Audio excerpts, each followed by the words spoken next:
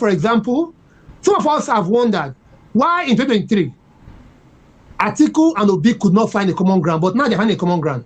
Because if you look at the votes count of Atiku, 6.9 plus million votes, and the vote of Peter Obi, 6.1 plus million votes, that's already 13 million. The current president won by only 8.1 million plus million votes, which is 5 million votes extra. That is what they could have brought to the table if they had worked together. It's not the kind of politics we are playing in this country, myonism. It's either me or the highway. I've seen the supporters of Peter Obi. In fact, Peter Obi himself did say that the reason why he tarried a little bit before joining the ADC was because he wanted some issues settled. I think that it all speaks to his own personal interest too. If Atiku is now meeting with Makinde, what can Makinde bring to the table? Is he going to mine more votes in the southwest than the current president of Nigeria? Okay. He's not going to do that. Comrade Momo, let me stay with you. As we discuss the ADC presidential ticket and the characters, the players within it, let us bring in Kwankwaso into all of this, because it's also been touted that there might be Peter Obi and Kwankwaso ticket in the ADC.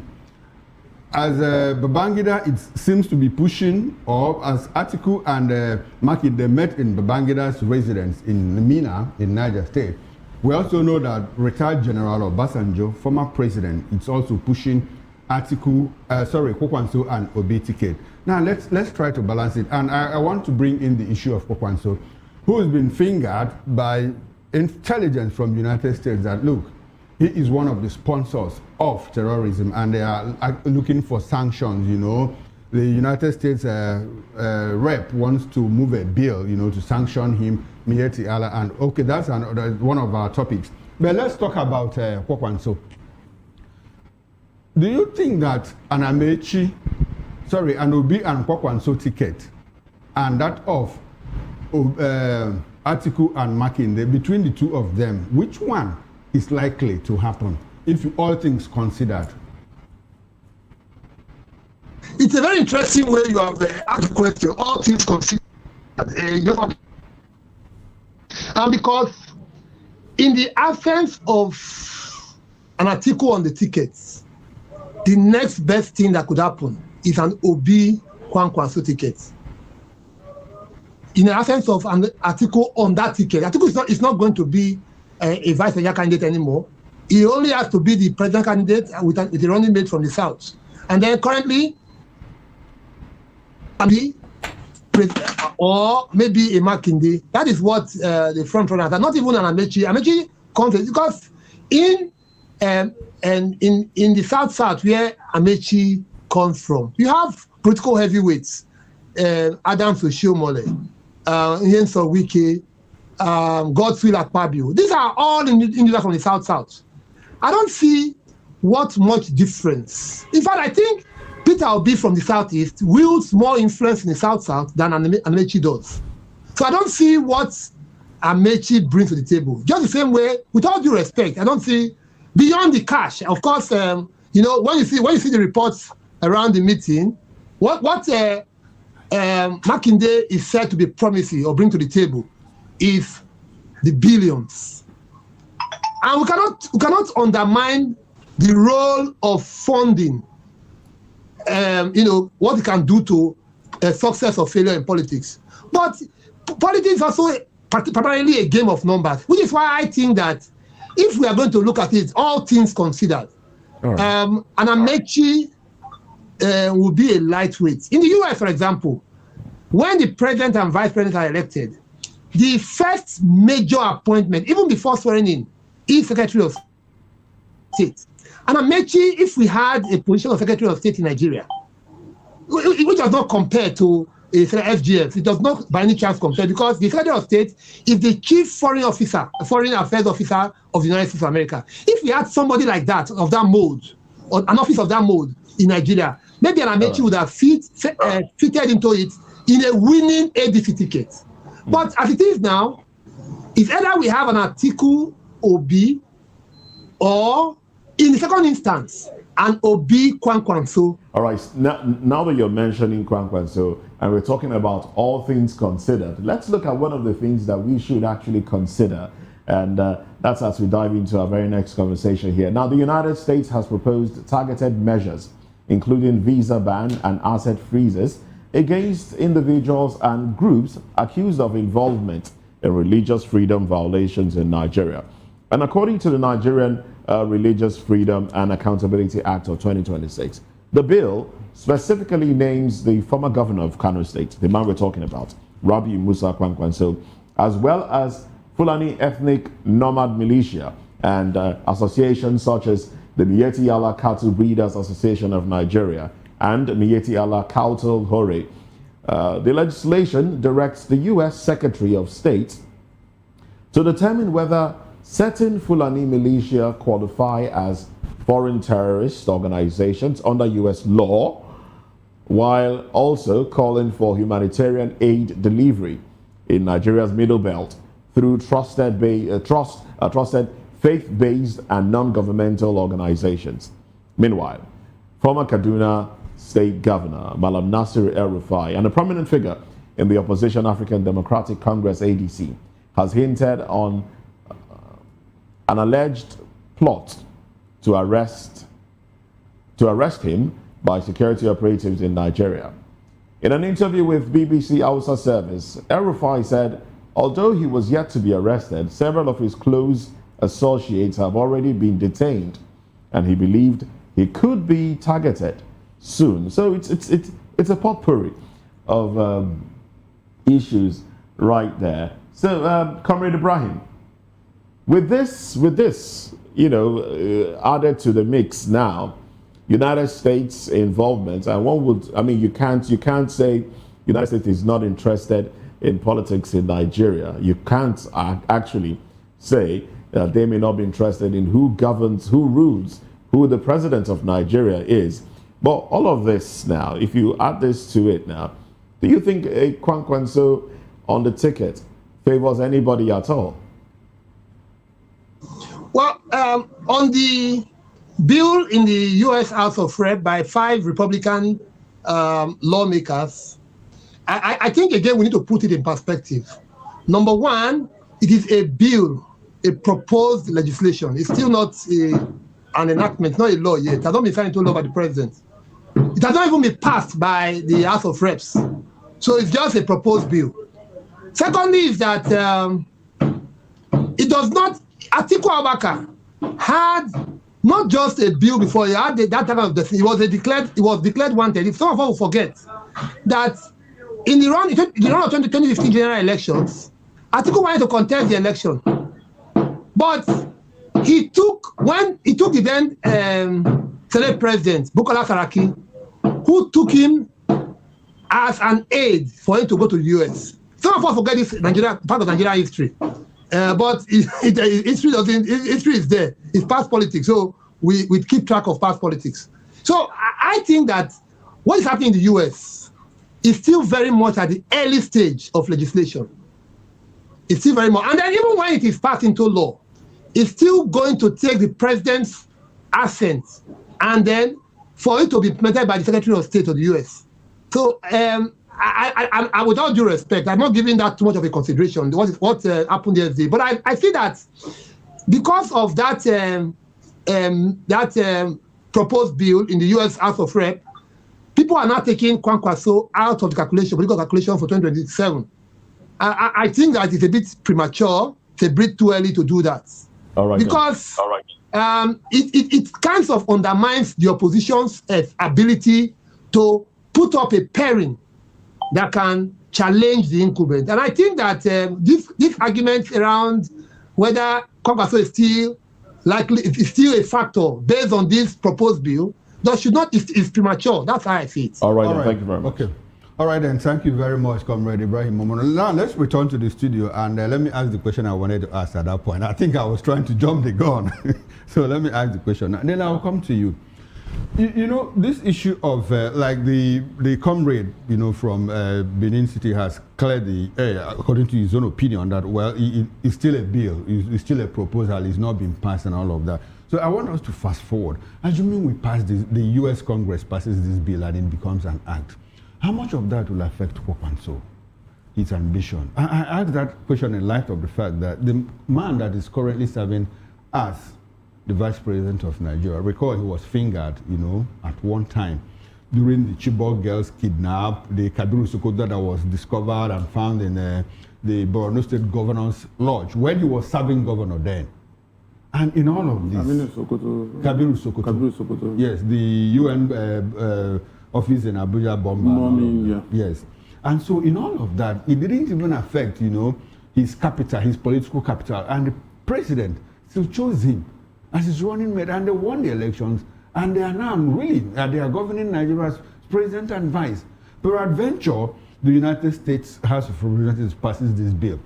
Understanding the way our politics is structured, do you think it's going to in any way affect Kwankwaso's chances of either running as president and winning, or even as running mate to either the president or to Peter Obi? You see, the pictures we have painted differs. Okay. There was no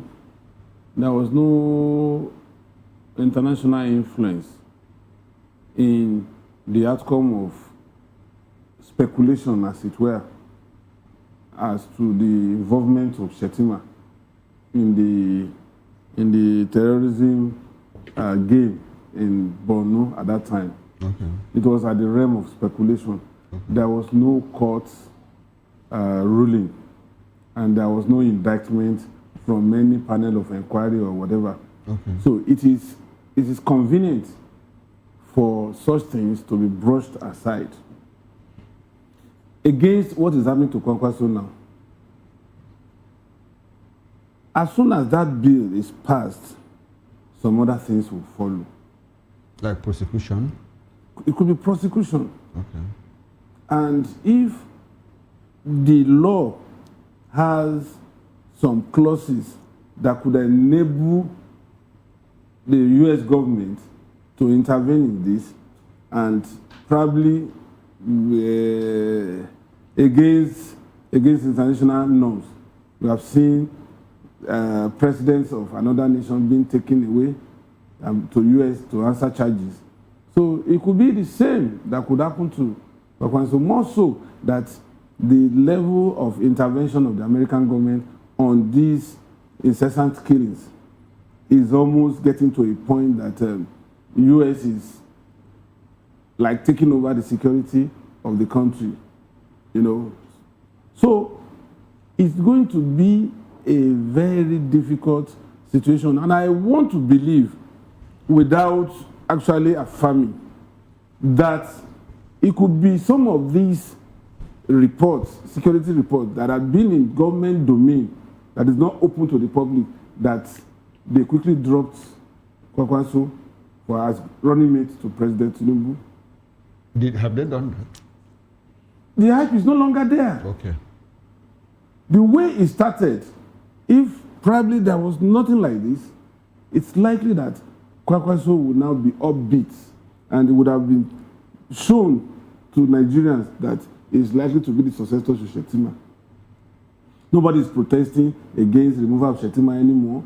Shettima is pretty sitting as vice president, and there is the aura around him now that is gaining more momentum than before when Kwankwaso was being touted. And it was as a result of that Ganduje had to drop his portfolio as chairman of the political party, because the chairman cannot come from the same state as the vice president. So now, I am sure that what is now coming to the open must have been there as at that time, that they must have sent these security reports to the presidency and to the top hierarchy of APC that, look, this man cannot be touched because he's going to meet some other things in future. Okay, quite interesting. Mazi, let's bring you back into this conversation. Based on what Dele had said, you know that the Kwankwaso in person met with the president. It was after that meeting, that the whole issue of, Kwankwaso might run with a president or not, that was when the whole thing started dying down. So let us premise on what Dele said, that, well, it might just be that this information has been made available or that the president knew about it. if it is plausible, will Kwankwaso be aware, and will he still be smarting for position? I want to contest, I want to be running mate, and all of that.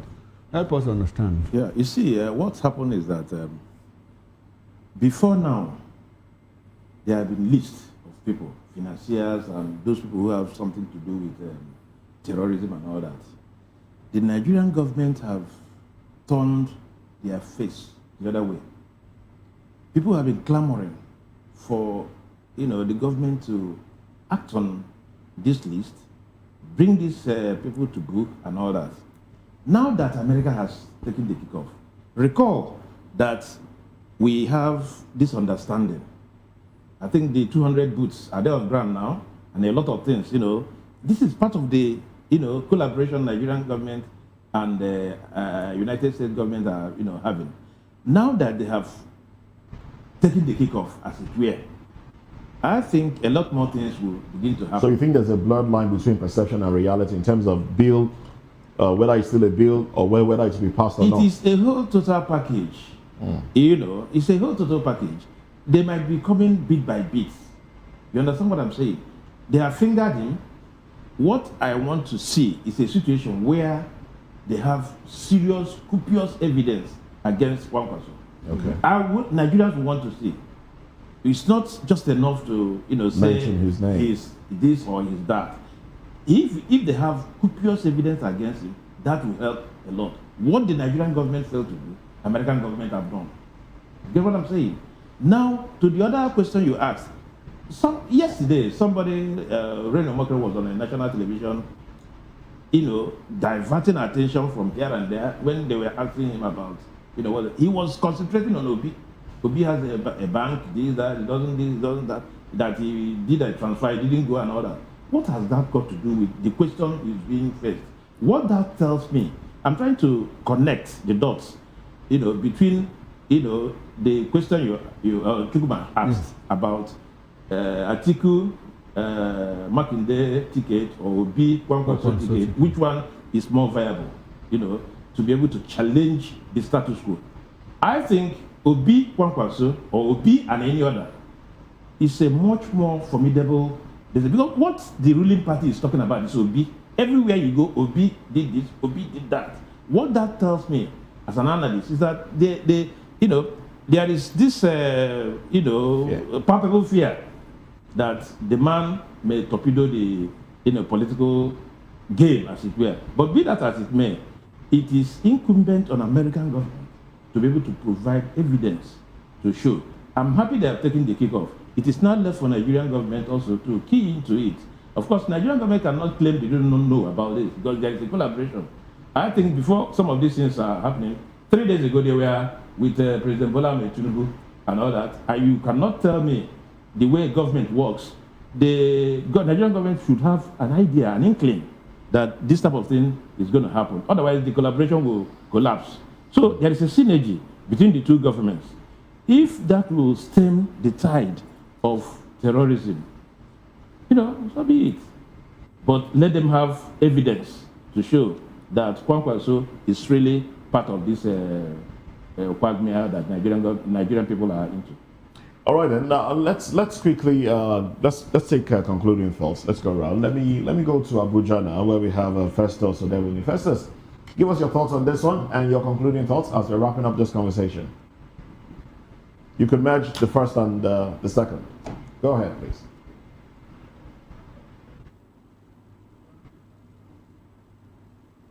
Well, you might need to unmute your device so we can get your audio feed.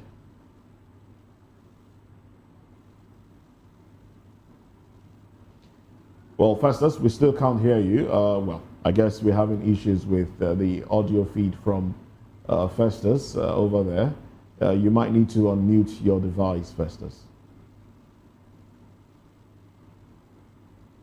But apparently we are unable to get his audio feed. So let me quickly bring this back to the studio and then I'll go to Benin. Daily Fanimo, let's get your concluding thoughts. Both conversations, please. Go ahead. Well, for the rumor, because I still consider it as a rumor from Fayose. Like somebody said in the course of this conversation that we should not just discountenance Fayose, but I'm not too sure. if that is what transpired during that meeting with IBB. So we still have about 8 months, 9 months, so the election. And so let's keep our fingers crossed and see what will happen. Then on the issue of the indictment, so alleged indictment of Kwankwaso, which necessitated a bid in America, I doubt if any right-thinking politicians who want to push the Kwankwaso agenda, given this that is coming from America. America will not just, they are not like Nigerians that will just accuse you without investigating. They must have done their investigation and found the man culpable before they roll out and make this allegation against him. So it's like Kwankwaso is now no longer a beautiful bride in the next election. All right then. Comrade Ibrahim Momo, let's have your concluding thoughts.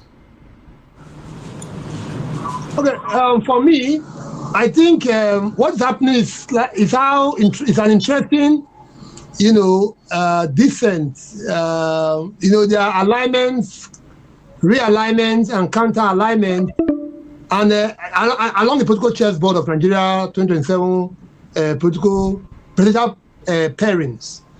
I think that we are still going to see more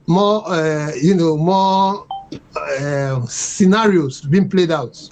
Maybe, perhaps, ultimately, dark horses are the ones who will now fly the main opposition ticket. I fear for the ADC because, one, if they don't get it right with the presidential candidate, it's fait accompli. It was all for nothing if they don't get it right. So I just hope that the US, if it were, for example, playing, or those 5 Republican lawmakers, if they were playing a script, that the script is nipped in the bud early enough, because democracy thrives on plurality of options. The task is of policies or programs. It is not. Yes, it is not aristocracy, government of the nobles. It is not plutocracy. It is democracy, popular will, representation of popular will. But at least let those options be there for people to choose, not what we are seeing now. I fear for the ADC, just to put it in perspective. All right, then. Thank you very much, Comrade Ibrahim Momo. Yeah, let me add this. Are we wondering about the preponderance of retired generals, being clearing houses for politicians? Obasanjo is there, Ibrahim Babangida is there. One would think, what is Babangida's political or social capital, within the Nigerian context now? Recall that during his days, I think in 1993 or thereabout, he empowered a lot more people, a lot more, both in the military and outside the military.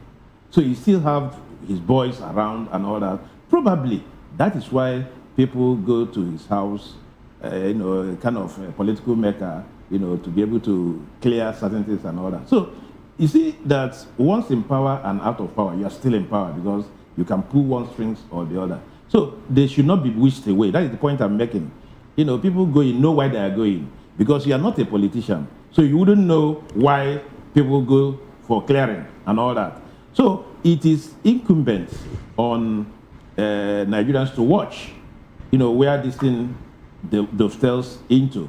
The other issue pertaining America and all that is that we should not be too complacent, because a journey of 1,000 miles starts with a step. This could be a first step towards a lot more things to happen. Particularly, I insist, when there is cooperation between the two states. All right, then. Thank you very much, gentlemen. We must appreciate you for your time here. I'm Daily Finding, who is a reporter and also a public affairs commentator, Mazi Amobi Ihegboru, the political and public affairs commentator, Comrade Ibrahim Momo, right there, lecturer, and also Festus Odebomi, public affairs commentator. Thank you very much, gentlemen, for your time on the program. We'll take a break. When we come back, Medical doctor's death sparks outrage as Lassa fever ravages communities. Health Ministry reveals 0.0165% of 2025 health capital budget released. Let's talk about this when we come back from this break. Join us again.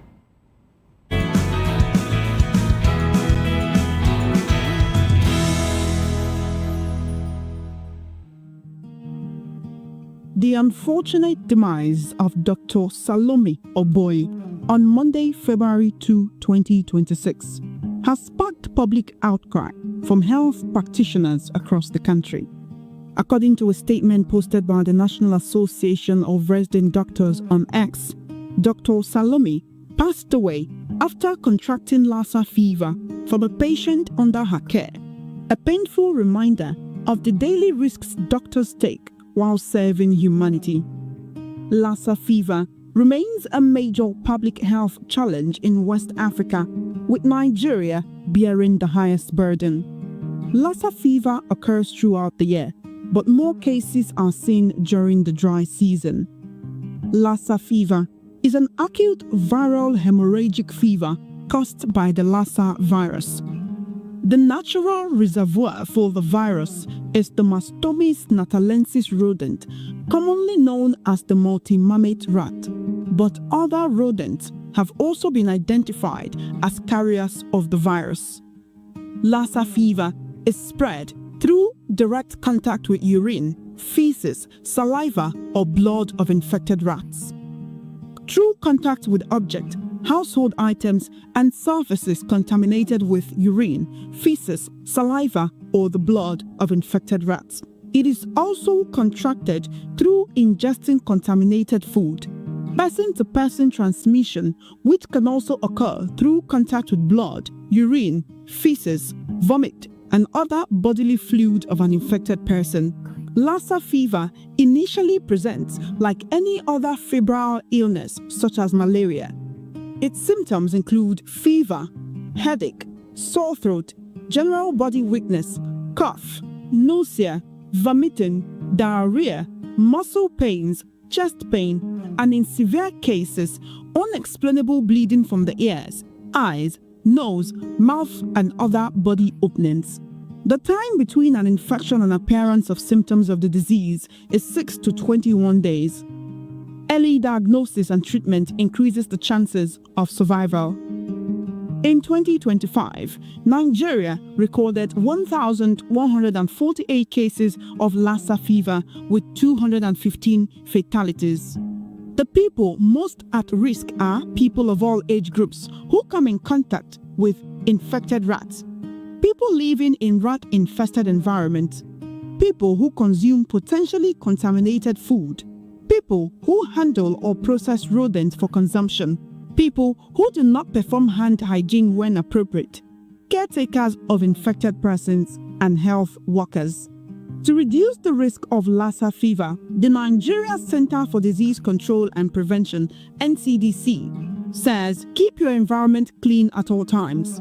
Block all holes in your house to prevent entry of rats. Cover your refuse and dispose properly. Store foodstuff well and covered with tight-fitting lids. Eliminate rats in the homes and communities by setting traps and other means available. Practice good hygiene by frequent washing of hands with soap under running water or use hand sanitizers when appropriate. Visit the nearest health facility if you notice any signs and symptoms of Lassa fever. Healthcare workers are advised to always practice standard precautions, that is, wearing of gloves and other appropriate personal protective equipment while handling patients or providing care to an ill patient. Together, we can take the right steps to end Lassa fever in Nigeria and Africa.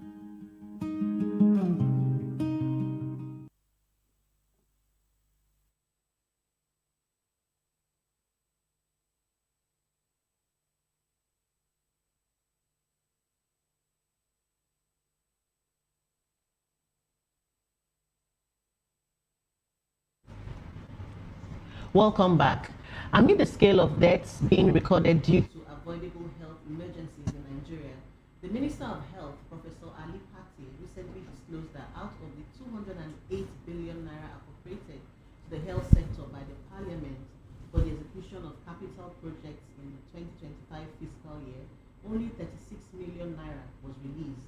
From the tragic snake bites that killed promising singer Ifunanya Wagene to Lassa fever that led to the death of Dr. Salome Oboye, to the joint health union strike that has been called off after almost 3 months, Nigeria's health sector carries a big question mark.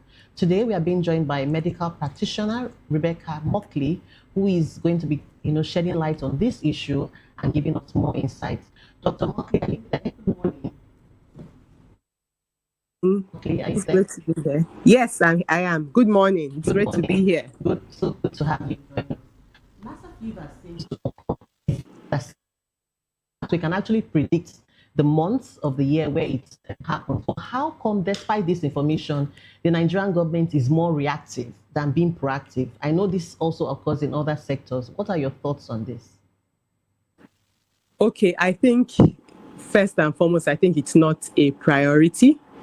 If it's a priority, it won't be reactive. We already know that Lassa fever is more common in the dry season for obvious reasons. Because it's dry, rats move closer to people's houses. So it just makes sense that during the rainy season, there should be more awareness, just the same way public health practitioners have tried over the years to build awareness about different childhood diseases. This needs also to be done about Lassa fever. Unfortunately, it's only when something major happens, when there's a major crisis happening, that we do something. We had a crisis last year. We're having another crisis now, and that's when people now want to do something about it. It's also worrisome that our health practitioners have to buy their own cares. What does it say about how much we value lives, especially of the health workers in Nigeria, their own protective cares? I mean, well, it's obvious that it is we're down there on the scale of their priorities, and I think this happens because, I mean, like we all know, there has been an ongoing strike between various groups of health workers. First, we had the general doctor strike, then we had the junior health worker strike. So it's very obvious that we don't place enough priority on human life, and I think we don't also, many of our leaders don't also place that priority because they of going out of the country to get treatment. If you know that you have no choice but to use the treatment facilities here, of course, everybody's selfish. Everybody values their own life. They would take care of the health facilities here. All right, Dr. Beckley, thanks for joining us. Now, let's get some education here. I would like for you to help us educate the public, our audience, the immediate and remote causes of this Lassa fever. A lot of people know that it's associated with rodents, rats, and all of that. Can you give us some education? Is it when they get in touch with food, or is it a rat bite, or what? Help us just understand so that, well, the people at home can take preventive measures, when they understand the causes. And when we are done talking about the causes, then we'll talk about prevention and all of that. All right, sir. Thank you. So, like you already said, it's caused by rodents, specifically rats. And how do rats get into people's homes? Or how do rats get into contact with human beings? First and foremost, through holes, through openings in homes. Of course, everybody locks their door, but there may be holes in the in your nets, holes in the walls, holes in your doors. Okay, those are areas that rats can easily get into the house. Then, of course, if they get into the house, the first thing rats want to do is that they want to eat. So they can get into your food. So it's very important that your food storage, you keep your food tightly covered and make sure that no rats can get into your storage. So it's not enough to just say, I have a nylon, I'm keeping my rice, my beans. No, it should be in containers that are tightly covered, okay? And then if you have cooked food or any food at all, never leave it exposed. Never leave it. Rats, they are very sensitive. Their sense of smell is high. Once they smell food, they start coming around and trying to look for that food. And if you leave it exposed, they step on it, eat it. They can easily transmit anything. Okay. Then okay. Yes. Thank you for the exposure there. But a lot of people know this because there was a campaign at some point that talked about how food should be treated, how you should wash tins before you use them, because rats can defecate on them or urinate on them. And then if you don't wash them properly, if you just use them, you can come in contact with Lassa fever, the type of rat that carries Lassa fever, and the rest of that. I mean, that campaign was on for some time. Why do you think it was stopped? That's one question, if you can. Why was that campaign stopped? Do you think it has helped us? And once again, how did Dr. Salome, the late Dr. Salome, contact the virus? How did she come in contact with Lassa fever? Was it while treating the patient, or was she exposed to a contaminated surface? Okay, so which one do you want me to answer first? Both of them. Both of them. Which of them? Which of them do you want me to answer first? Because you asked about Dr. Salome, and then you asked about the awareness. Let's talk about Dr. Salome first. Okay, so I'm not in her jurisdiction, but from the reports we had, she was giving care to a patient that had the illness. And of course, our job involves working. Sometimes you can be there for a whole day. I don't know what her schedule was. You can be there for a whole day. You can be there for anywhere from your shift is supposed to be at that time. So she had prolonged contact with the patient. And of course, in taking care of patients, there's collecting of blood samples, there's talking to the patients. When you're talking, droplets are going into the air and all that. And it depends on how bad the patient's case is, which for confidentiality reasons, we won't be able to give that information out. But just the basic routine of managing patients, taking blood samples, you can maybe get a needle prick. You can, even when you're wearing gloves and protective equipment, you can, if your immunity is also depressed, you can inhale droplets, different things. So, and Lassa fever is a viral disease, so she could have picked it up in any of these routes. Okay, all right, doctor. Curiously now, do we have certain species of rats that carry this virus, or it's all over? And then are they prevalent in certain areas in Nigeria? Just asking, or they are commonly found nationwide? Okay, so, well, from what we have been taught, they are not, I'm not aware of, let me not say they are no, because knowledge is dynamic. I'm not aware of any particular species. However, they are more rampant in areas that are more dry. So usually they are more rampant in the northern parts and in the central parts of the country. Okay. So although many of the cases that were happening last year happened in the north, but also happened in those are central parts. Edo, Ondo states, we're having cases of Lassa fever, and even Lagos. Lagos is not central, but we had cases, yes. All right. One of the issues plaguing Nigeria is the indiscriminate refuse disposal, which has, led to the breeding ground of rats. And in the face of this infestation, what are your thoughts? How can we best, handle this refuse disposal issue? Okay, so that will go back to the earlier question that I was asked. There was an awareness campaign that was started, and we all know that it's not every time that people get it when you first teach them or expose them to knowledge. So we need to create more awareness programs. That's not just enough. Unfortunately, the culture of proper refuse disposal is not something that we have in this part of the world. So awareness has to be built around that you need to pack your refuse properly. There's a part that the the people have to do. There's a part that the government has to do. All right. Okay. How you pack your refuse properly, how you dispose of the refuse, and then the general. So we're almost out of time, but not before I ask this question. Every year we have, millions, trillions allocated to the health sector. But at the end of the day, it seems as though very little is, achieved. I mean, looking at the budget and the percentage, allocated for this case, perhaps you guys as the medical, personnel on the field, perhaps you guys should advocate more. Or what do you think can be done in this regard? Okay.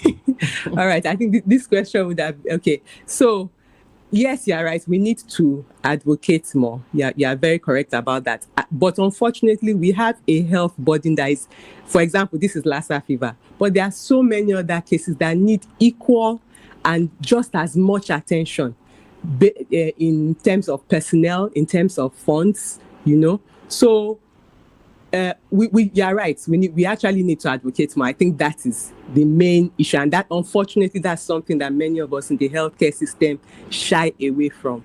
We actually have to advocate more. All right. Thank you very much, Dr. Rebecca Mockley.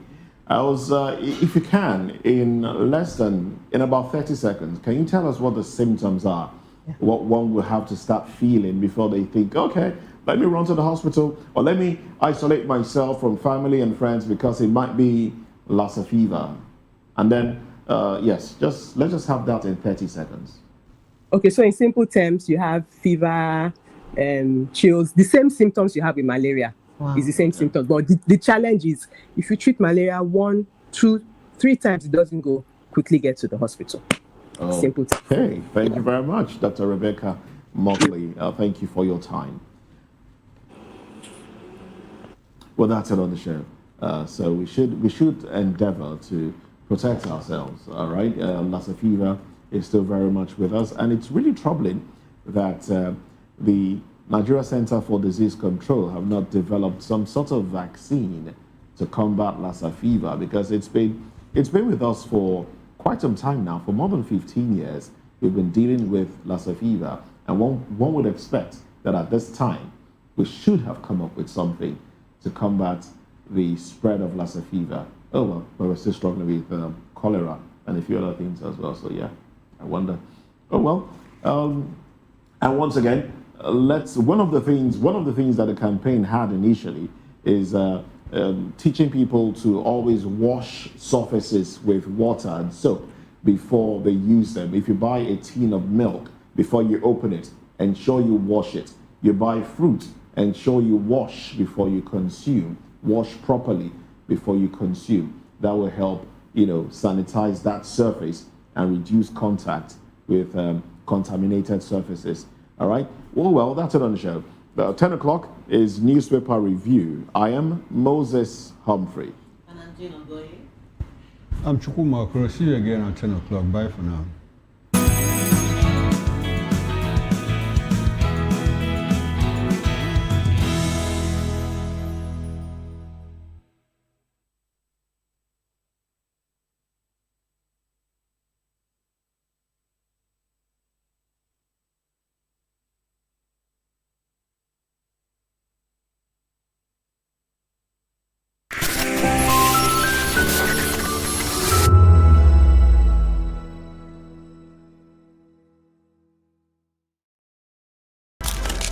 In a world where power shifts with every headline. In a nation full of questions.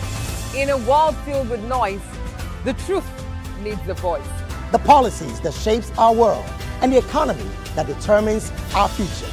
Every hour, every day, the grapevine keeps buzzing. And together, we are committed to telling the stories that shape our world, because your voice is our focus. Don't forget, our voice matters the most. Let us come together and share our concerns.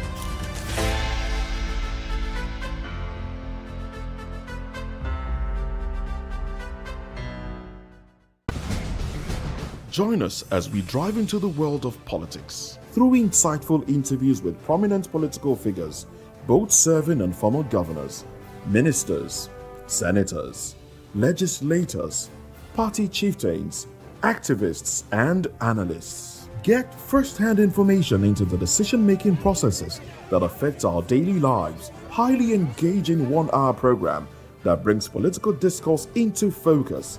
I am Chukwuma Okoro. Political Lens, Monday through Friday, 6 to 7 p.m. Join us.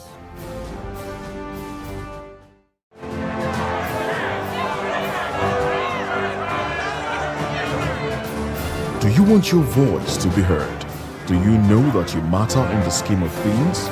The People's Voice, the show where ordinary citizens take center stage as we discuss the biggest stories that affect you and I. With you in mind, we facilitate lively discussions, debates, and interviews on the topics that matter most to you and I.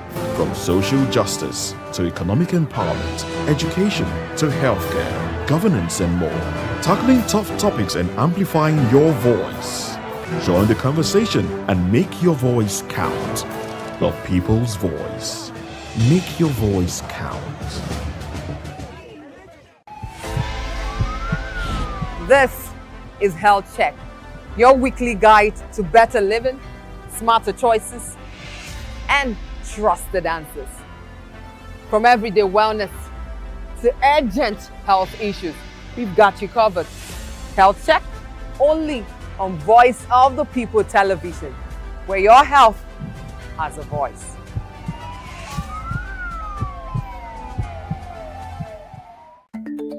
Africa is on the move, a continent of rising voices, untold stories, and powerful transformations. From the streets of Lagos to the heart of Nairobi, from the mines of Congo to the tech labs of Cape Town, the African story is being written every day. Bold, dynamic, unstoppable. This is Africa News on Voice of the People Television. We don't just bring you the news. We analyze and bring you Africa's heartbeat, the politics that shapes our nations, the economies that drives our future, the cultures that defines who we are, the voice that must be heard. Africa News, Africa's voice, Africa's future. Where Africa speaks, the world listens.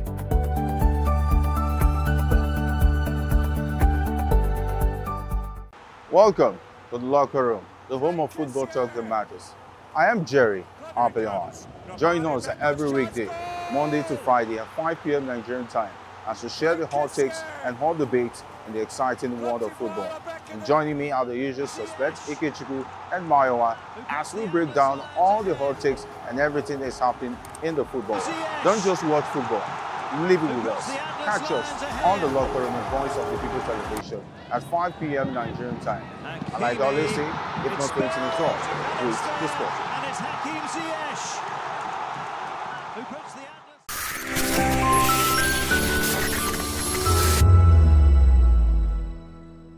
Obudu Mountain Resort, formerly known as the Obudu Cattle Ranch, is a ranch and resort on the Obudu Plateau in Cross River State, Nigeria. It was developed in 1951 by M. Macaulay. Macaulay, a Scottish who first explored the mountain ranges.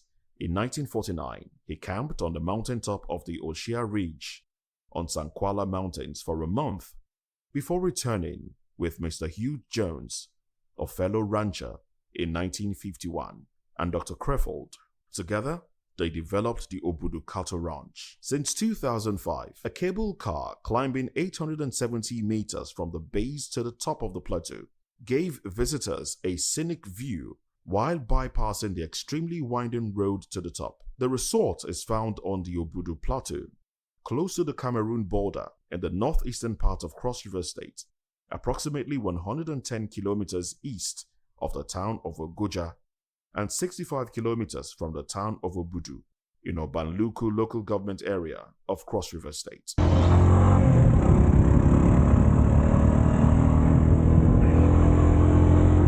It's about 30 minutes drive from Obudu town and also about 332 kilometers drive from Calabar, the Cross River State capital. Charter air service is available to the Bebi Airport, which lies between the village of Obudu and the resort. However, the airstrip is no longer functioning and the cable car has been grounded for a while now. due to lack of maintenance. In 2020, it was reported that the governor of Cross River State, Professor Ben Ayade, pledged to revive the cable car after successfully test running it for the Christmas period. Since then, life has returned to the ranch. The climate of the Obudu Ranch is semi-temperate mountain climate, which is the general weather condition experienced on the Obudu Plateau. Due to its 1,600 meters elevation, the ranch has in recent times seen an influx of both Nigerian and international tourists because of the development of tourist facilities by Cross River State government, which has turned the ranch into a well-known holiday and tourist resort center in Nigeria. It has a serene climate compared to other regions in Nigeria. VOP TV. Now, you have more than a voice. Are you ready for the extraordinary? Something big is happening on your screen. Introducing VOP TV. Now streaming on SLTV channel 264. From breaking news to captivating conversations, news analysis, giving you all sides to the story. We break in-depth discussions on the issues that matter, from politics to sports, entertainment, and lifestyle. VOP TV on SLTV channel 264. Join us as we redefine what television means to you. Voice of the People Television. VOP TV. Now you have more than a voice.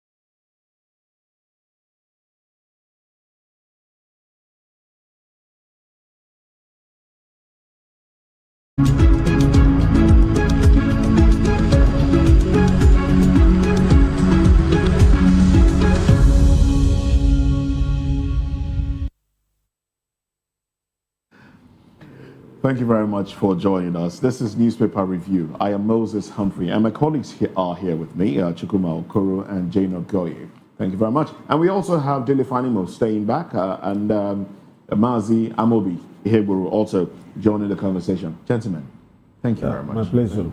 Now let's dive into it very quickly. Of course, I'd like for us to pick up from where we left off, talking about the headline. It's right there on the cover pages. U.S. lawmaker wants visa ban as... Okay, now from The Guardian, this is how they report this story. The Kwankwaso'S and U.S. lawmakers brouhaha, I would say. But U.S. lawmaker wants visa ban, asset freeze on Miyetti Allah Kwankwaso. Now quickly, let's look at the riders to that story. Nnpp claims Kwankwaso victim of international hypocrisy, blackmail. Congressmen propose bill to sanction Chinese mining in Nigeria. Coalition urges swift passage of HR 7457. All right, so that's the... And then the banning of Chinese mining in Nigeria takes us back to a conversation that we had earlier in the week when we spoke to Professor Usue from Benue State, when he talked about the mining going on in Benue State. You know, he was very emphatic that it's Chinese that were doing it, and they had these terrorist groups, Boko Haram, you know, hovering around them, basically guarding them. And then these are the people that go into communities and chase, kill, destroy properties, basically drive away the people, and then mining just continues.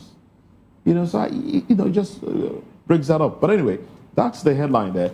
And yes, it's basically on the cover page. Sorry, please, before you give your take on it. From the Punch, religious freedom violations. APC and Nnpp back Kwankwaso as U.S. sanctions tension rises. U.S. Congress gets bill proposing visa ban, asset seizure for ex-Kano governor, others. You want me to take that one again for emphasis? APC and Nnpp back Kwankwaso as U.S. sanctions tension rises. And from this day, it reads, Nnpp expresses shock over U.S. proposed visa ban, asset seizure against Kwankwaso, others. Congressmen seek sanctions for Fulani militia, Miyetti. Military confirms expected deployment of U.S. soldiers to Nigeria. Says troops will avoid combat, focus on training. All right, so yes, that's that story. That's how it appears on most of the dailies. There's a particular name that's not mentioned there. It's already sounding the red herring, which is El-Rufai. Yeah. Everybody in this country knew that El-Rufai was sympathetic to these headsmen. Throughout his stay as governor of Kaduna State, despite several killings, there was not a single day El-Rufai came on here to condemn killings in Kaduna South, which is predominantly Christian area in Kaduna. So, if he's now preempting the U.S. government or whoever that they are coming for me, why is it that he's shouting? When he was sitting pretty well in the government house in Kaduna State, when people were being killed, there was no mention, there was no protection for those guys. The same Kaduna he ruled, and it was a bedlam. The same Kaduna, Sonny Ubana, the governor, Ubasani, yes, that is now in that particular state, and there is a semblance of little calm, although there are pockets of attacks here and there, but it's not as much as when El-Rufai was there. So, in sympathy to those people, he should answer for it now that he's out of government. Now, coming to Kwankwaso, this one cannot, even Nnpp and APC cannot save this man if there is prima facie case against him that he was sympathetic and is still sympathetic to the the terrorists. Because I call them terrorists, whatever name you call them, Miyetti Allah, Miyetti Kaptaho, or whatever the name is.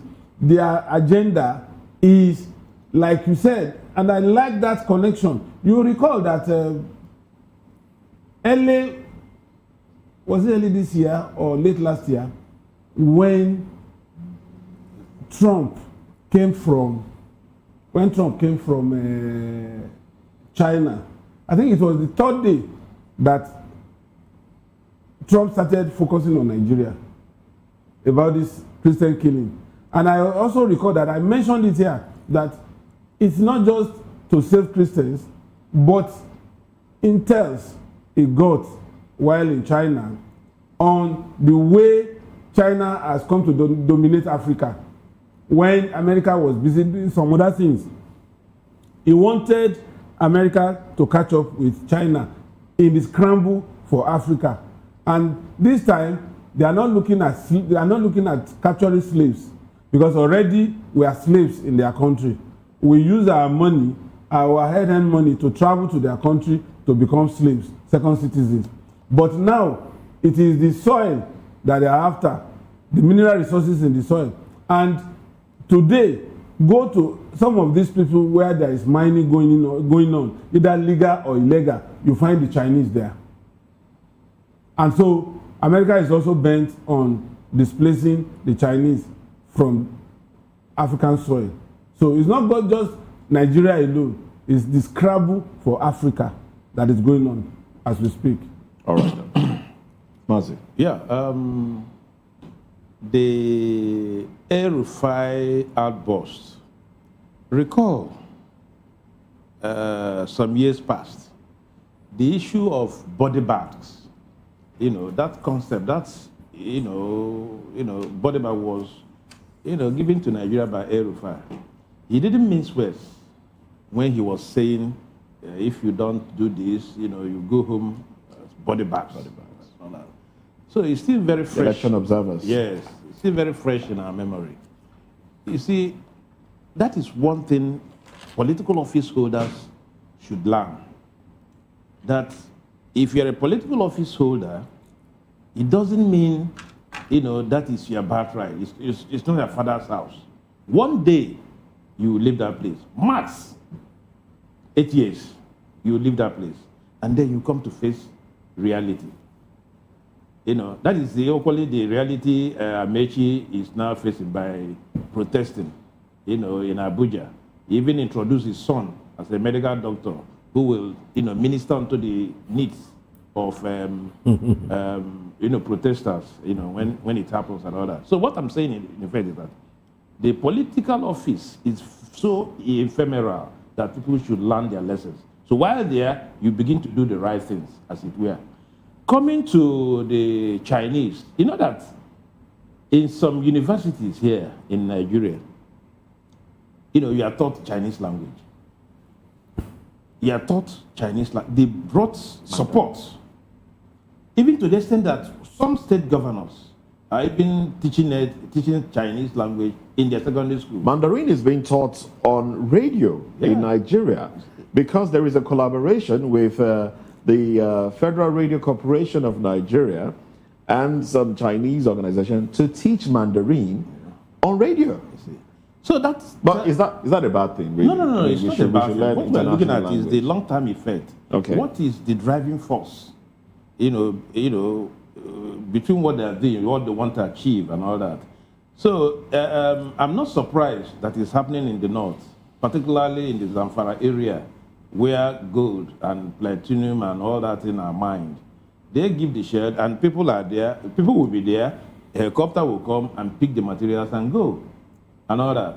So Dela Leke, the Minister for Solid Minerals, really have some work to do, because earlier on in the administration, he touted the idea that it is second oil.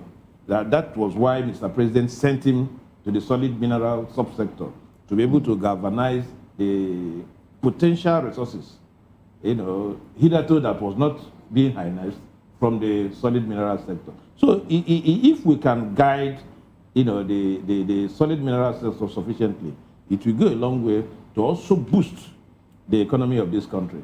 That is why, if you want to take a better view of, why the Americans are here and all that, that's international conspiracy. Just like Dele, tangentially alluded to. There's this economic, international conspiracy. Some people have even branded the American support to iron our minerals, whether solid or liquid and all that. Be that as it may, the second scramble for Africa, or particularly Nigeria, has taken off. You know that China and America have taken diametrical opposition posture on issues, because China is an emerging world power, as it were. And America do not want to lose her pride position to any person. So it becomes a constitution of superiority. And where would they test it? It is in a foreign land. So, give or take, we should be able to, stamp our feet and galvanize the resources from the solid mineral sector so that it can help in boosting the Nigerian economy. All right, then. Totally in shambles, as we speak. All right, totally in shambles. Well, let's take some of the headlines here. Say from The Guardian. Dangote makes history as world's first refinery to hit 650,000 barrels per day capacity for CDU MS block. All right. And backlash trails Senate's version of new electoral act. The writer ADC, MCE, Dixon, Ezekwesili back mandatory e-transmission of results. Well, we seem not to have seen the last of that protest, talking about the protest for the transition of the electoral. Transport Ministry received 1% of 2025 allocation, rolls out 70%. All right? And then, well, those are the window headlines. You want to react to any of them before we go into some other headlines? But the big story here on the cover page of The Guardian is North decries 2027 politics despite insecurity.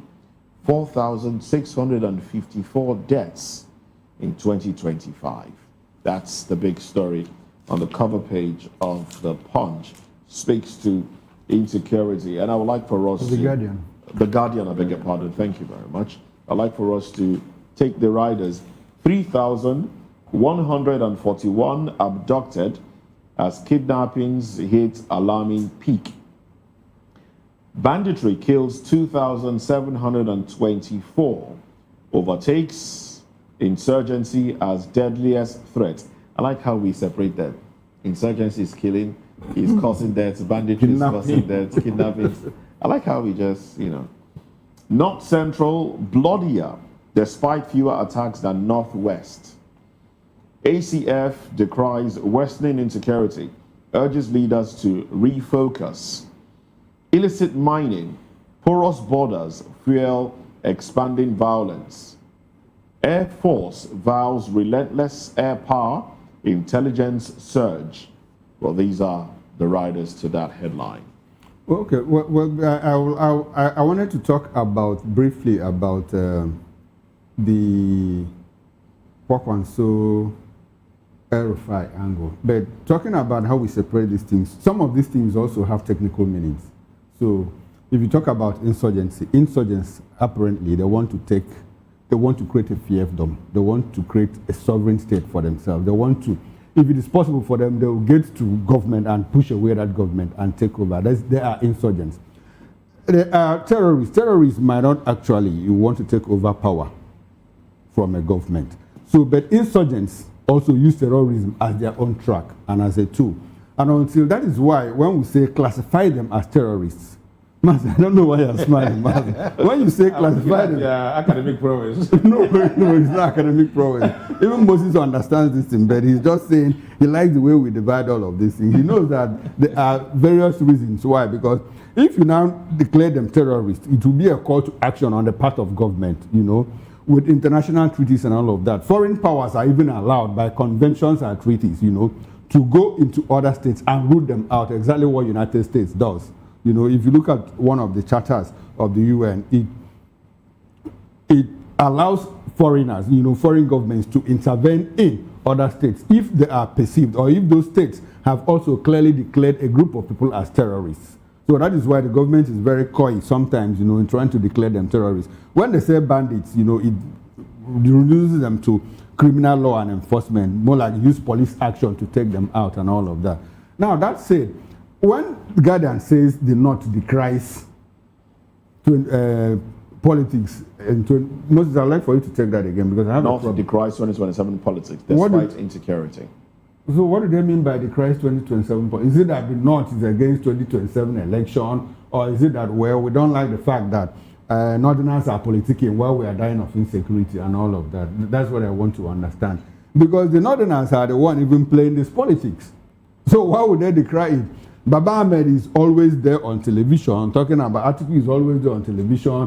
His younger brother, Baba Yusuf Dati Baba Ahmed is also on television, discussing. Kwankwaso has been discussing politics. So why are they decrying it? I think it's a call for them, It's a call for the North. But I like the fact that the North, they are now beginning to realize, we have been in power for a very long time. If you listen to a lot of people, they say, well, what is Atiku going to do there just after 8 years of the Babangida administration? What did of Buhari administration? I beg your pardon. What did Buhari do for us and all of that? So and the North insists, well, power should remain in the South. Let us see what the South can offer. When people object to the Northerners that object to the power being in the South and in the Southwest are people who lost out of power. out of the power equation, power play and all of that. But let me summarize it. Why we see things happen in this country is because we don't have consequences for little crimes. When we don't punish small crimes, the big ones thrive. Miles, I'm happy that you brought up the issue of body bags, because up until today, nobody's career was damaged. Buhari lived all his life, and Buhari was the one that said, if this election goes this way, baboons and monkeys will soak in their blood. And after he made that statement, scores of people, core members, were killed in this country. He was never prosecuted. Nothing happened. El-Rufai did the same thing. He was in government when he said, well, international observers and monitors, be careful what you do, otherwise you go home in body bag. That was a direct threat. And until he finished, even when he finished, his career he's not been arrested, he's not been prosecuted, and so we see all of these things. Now that we have outsourced our security to America, and America is saying, look, you are fingered, you are fingered, you are. That is the way I want America to come in. Until you cut off that source of funding and the supply of men and materials, this thing will never stop. And since the Nigerian government has failed to do that, now we have an America that is coming in to say, well, enough of all of this. The booths that are coming in, the 200 of them, it's good that they are coming in. But I like the fact, too, that the Nigerian government has told us, well, they are coming to offer training and operational support. If you put them to the battlefield, to the front lines, it will be a different story. And I know America, they are very sensible. They are not going to do that. They will remain within the backyard, at the back room, offering some kind of operational support like drone support, intelligence support, and all of that. But talk about battlefield, they might not get to battlefield because it will be a different story. Absolutely. Now let us look at the oil space. Moses, you raised an issue, said that Dangote has met certain threshold. But 3-4 days ago, we saw some importers of these petroleum products saying that they are not being given opportunity to import and all that. The critical and obvious question here is, why are we still importing? What makes importation attractive when Dangote is meeting our requirement? From what you said now, why is it much more expedient enough for us to continue to clamor for, people to import petroleum products, while we have not exhausted the ones we have produced? Would you want to answer that question? Let me turn to a moderator. No, you cannot. What we can do is we can take a look at the reports and maybe make sense of it. Yeah. Okay. So this is what the report says. It says the Dangote Petroleum Refinery has achieved a major operational milestone with the full restoration and optimization of its crude distillation unit and motor spirit production block. Both units are now running at optimal performance, further strengthening the steady state operation of Africa's largest oil refining facility. And following a scheduled maintenance exercise on the CDU and MS block, the refinery has commenced an intensive 72-hour series of performance test runs in collaboration with licensor UOP. Now, these tests are designed to validate operational efficiency and confirm that all critical parameters meet global standards. So basically, this just talks about how well the refinery is working. And we also know something, that Dangote Refinery has reduced the price of fuel, which basically is to edge out importers, because we hear there's a lot of importation going on. So them reducing it now, further edge out. And this also addresses the conversation that we've been having around whether Nigeria's refineries can work or not work, whether they should be sold or not. Ojulare has put paid to it. Said it cannot work. There's a final nail to the coffin. There's a final nail to the coffin of the refineries from the group managing director. So let's not go there. Now, this particular one you're talking about, you see, a lot of propaganda, a lot of misinformation in the space. And unfortunately, my constituency is also a willing collaborator. 65,000 barrels of crude oil refined to get PMS, which is the petrol, is 100 million barrels, 100,000 barrels. I mean, liters. Now, our total consumption oscillates between 40 and 45. At peak, 50 million liters, leaving a balance of, if Dangote refines 100% of its capacity. I wanted to ask that question. Is it operating at full capacity? I said, they just told you now that they are itching towards 100% full capacity. Okay, itching. Okay. Now let us assume that they are at 70%. At 70%, you still have 20 million liters that is above our consumption rate, if at 50 million liters per day. And that's why Dangote said, as at December, that he had 28 days buffer in case the refinery had to go for maintenance, routine maintenance, which means even if it's going to go for 28 days routine maintenance, it will still supply to the gas stations. Now, what is the business of somebody now define this to say he wants to import? Import at what? Which means it is either they are importing substandard products at cheaper rates, because most of us, we don't have the capacity to know the good and from the bad. Except you test them. And do we have equipment individually to test the one that is good and the one that is bad? So, what we are saying is, these DAPMA people, they are the ones sponsoring, Dangote is supplying only 37%, 45%. This is a man that has said he is capable of supplying Nigeria with needed fuel every day. And he is also saying, we have seen, myself and Chukuma, we have seen on a number of occasions, these trucks, branded trucks with CNG, supplying fuel to filling stations in Lagos, at least.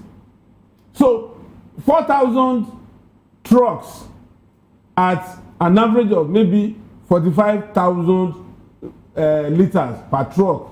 Multiply that. And he's saying that he's willing to breach what government was bridging during subsidy, that if you take fuel from here to the farthest part of Nigeria, in Borno, Sokoto, it will still be sold at the same price wherever in this country. So why are these independent marketers now still importing? To what end? Okay, to answer your question directly, why they are importing is because the industry sector has been deregulated and liberalized, so you have players inside it. Now, when you talk about disinformation or misinformation, I wonder who is doing the disinformation, because that man, puts up a story in the newspapers. Oh, we shout, oh, it's sponsored, and we begin to interrogate all of that. Now, Dangote puts up his own version of another story in the newspaper, and we say, oh, no, so which one do we take now? But the point is, I'm coming. As a matter of fact, the thing is this: it's all caught in the web of the big politics, within the oil sector. Dangote is playing politics. The other people are playing politics. You know why Dangote ran into problems with Farouk Ahmed, the NMDPRA boss, that was relieved of his duty. It was because he granted 30 licenses within 3 months, import license, including to NNPC, to do what? To import petroleum products. And Dangote was like, wow, just in a space of, not even 3 months, in a space of 30 days, you are granting 30 licenses. So it's all part of the Dangote is willing. Dangote says, have we confirmed? Now the regulatory agencies, what are they doing? You know, okay, so which which agency is supposed to regulate that? It is the downstream, it is the Nnpp. You know, when Dangote says, if you operate at full capacity, we are able to do this. Now, at what capacity are they operating? Have they done 50? Have they done 60? And they should tell us when they have done. Don't forget that Dangote is also exporting fuel. He's at liberty to do that. So at the end of the day, I think what the regulator should do is to balance it. So the end point is that Nigerians need steady supply of fuel. Nigerians needs the price to drop. You know, we see some kind of fluctuation. Okay, we remove 100 naira, another day they add another 100 naira, another day they remove 20 naira, another day they add 100 naira. So the thing is still fluctuating. We are not yet at our best. We need to. I like the fact that it will still continue to fluctuate. It will still continue by international market. By international oil price, crude oil price, yes. and all of that. So, and we have heard all about it. What is holding BOA? What is holding Ibeto? We are told that 22 refiners from South Korea are coming. They are still on the way. They are still on the high sea with the equipment. For the past 4 years or so that we started hearing that South Koreans are coming. The other refineries in Edo State, what do they call it? On top of my head, I can't remember that name.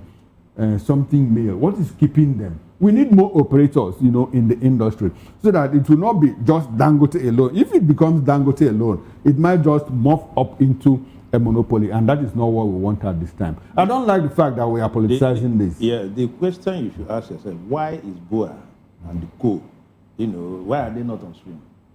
Okay. Financial outlay of refinery, building a refinery is so humongous. $20 billion as of then. Yeah, it's not a child's play. So for somebody to, you know, muster that kind of financial power, you know, it means the person has, you know, the goodwill from international organizations and all that can raise these funds. And then that is why we always talk about the playing field, whether it is level or not, for investment to come in. Nigerian government should take cognizance of the fact that there must be a level playing ground for people to operate. Then government agencies should also encourage investors. You are there to, you know, help them out. You are not there to muzzle them up. Because what happens is that these government agencies will come up with a plethora of policies that will stifle, you know, investors. That is not what we want. Sometimes they create entry barriers. Yeah, entry barriers and all that. So for people to the government agencies should also be prepared to put everything on the table and encourage this. That is why if somebody manages in Nigeria to set up an industry, you know, make an investment, you are now telling the person to, you know, begin to guide the person as to how he or she will run his business. That was our grounds when TUC and what have you was trying to, you know, where are they? Now they will not talk until BUA comes on stream and all that. They will not know what the man is going through to put this investment in place. So what I'm saying in effect is that a lot of government needs to come up with regulations and make these regulators have a human face. Because what it means is that unless you destroy businesses, you will not be held as a regulator. So regulators should also partner with investors to be able to ensure regularity of petroleum products, as it were. You know, because for the past 6 months, we have not heard that there is fuel scarcity somewhere. That's a plus. All right, then. But let's take some other headlines here. On the front page of the Guardian, let's look at this, of the Punch, sorry. Kwara massacre, survivors traumatized after deadly attack. Soldiers occupy deserted community. Blackouts, 300 billion naira power lifeline for hospitals, varsities, heat snags. Coup plotters will face justice. That's coming from the air chief. Senators clash as Umahi defends ministry spending. Which would you? I think we should talk about the Kwara massacre. You know, said the soldiers. What is the business of soldiers in a deserted community? What is their business there? When people were not killed, they were nowhere to be seen. Did they go there? Now they have gone to occupy the villages that people deserted. So what are they doing there? I wonder. To watch over who? No, waiting for another strike. Another strike. And how long will they be there? How long will they be there? Before you sack Jack Robinson, 2 weeks they're out. These guys will come again and strike. And strike. And how many of them? How many soldiers do we have? Some people put it at 65. 65,000. Yes. 6,000. They are so inadequate. Where lies the power of technology? When gunmen attacked Okpa Binimbo in Enugu State, you know, that was the incident where the then governor Ifeanyi Ugwuanyi, ambassador designate, you know, was, I think at that time he told the commissioner, well, they got information, you know, that the communities raised alarm. Well, we have information that gunmen were going to attack us, and they reported to the police. The governor at that time, you know, between the police commissioner and other security agencies, the police commissioner then played it down. Now, when the incident happened, the people put a call to the governor. We told you. Now, governor called the state commissioner of police, the state police commissioner of police said, oh, well, I need to get clearance, you know, from above. And the governor himself, even though when he got interested in politics and his second term, he started recanting. But I was an editor then, and I was in Enugu at that point. I spoke to a few people, you know, including victims. And they said at that time, the governor put up a call, you know, to Villa, and it was put on hold for more than 6 hours. You know, he couldn't reach the president. And by the time he got through to the president, Buhari, then, you know, the damage had been done. You know what he did? When the police went there, they started arresting natives who had tried to defend themselves. So you just hear that now, soldiers have occupied deserted villages. To what end? They've stationed their armor tanks there. That's what's in the papers. Waiting for another onslaught. That is why the intervention of the international community becomes much more relevant. You know, because of obvious lack of commitment by the government. Because so if there is any attack in another place now, they will now move there. Now we are not talking about people that deserted their villages. Why don't you ask them to come back and then provide? The people would not want to come back at this time. At this time. And what we are discussing that how about Riley Moore came and said he went to Benue. He was supposed to go to. I spoke with one of those people that accompanied him, you know, to Benue State, you know, the IDP camps. They said they were supposed to move from there to Plateau State. But when they finished the exercise in Benue State, the man said, well, let's go back to Abuja. I can't take this anymore. And he had documented over 600,000 people living in IDP camps in Benue State. Now, the president, the president, the governor, and the security agencies, National Security Advisor, Federal Executive Council, nobody is talking about returning these people to their homes that have been occupied by the people that drove them away. And we are declaring state of emergency on insecurity. What would that be? What kind of state of emergency is that? When you know known people that are occupying other people's native lands. And you say, well, now what the first lady did the other day was, when she went to the IDP camp, she dropped 1 billion naira for them. Okay, let's see how this thing can do. Drugs, schools, and exercise book for the children. I mean, palliative. Are we not playing? Is it not, what do they call it? We're just playing with human lives. That's all. Okay. And it just shows how funny we can be in this country. Somebody came to a community, killed over 200 people, left unchallenged. Days after, we're now saying soldiers should occupy that same space. Who are they protecting? The ones that are still in the forest, they are not ready to come back. You are not even, these people had to search for their kids and kins that are missing. Some were found dead in the forest. You didn't do anything about that. Then, did you gather enough intelligence to go after these people wherever they are, if they are still within the country? No. You are saying you are occupying the... Let me paint a picture. We had a guest here who told us from Benue State. You know the status of the Oni of Ife? Yes. The status of the Obi of Onitsha or the Emir of Kano. Now, the chief people have their own traditional ruler who they call Totif. You know? Now, this Totif, we are told, his native palace is being occupied by terrorists. Against told us. His palace, not in the city where he lives, though, his palace in his native community is occupied by terrorists who drove everybody from that community away. And nobody to flush them out. Up until this moment. That is why, I continue to insist. That is why, it shows that we need help. We really need help. We need help. But what because sort we have of demonstrated help do we need? incapacity. What sort of help do we need? We need help. Is because it capacity or complicity? Whichever way, we have not acted Because right. if you look at it, it could be right incapacity, it could be complexity, it could be whatever. What is paramount is that we need help. We need some help. people to Admittedly, and that we is need why what America has done so far is very significant. Significant in the sense that it is now galvanizing us. It is now opening our eyes to see very clearly. I tell you, in the coming weeks and months, the issue of insecurity, banditry, terrorism, and what have you, will become clearer in this country. It will become clearer, and then we'll now take steps. Once it becomes clearer, Nigerian government will now take steps to cut, these people to sizes, and Nigerian people begin to lead a normal life. This is not normal; it is abnormal. all right, some would say we need help, yes, but then right after December 25 attack, bombing, we've had more than about almost 5,000 deaths. It will get worse in about before it 30 gets days better. alone. It will get worse before it gets better. Okay.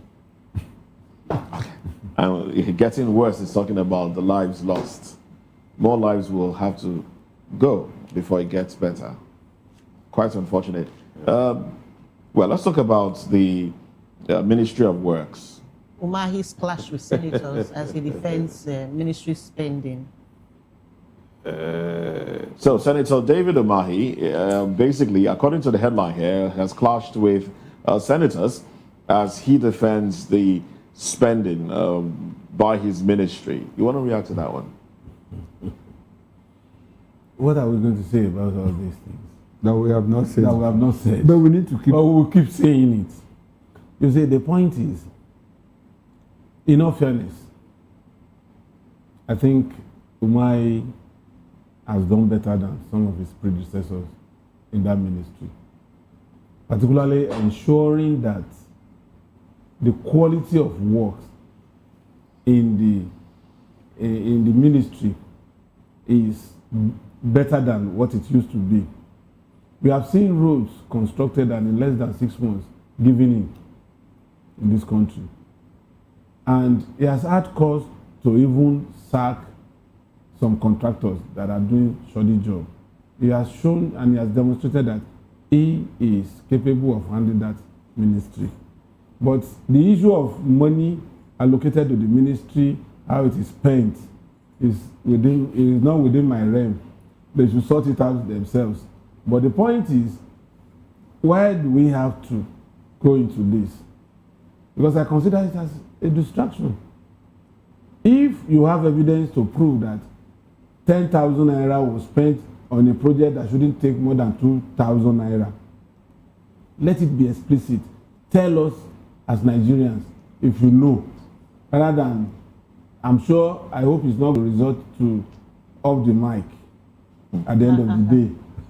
All right then. Okay, Mazi, go ahead. I'd like to. Part of the skirmish was that a company that was awarded a contract in, is it Kaduna, Abuja, or whatever, was jettisoned, and another company, Makaino, So senators were asking, these people are known for generator, and when did they metamorphose into road construction? What was Umahi's response? You understand? So some of these things can annoy people. Recall also that these are the senators, trying to rub minds with him.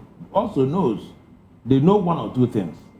I should have, Umahi, behavioral attitude is getting me, somehow worried. because there is a way he could have answered that question, and then they will roll.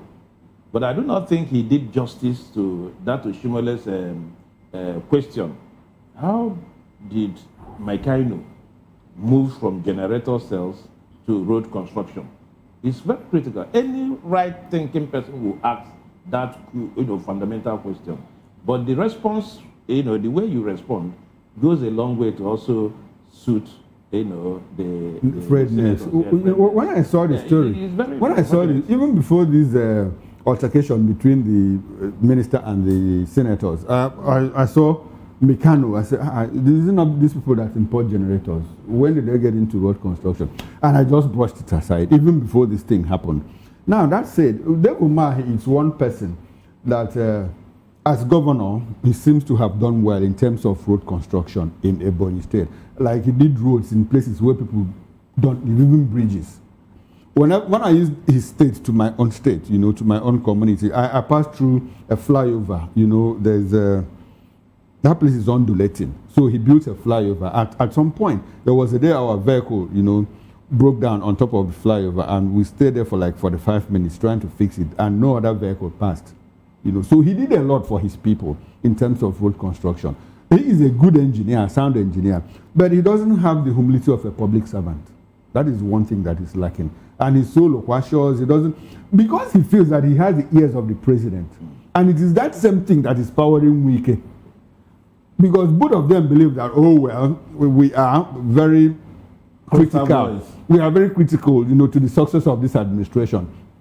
So they are very unmindful of their public conduct. That is not what it should be. Okay. As a public servant, you should deliver, humility. When you are asked questions, like the other day, Shema Kinde said, how can you be dancing around kilometer, how much kilometer? And that is what he's doing. In terms of accountability, I'm not saying that he is corrupt, but I'm saying that he is unable to account, for costs in his ministry. And that is not a very good thing. Probably, if you dig deeper, you might just open a Pandora's box in that ministry. All right, so let's move away from that conversation and use the time we have left to talk about something that affects the electronic transmission of results, which is, what a lot of stakeholders have been clamoring for in recent time. So the headline is how botched broadband plans ruin e-transmission of election results. All right, so, and these are the riders. I'm going to do this as quickly as possible. 3,000, I beg your pardon, country misses multiple targets set out to 2 broadband plans. 4,834 communities underserved. Telecom operators optimistic about digital transmission. 2G technology suffices for more than 87% of voting population. And this comes as Nigerians talk about whether it is possible to have e-transmission or not to have e-transmission. So, well, these are the riders to this story. And they basically, some will say this seems like a sponsored post to further sway Nigerians away from the clamor for electronic transmission. What are your thoughts, Mazi? The issue has been over-leveled, I do not think, because before 2023 election, we were told that internet penetration is about 93% in this country. So, have we not moved from 93% to whatever? Or are we saying that we have, moved away, decreased from that 93? I want to believe that if we had 93% penetration in 2023, by now we must have increased, that percentage.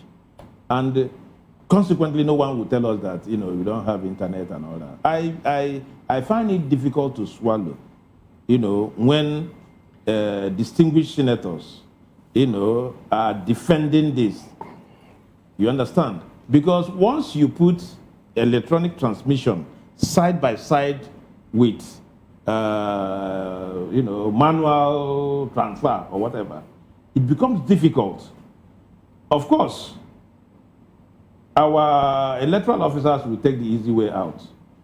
We have made that point copiously, that you can transmit when you get to an area, assuming without conceding that at that point in time there was no internet. When you move away in the next 10, 15, 20 minutes, the thing will be delivered. But our lawmakers do not want to understand this. And we put them there. We are supposed to be their employers, and they are supposed to be our employees. I wonder, why must they insist? We are still waiting for that conference where I hope the representatives, the House of Representatives, will not move away from their earlier position of transmission electronically. I hope they will not shift from there so that we will know that it is the senators that we are, having grounds with. From the way things are moving, they might get to that conference and succumb to the pressure of, whatever. And that will spell doom, because I am not saying that electronic transmission of results will solve all our election wahala. No, but it will go a long way to endear Nigerians, into the electoral process, and then ensure credibility, transparency to a reasonable extent. Is that not what we are clamoring for? Are we going backwards or we are going forward? This to me is akin to, one step forward and two steps backwards. All right. What in political sociology they call disjointed incrementalism. Wonderful. Simple. Your take. Okay, let me just offer my take.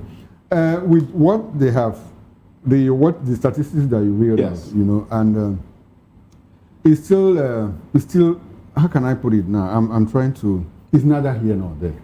From what I know, I use my village as an instance, My community, as local as we are, is urban when you compare it to most communities in some parts of the country. Yeah. And at home, if I want to make a transfer, you need to move. I need to move. I need to get to an elevation, before network, And sometimes, the thing will try to load. Buffer. They will debit you. They will not credit. And now you have to go to bank. At that point, bank will tell you that it will take 8 working days, to reload and all of those things. So I'm not saying that we shouldn't experiment with it, but my opinion is that, instead of senators asking us or telling us, oh, no, we don't have internet in my village, between now and 2027, they should ensure that telcos upgrade to the point that our internet connectivity becomes top-notch. Our telephony rate increase was highest in the world when we rolled out. But the argument is you need 4G right now to do some transfers. Okay. If you want to do such monetary transfers and the rest. But for this one, all you need is 2G, which is which can take is that too SMS kind of thing. Text message. I know it graduated 2, 3, 4, 5G, but it is still internet that provide that 2G. It is internet. So you know how it is on phones. You have the bars, yes, small bar, medium, and then all the way to the biggest bar. That shows that your network is full. With the smallest bar, you can there are still places where you don't even have those small bars. You don't have any bar at all. Yes. There are places where you don't have those. We are looking at you can improvise. We are looking at 32,000 polling units you can across improvise. Nigeria. Where you don't have internet, you can improvise. It's even, on the table. Improvise how? With I don't want to mention the brand name or whatever. Okay. They said we can That's exactly the point. What we need in National Assembly to do. What is too difficult? What we need the National Assembly to do? For them to earmark, after all, was it 350 billion naira they earmarked for INEC in 2022? In 2026 is 1 trillion. 1 trillion. What are you not telling me that even if it means 2 trillion, let us? No.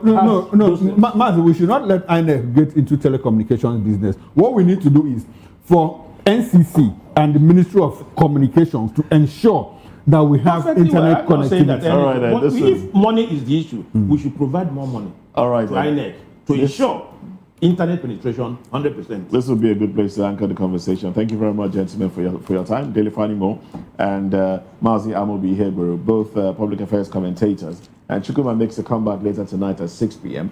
on Political Lens. Promises to be interested, where we're touching on the politics happening around the nation. Well, on behalf of my colleagues here, Chukuma Okoro, Jane Ogoye, I am Moses Humphrey, wishing you a beautiful day. See you again tomorrow, God willing. Bye for now. Thank you.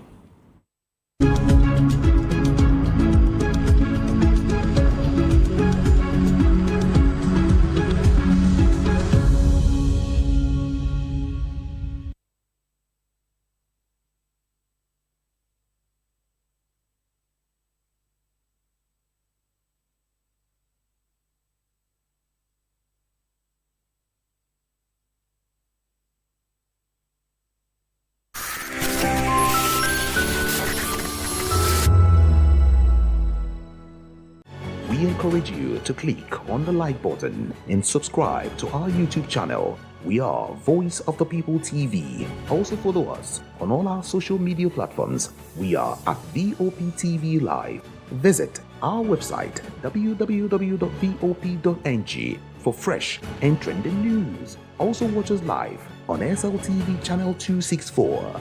VOP TV, Voice of the People Television. When I first heard VOP, I thought they were talking about me because I'm a voice-over personality. But no, this is Voice of the People TV, and you are riveted forever because this is the place to be. Yo guys, your boy Chela. Shout out to VOP TV. I love you guys. Salut tout le monde, Suspect 95. Là, on est sur VOP TV. On passe un bon temps. J'espère que vous kiffez. On est au Afrima. On est ensemble. VOP TV. Don't see me like a fool because I don't do giddy giddy giddy. VOP, you don't know Stoneware from Ghana representing live and living color. Yeah, Beam Nation President. Outside with it. Bless up. Hello, this is Milo from Ivory Coast. Keep watch Voice of the People TV. Regardez la voix du peuple, la télévision de la voix du peuple. Que Dieu vous bénisse. À très bientôt. Love you so much. Hi guys, what's up? This is Gaze Baba. I am watching VOP TV. Usually you be told to not touch the dial, but I tell you to touch the dial and increase the volume. You're like, keep it locked. It's Afro Gospel. Thank you. Hello, my name is Shego Arunze. You're watching VOP. Don't change the dial. My Joe, fine girl. My Joe, fine babe. Yes, don't touch the dial. This is me, Dr. Adiwala Iba. Keep watching VOP TV.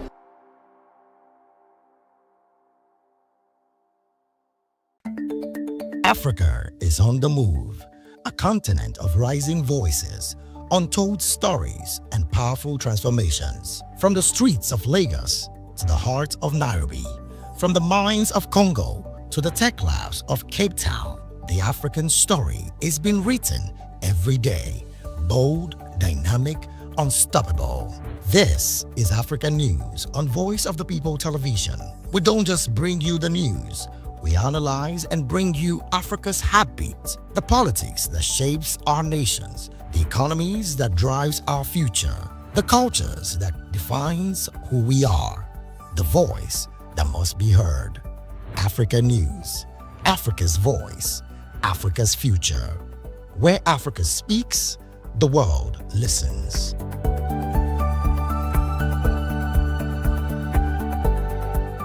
Hello there, my name is Damilola Ogunsi, also known as the Goldfish. Hi, my name is Chiki Bright Emmanuel. I'm an actor and a filmmaker. Hello peeps, my name is Yomi E. Adejimo. Hi everyone, I'm Paul Utomi. Hi everyone, my name is Stacey Benjamin and this is Voice of the People TV. I need you to keep it locked to VOP TV. See, are you looking for good entertainment? You want to get good movies, good music, politics, talk shows, sports and entertainment. You really want a channel that gives you everything you need without you having to run around. VOP is where you are. That's Voice of the People. If you're not listening to this, you're not one of us. And you deserve to be killed. Scrap chat. Don't be killed, but watch it. Or I'll find you. And I want you. And you are locked on VOP TV. Don't go nowhere. This is where the juice is. This is where all you need for entertainment, politics, movies, and whatnot. And keep watching VOP TV. So keep it locked because I'm locked already, man. And it's money back guarantee. So you're going to have a good time because I do. and please keep watching VOP TV. I want to actually, I beg you, subscribe, watch it. If not, whatever you see. You better not touch that guy, because VOP is the plot.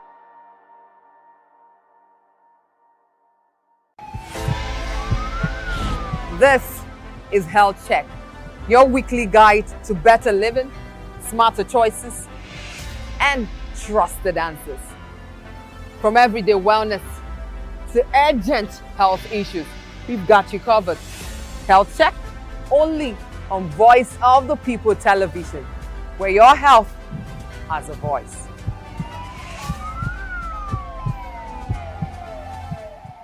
Behind every broken desk lies a broken promise. Education shapes the nations. But who is asking the right questions? Introducing Edu Dialogue, the show that goes beyond the surface, exposes the cracks, the corruption, and the silence in Nigeria's education system. Edu Dialogue, Saturdays, 3 p.m., only on VOP TV. We break the biggest stories, from missing funds to policy failures. We ask the tough questions and demand real answers. Edu Dialogue, this Saturday, 3 p.m. on Voice of the People television. In a world where truth is the ultimate power and opinions scream the loudest, it's time to wade through the noise. Hunger no get drum! Hunger no get religion! And scan the human interest and trending topics that matter. Stay tuned to The Issues, your plug to the stories making the buzz, from politics to science and technology, social justice, and more. Let's tackle the tough questions and expose the truth. The Issues, on Voice of the People television, Mondays to Fridays, 8 to 9 p.m. The Issues. Don't just react, understand.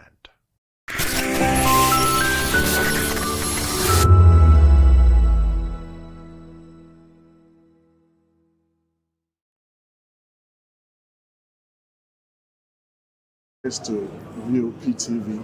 Keep watching, stay tuned, do not touch that dial. My name is Made Kuti and you're watching VOP TV. Keep watching. Welcome, my name is Zika Davis. Distinguished ladies and gentlemen, boys, viewers, everybody, boys and girls. This is VOP TV. Do you know what that means? Voice of the People TV. You don't have a voice, don't come here. You better make sure your voice is heard. Are you ready for the extraordinary? Something big is happening on your screen. Introducing VOP TV. Now streaming on SLTV channel 264. From breaking news to captivating conversations, news analysis, giving you all sides to the story. We break in-depth discussions on the issues that matter, from politics to sports, entertainment, and lifestyle. VOP TV on SLTV channel 264. Join us as we redefine what television means to you. Voice of the People television. VOP TV. Now you have more than a voice.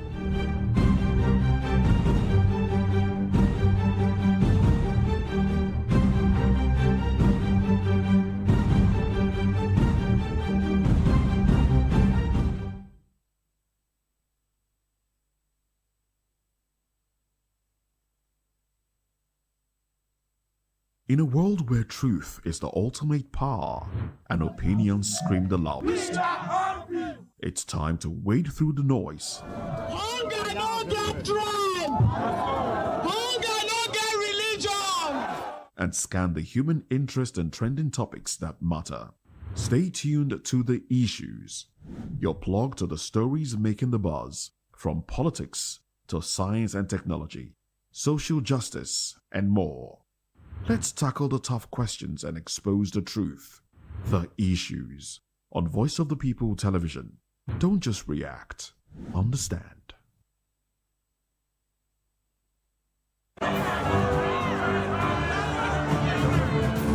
Do you want your voice to be heard? Do you know that you matter in the scheme of things? The People's Voice, the show where ordinary citizens take center stage as we discuss the biggest stories that affect you and I. With you in mind, we facilitate lively discussions, debates, and interviews on the topics that matter most to you and I, from social justice to economic empowerment, education to healthcare, governance, and more, tackling tough topics and amplifying your voice. Join the conversation and make your voice count. The People's Voice. Make your voice count. Awards, the razzmatazz, music, fashion, interviews, and more. Spotlight on Voice of the People Television. Let's feed you with all the juicy stories in the global entertainment space, bringing you the glitz and glamour. Acide hot. Stay tuned to Spotlight, 1 p.m. Monday to Friday. Spotlight on VOP TV. Entertainment like never before.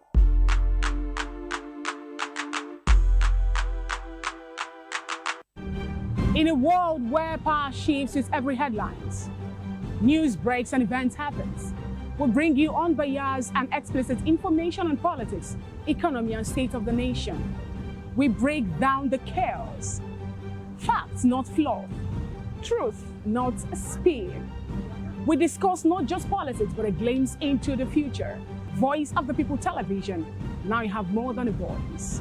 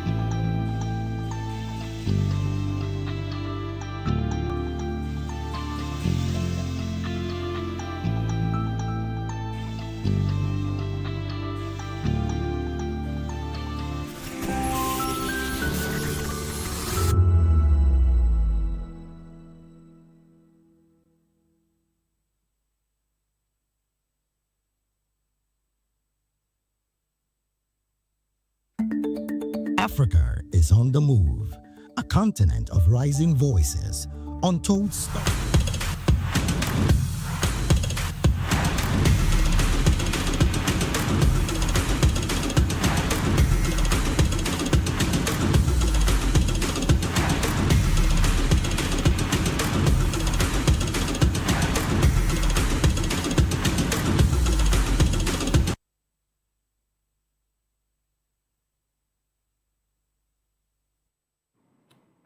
Well, I mean, it's a very, well, I say weird day today because so many very, interesting things happening around the world of football. A lot of managers have been sacked here and there. And, I mean, the big one is about the Super Eagles manager being linked to the job in France. And he's come out to say yesterday that, hey, the job that he wants the most is the job of Real Madrid, the biggest sporting, I dare say, biggest sporting brand in the world, the biggest football club in the world. And trust me, if he gets that job, it's not just going to be, the first black man to actually get that job. He's going to be the first African to land the biggest job, when it comes to football. On that note, I welcome you to Sport Republic this morning. I'm Ikechukwu Ago. It's a lot of conversation, but then, like we always say here, charity, they say, begins at home. We'll definitely be starting from, what's the most important conversation that concerns us the most, which is that of the Super Eagles. And reports linking the coach of the Super Eagles, like I earlier said, to the vacant managerial position at French League One side Olympique Marseille have sparked reaction across Nigeria. Shea recently guided Nigeria to third place finish at the African Cup of Nations just a few months ago in Morocco, earning praises for his team's attacking and enterprising style of play. Despite falling short of the Federation's target of reaching the final, the Nigerian Football Federation opted to retain him in recognition of the team's impressive performance. Although Shell still has 1 year remaining on his contract, there has been progress regarding an extension. However, the National Sport Commission has reportedly directed Nnpp to begin negotiation aimed to securing the coach on a long-term deal of at least 2 years. Speculation about his future intensified following the departure of Marseille's manager, Roberto De Zerbi, which left the friendly gone side, talking about the Olympique de Marseille, searching for replacement. And of course, the report also suggested that Shell's name was presented to the Nigerian officials by intermediaries. However, a source close to the coach has dismissed the claims, insisting there's no truth to speculations, and it's not true that Shells has been in the news lately after his podcast interview, and a random blogger is trying to actually capitalize on the attention by making him as he's actually the biggest brand when it comes to coaching football in Africa. You recall that a lot of countries also were actually cutting him from Gabon to Tunisia, and Chell would definitely continue as Super Eagles manager according to source. And now Chell remains focused on his role with the Super Eagles aimed amid ongoing discussions about his contract future. But then the big question, earlier yesterday was about the man who, is his name is former Super Eagles legend, talking about Ekpo. Ekpo is actually, one of the great midfielders in the early 80s, early 90s in Super Eagles. I mean, when you talk about this dude, Friday Ekpo, he's actually an amazing player. And surprisingly, is from, Xavier Odo's part of the country. You know Xavier Odo, right? You definitely meet him later on today at People's Voice. That's exactly where Ekpo's, hails from. And Ekpo is actually saying something about, Eric Shaw, and he's actually talking about if the Super Eagles wants to actually remain a good team, if the Super Eagles want to actually continue on the progress, there's no reason to actually let Eric Shaw go. And he's actually warning the NFF because I think it was yesterday he was talking about how the NFF, should actually not joke with the man, talking about Eric Shaw. At this point, he's more like the golden calf, in African football when it comes to managers, because this guy has actually done a 360 when it comes to Nigerian football. Before the Nations Cup, all of us, a good number of us sporting enthusiasts have been talking about how the Super Eagles do not even have the quality to compete at the highest level. A lot of us talked down on the team. You recall in 2023, so many persons also trolled former, Arsenal academy player. I'm talking about Alex Iwobi, that the guy does not have what it takes to actually play at the highest level.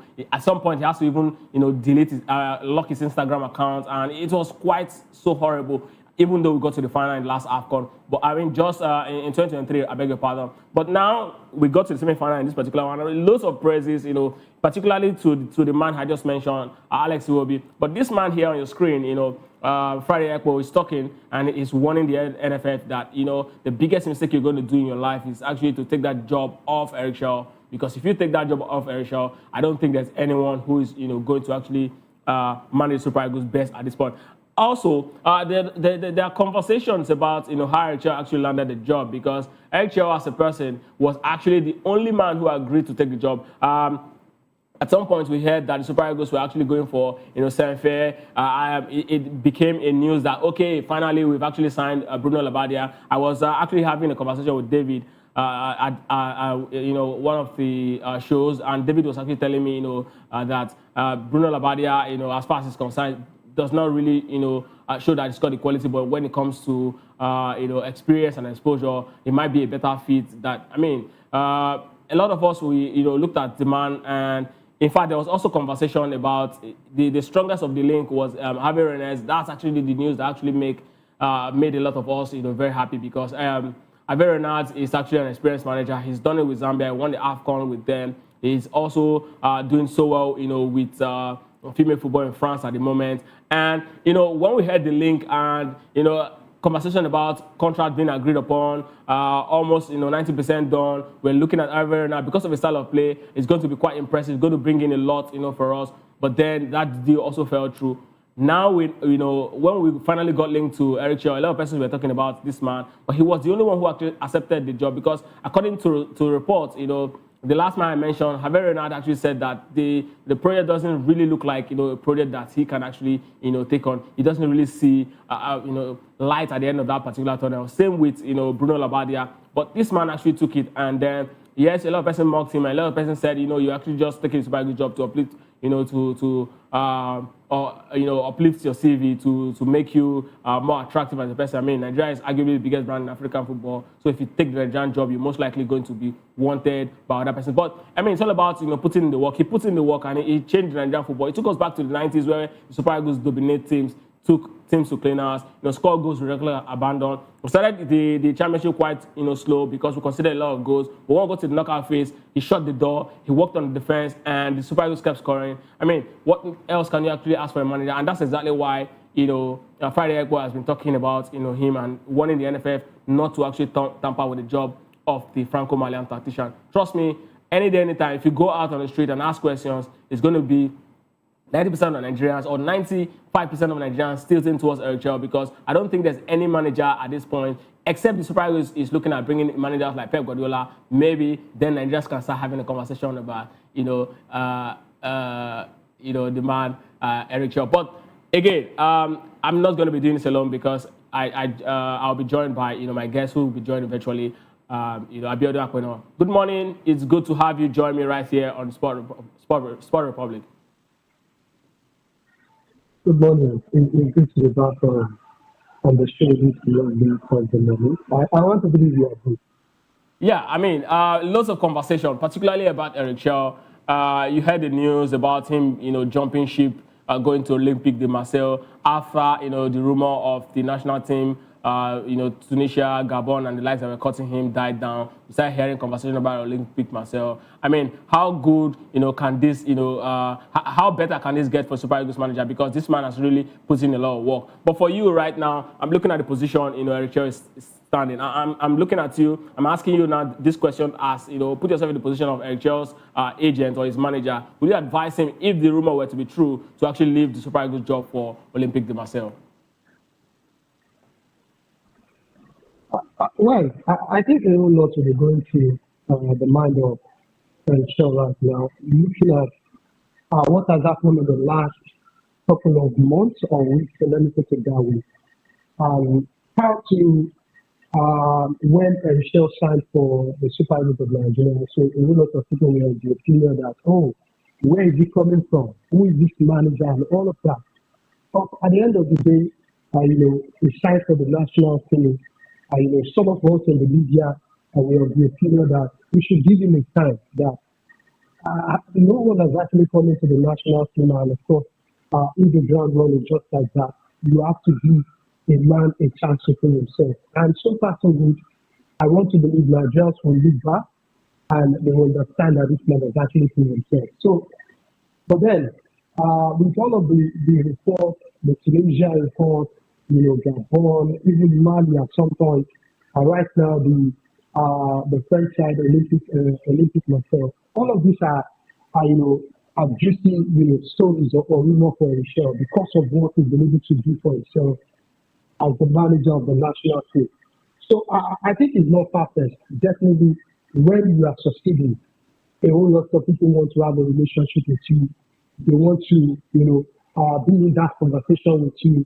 They want to work with you. So I think it is just, common sense, whatever is happening around Michelle right now, a whole lot of countries, a whole lot of, football clubs wants to work with Michelle because of what he's been able to do for himself with the Super Eagles national team. So I think that is really, really good for his team, and of course, whatever his agents have been doing in terms of positioning to make sure he attracts all of the big boss and of course the big national team, big clubs. But then, talking about going to Olympic Marseille, if I'm to advise Michelle today, I think I would tell him not to take the job. Not because I'm a Nigerian, not because he's the manager of the national team. Because you are still in charge of the national team, you are doing a good job in the national team. And if you remember, as I said earlier, this was the manager who a whole lot of Nigeria felt, where is he coming from? He's not good enough to be in charge of the Super Eagles. And he's proving everybody wrong that he can actually do the job and do better. And just like Echo said, I think I'm going to actually advise Michelle to stick with the national team. Complete the assignment you are doing. Lay down, a marker in the history of Nigerian football. If you want to talk about Nigerian football today, a whole lot of people still cannot, stop talking about the likes of Abura Milutinovic. You talk about what is the name of this man from Holland. These are managers that Nigerians will always talk about in terms of what they've been able to do for, Nigerian sports. So I think Shaw should take it with the national team. Of course, he's still, on that level where you can actually take the Super Eagles to that level where they want to be. We saw what they did at the African Cup of Nations. I would say we cannot do more. So I think the best thing for him right now is to make a decision for himself, stick with the national team. If it is possible to qualify for the World Cup, well, go to the World Cup and also further prove yourself to the world that you are that manager that every club, every national team wants to work with. But I'm not his agent. I'm not very sure. They will definitely advise him to make that decision. But as a Nigerian, as a football journalist, I would tell Michelle to focus on the national team assignment. Absolutely. It's just one of those very funny and, of course, you want to say very weird dates in football history. And a particular very weird date for me right here in the studio because, trust me, ordinarily I would have actually just told our viewers to actually leave us a comment right there on our YouTube platform, those who are watching on our YouTube platform. And also, do not forget to hit the subscribe button to be a part of the family. Away from that football story concerning Eric Shaw, let's go straight to another one, the story concerning, the former Chelsea rising star who has actually moved to, Borussia Dortmund at this point. The Austrian Football Association actually stepped up to prevent Nigeria from securing the international allegiance of Borussia Dortmund star Kane Chukwuemeka. Of course, according to reports, there are lots of conversation. A 22-year-old was born in Essen, Austria, to parents who are Nigerians but grew up in England, where he actually represented the country. He represented the country at various levels. I'm talking about the English national team now, the English under-20 level and under-19 squad, before he actually, was actually looking for a way to be part of the 2022 European Championship, which unfortunately didn't actually happen. However, the former Chelsea and Aston Villa midfielder has yet to actually earn a senior cap for England, leaving him eligible to actually switch international allegiance. Nigeria actually started, to pursue the international allegiance of this young man before Austria actually jumped in on it. I mean, it was actually said it was actually one of those players who the former NFF chairman, the person of Amadio Pinnick, who talked about the idea of bringing a lot of foreign-born Nigerians into the Super Eagles setup. It was one of the first set of players who he actually moved on to actually try to get him. But then it was not quite possible for him. But Eric actually reignited that, and I mean reported that he actually held conversation with him, spoke with the players and highlighted the benefits of actually committing his international duties with Nigeria. But Charles also actually pointed that the successful switch of the English youth international has to actually come with him really wanting to play for Nigeria. And also cited example of Ademola Lookman as a player who has actually exemplified this, because the Super Eagles has really helped to actually elevate the career of this young man. But Austria has now actually responded by intensifying their approach for the young man, hoping that Kane Chukwuemeka will definitely represent them instead. The prospect of featuring for the World Cup in 2026, that we hosted in North America, is actually a big incentive for the young man if he eventually decides to actually switch, because they will be going to the World Cup, but Nigeria, at this point, we still do not know what our fate is. Well, FIFA will definitely rule on that, sometime this month. Maybe the Super Eagles will, finally get a ticket to that particular World Cup, or, Congo will definitely eventually go to that World Cup. But then, without the World Cup, right, I would definitely want to say something that Kane Chukwuemeka's decision to play for the Super Eagles or not is still very much his. But from where I stand, if I were to advise Kane Chukwuemeka, the big thing is this. When it comes to football, right, Austria is, not at the level of Super Eagles. Yes, I know we've really dipped, we've really plummeted, in terms of our rankings and the quality and how we've been able to actually conduct ourselves. But ordinarily, I mean, historically, the quality of players we produce compared to what they've produced, what we've been able to actually do in the biggest stage, I don't think they've actually, been able to actually, do anything close to that. And of course, their biggest star is also, in Nigerian, but I'm talking about, David Alaba. So, if you look at Austria as a country and look at, the Super Eagles, I mean, the most likely place you definitely will pick up a trophy if you actually pick up a national team medal, it's most likely going to be Super Eagles of Nigeria, because, I mean, our chance of winning Nations Cup is way higher than, Austria's chance of actually winning the Euro Championship. And that's, another fact that you can actually, and again, playing for Nigeria is a bigger brand, like I said earlier on, so it's going to really come in handy. I mean, Abiodun Akpeno, you heard, the conversation, going on, Kane Chukwuemeka. Let me ask you, how good or how what quality will he be bringing into the Super Eagles setup? Because I'm looking at the midfielders that we have at this point. Is it better than what we saw in the Alex Iwobi we saw in the just concluded AFCON? I don't think so. A whole lot has been said concerning all of these foreign born players. And if you remember, a whole lot of players of them have also come back to Nigeria to play for the national team. But considering what we've seen with this young man, I'm not sure he's better than a certain Rafael Levica, honestly. At his current club right now, he's not one of the starters in the Borussia Dortmund. So if you put all of that together, you don't want to, bring a player that wouldn't add a whole lot of vibe into the national team. Players that we want to the national team right now are players that can actually add lots of quality. You have to fight for the badge, you have to fight for the jersey. And if you really want to play for the national team, you also have to commit yourself that I want to play for the Nigerian national team. And I haven't seen, this kind of conviction, this kind of passion from some of these players.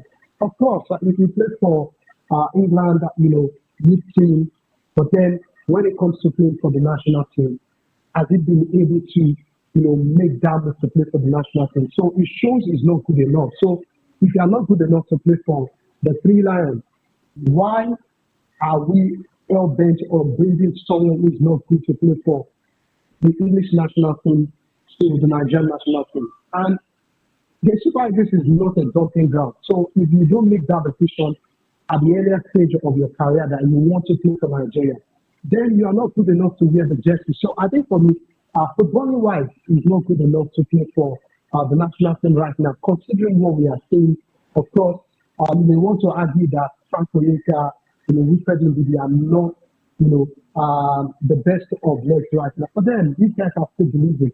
But when they moved on after they retire, you can still bank on guys like Chukwu Nad, you can still bank on guys like Rafael Levica. So, and I do not think Kanu Chukwuemeka is better than all of these guys I mentioned. So for me, it's a good decision for him if the Austrian national team eventually, get him to play for the national team. But right now, I do not think he's that perfect player. If you are looking for someone that can actually bring quality, maybe we should start for other players that can bring quality to the national team. But if he eventually plays for the Super Eagles, I'm not sure he's going to be one of the starters, honestly. Absolutely. Away from that, let's go straight to what happened yesterday in England as Manchester City reduced Arsenal's lead at the top of the Premier League table with 3 points after an emphatic 3-0 victory over Fulham at the Etihad Stadium. After needing just 2 late goals to overcome Liverpool at Anfield on Sunday, Pep Guardiola's side enjoyed a far more straightforward outing at home, surging into 3-goal advantage inside 39 minutes. Winter signing Antoine Semenyo opened the scoring before setting up Nico O'Reilly for the second, and of course Erling Braut Haaland then ended his 8-game wait for a Premier League open play goal, firing home City's third. Guardiola withdrew Haaland at halftime, and although City failed to extend their lead after the break, Fulham really showed that they do not really have anything to actually fight in that particular game at the Villa Park. Aston Villa also secured a narrow win over Brighton and Hove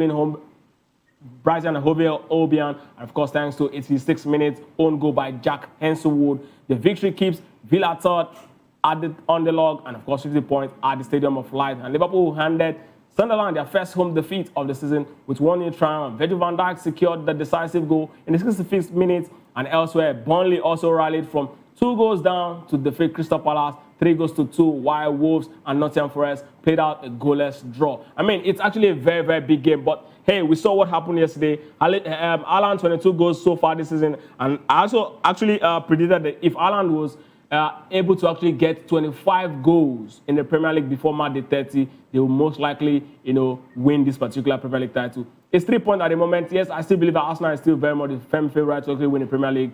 If they actually win tonight, which is very likely possible against Brentford, it's going to be a 6-point back. But with Arsenal, from the way you've seen, I mean, Arsenal is suffering lots of injury crisis. Havertz back, to the table. Bukayo Saka is still not fit. Martin Odegaard not also fit. Moreno just, came out of the hospital from surgery. Do you think Arsenal can actually pick up all 3 points, later today? Well, the pressure will be on us now to, to win that game against Brentford at the GTX Stadium. So far, so good. Manchester City also had not turned away from winning the title. Of course, they've been either one of them in terms of the performance. But in recent games, they've shown that they can actually give, Arsenal a run for their money until the end of the season. So I think it's going to be quite interesting to see what Arsenal will do later this season. Of course, a whole lot of their players are out injured, but then they've got quality in the team also.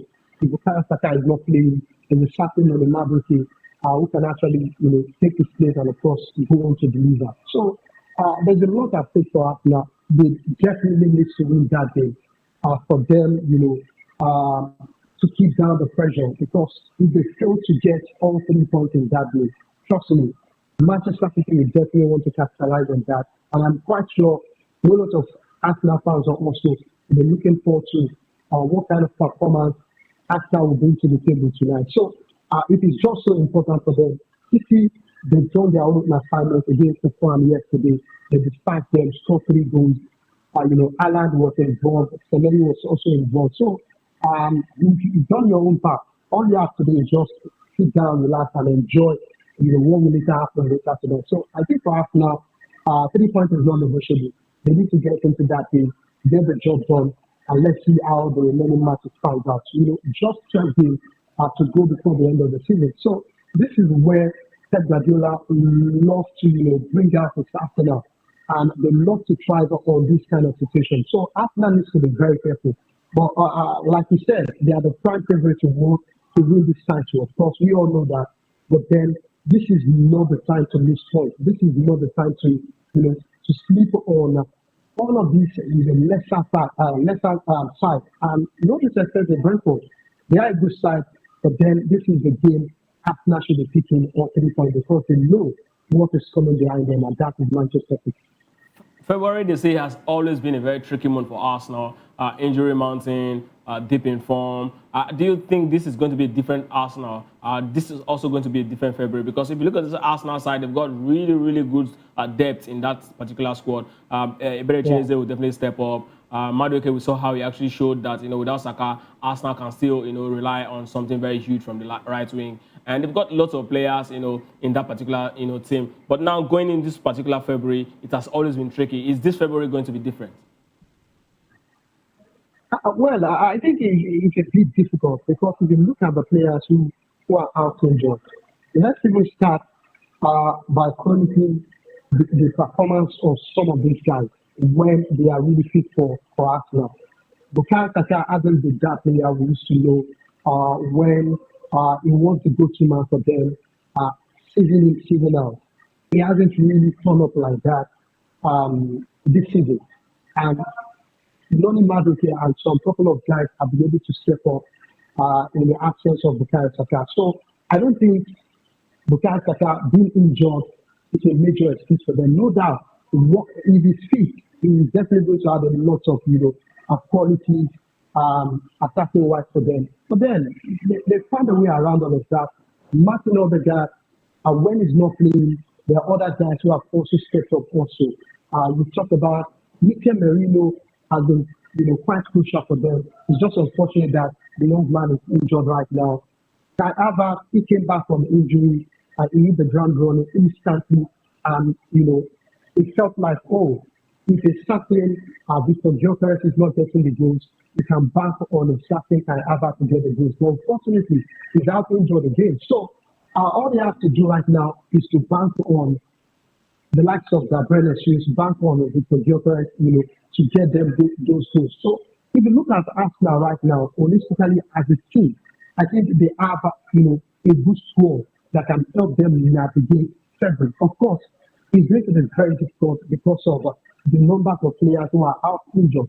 But that doesn't mean they do not have what it takes to navigate all of the games in February. Yeah. And this is not the Arsenal team we used to know before. In much like this, we are talking about Arsenal, fortunate in some games. In a game that you expect them to win, they drop points. I think Arsenal have been able to move past all of that. And it shows they really want to win the title. So all they needed to do right now is to go into all of these, lesser games and get the job done. That is just the way to win the title. You have to be very, very consistent. You have to be intentional. You have to deliberate. So if Arsenal really wants to win the title, they have to squeeze out the result. Even if it is 1-0, we saw in Leicester City at some point they were grinding out the result. They weren't convincing, but then they needed to do their own part, get to the line, and pick all 3 points. I think that is what Arsenal needs to do in this February. And after that, then we'll look forward to March. So whatever comes in March, then we can now know if this Arsenal side are really ready and to win the title. Well, we'll definitely come to know in March if Arsenal side, according to Abiodun, really, really ready to win the Premier League title. Still talking about Premier League.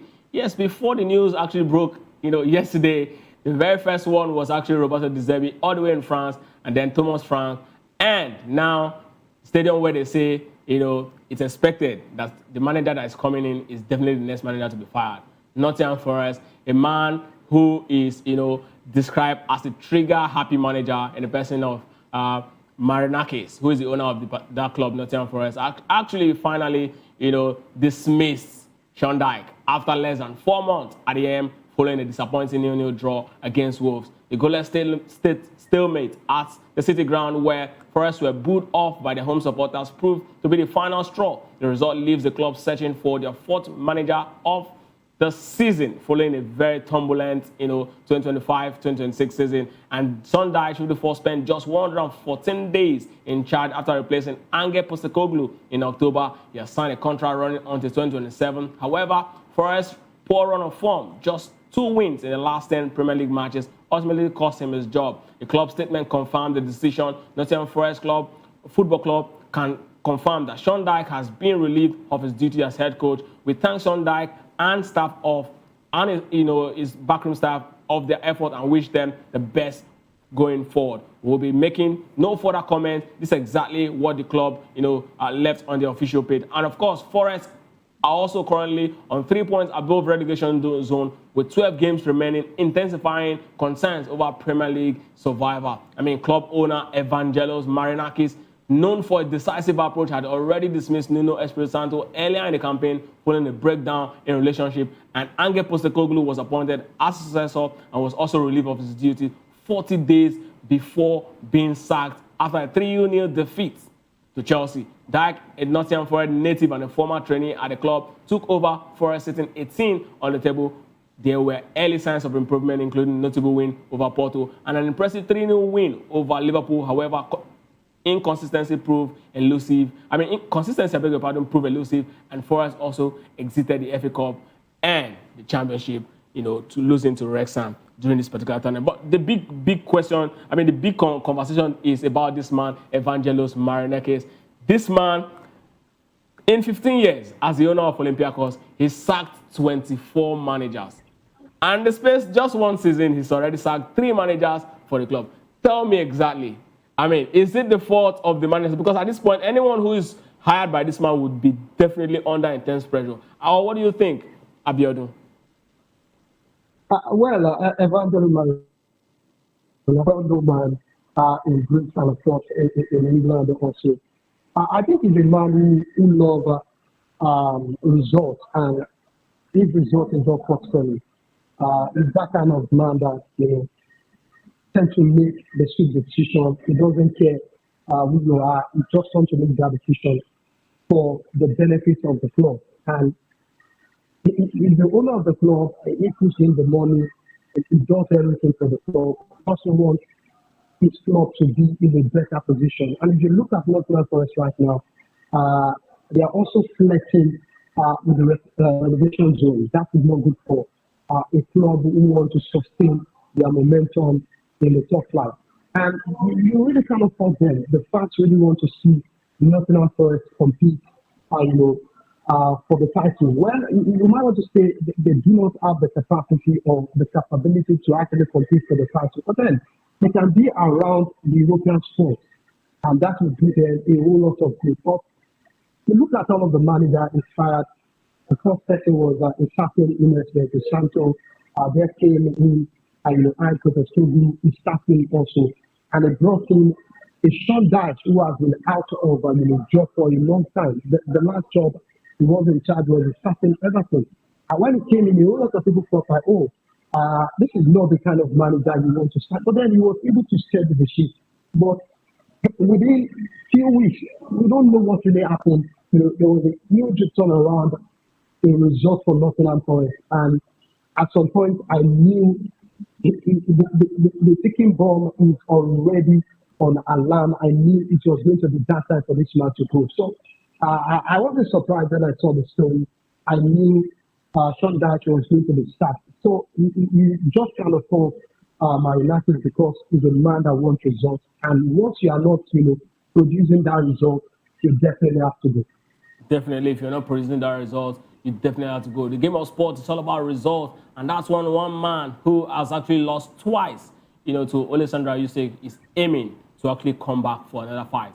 And his name is Tyson Fury, and we will be definitely aiming for a trilogy fight with old rival Alessandra Usyk following his return to the ring, according to promoter Frank Warren. We're talking boxing now, and Fury is scheduled to face Alexander Makhmudov on April 11 in the UK. The former two-time heavy world champion retired last year after losing twice to Usyk in 2024, but has now reversed his decision with ambition of becoming a three-time world champion. Usyk has vacated the WBO title, but still holds the unified WBC, IBF, and WBA belts, making potential rematch an attractive proposition. Warren emphasized Fury's passion to fight, saying Tyson Fury is fighting man. He loves Tyson Fury is a fighting man. He loves to actually be at the best all the time. He wants to be the best in the world of boxing, and that's exactly why he's been aiming to actually come back so strong. And after the fight against Makhmudov, he's definitely been looking at going back head to head against the man who is the undisputable heavyweight champion. And Makhmudov also acknowledges his flaw in his game, against Fury coming up in the month of April, precisely on 11 right there in the UK. He's talking about how it's going to be actually very difficult to actually pull a very big one against Usyk. But in the end, he's looking at actually sending Fury back to retirement at the end of the day, because that's the only aim he's got. I just hope in the end that Fury is able to actually come out of this one. But tell me, Abiodun, this fight between Usyk and Fury, that Fury is actually looking ahead of.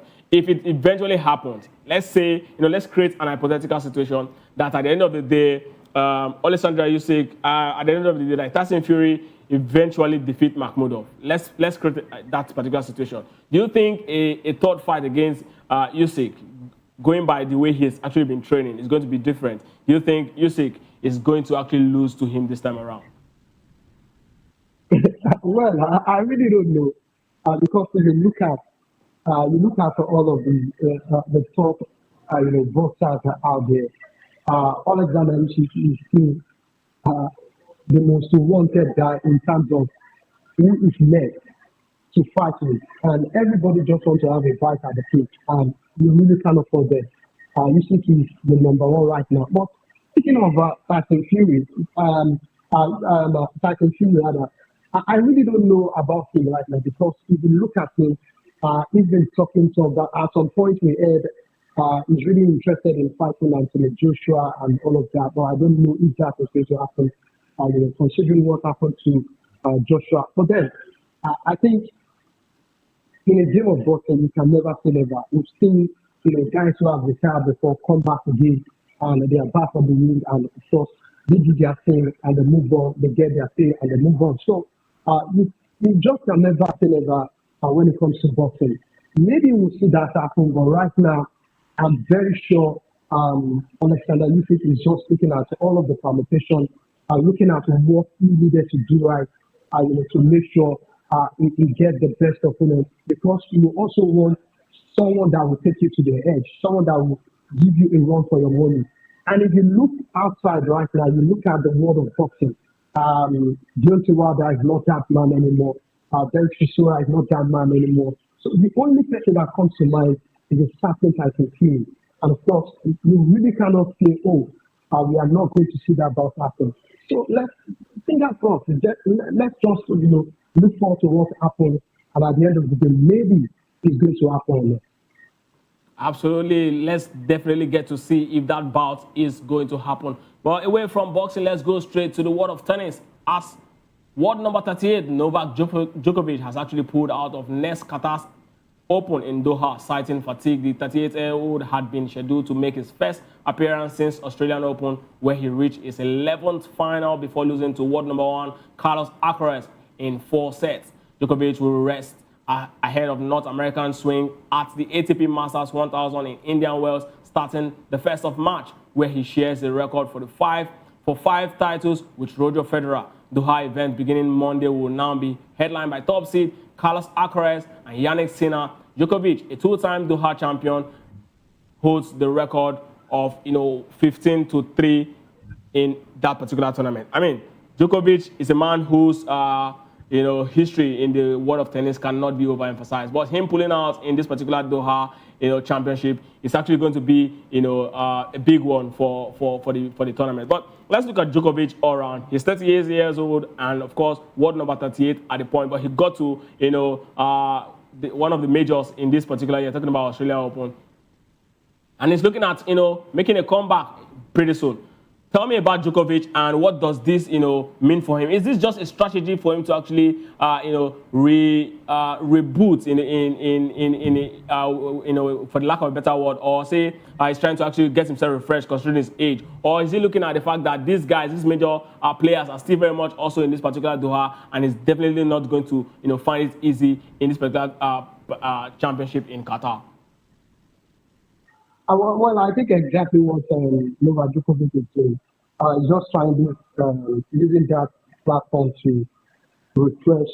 This is a man who's just coming from an intense final in the Australian Open against Carlos Alcaraz. You definitely want to have time to refresh, to energize yourself for another major tournament that is coming forth very soon, the French Open. So you need all of your energy, you need all of your power, all of your strength to play a major tournament. So I do not think it's a major cry for the fans. Of course, a whole lot of them will understand because if they are coming from an intense final like that, you need a whole lot of time to actually rest. And this is not a man that wants to tell you, oh, I'm not playing this tournament. He knows how to choose some of this tournament, and he's won this particular tournament before. So you can just give him that time to rest and, of course, get back into his groove again. So the fans definitely will see Novak Djokovic back on the court again.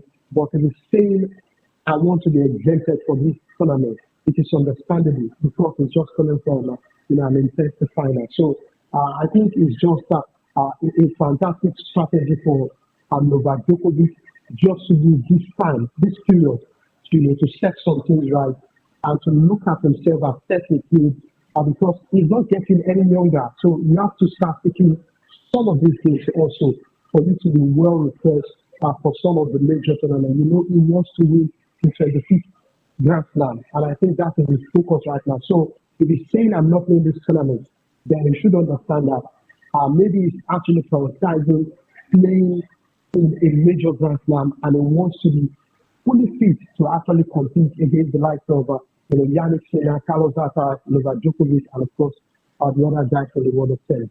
Absolutely, and the report just emanating from the world of football says that Thomas Tuchel, the English manager, is expected to remain as English boss until 2028. According to a report, the Three Lions won all 8 of their last World Cup qualifying games, while Tuchel has only tasted defeat once since taking over the reins. So kudos to Tuchel. Even after the World Cup, he will remain the manager of the Three Lions, and that's a report right now. He has extended his contract as the manager of the English national team. Away from that, let's go straight to non-football stories, talking about basketball now. As San Antonio Spurs star Victor Wembanyama actually delivered a sensational performance, scoring 40 points to lead the Spurs to 136-108 victory over the Los Angeles Lakers in NBA's game just concluded last night. And of course, 22-year-old French big man scored 37 of his 40 points in the first half, and the most by any sports player in halftime season, helping San Antonio Spurs build a commanding lead early on. Wembanyama was incredibly efficient, connecting on 13 of the 20 shots from the field, including 4 3-pointers, while also grabbing 12 rebounds in just 26 minutes of action. And of course, we're finishing with a double. And the Lakers were missing key players, including Luka Doncic, LeBron James, James Austin Reeves, and Marcus Smart. And they struggled to keep pace with the Spurs offense. And Wembanyama started the night explosively dropping 25 points in the first quarter alone. And his 40-point effort tied his season performance. He watched the fourth quarter from the bench as Spurs comfortably finished off the win. The victory actually marks Spurs' 5th straight and one of their most impressive offensive display of the season. I mean, the man Wembanyama cannot be overemphasized. Abiodun. Absolutely. Wembanyama, fantastic player. Off and on the court, you just cannot stop talking about him. And it's really getting, interesting that at this time of the season, you need this kind of, players to step up, giving them great points. And if you are missing the kind of player like this, you definitely know that your team is going to struggle. So I'm really not surprised that that player that San Antonio Spurs are definitely going to be counting on every week game. So you have to always keep up that momentum, keep up that, level playing ground that you can actually achieve something for yourself at the end of the season. So for Wembanyama, fantastic performance. And San Antonio Spurs also, well, I really don't know how the season will turn out for them, but I'm looking forward to see what they'll be doing. Of course, Wembanyama is that man for them, and I will always push them to the edge. For them, once again, a big man himself, the man you can bank on anytime, any day when it comes to the great pointer.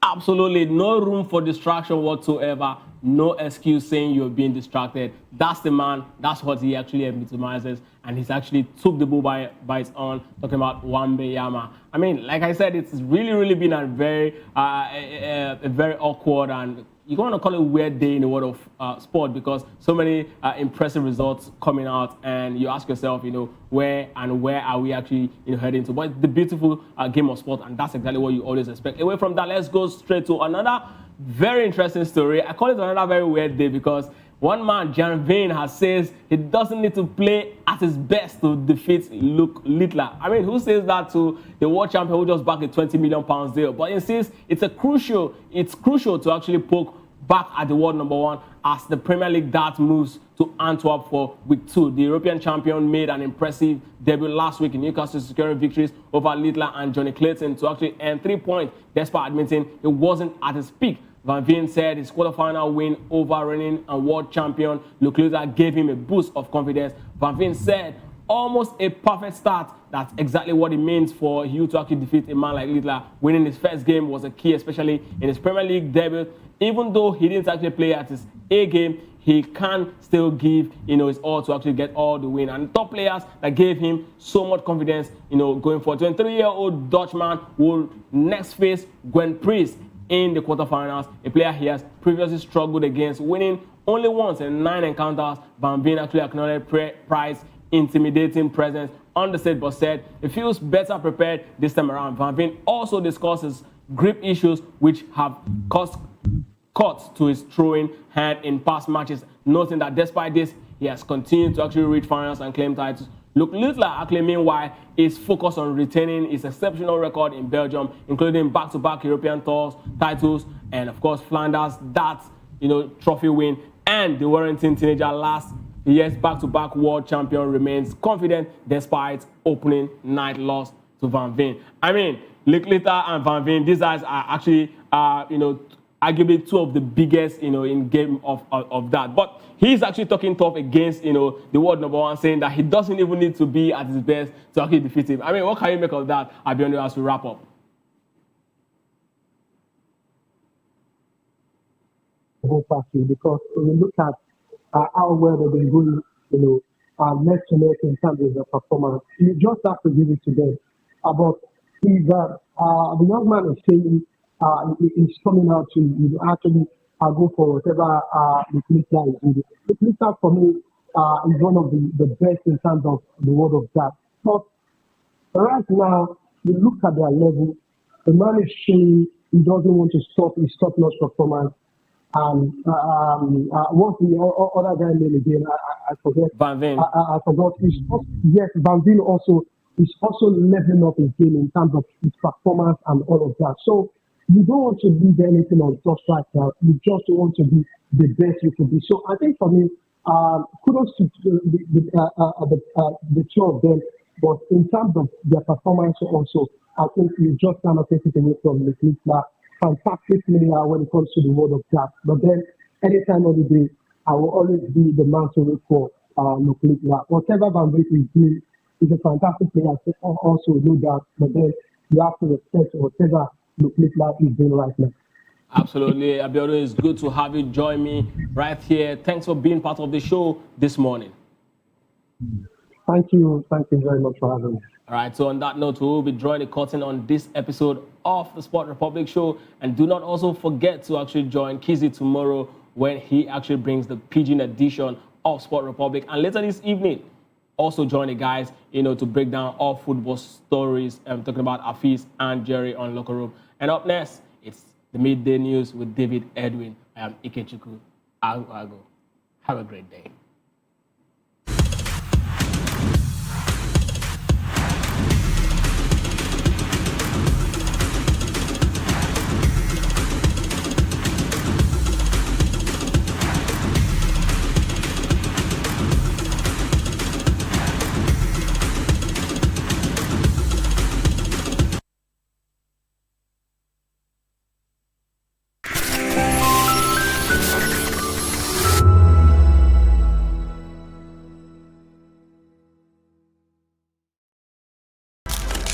In a world where power shifts with every headline. In a nation full of questions.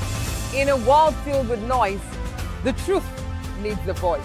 The policies that shapes our world and the economy that determines our future. Every hour, every day, the grapevine keeps buzzing. And together, we are committed to telling the stories that shape our world because your voice is our focus. Don't forget, our voice matters the most. Let us come together and share our concerns.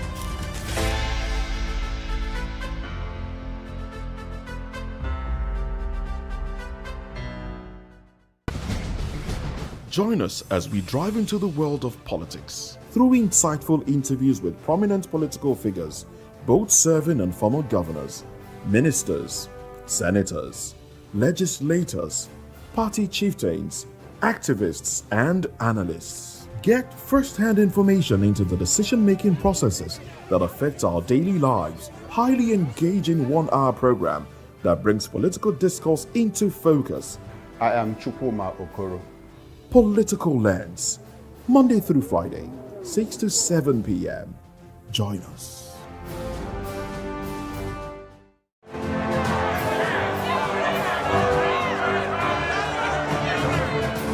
Do you want your voice to be heard? Do you know that you matter in the scheme of things? The People's Voice, the show where ordinary citizens take center stage as we discuss the biggest stories that affect you and I. With you in mind, we facilitate lively discussions, debates, and interviews on the topics that matter most to you and I. From social justice to economic empowerment, education to healthcare, governance, and more. Tackling tough topics and amplifying your voice. Join the conversation and make your voice count. The People's Voice. Make your voice count. This is Health Check, your weekly guide to better living, smarter choices, and trusted answers. From everyday wellness to urgent health issues, we've got you covered. Health Check, only on Voice of the People Television, where your health has a voice.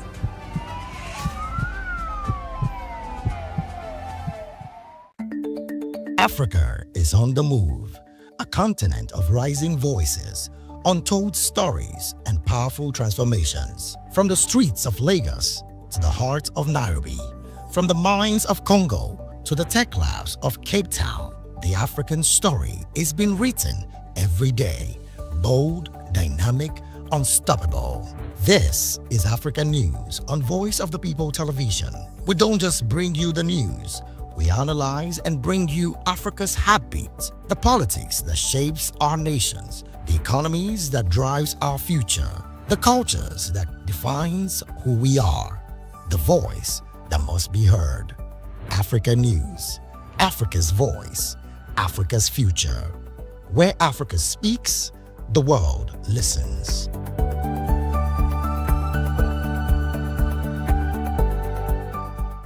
Welcome to the locker room, the home of football talk that matters. I am Jerry Apelon. Join us every weekday, Monday to Friday at 5 p.m. Nigerian time, as we share the hot takes and hot debates in the exciting world of football. And joining me are the usual suspects, Ikechukwu and Mayowa, as we break down all the hot takes and everything that's happening in the football. Don't just watch football, live it with us. Catch us on the locker room and Voice of the People television at 5 p.m. Nigerian time. And like I always say, if not 20 minutes off, with the sport. The red carpets, awards, the razzmatazz, music, fashion, interviews, and more. Spotlight on Voice of the People television. Let's feed you with all the juicy stories in the global entertainment space, bringing you the glitz and glamour as it is hot. Stay tuned to Spotlight, 1 p.m. Monday to Friday. Spotlight on VOP TV. Entertainment like never before.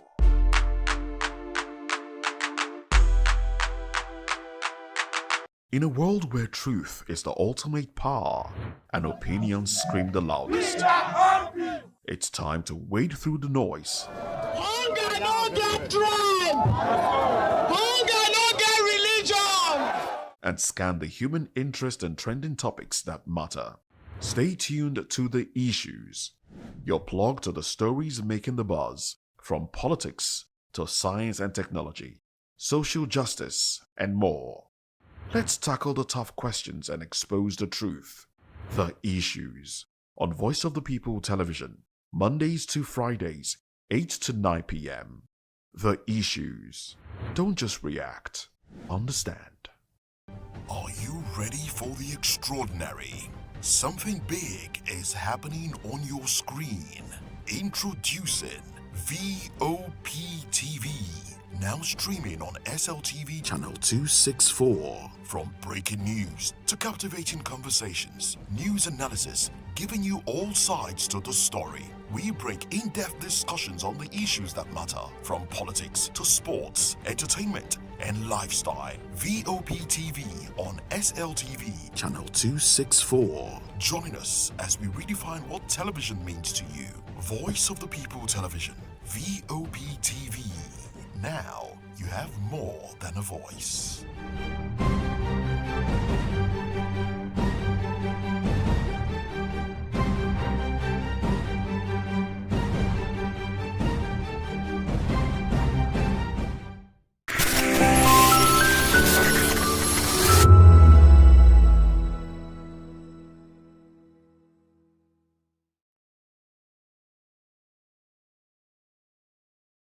.264. From breaking news to captivating conversations, news analysis, giving you all sides to the story. We bring in-depth discussions on the issues that matter, from politics to sports, entertainment, and lifestyle. VOP TV on SLTV channel 264. Join us as we redefine what television means to you. Voice of the People television, VOP TV. Now you have more than a voice.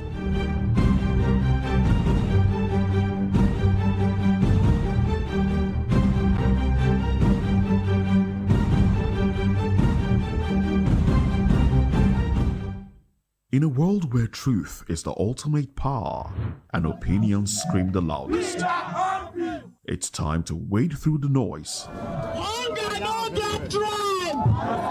Hunger no get religion! And scan the human interest and trending topics that matter. Stay tuned to The Issues, your plug to the stories making the buzz, from politics to science and technology, social justice, and more. Let's tackle the tough questions and expose the truth. The Issues on Voice of the People television. Don't just react, understand. Do you want your voice to be heard? Do you know that you matter in the scheme of things? The People's Voice, the show where ordinary citizens take center stage as we discuss the biggest stories that affect you and I. With you in mind, we facilitate lively discussions, debates, and interviews on the topics that matter most to you and I, from social justice to economic empowerment, education to healthcare, governance, and more, tackling tough topics and amplifying your voice. Join the conversation.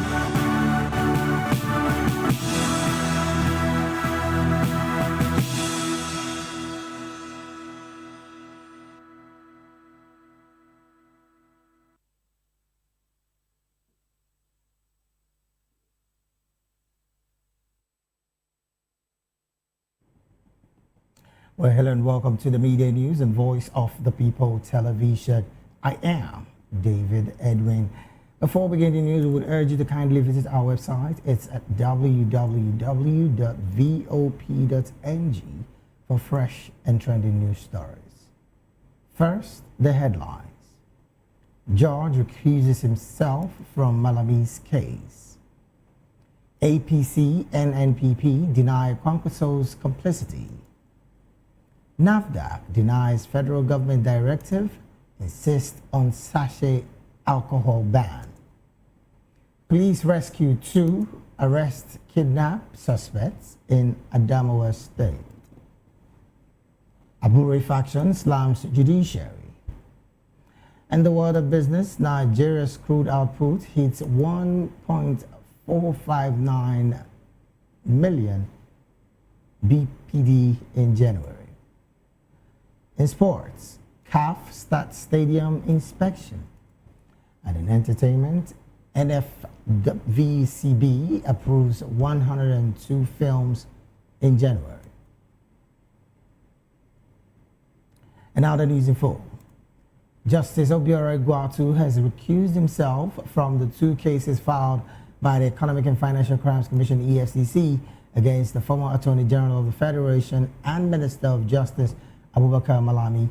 Justice Egwatu, who was recently reassigned the case by the Chief Judge of the Federal High Court, Justice John Toshio, said that he decided to withdraw from the 2 cases for personal reasons and for better interest of justice.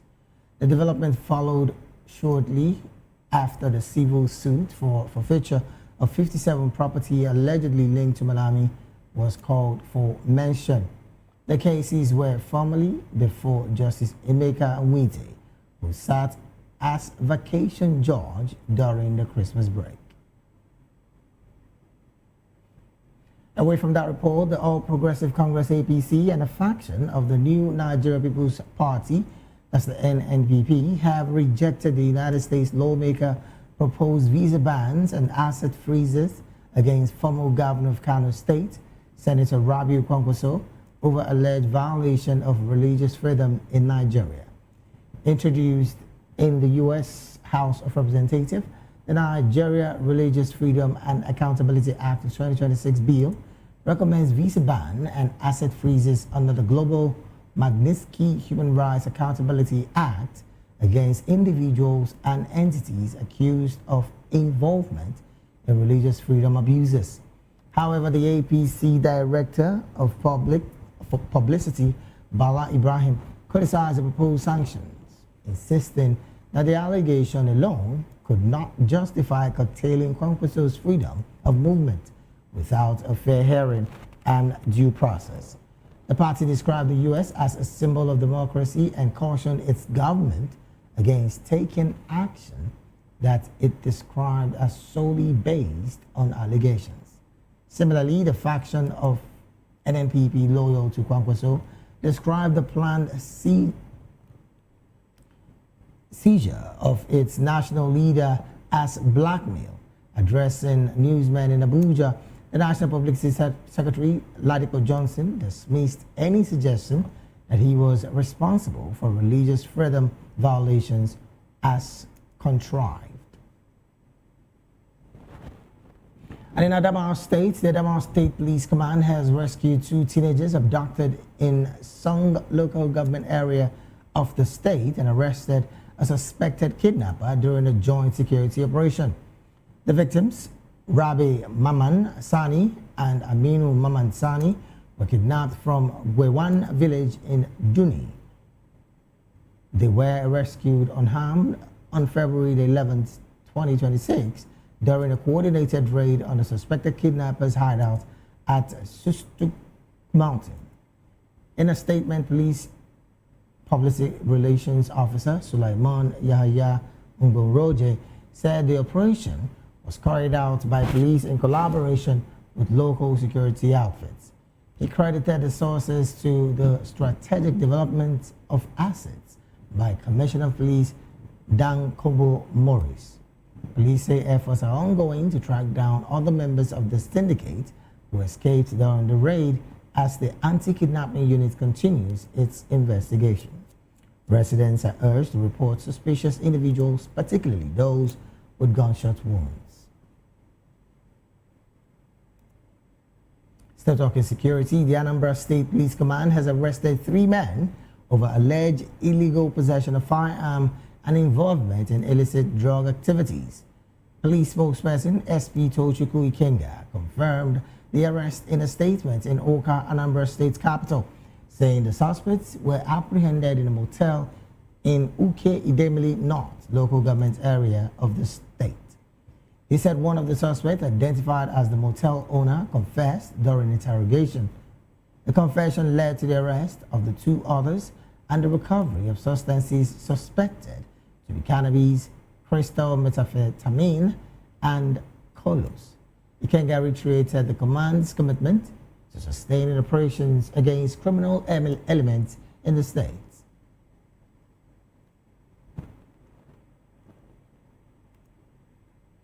As the federal government intensifies efforts to tackle worsening insecurity and following support by Nigeria's First Lady Oluremi Tinubu for last year's U.S. airstrike in Sokoto State, a public affairs analyst, Ubong Thompson, spoke on the developments in an interview with VOP TV's Matthew Ogunswada. Nigeria's First Lady Oluremi Tinubu has welcomed recent United States military strikes against terrorist groups in northern Nigeria, describing the Christmas Day operation ordered by President Donald Trump as a positive step. Speaking in Washington, D.C., she said Nigeria is looking forward to deeper security collaboration with the U.S. as the country battles insurgents and bandits responsible for killings and kidnappings across several regions. Whatever is happening, at times, who would have, you said President Trump recognized me. Who would have thought that would happen, to even say the least? So when you look at that, I'm getting global recognition in all of it, despite, and that is what life is all about. The country is moving forward. We're trying to make sure that insecurity we can tackle. And the president has even changed the service chiefs. They've replaced them with new ones. So we're looking at reforms. In November, because of what is going on and the world concern about Nigerian Christians, the government, my husband declared a state of emergency on the 26th November 2026 and on insecurity. And by that, what did he do? He had to ask the police inspector general to recruit additional 50,000 police officers. And then the soldiers, 24,000 officers, so that they can help in, to secure insecurity. And not only that, there are 10,000 forest guards that were not carrying arms before. It said they should be armed so that they can secure the forest where all those terrorist groups, take hiding, and so that, and also the bandits and people that are, killing for ransom or asking people, kidnapping for ransom rather. So those are the target. And also not only that, 11,566 police officers that were under VIP assignments have been recalled, and they've been sent to all the hotspot areas in Nigeria. Mrs. Tinubu noted that the violence in Nigeria affects both Christian and Muslim communities, stressing that extremist groups target anyone who rejects their ideology. She added that the government has ordered a national security emergency, is recruiting 50,000 police officers, and has redeployed thousands of security personnel to troubled areas to restore stability and boost investor confidence. Voice of the People TV spoke to Ubong Thompson, public affairs analyst and good governance advocate, who called for stronger and lasting solutions to insecurity across the country. The military intervention in Nigeria is quite pathetic because it goes a long way to expose the leadership, ability of a president, which is saddled with the number one responsibility to, protect life and properties of Nigerians. So allowing the intervention of U.S. military in Nigeria in the fight against Boko Haram is very, very unfortunate, but it's quite necessary at a time like this because we need peace to return in those areas that are being occupied by the Boko Haram, members. So since Nigeria are unable to carry out this fight effectively, then we are not unmindful of the fact that we also have foreign allies that can come in to aid, the country in the fight against the Boko Haram menace.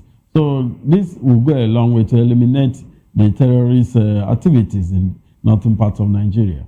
As calls for security grows across the country, Nigerians are calling for lasting solutions to insecurity, which requires immediate government intervention. Matthew Ogunswada, reporting for Voice of the People Television.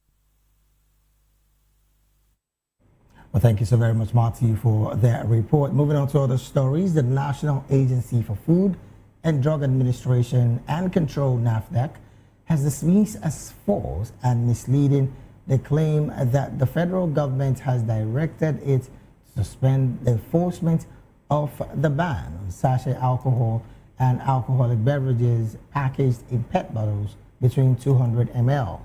In a statement by the NAFDAC Director General, Chief Executive Officer, Professor Mojisola Adeyeye, the agency refuted receiving such directive from the federal government, insisting that the prohibition remained fully in force. Adeyeye described the circulation publication as inaccurate and not reflective of any official government communication, reiterating that the agency operates strictly within its statutory mandate and in line with duly communicated federal policies.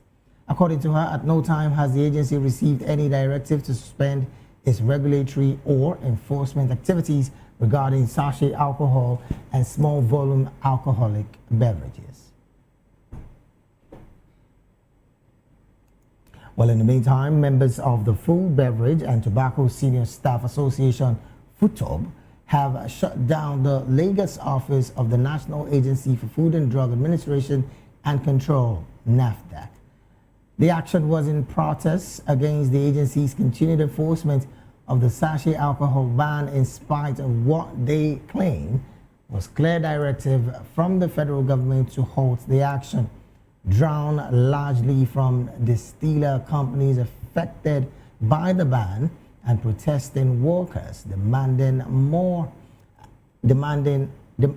protesting workers demanded, among others, the immediate release of products allegedly placed on hold by NAFDAC and the reopening of factories and depots sealed during recent enforcement operations. The controversy stemmed from a statement by the Special Advisor on Public Affairs to the Secretary of the Government of the Federation, Terence Kanum, that while the Federal Ministry of Health under President Bola Tinubu's directive has signed a national alcohol policy, NAFDAC should refrain from sealing factories or warehouses until the policy was fully operationalized. Moving on, the Nigerian Security and Civil Defense Corps, that's the NSCDC, is in Oyo State, has warned road construction companies and contractors against destroying fiber optic cables and other critical public infrastructure during excavation and construction activities. In a statement to that effect, NSCDC Public Relations Officer Samuel Okwebi said the warning was in strict compliance with the directive of the Office of the National Security Advisor on the protection of telecommunications infrastructure and other critical national assets and infrastructure nationwide. Okwebi said the command has noted with grave concerns the increasing incidence of damage to the underground fiber optic installations due to negligence, poor planning, and failure to verify the presence of communication lines before excavation. He explained that these actions have resulted in the disruption of internet services, banking operations, emergency communications, government services, and commercial activities, thereby posing serious threats to public safety, economic stability, and national security. Consequently, the NSCDC, Oyo State Command, directs that all construction and excavation work in the state must be preceded by proper verification of underground utility in line with the national directive. Johnson made the remarks during a television interview while addressing concerns about internal division following the party's historic performance in the 2023 general elections. He insisted that the Aburi-led group remains the party's legitimate leadership, saying it is recognized by the party's constitution, the Electoral Act, and the Constitution of the Federal Republic of Nigeria. Johnson, who alleged that some court rulings have undermined the party's internal structures.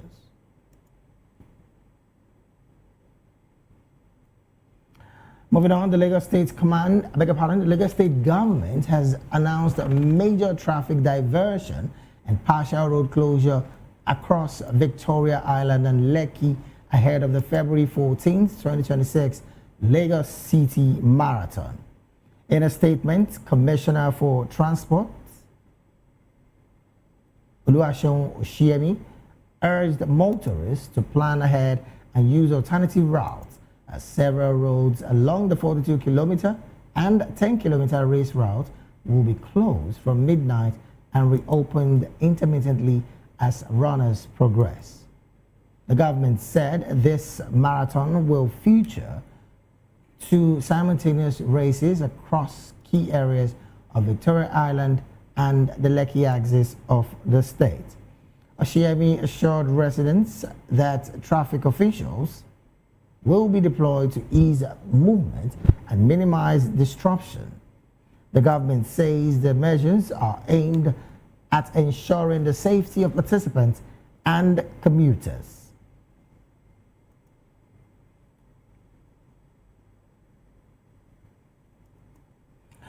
You're still watching the media news right here on Voice of the People Television. We'll go straight to the analysis segment of the news. And joining us now to make sense of these stories and more is Mr. Dele Fanimo.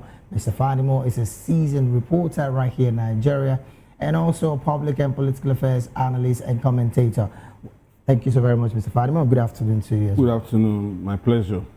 All right, then, joining us also virtually is Mr. Ismail Aladari. Mr. Ismail is a Take It Back movement member and also a public and political affairs analyst and commentator. Mr. Ismail, a very good afternoon to you, and thank you for joining the conversation this afternoon. Good afternoon. Thanks for having me this afternoon. Thank you so very much. Well, let me start off from the studio here. And this story is no more news again, but it's made it to the bulletin this afternoon. Mr. Fanimo, interestingly, Aburi's faction is at it again. The deputy national youth leader of the Aburi faction clearly is saying that the INEC and, of course, the courts are clearly in disarray and questioning the state of Nigeria's democracy with the pronouncement of the Aburi faction as not the leadership of the Labour Party. We've heard that these particular faction will still go to court to, of course, fight that decision by the other courts. But looking at these statements, Mr. Fanimo, where does that leave the Labour Party? A party that in 2023 general election did got some level of weight, some would say, as a result of the fact of one man that joined the party? You see, let's not be confused about the state of health of Labour Party before intervention came from the obedient and using P2B as the arrowhead to contest last year's election. Labour Party was in the ICU, that I usually say here. It's a 50-50, either it will die or it will remain comatose. But that would be the second time. That would be the second time they were brought from the ICU. The first time was when Mimiko was dealt with in a PDP, and he felt he could use that platform. He went for it, contested, won the election, and as soon as he got into the government house, he disembarked and went back to his political party. And I'm not too sure if Obi wouldn't have done the same if he had won that election in 2023. So maybe it's like the king and the horseman. You see, when the king is riding to the market, everybody pay obeisance to the king. Right. But unfortunately, the horse will now believe that they are paying obeisance to him. And in some cases, you see the horse dancing. But let the king disembark from the horse, and the horse is leashed and being taken back to its manger. You see that nobody cares, nobody even bothers to see or even look at that horse again. I think the Abure faction overrated themselves, believing that they were the ones moving the party, and they allowed their narrow selfish interest to override the general interest of the average Nigerian that had pitched their tent with P2B, and the rest, as they say, is history today. So, for me, it's going to remain like this till after 2023 election. Maybe after the 27 election. Maybe after that, we now begin to look at the way forward for this political party. All right, then. But let me take this conversation to Mr. Ismail. Well, again, this is a conversation that is ongoing. And like I said earlier, before Mr. Fanimo here reacted, the Abure faction still states that they are going to go to court, particularly to appeal that judgment by the court, declaring the Nnpp faction as the right head of the Labour Party. But looking at these particular conversation, how much of a structure would you say that party, Labour Party, have had so far, even after the level of success they gained in 2023? How much of a structure damage are they doing to themselves with this level of internal rancor? Mr. Ismail. Yeah, I mean, the fact therein is that whether they are having this internal rancor or not, Labour Party has been decimated. They have been buried. The person who actually gave them that 2023 mainstream attention was Peter Obi. Now Peter Obi has left. It was that wave that made them have this House of Assembly, House of Rep, and Senate seats. Yeah. But almost all of their elected officials have defected out of the party. So even if they are not having this internal rancor, there is nothing left in their structures. All their political figurehead have left. All their structures have left. The major structure they have was the obedient movement. They've left them for the ADC. So they actually don't have anything left. So the internal rancor going on is just the final lapse of the total collapse of the Labour Party. Quite unfortunate there, because I was really going to hope that from your perspective, there might just be an optimistic view of the Labour Party in the near future, because again, they still have a sitting governor in Abia State who some say is still a bit loyal to the movement of the person of Peter Obi as well. Do you share that sentiment as well? This Abia Governor Alex Soti Yes. has been seen publicly supporting the APC president Bola Ahmed Tinubu. He has been everywhere with Peter Obi, who is now in the ADC. So, in the real sense, this is tantamount to anti-party activities, right? So, if at all the Labour Party is serious, they should have issued a warning, if not expel Alex Soti by now for anti-party activities. Because you can't be a part or a governor, a sitting governor under Labour Party, and you are supporting a presidential hopeful of the APC and fraternizing with a presidential hopeful of the ADC. No, that it doesn't work. Politics doesn't work that way. But we understand what politics means to them. It's about interest. Where your interests align in the federal, you align. Where it aligns in your state, you align. So that's the kind of politics they play. So all these things are just. All right. Let me move to another conversation quickly. Now, in your state, the Nigerian Security and Civil Defense Corps, that's the NSCDC, has clearly warned road construction companies and, of course, contractors against destroying fiber optic cables and other critical public infrastructure during excavation and construction activities. Now, some have said that these construction companies clearly do this thing because some of them are not professional enough and they still gain this contract from governments. Do you share this sentiment? Because if truly they are very, very professional enough, they should be able to identify where fiber optic cables and some critical infrastructures are before going to dig and destroy some of this infrastructure. What's your take?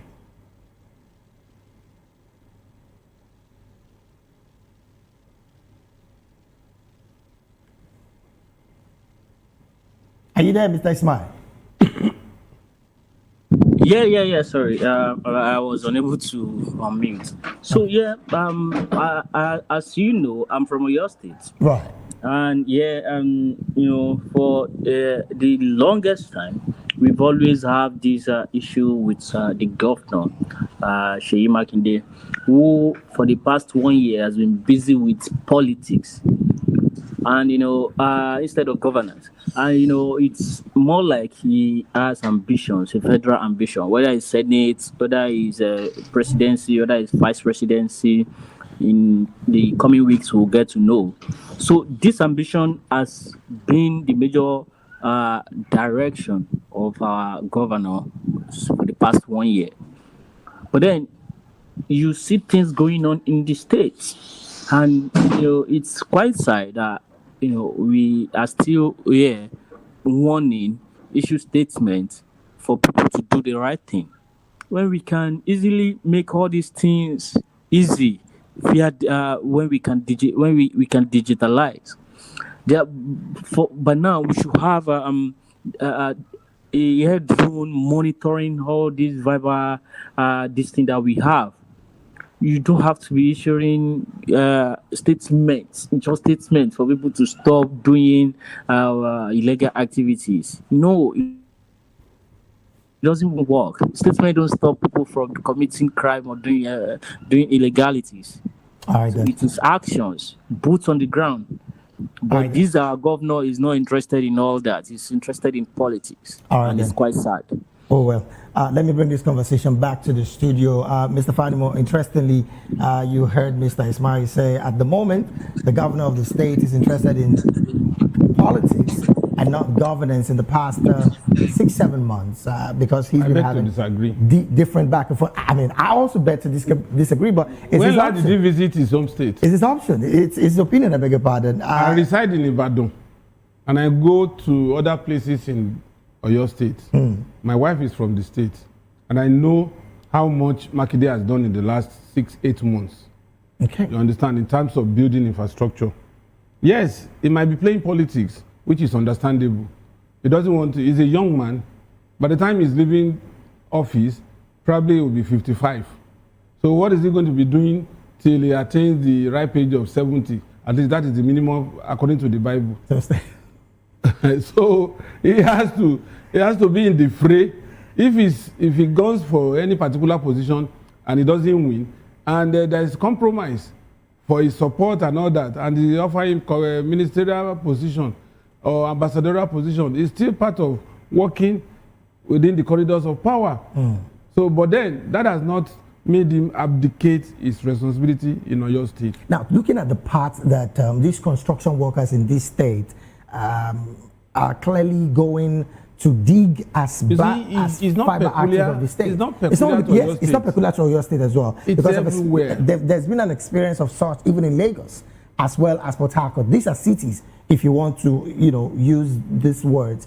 But the fact that this is consistently happening, and it has to take the directive of the National Security Advisor of the entire country to make that statement that NSCDC is lynching upon right now. Do you think that this clearly is an indication of the fact that some of our contractors who handles these jobs are not top professional enough, or they do not even have the right equipment to go digging and identifying that there are fiber optics on the I would ground? rather blame, there is no government contract that is given to a contractor without some level of rules of engagement. Okay. I would have expected that the Ministry of Works, they have architects, they have civil engineers, they have structural engineers, they have quantity surveyors and all that. They should have, because of the exigencies of the time, should have brought in communication experts who would help them trace the route or routes of these cables, and then be part of the contractual agreement that if you breach any of these lines, you are going to be held responsible and you will be made to fix it back before your payment is made according to thresholds. You see that those contractors will conform. But where you just give somebody roads to construct, without identifying, these are underground cables. And the driver who is supposed to do the excavation is probably somebody who doesn't understand all these things. Then there should be somebody who is probably electronic engineer who would guide him and mark out those routes to the extent that the man would avoid it and allow manual digging that will not compromise. But somebody is just given, a tractor driver is just given, look, make sure you dig 6 feet below level on this route from here to international airport. So you're saying this is clearly going to be a collective effort on the part of the government as well? Yes, the contractor and the government, the agency or ministry that awarded the contract have been issued should have given that guideline. All right then. Well, let me move this conversation to another that is actually very interesting as far as I'm concerned, because we're talking macro and microeconomy. The NAFDAC have denied every kind of directive from the federal government on the stoppage of the sachet alcohol ban.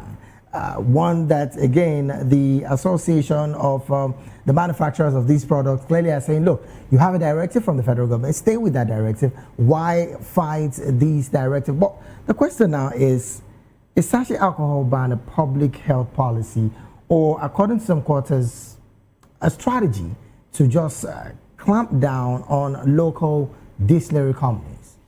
That is not true. You see, this debate is anchored on life preservation and return on investment. And if you fail in a particular business, you can still thrive in some other business. Okay. But if you die in the process of one person doing business, that life cannot be revamped. So in this case, I would rather go with the federal government and NAFDAC. The point is, because of the low level of pricing, illicit consumption of alcohol has been so pervasive In fact, it's more like a status symbol now on the streets. You see youngsters as young as 9, 10 holding a sachet of one alcoholic drink or the other. So the unbridled access to this has done a lot of damage. And this sachet alcohol is not as pure in terms of blending as the ones you see in supermarkets in bottles. Mr. Fanimo, why not, on the part of the producers now, why not the federal government? Even though they also claim, I'm talking about the producers now, they also claim that the federal government has told NAFDAC to halt on every level of ban and sealing of their company. That has been denied. Why not carefully look at these products and give a directive on how it should be produced? Because we still have the ones that are coming outside the shores of Nigeria storm into Nigeria, and the same Nigerians consume them. You see, let me tell you, you must be buoyant enough for you to go and buy a bottle of whiskey, a bottle of brandy, a bottle of rum, a bottle of vodka. But if you accost an Agberu and you say, bros, how far? And you give him 100 naira, it's enough to buy this sachet alcohol. And a multiple of that in a day. Some of this alcohol are ethanol based. And you know what ethanol does to the system.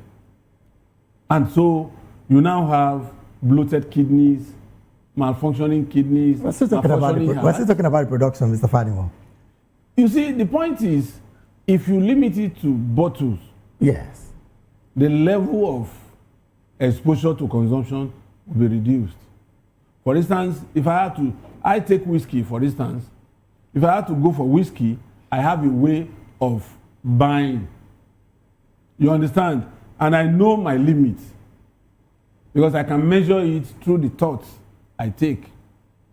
But somebody who just picks along the street, picks 2 sachets, gulp it down, the next street, you see somebody that gives him another money, it takes 2. How does he measure?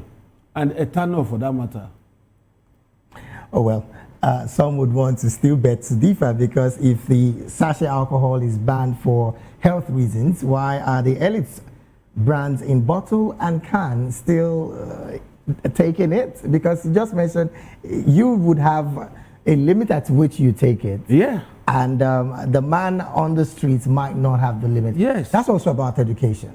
Isn't that something the federal government and But that will not solve the problem. The best bet is to save lives. Let's keep these people off these illicit drugs. All right, let me go to Mr. Ismail. Let me have your take, because we're out of time, basically. Let me have your take on the ban of sachet alcohol and the fact that NAFDAC is still sealing some of these factories as against the help to increase macro and micro economy in the country. What's your take? Yeah, your studio guest actually asked me a question earlier, and I'll quickly respond. That when last did I visit my state? I'm currently in my state. I'm always in my state because I'm a politician in my state.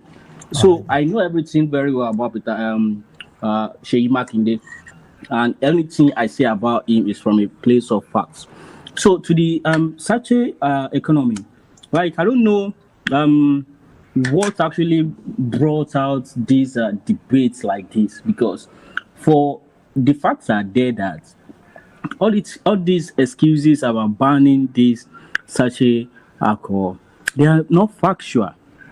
I don't know how people, just like your studio guest, is saying that he always buy whiskey, and that's in bottles.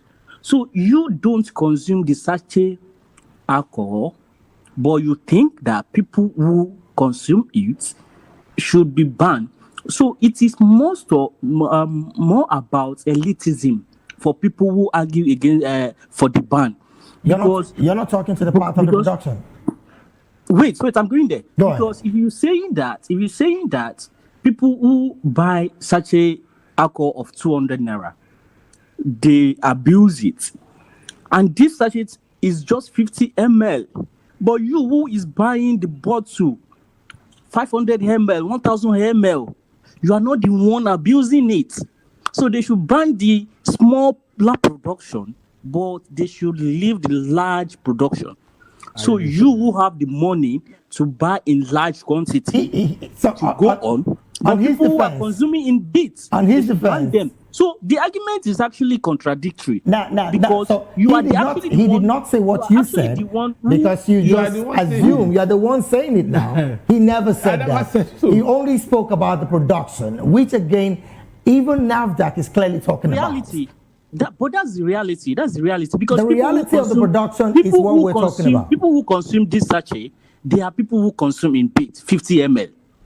So if you are banning this bit, but you are leaving the larger bit, so what are you even All right, saying? when Mr. you say Ismail, you can I want ask you a question? Ban because of the Mr. Ismail. abuse of this product. Can I ask you a question? Have you taken your time to equate the production of the sachet alcohol as against a bottled whiskey? Have you taken your time to do that at all? For a bottle of whiskey, if you are doing that, you also confirm the fact that for a bottle of whiskey, how many sachet will you I'm talking get from about the the production. I'm talking about the production. What is the quality of the production? quality in that same product is what I'm asking. Have you taken your time to check it? It's the same quality. It's the same quality. Okay. Unless It simply means you've not taken your time to check the quantity of that product. Have you drink the two? I'm just telling you what it is. I'm just telling you what it is. And your guest in the video, have you taken the sachet to compare? How would you know whether the quality is different? How did you know? I'm saying. Have you taken the sachet one before? We're not even arguing this. I'm only telling you that we should do comparative analysis of these People two products. who have done it, they've issued that. And that is what NAFDAC is doing. You think NAFDAC hasn't done that? Manufacturing Association of Nigeria. You think NAFDAC hasn't done that? They've come out on air to say that it is the same quantity. Ipman is talking on the part of production. They've said that. They've said that. Man has said that. It's unfortunate. It is the It's same unfortunate quality. that we cannot. All right then. Well, go on with this debate. maybe we would find a time to bring producers of these products, and maybe we'll have a way of putting an end to this argument, because I would bet to differ that NAFDAC have not done her due diligence to the point of saying that the products are not the same. That is my position in all of this. But Mr. Fanimo, in less than 30 seconds, billions in tax revenue will be lost should these be totally banned. That's why I said at the intro to this that it's a question of money versus life. Are we going to take side with money and allow lives to be wasted? Big question. The point is, let me quickly say this. To brew the one in the bottle and blend it, the minimum years that is taken for you to begin to bottle in some whiskey is about 12 years. But these are ones that we just mix up in the factory and begin to put in sachet and roll out. All right, then, because we want to make profit. Because of our time, really, this is where we have to draw anchor on the analysis segment. I want to say a big thank you to you, Mr. Ismail Oladare, for being a part of the conversation today. Thank you so very much for your time.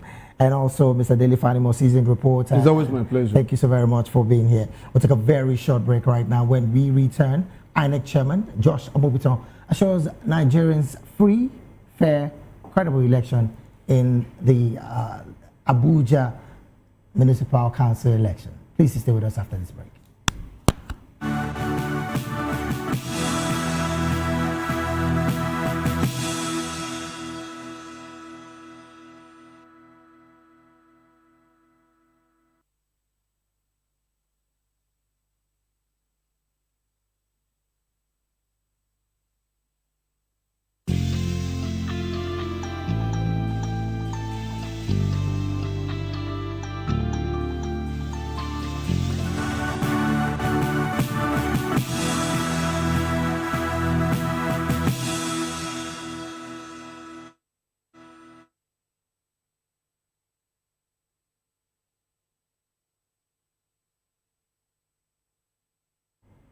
Glad to have you back. It is still the media news right here on Voice of the People television. Now, there are reports that says INEC Chairman Professor Josh Amopito has assured Nigerians of free, fair and transparent exercise in the forthcoming FCT Councils and 2027 general elections, saying the Commission won't tolerate misconduct. He spoke at the meeting with the National Peace Committee in Abuja. Our correspondent in the capital, Jimo Ogirima, has more in this report. Mopitan declared that his mission was clear: to deliver free, fair and credible elections while deepening democratic values across the nation. He added that upcoming FCT local government election is not just another electoral exercise. It represents a pivot opportunity for them to demonstrate their commitment to free, fair and credible elections. Meputent said with the cooperation of stakeholders, the Commission will set the bar high and ensure that elections in Nigeria are credible, and assured Peace Committee to secure the vote, especially the hotspot area in the FCT. Just last week, we had engagement with the various stakeholders preparatory to not just to the FCT area council election, but also the various elections ahead of us this year. And of course, as far as the general election is concerned in 2027, we regard 2026 as our preparatory year for the 2027 general election. And we were pleased to emphasize the partnership INEC has been enjoying with the National Peace Committee, most especially in our collective efforts towards ensuring a peaceful electoral process in Nigeria, most especially the area council election that will be coming up next week. I have noted the objectives of the National Peace Committee, which is to promote peaceful election and also to mitigate electoral conflicts and safeguard our democratic processes. I listened very carefully to the analysis of the security landscape in the Federal Capital Territory. And I can see that AMAC is an area that will require special scrutiny and attention, as well as Gwagwalada, Kuje, and Buhari. We've noted some of the points you made, most especially in relation to Gwagwalada and Kuje, which are regarded as the elephant in the town. However, with proactive and strategic. Thank you so very much for that report. Moving on to some business stories. Nigeria's crude oil production rose to 1.459 million barrels per day in January 2026, maintaining its position as Africa's largest producer, despite remaining below its OPEC quota. The figures were released in OPEC's latest monthly oil market report, showing modest month-on-month growth. While the increase signals a gradual recovery in output, Nigeria has now recorded 630 months below its assigned production ceiling, underscoring ongoing structural and operational challenges in the oil sector. In its sports, the Confederation of African Football CAF has dispatched a team of technical experts to the three countries set to host the 2027 Africa Cup of Nations. The inspection tour, which began this week and runs until February the 17th, will assess pitch standards as well as safety, security and infrastructure readiness at designated match and training venues. CAF says the exercise is part of the efforts to raise standards on and off the pitch and further enhance AFCON's global reputation. The tour begins in Dar es Salaam, Tanzania, with visits to Arusha and Zanzibar before moving to Nairobi, Kenya. In Uganda, inspection will cover Entebbe and Kampala, including the Mandela National Stadium and selected training sites.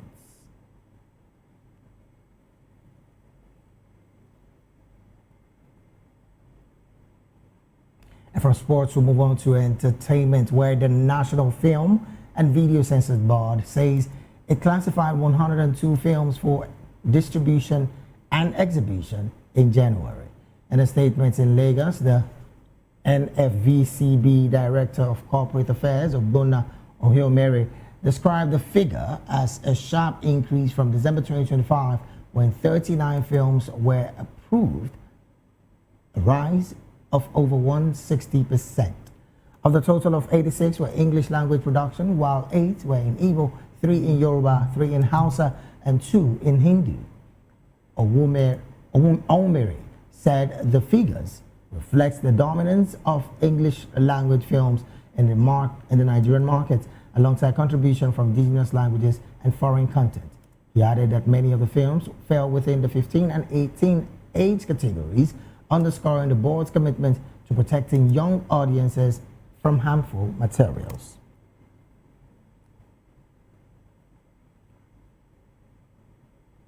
And with that, we've come to the end of the midday news right here on Voice of the People Television.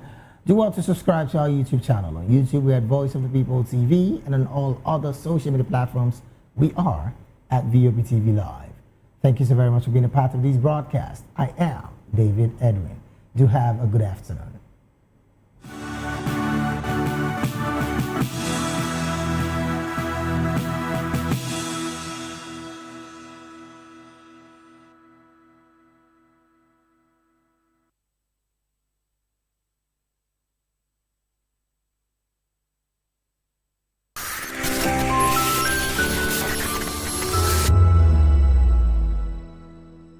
We encourage you to click on the like button and subscribe to our YouTube channel. We are Voice of the People TV. Also follow us on all our social media platforms. We are at VOP TV Live. Visit our website www.vop.ng for fresh and trending news. Also watch us live on SLTV channel 264.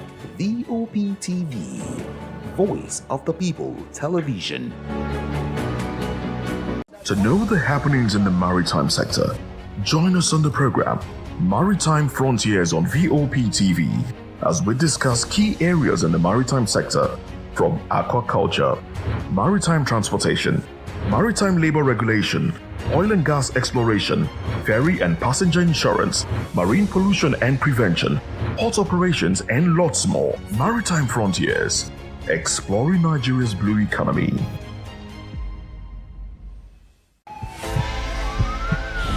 This is Health Check, your weekly guide to better living, smarter choices, and trusted answers.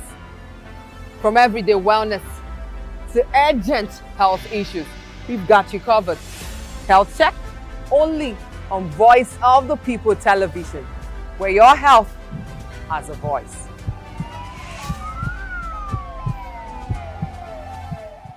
Behind every broken desk lies a broken promise. Education shapes the nations.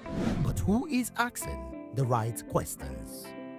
Introducing Edu Dialogue, the show that goes beyond the surface, exposes the cracks, the corruption, and the silence in Nigeria's education system.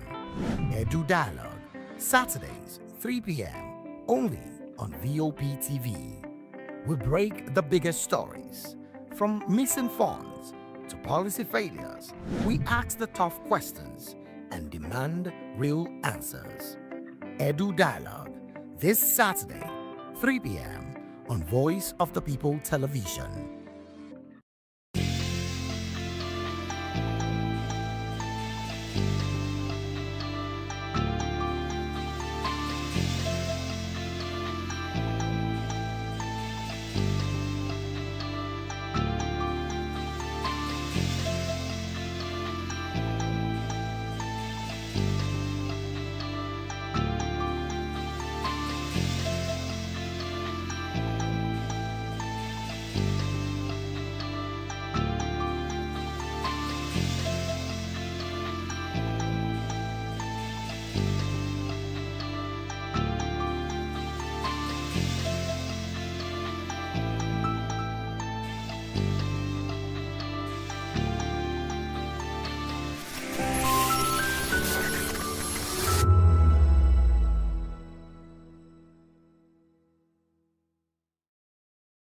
This is African News on Voice of the People Television, where we don't just bring you the news, we bring you Africa's heartbeats, the policies that shapes our world, and the economy that determines our future. African News on Voice of the People Television. Stay with us. In a world where truth is the ultimate power and opinions scream the loudest, it's time to wade through the noise. Hunger no get tribe. Hunger no get religion. And scan the human interest and trending topics that matter. Stay tuned to The Issues, your plug to the stories making the buzz, from politics to science and technology, social justice, and more. Let's tackle the tough questions and expose the truth. The Issues on Voice of the People Television, Mondays to Fridays, 8 to 9 p.m. The Issues. Don't just react, understand. I'm Sarah Nystrom from Sweden, aka Chief Omobawale, Communication Queen. Keep watching VOP TV. Hi, I'm Samantha Jacobs, representing the States. Miami's in the house, and I want to make a shout out to VOP TV. I'm a humanitarian, and I'm also a rep in the film industry and the art industry. I help dreams come true, and I help you keep on that path. Shout out to VOP TV because you're helping people stay on their path too. Cheers. All right, my name is John Odibo. Keep watching Voice of the People because it's a fantastic station to be with all the time. Thank you very much. My name is Pastor Elvis Ciro, the convener of the Voice Achievers Award, and keep watching VOP. Yes, that is the channel for all the people. No color, no race. Thank you so much. Yo, ladies and gentlemen, this is Abbas Sunkan from the Netherlands. I am a designer and I'm here in Eco Hotel and Suits. Keep watching VOP, the voice of the people.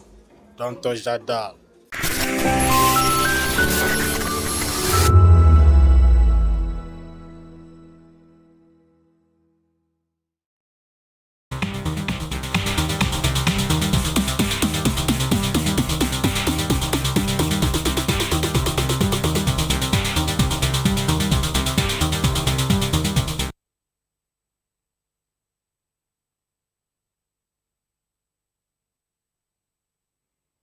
Hello, beautiful people. Welcome to Spotlight on VOP TV, the place where stories come alive and voices matter. This is the show where we shine the light on creativity, style, culture, music, and purpose-driven people who are shaping the world around us. And yes, it's a new day.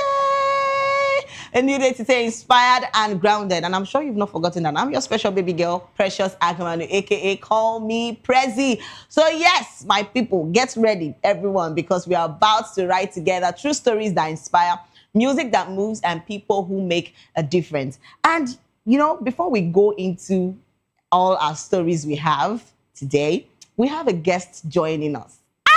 And yes, joining us today is someone that has been into the music scene, gospel minister, a man of God, and somebody has been, been a worship leader in the gospel scene. And he serves as the head of Department of Music at RCCG Fountain of Life Sanctuary. And he is deeply committed to spirit-led worship that reflects intimacy, reverence, and surrender to God.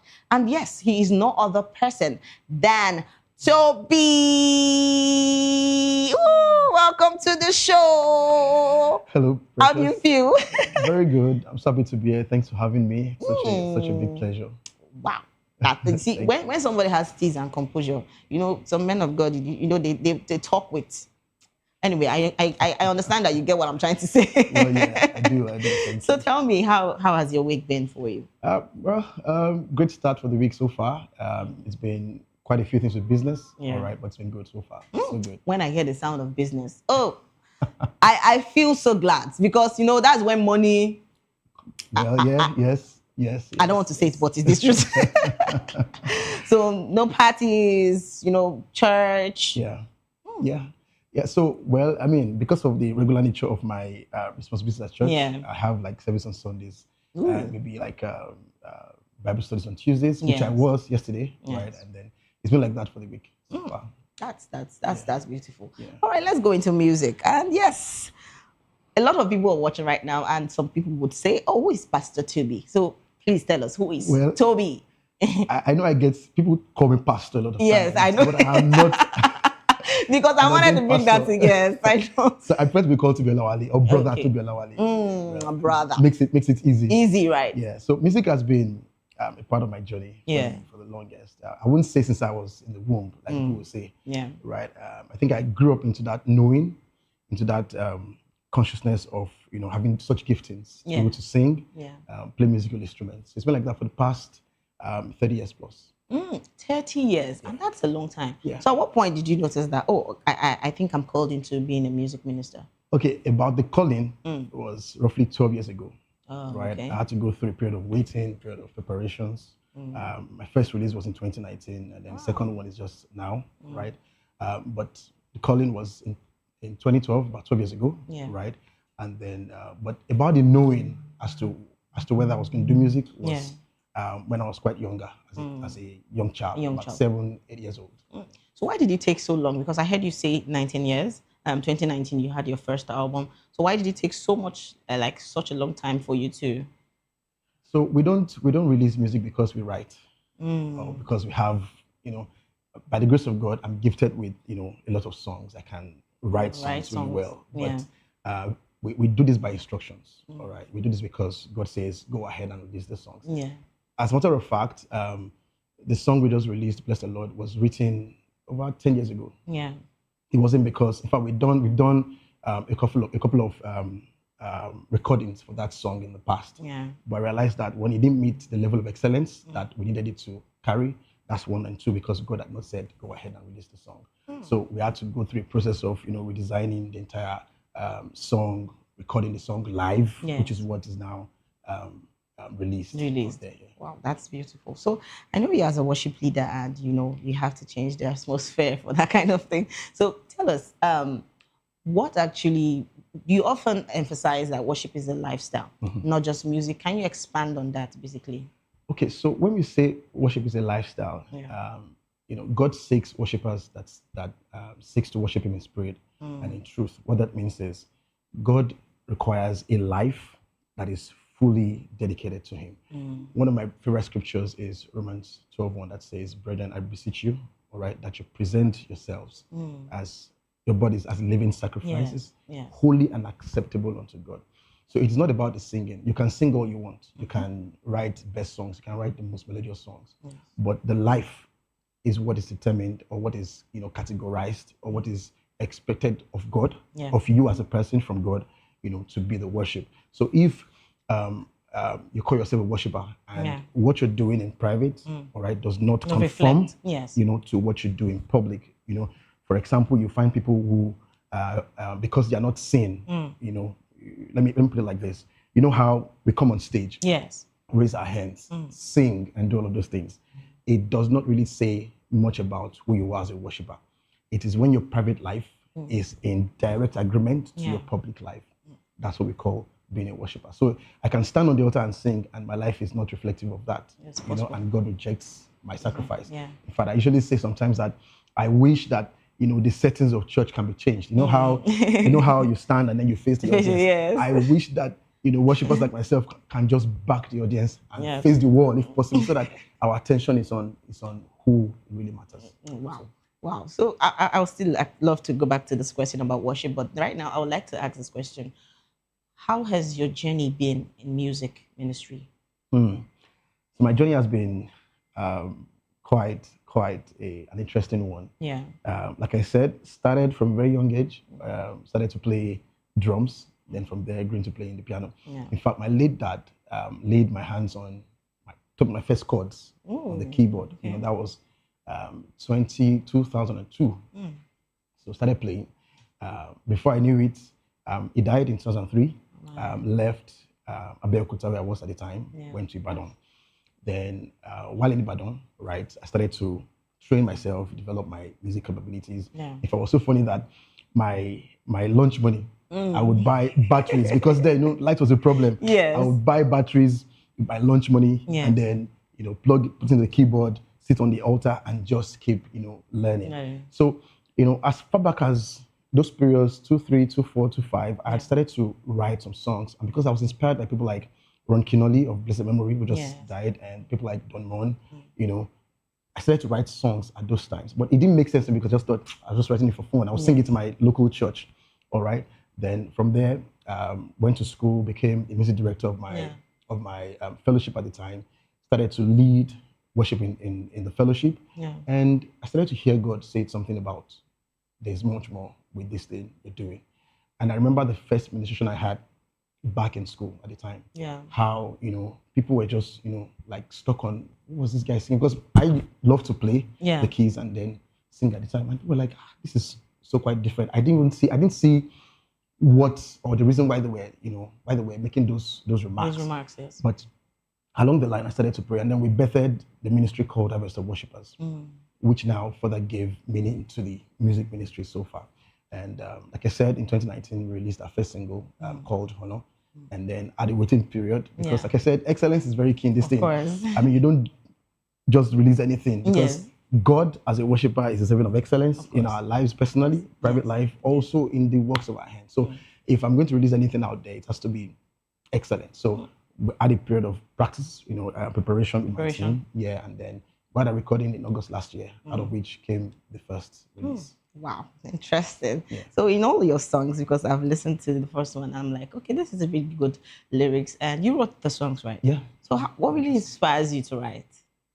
You know, my pastor asked me this question about 2 weeks ago, and talk about inspiration. Songs for me, most of the songs, almost all the songs I've written in the works were received, and I'm not saying it to sound spiritual or sound deep. They actually received by measure of my personal prayer time, personal worship time. Bless the Lord, for example, happened during one of our rehearsals. You know, we had finished rehearsals. We were about to round up. We were even praying and just worshiping to round up. And the first line, that line came, the chorus line. Oh, bless the Lord, oh, bless. And I just kept singing it. And then my team picked it up. And we started to sing. And this was in 2017, by the way. You know, we started to, you know, sing the song. And then before I knew it, started to piece together, and then the lyrics came. God led me to, you know, the book of Psalms. I started to, you know, piece the songs together, and that's how it came. So, wow, interesting. And yes, I'd love to ask this question too. As a worship leader, what are the challenges you've faced so far? Challenges faced. I think because of the nature of our work. All right. The nature of our work. It is one spiritual, and because you are leading people, and like you said, worship leader, it is more about the distraction. You know, that's the biggest challenge for me. One, I'll put it in two lights. The first is the musical distraction that comes with, you know, for example, not having the right people, you know, support you in terms of like, you know, delivering worship, because the goal is to lead people into worship and not necessarily just sing at them, right? You lead them into the presence of God with songs, all right? And whilst doing that, there's also the distraction of people, because it's very easy for a worship leader to become distracted and now focus on what is mundane, you know, in terms of the people that you're leading in worship. Our focus is not on them. So the biggest challenge for me, and that is where I keep my focus on most times, is maintaining my focus on who needs to be worshipped, all right? So that I don't become one that seeks to please the people and not seek. And that's why sometimes, you know, I find, you know, some places we go to and they'll tell you things like, oh, that can you not sing these songs? Can you? No. It's not about the songs that you want to hear. It's about the song that God wants to hear. So that's one of the biggest challenge that I've faced personally on the spiritual side. On the physical side, or let me not say physical, on the on the material side, it would be actually the project side of things. Like, you know, because this thing requires excellence. All right. Getting the right people. It took me testing out 3 different producers to work on this project. In fact, some of the songs you hear on this last recording, we have recorded them with some producers before, and we said, we're not going to release this. It does not carry the excellence that you need. So sometimes you need to even pray and say, you know, and tell God to lead you to the people that can interpret the sound as you have, you know, heard and imagined it. Yeah. So those are the 2 biggest challenges that I've faced. You know.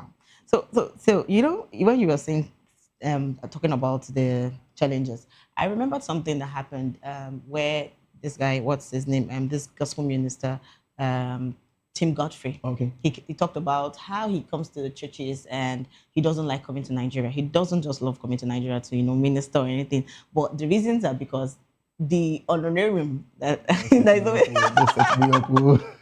the honorarium that is always given to him is always, chicken, I don't know, like yams and all those kind of stuff. I don't know, like, is this how people visualize, like, music ministers? Yes, music ministers. So this is where I say it. I know this is, I hope this is not a setup, but, but first of all, a minister is worthy of his reward. Every laborer is worthy of that reward. Yeah. If God leads you somewhere to go minister and they bless you, why not take it, right? I mean, it's okay, right? If I bless you with spiritually, it's okay for you to also bless me in material things, right? Yes. So, but I think that people do not understand the process. I was talking to my big sisters in the UK yesterday, and we're talking about how people don't understand the process that music actually, what it entails. Yes. One, rehearsals, countless rehearsals, recording. After recording, that's not the end. You still have to go through post-production process for the audio, then go through a post-process for the video, now bring it together. Now start planning your release, now start planning. I mean, it's a lot of work. But because it's a ministry, because he who has called us, all right, has not called us to a venture, a profit-making venture. He has called us to a venture that, that is bigger than that, which is catching souls, all right, winning souls. He said to Peter that I'll make you fishers of men. So for me, I feel like the paramount thing for us, all right, is to focus on the assignment. Every other thing would come. So I don't really like to talk about the money part because personally, I mean, and this is not because our Egbons, when I say Egbons, I mean Pastor Nas, I've said things like, oh, they don't charge. No. It's not because of that. It's also a personal conviction. Like, look, I feel like it also reduces the efficacy of, let me not say that. Let's leave that. It's a personal conviction. Okay. I will not say that. But the reality is, I mean, when you go to a place and they offer you, I mean, do well and take it. But that should not be, because once your focus is on what is to be received, the efficacy of the ministry is reduced. It's reduced, right? Okay. All right. Thank you. And so I'd love to ask this question too. What really inspired the vision behind Harvest of Worshippers? All right. Thank you. As the name implies, the Bible, talks about how the field is white. Yes. The laborers are few. Right. It says, pray to the Lord of the harvest to send laborers. It was at the first edition of Harvest of Worshippers that God made it very clear to me about how He wanted us to, set a platform. Because the end time, of course, we all know that by the end of the ages, right? And what that tells me is some of us need to do the work of gathering the harvest. Jesus, God is a businessman, quote unquote. He does not make any investment that does not yield fruitful results, right? Jesus was his first investment. He invested Jesus, and he is to harvest, souls that would come reign with him, all right, in the kingdom of God. So I feel that our assignment, all right, is to, use our platform, use the music as a platform to gather the harvest.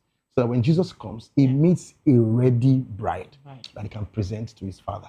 So it's not just about worship, singing. There's an end game to it. It's about souls, all right? And in the coming months, we're going to be doing some outreaches in some schools, and we're targeting young people. Okay. And the biggest part of it for me is that I want to see a generation that not only see worship as an escape route into, just forget my worries and, use God to, use worship to say, God, answer my prayers, but worship to transform their lives. There are so many broken people out there, people that need, healing of all sorts, even without even the spiritual side of things. Music is a powerful tool. Think Michael Jackson, for example. Yes. I mean, I've seen videos of growing up, I used to like him, all right? Growing up, I used to like him. Yes. You see him singing and people falling down. Was that the anointing? Definitely not, all right? But it's some type of anointing, but I'm not good. But now, for those of us that have the Holy Spirit, when you minister in that lives should be changed. I shouldn't sing, over people and, immorality is multiplied. Yes. You see, you go to church, for example, people sing and then you're hearing things in that same church. Like, okay, what is now wrong? So if I'm singing, if I'm ministering to God's people, there should be a change. The end goal is transformation. So, and that's what guarantees the harvest. Okay.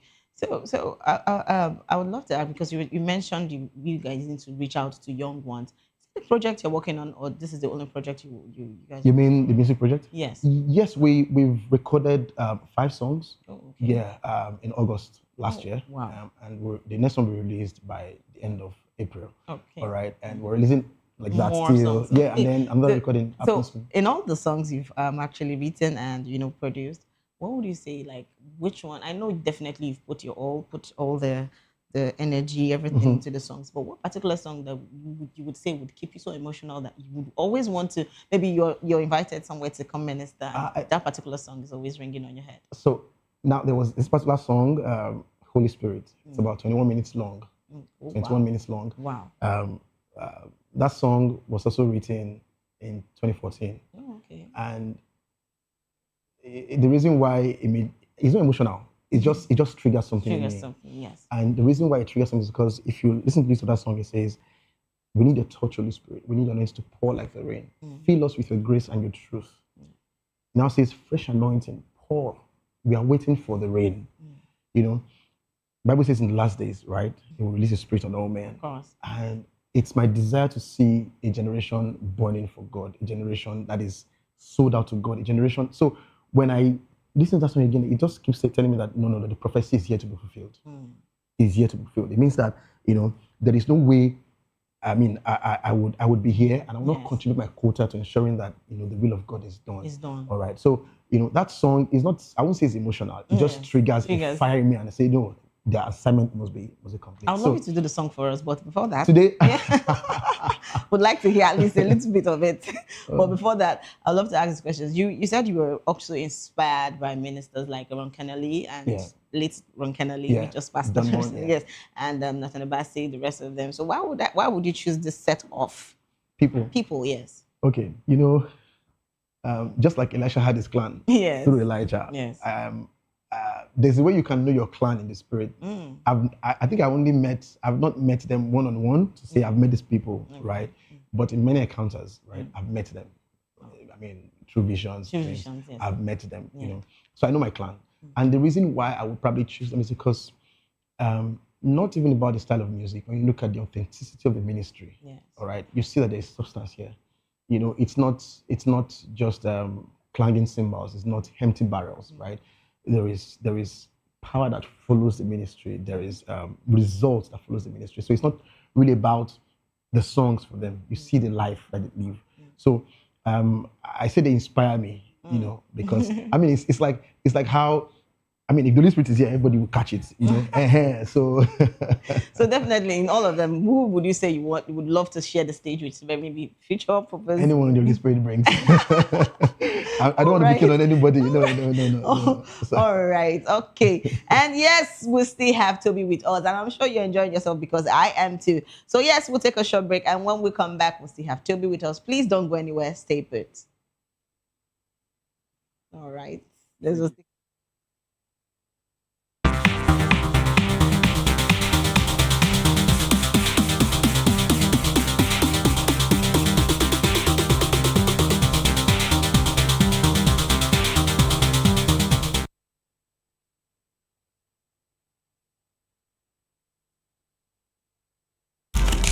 In a world where power shifts with every headline.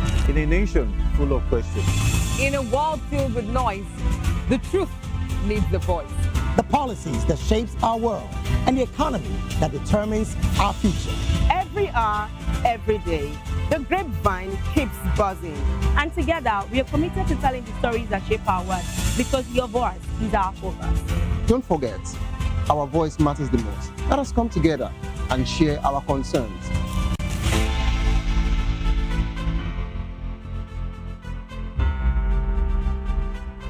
Family, and here's to VOP TV.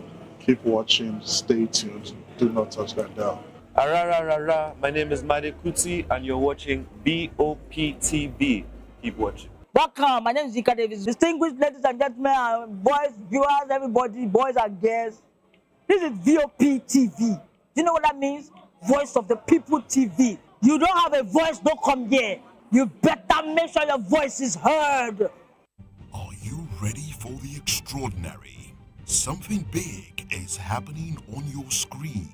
Introducing VOP TV, now streaming on SLTV channel 264. From breaking news to captivating conversations, news analysis, giving you all sides to the story. We break in-depth discussions on the issues that matter, from politics to sports, entertainment, and lifestyle. VOP TV on SLTV channel 264. Join us as we redefine what television means to you. Voice of the People Television, VOP TV. Now you have more than a voice.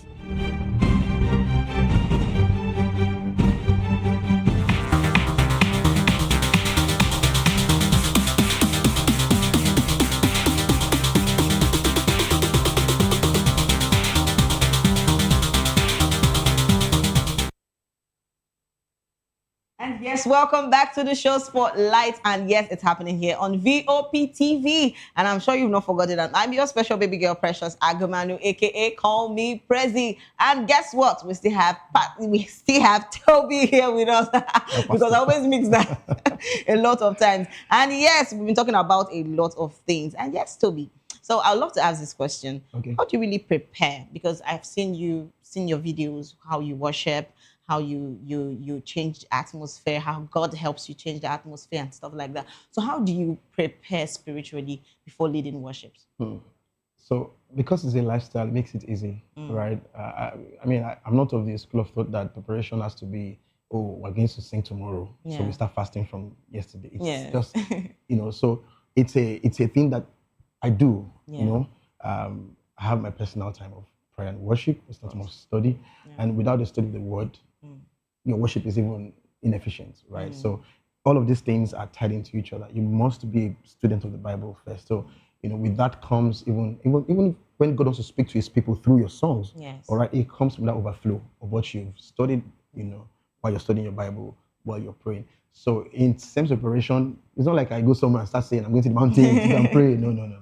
It comes from just the overflow. All right. So in all your performances, all the worship meetings you've gone to, which one would you say that the experience you had was really? Was really good. I would worship meetings. I would think it's more of the enclosed ones. Honestly, the ones that we face large crowds. We face the church. Sometimes it's like I said from the overflow. All right. But the ones where it's felt more intimate. Honestly, it's a personal experience, right? Yes. It's more of the enclosed ones with my friends. So we had one with my friend Oluwayemi. She had a worship meeting a few months back with friends in a small space, and I can tell you that at least in the last 1 year, that was very remarkable. That's one remarkable experience for me. So I enjoy enclosed meetings. Wow. Okay, this is really interesting. I mean, I've heard so much about, songwriting, how people put in so much work, get inspirations from the Holy Spirit. And has there been any position, or maybe you've gotten a song, but you didn't really put that into work? Into work, yes. So why? Yes. And well, like I said. And how did it come out? Because how did you feel at that moment? So the thing is, when you write songs like I said earlier, right, we work on instructions, as a matter of fact, this song we wanted to release is not the song we released. I wanted to release another song before so it was just by instructions I said, okay, release this song at this time, right? So, I feel like as we move closer to God, you understand how God works. Because many times, even if the song has just two listeners or two streams or whatever it is, I'm sure that with God's agenda, following his instructions, it has met the purpose for which it was designed. So we're not all about, the song must come out by fire by force. It has to be based off instructions. So there are times, there's a song, in fact, like there was this song that I wrote, and we recorded the song in the studio. It's like a story. It was a story of a man, who was, lost, and then from there, lost his kingdom. And now the chorus was, behold, I stand knocking at the door. Let me in. I'll steal the storm. All right. And I wrote that song. We recorded the song and wanted to release it. And then somehow we lost the source file. We had the finished product. We wanted to make changes. That's heartbreaking, I'm telling you, at some point, and that's how God is. Sometimes God has to break your heart to make you fall in line. That's Because true. because sometimes you want to force your way through. Yes, through something. Through something, and then it says you know the word that means it breaks you out sometimes. Yeah. So it wasn't heartbreaking for me, but I just knew it wasn't time to release the song. Until now, we've not recorded it. Until I hear, go ahead and do it, I won't do it. Wow.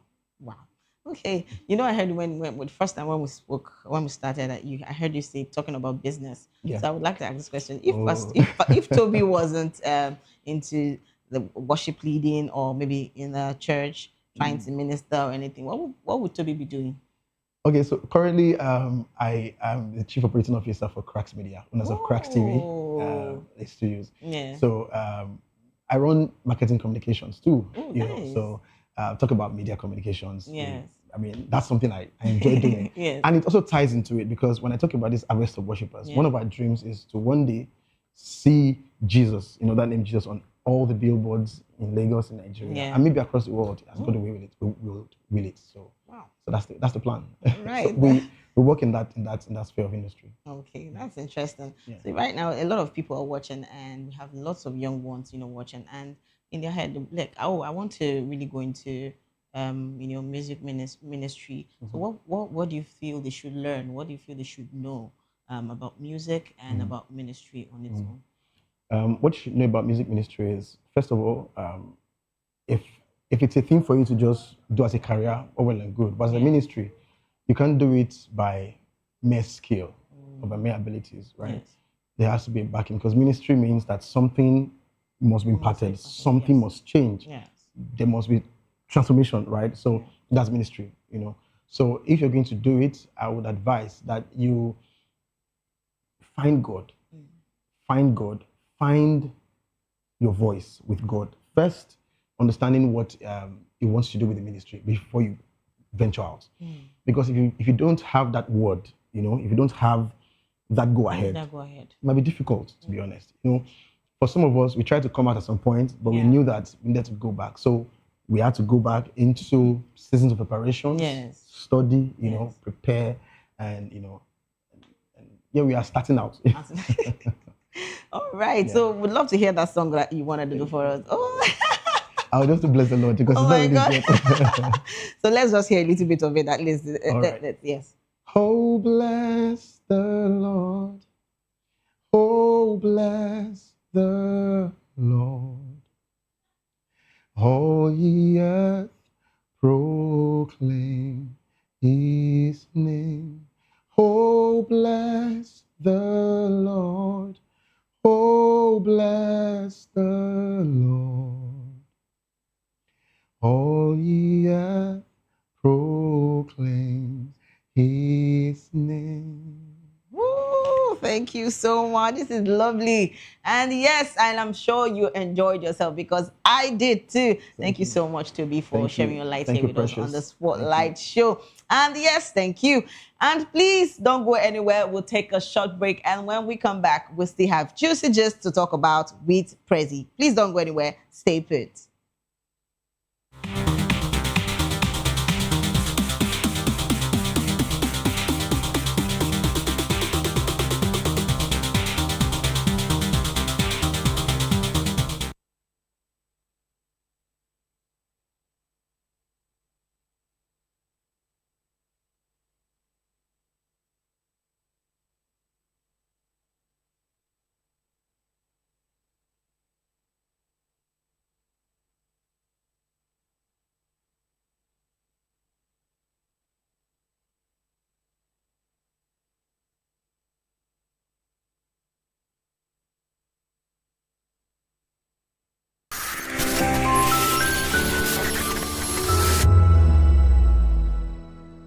This is African News on Voice of the People Television, where we don't just bring you the news, we bring you Africa's heartbeat, the policies that shapes our world, and the economy that determines our future.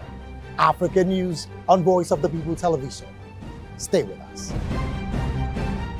My name is Tao Familani, and here's to VOP TV. Keep watching, stay tuned, do not touch that dial. My name is Made Kuti and you're watching BOP TV. Keep watching. Welcome, my name is Zika Davis. Distinguished ladies and gentlemen, boys, viewers, everybody, boys and girls. This is VOP TV. Do you know what that means? Voice of the People TV. You don't have a voice, don't come here. You better make sure your voice is heard. This is Health Check, your weekly guide to better living, smarter choices, and trusted answers. From everyday wellness to urgent health issues, we've got you covered. Health Check, only on Voice of the People television, where your health has a voice.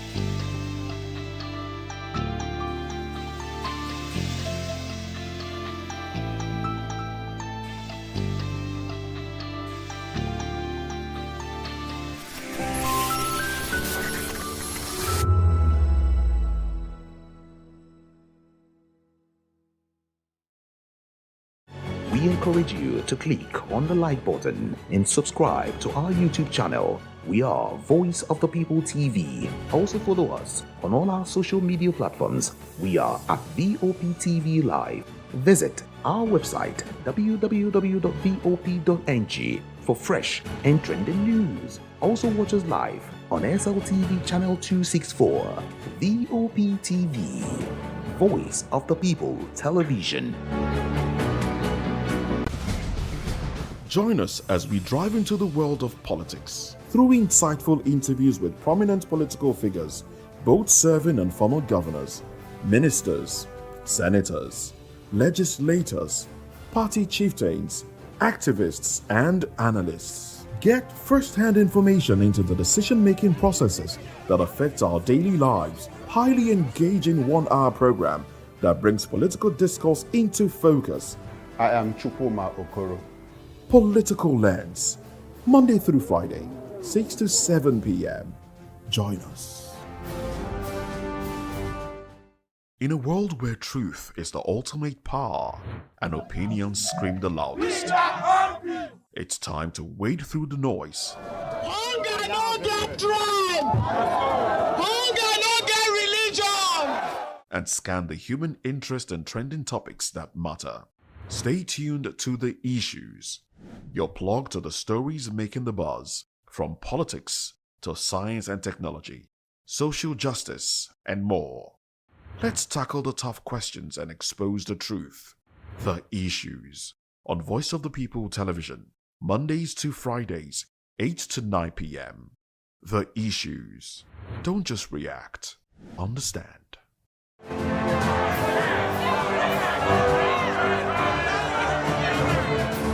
Do you want your voice to be heard? Do you know that you matter in the scheme of things? The People's Voice, the show where ordinary citizens take center stage as we discuss the biggest stories that affect you and I. With you in mind, we facilitate lively discussions, debates, and interviews on the topics that matter most to you and I. From social justice to economic empowerment, education to healthcare, governance, and more. Tackling tough topics and amplifying your voice. Join the conversation and make your voice count. The People's Voice. Make your voice count. Hello there, my name is Damilola Ogunsi, also known as the Goldfish. Hi, my name is Chiki Bright Emmanuel. I'm an actor and a filmmaker. Hello peeps, my name is Yomi E. Adejumo. Hi everyone, I'm Paul Utomi. Hi everyone, my name is Stacey Benjamin and this is Voice of the People TV. I need you to keep it locked to VOP TV. See, are you looking for good entertainment? You want to get good movies, good music, politics, talk shows, sports and entertainment. You really want a channel that gives you everything you need without you having to run around. VOP is where you are. That's Voice of the People. If you're not listening to this, you're not one of us. and you deserve to be killed. Scrap chat. Don't be killed, but watch it, or I'll find you, and I want you. And you are locked on VOP TV. Don't go nowhere. This is where the juice is. This is where all you need for entertainment, politics, movies, and whatnot. And keep watching VOP TV. So keep it locked, because I'm locked already, man, and it's money back guarantee. So you're gonna have a good time, because I do. And please keep watching VOP TV. I won't want you actually. I beg you, subscribe, watch it. If not, whatever you see. You better not touch that dial, because VOP is the plot. The red carpets, awards, the razzmatazz, music, fashion, interviews, and more. Spotlight on Voice of the People Television. Let's feed you with all the juicy stories in the global entertainment space, bringing you the glitz and glamour as it is hot. Stay tuned to Spotlight, 1 p.m. Monday to Friday. Spotlight on VOP TV. Entertainment like never before.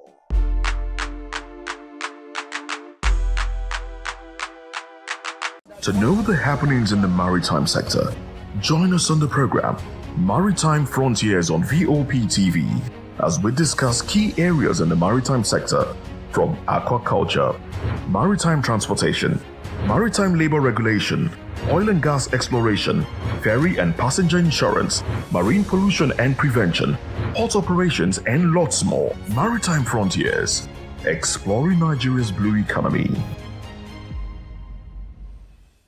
Welcome to the locker room, the home of football talk that matters. I am Jerry Arpillon. Join us every weekday, Monday to Friday at 5 p.m. Nigerian time, as we share the hot takes and hot debates in the exciting world of football. And joining me are the usual suspects, Ikechukwu and Mayowa, as we break down all the hot takes and everything that's happening in the football. Don't just watch football, live it with us. Catch us on the locker room and Voice of the People Television at 5 p.m. Nigerian time. And like I always say, if not 20 minutes off, please the sport. This is African News on Voice of the People Television, where we don't just bring you the news, we bring you Africa's heartbeat, the policies that shapes our world, and the economy that determines our future. African News on Voice of the People Television. Stay with us. My name is Tao Familoni, and here is to VOP TV. Keep watching, stay tuned, do not touch that dial. My name is Made Kuti, and you're watching BOP TV. Keep watching. Welcome, my name is Zika Davis. Distinguished ladies and gentlemen, boys, viewers, everybody, boys and girls. This is VOP TV. Do you know what that means? Voice of the People TV. You don't have a voice, don't come here. You better make sure your voice is heard. This is Health Check, your weekly guide to better living, smarter choices, and trusted answers.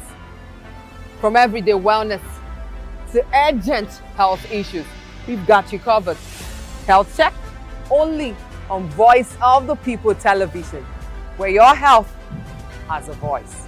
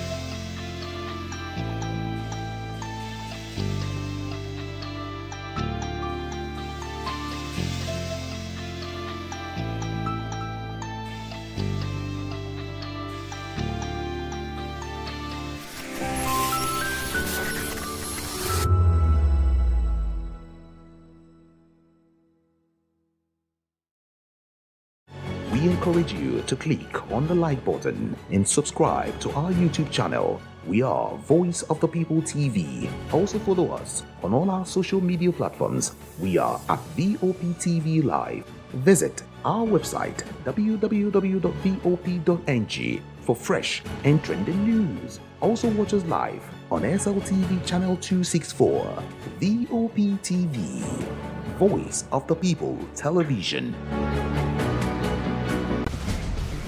Join us as we drive into the world of politics through insightful interviews with prominent political figures, both serving and former governors, ministers, senators, legislators, party chieftains, activists, and analysts. Get first-hand information into the decision-making processes that affect our daily lives. Highly engaging one-hour program that brings political discourse into focus. I am Chukwuma Okoro. Political Lens, Monday through Friday, 6 to 7 p.m. Join us. In a world where truth is the ultimate power and opinions scream the loudest, it's time to wade through the noise. Hunger no get tribe. Hunger no get religion. And scan the human interest and trending topics that matter. Stay tuned to The Issues, your plug to the stories making the buzz, from politics to science and technology, social justice, and more. Let's tackle the tough questions and expose the truth. The Issues, on Voice of the People Television, Mondays to Fridays, 8 to 9 p.m. The Issues. Don't just react, understand.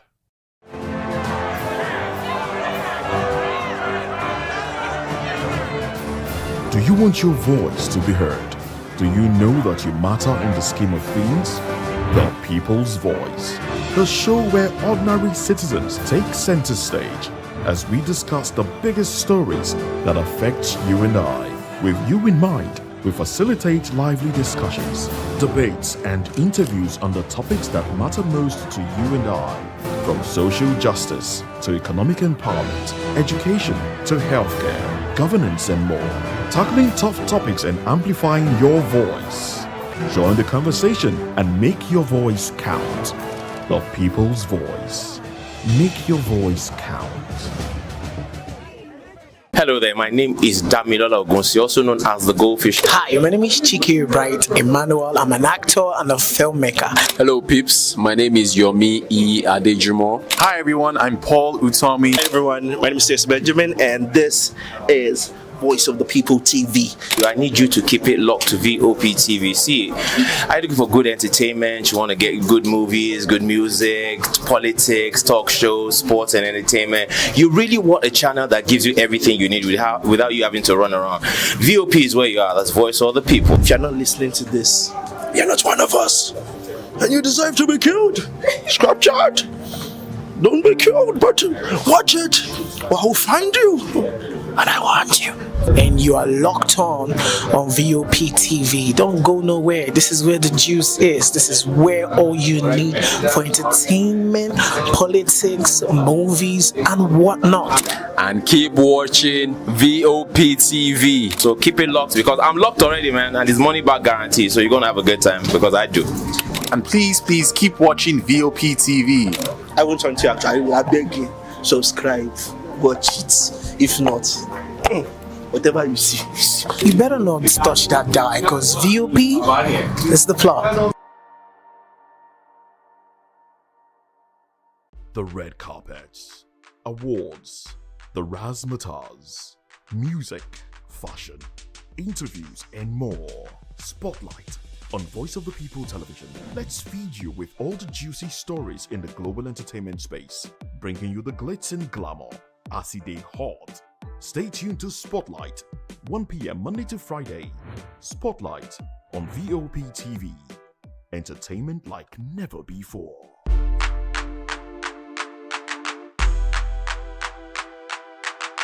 Welcome to the locker room, the home of football talk that matters. I am Jerry Arpillon. Join us every weekday, Monday to Friday at 5 p.m. Nigerian time, as we share the hot takes and hot debates in the exciting world of football. And joining me are the usual suspects, Ikechukwu and Mayowa, as we break down all the hot takes and everything that's happening in the football. Don't just watch football, Live it with us. Catch us on the Locker Room and Voice of the People television at 5 p.m. Nigerian time. And like I always say, if not 20 minutes off, with the sport. And it's Hakim Ziyech who puts the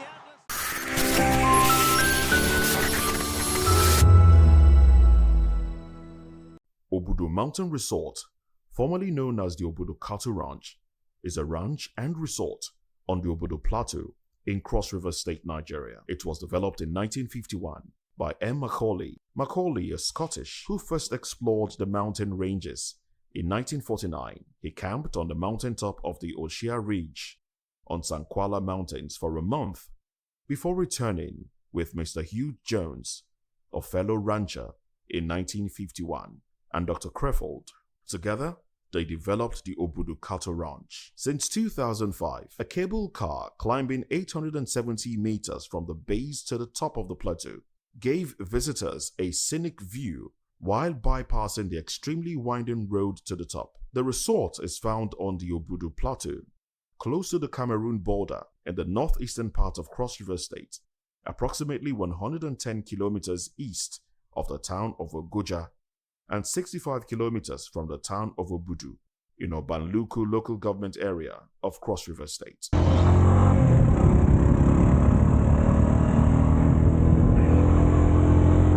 It's about 30 minutes drive from Obudu town and also about 332 kilometers drive from Calabar, the Cross River State capital. Charter air service is available to the Bebi Airport, which lies between the village of Obudu and the resort. However, the airstrip is no longer functioning and the cable car has been grounded for a while now due to lack of maintenance. In 2020, it was reported that the governor of Cross River State, Professor Ben Ayade, pledged to revive the cable car after successfully test running it for the Christmas period. Since then, life has returned to the ranch. The climate of the Obudu Cattle Ranch is semi-temperate mountain climate, which is the general weather condition experienced on the Obudu Plateau. Due to its 1,600 meters elevation, the ranch has in recent times seen an influx of both Nigerian and international tourists because of the development of tourist facilities by Cross River State government, which has turned the ranch into a well-known holiday and tourist resort center in Nigeria. It has a serene climate compared to other regions in Nigeria. Hello there, my name is Damilola Ogunsi, also known as the Goldfish. Hi, my name is Chiki Bright Emmanuel. I'm an actor and a filmmaker. Hello, peeps. My name is Yomi E. Adejumo. Hi, everyone. I'm Paul Utomi. Hi, everyone. My name is Stacey Benjamin, and this is Voice of the People TV. I need you to keep it locked to VOP TV. See, I'm looking for good entertainment. You want to get good movies, good music, politics, talk shows, sports and entertainment. You really want a channel that gives you everything you need without you having to run around. VOP is where you are. That's Voice of the People. If you're not listening to this, you're not one of us, and you deserve to be killed. Scrap chat. Don't be killed, but watch it, or I'll find you, and I want you. And you are locked on VOP TV. Don't go nowhere. This is where the juice is. This is where all you need for entertainment, politics, movies, and whatnot. And keep watching VOP TV. So keep it locked because I'm locked already, man, and it's money back guarantee. So you're gonna have a good time because I do. And please keep watching VOP TV. I want you to actually, I beg you, subscribe, watch it. If not, whatever you see. You better not touch that die because VOP is the plot. The red carpets, awards, the razzmatazz, music, fashion, interviews, and more. Spotlight on Voice of the People television. Let's feed you with all the juicy stories in the global entertainment space, bringing you the glitz and glamour as it is hot. Stay tuned to Spotlight, 1 p.m. Monday to Friday. Spotlight on VOP TV. Entertainment like never before.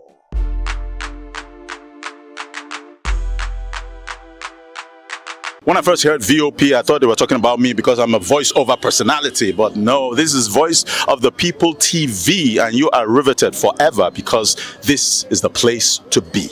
Yo guys, your boy Chella. Shout out to VOP TV. I love you guys. Salut, salut tout le monde. Suspect 95. Là, on est sur VOP TV.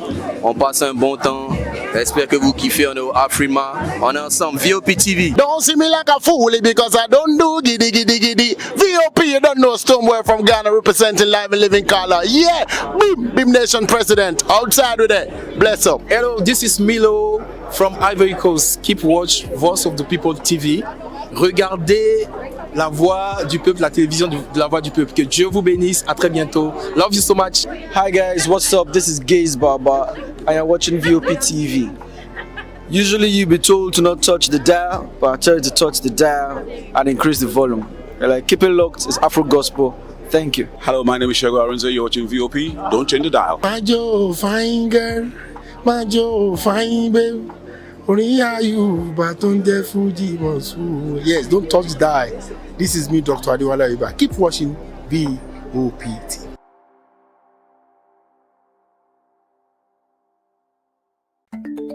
Africa is on the move, a continent of rising voices, untold stories, and powerful transformations. From the streets of Lagos to the heart of Nairobi, from the mines of Congo to the tech labs of Cape Town, the African story is being written every day.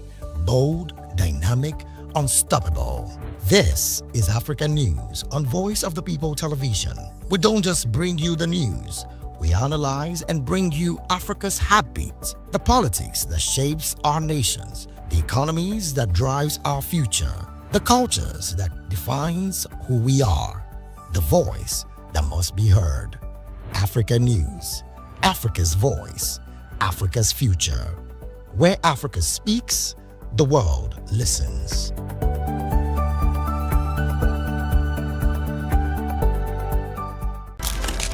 In a world where power shifts with every headline. In a nation full of questions. In a world filled with noise, the truth needs a voice. The policies that shapes our world and the economy that determines our future. Every hour, every day, the grapevine keeps buzzing. And together, we are committed to telling the stories that shape our world because your voice is our focus. Don't forget, our voice matters the most. Let us come together and share our concerns.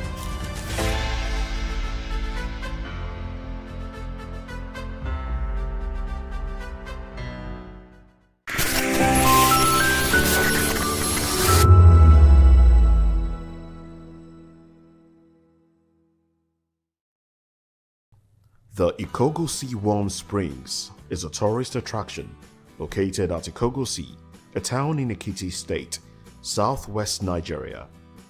Flowing abreast the warm spring is another cold spring which meets the warm spring at a confluence, each maintaining its thermal properties. These attributes make the spring a tourist attraction in Nigeria. Research suggested that the warm spring has a temperature of about 70 degrees Celsius at the source and 37 degrees Celsius at the confluence. In 1952, Southern Baptist missionary Reverend John S. McGee, from his mission base in the nearby Ekiti town of Igede, went to the source of the hot and cold springs about which he had heard from the Ikogosi people. Initially, he was discouraged from doing this, and the reasons given were based on the tradition of the local residents, which was that nobody should ever visit the source of these two streams because of the idea that to do so would be to invite death from the supernatural forces that were responsible for this strange and most unusual feature of nature. In spite of the warnings, Reverend McGee made his way through the forest, up the hill to the source of the two side-by-side springs. According to Reverend McGee's brief written account, he's quoted as saying, "After seeing it, I felt that it could be used for a good purpose. I discussed with the people. I discussed the possible use of it with some of the Mission and Nigerian Baptist Convention friends, with the growing interest of Royal Ambassador work and youth work, we felt that it could best be used by building a youth camp. I took it up with the Ekiti Association, and we decided to build a camp for our residential areas and government areas. The land was secured through the convention." End quote. Having had the water from both springs tested to ensure its purity, Reverend MacG, with support from the Ekiti Baptist Association of Churches and the Nigerian Baptist Convention, who secured 28 acres of land, which was the original camp, began planning for the building of the camp. By the early to middle 1970s, the Nigerian government took control of the swimming pool and built some guest chalet adjacent to it, with a separate entrance road from that which the MacGs had built to the camp entrance. From that time forward, there was also the hope and intention of developing that area for tourist purposes.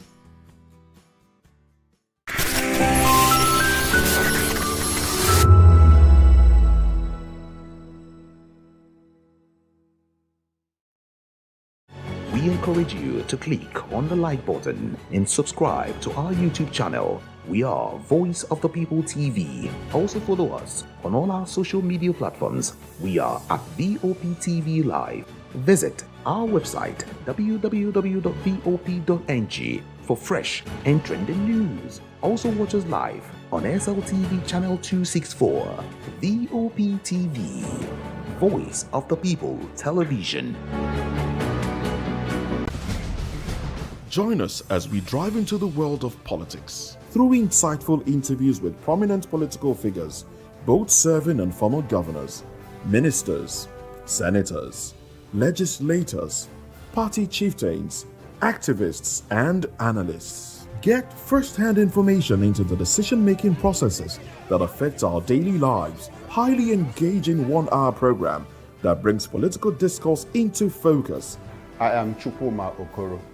Political Lens, Monday through Friday, 6 to 7 p.m. Join us. VOP TV. Now, you have more than a voice.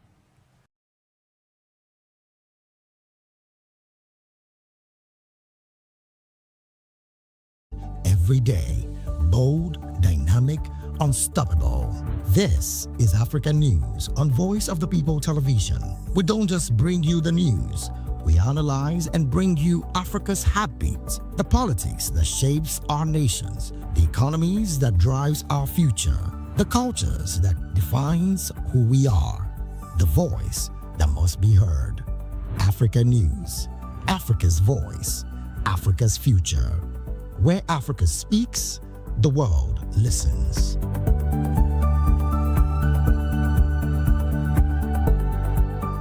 From the views on the street, we go to bed empty hunger, to the blaring horns of a hustling city, the loudest voices of the common man got a medium to be heard. This particular administration, they were coming unprepared. It's not a bad thing to renovate the president's lodge. Through top-notch programming, unbiased reportage of news, sports, business, entertainment, and cultural documentaries, Voice of the People 90.3 FM became a symbol for 21st century media. And now, a new baby is born. Voice of the People Television, VOP TV.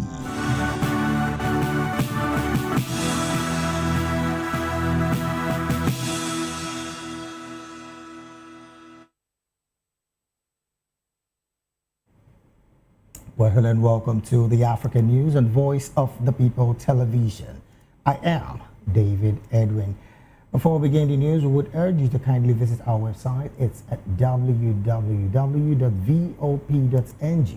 for fresh and trending news stories. We begin the African news from the DRC, where the United Nations Organization's Stabilization Mission in the Democratic Republic of Congo, MONUSCO, will deploy forces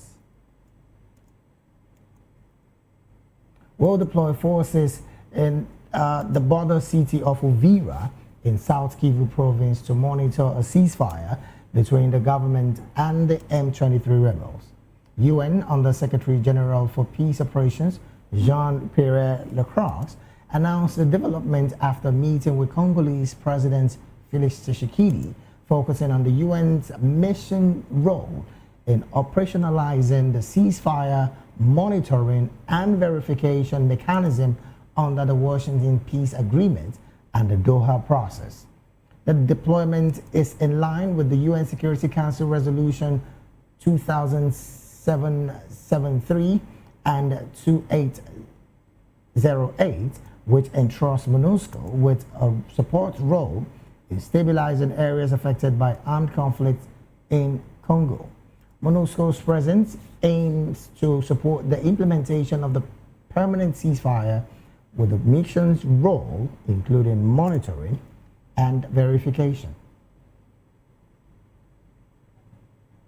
From the DRC to Sudan, where a drone strike on a mosque in Al Rahad city, North Kordofan in Sudan, has killed 2 children and injured 13 others, according to the Sudan Doctors Network.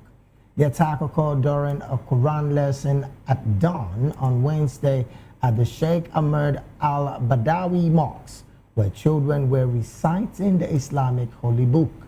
The paramilitary Rapid Support Forces, that's the RSF, has been blamed for the attack, which is part of a systemic pattern of targeting civilians and religious sites, according to the medical group statement. The Sudan Doctors Network condemned the attack, stating that targeting children inside the mosques is a fully constituted crime that cannot be justified under any pretext and represents a dangerous escalation in the pattern of repeated violations against civilians.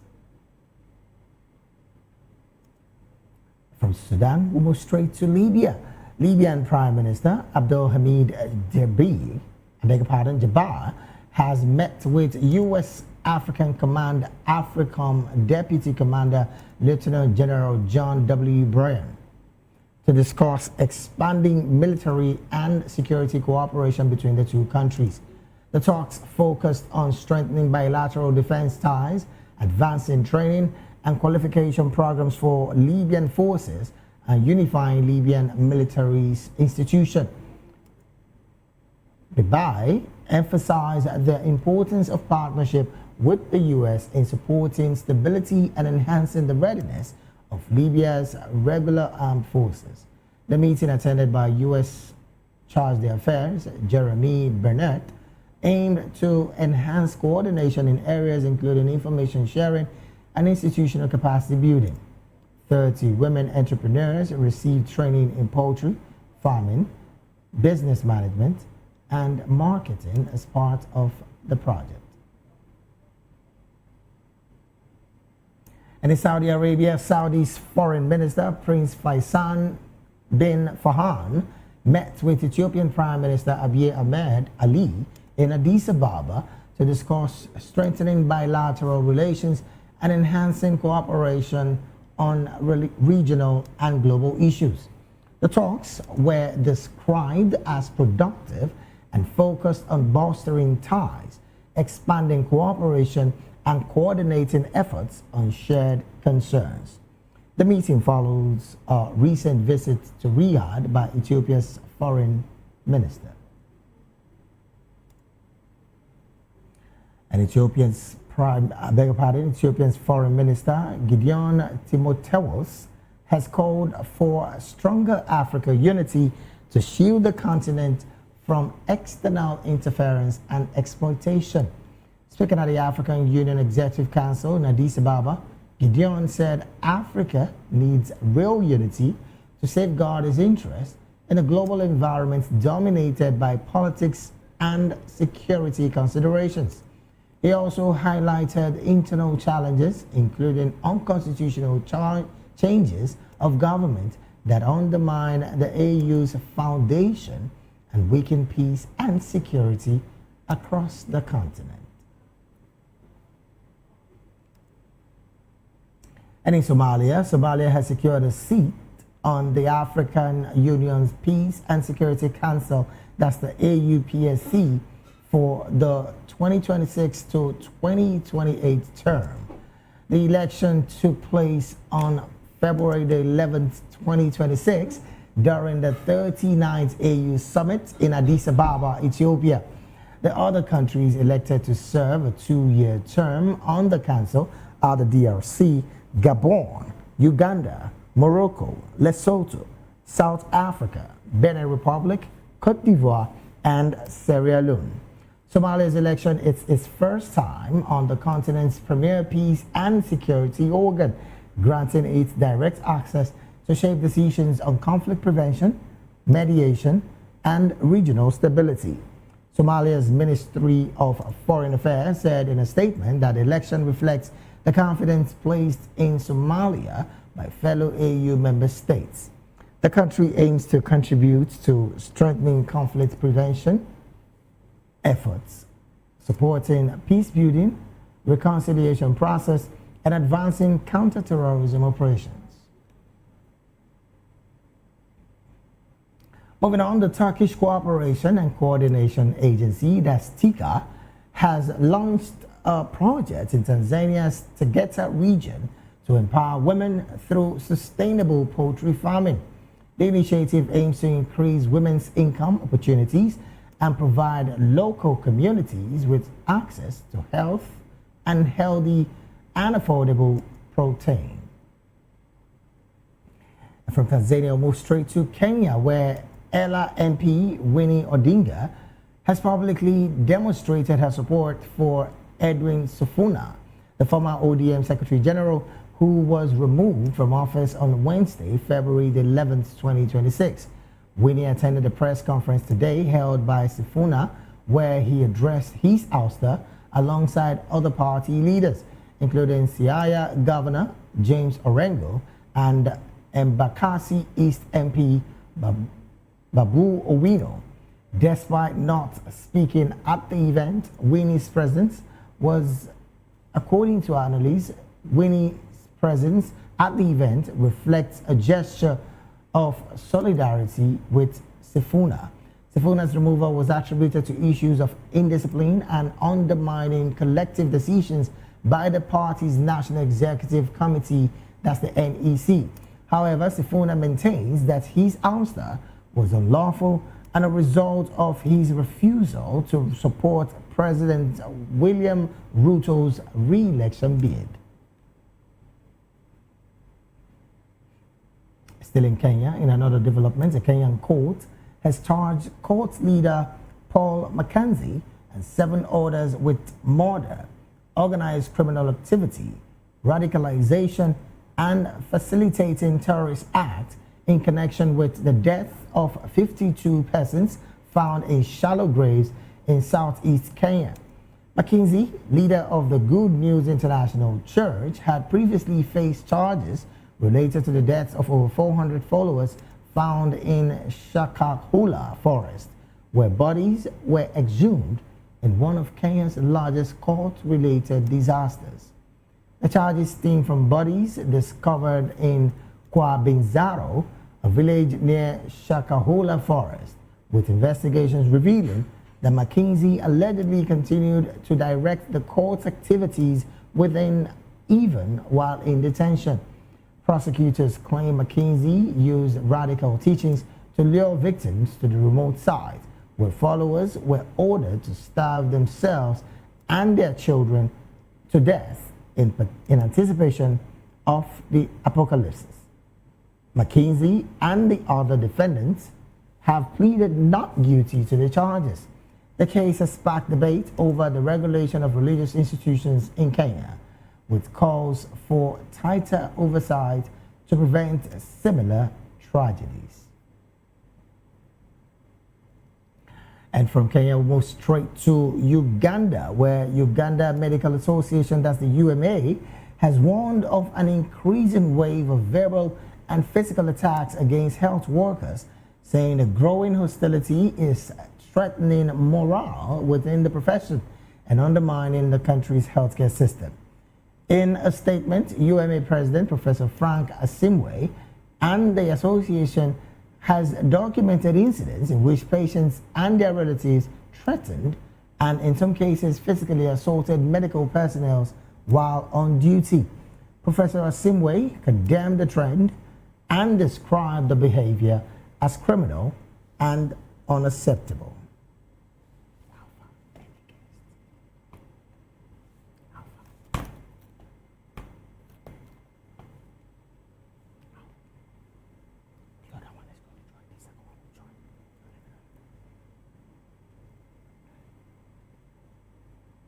You're still watching the African News right here on Voice of the People Television. We'll go straight to the analysis segment of the news.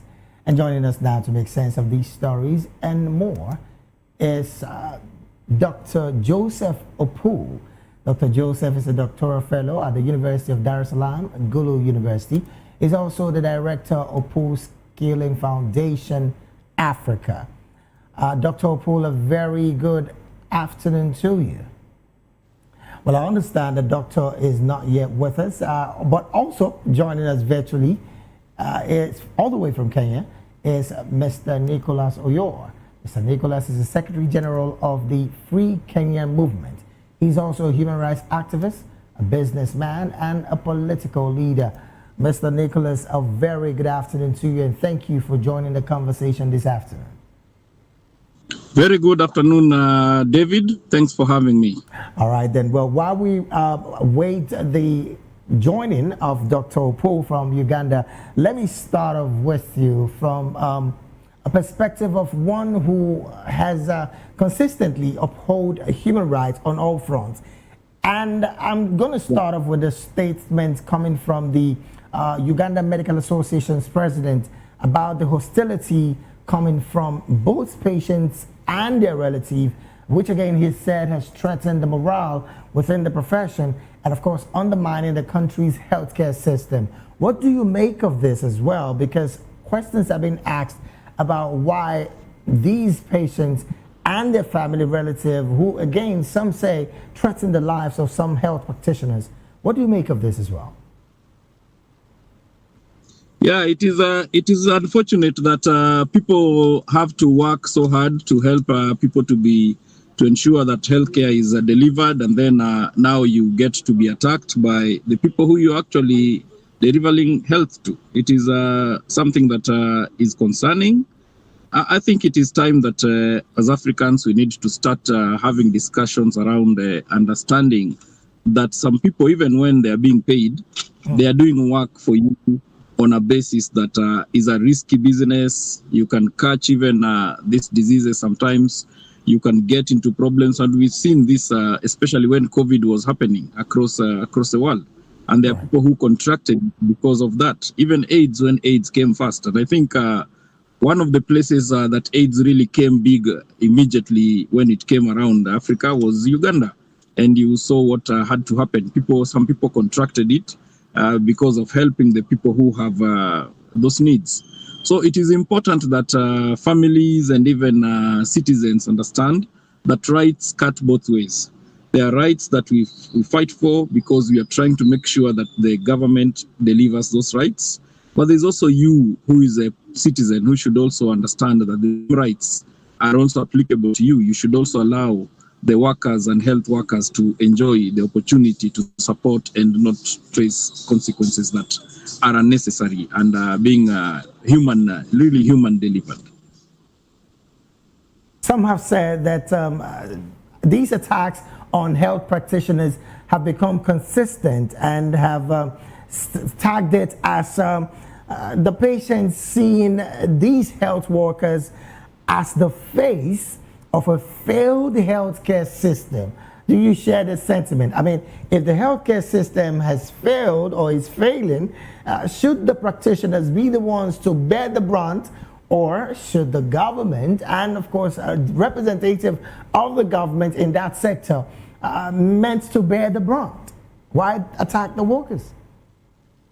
Yeah, I think it's unfortunate to attack the practitioners, because practitioners are just part of the process. There are people who are basically being paid to deliver the services. They are the people who even suffer the consequences of bad health policies and systems, because even their pay and all these problems. In Kenya, we have had a lot of problems with the doctors. They are always on strike every other day. So somebody should understand their plight and their situation. You are all victims. Even those people who work in those sectors are victims. Now, if you see me as a person who is representing the healthcare, and then you use me as call it a human, I don't know what to call it. I don't want to call it human shield, but something like that you use now to maybe bring out your frustrations. It's very unfortunate. Right. These are human beings. They are working for us. We are paying them as citizens, and there should be an understanding that it is government policies that are failing. It is government plans that are failing. It's government activities and ideas that are not working. So the target should actually be government itself, and not target those workers who basically, even police. In our situation when we deal with the police, it's because they have this situation to look at a scenario and understand that this is human life, and if they shoot somebody, that person will die, and that will be a problem. And you know that they have ways to look at an issue and know how to deal with it as human beings on the ground. That's why we usually have problems with police. But now, health practitioners, it's a bit different, and I find it really amazing that there are people who have decided to target them. Unfortunately, really. But before I move off that conversation and, of course, come to the story emanating in your country, Kenya, there is also the conversation about the fact that the Ugandan government consistently spends so much. I mean, the budget for 2026 has a bit more high figures with the military operations. I'm talking security now, as against the healthcare system. What do you make of that, and why do you think it's like that? Because again, there's been this high level of accusation that the military gets more funding than the health workers. What do you make of this on the part of the government of President Yoweri Kaguta Museveni? First of all, it's very unfortunate that leadership in Africa always sees that defense has to be a very big spending. We are taking the colonial mentality. You know, in Kenya, we changed the police and call it police force. The defense, you have called it the defense. Even Uganda is UPDF, Uganda Patriotic Defense Force. It's supposed to defend the country. And every person who is a citizen is a person who is also part of the country. So they are supposed to defend those citizens. Right. I find it really amazing that they can create that problem whereby they seem to use a lot of resources in defense as opposed to other services. And it's really unfortunate. Across Africa, this happens. There's a lot of spending that is done in defense that is very high. And there's a lot of things that they do in defense as opposed. And now the problem comes in here, David. The defense is whereby you look at the colonial administration. They were defending themselves, or rather protecting, or rather blocking themselves from okay, I could quote what they used to call natives. So it was like a force to stop the natives from penetrating.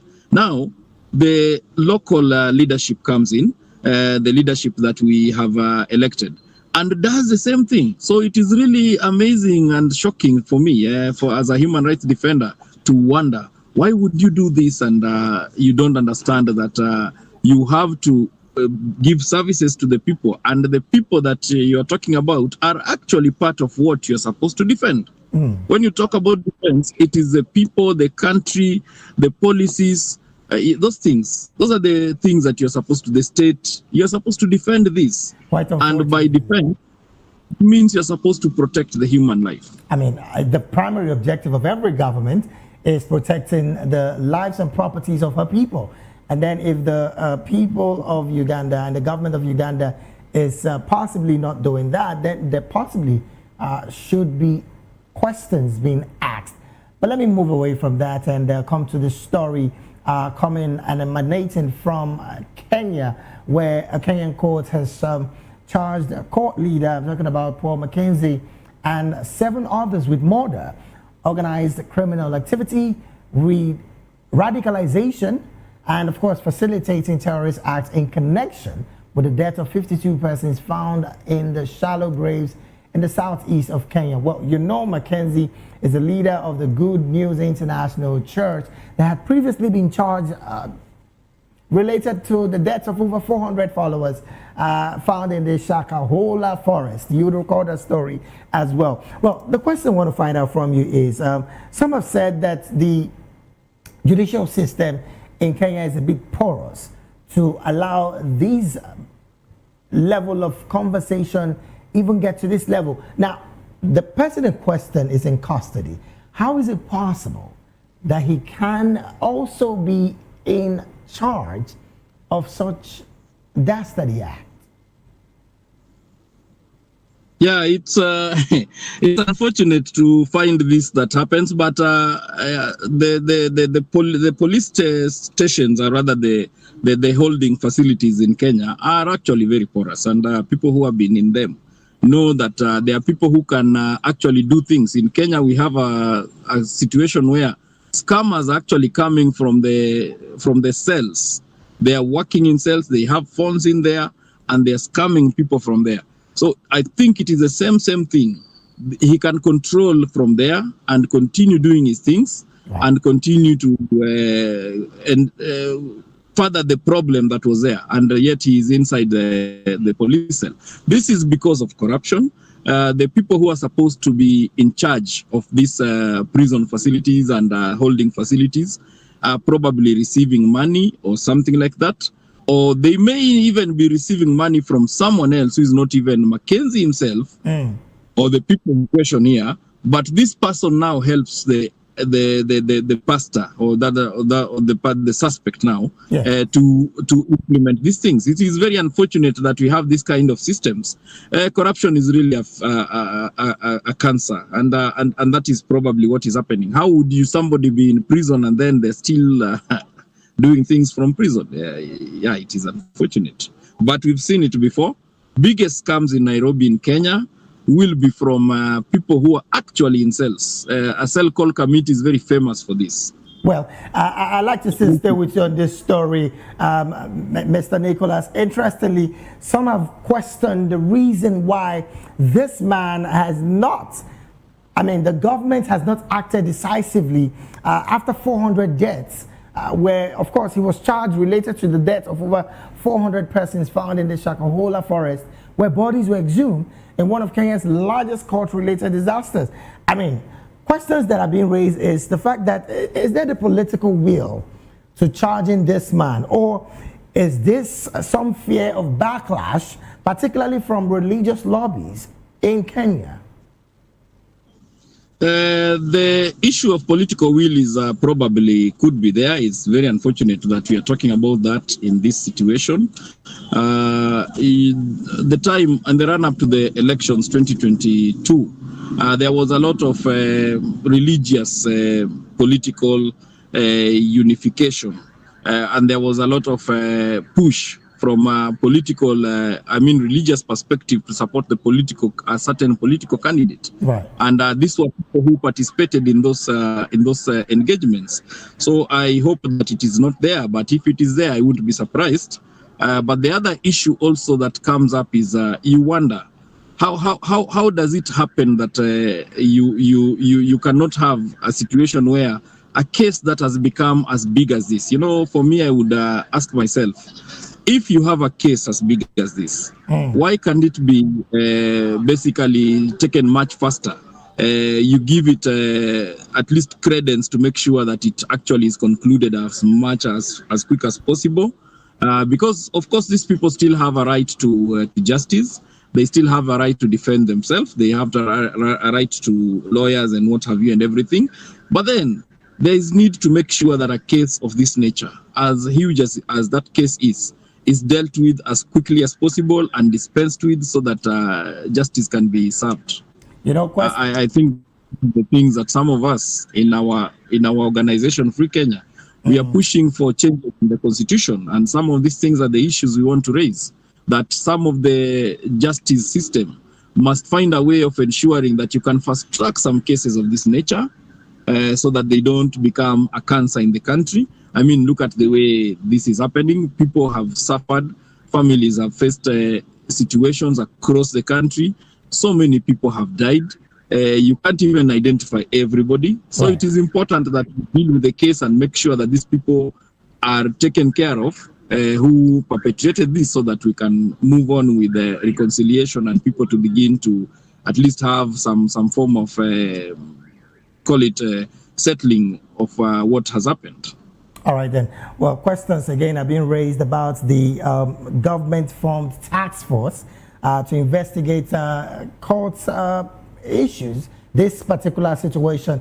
And I kind of wonder, this over 400 case that Mr. Mackenzie was being charged on was 2023.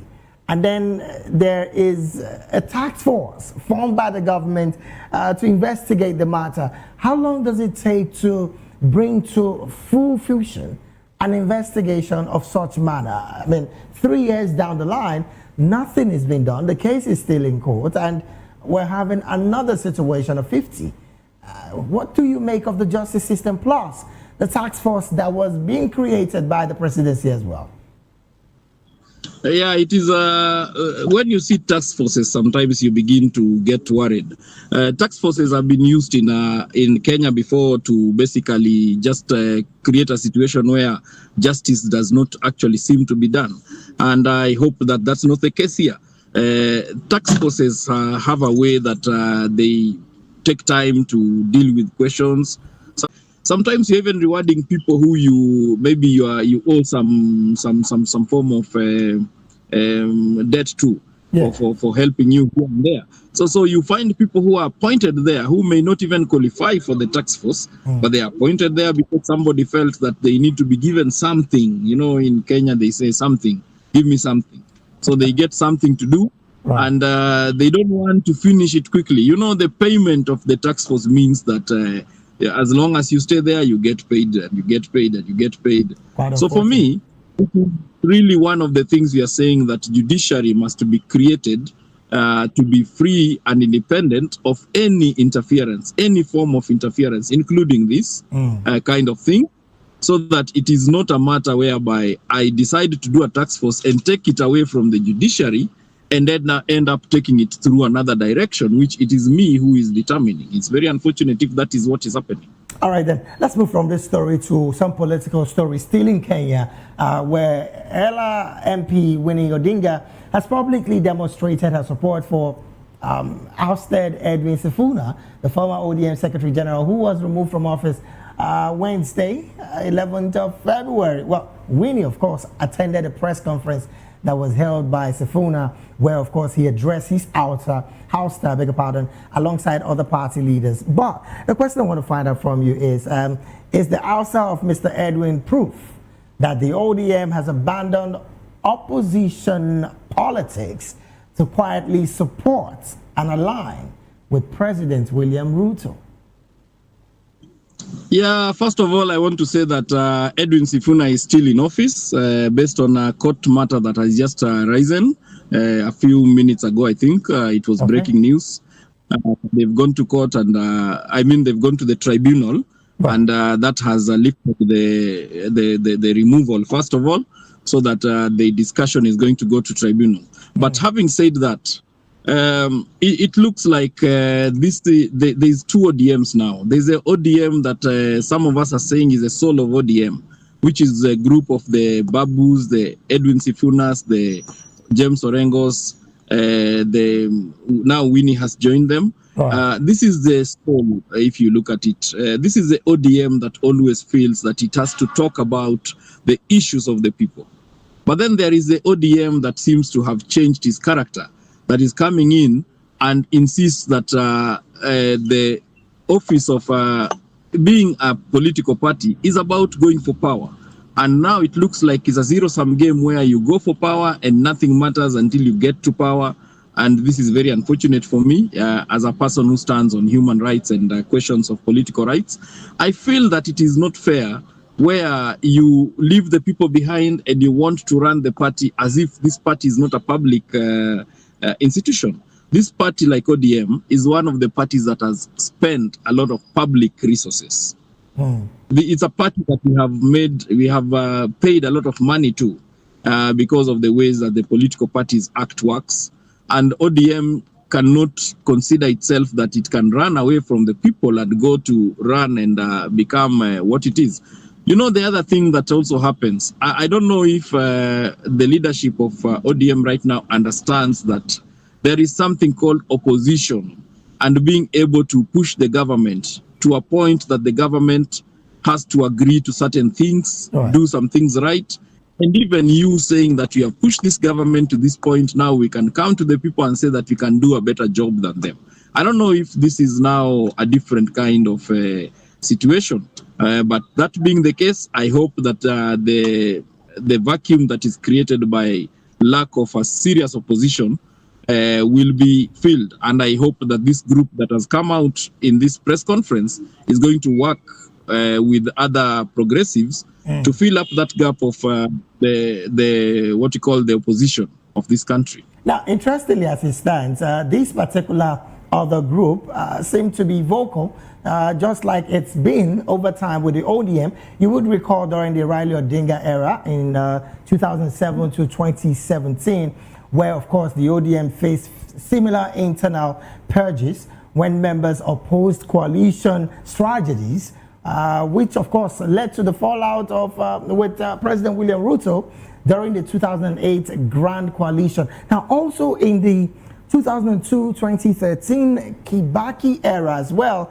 the party expulsion were common, of course, when leaders opposed coalition as well. Now, looking at this level of disagreement with what the people would say is the strongest opposition in Kenya as it stands, is there the possibility that the next election is a one-way ticket for the ruling party? I don't think so.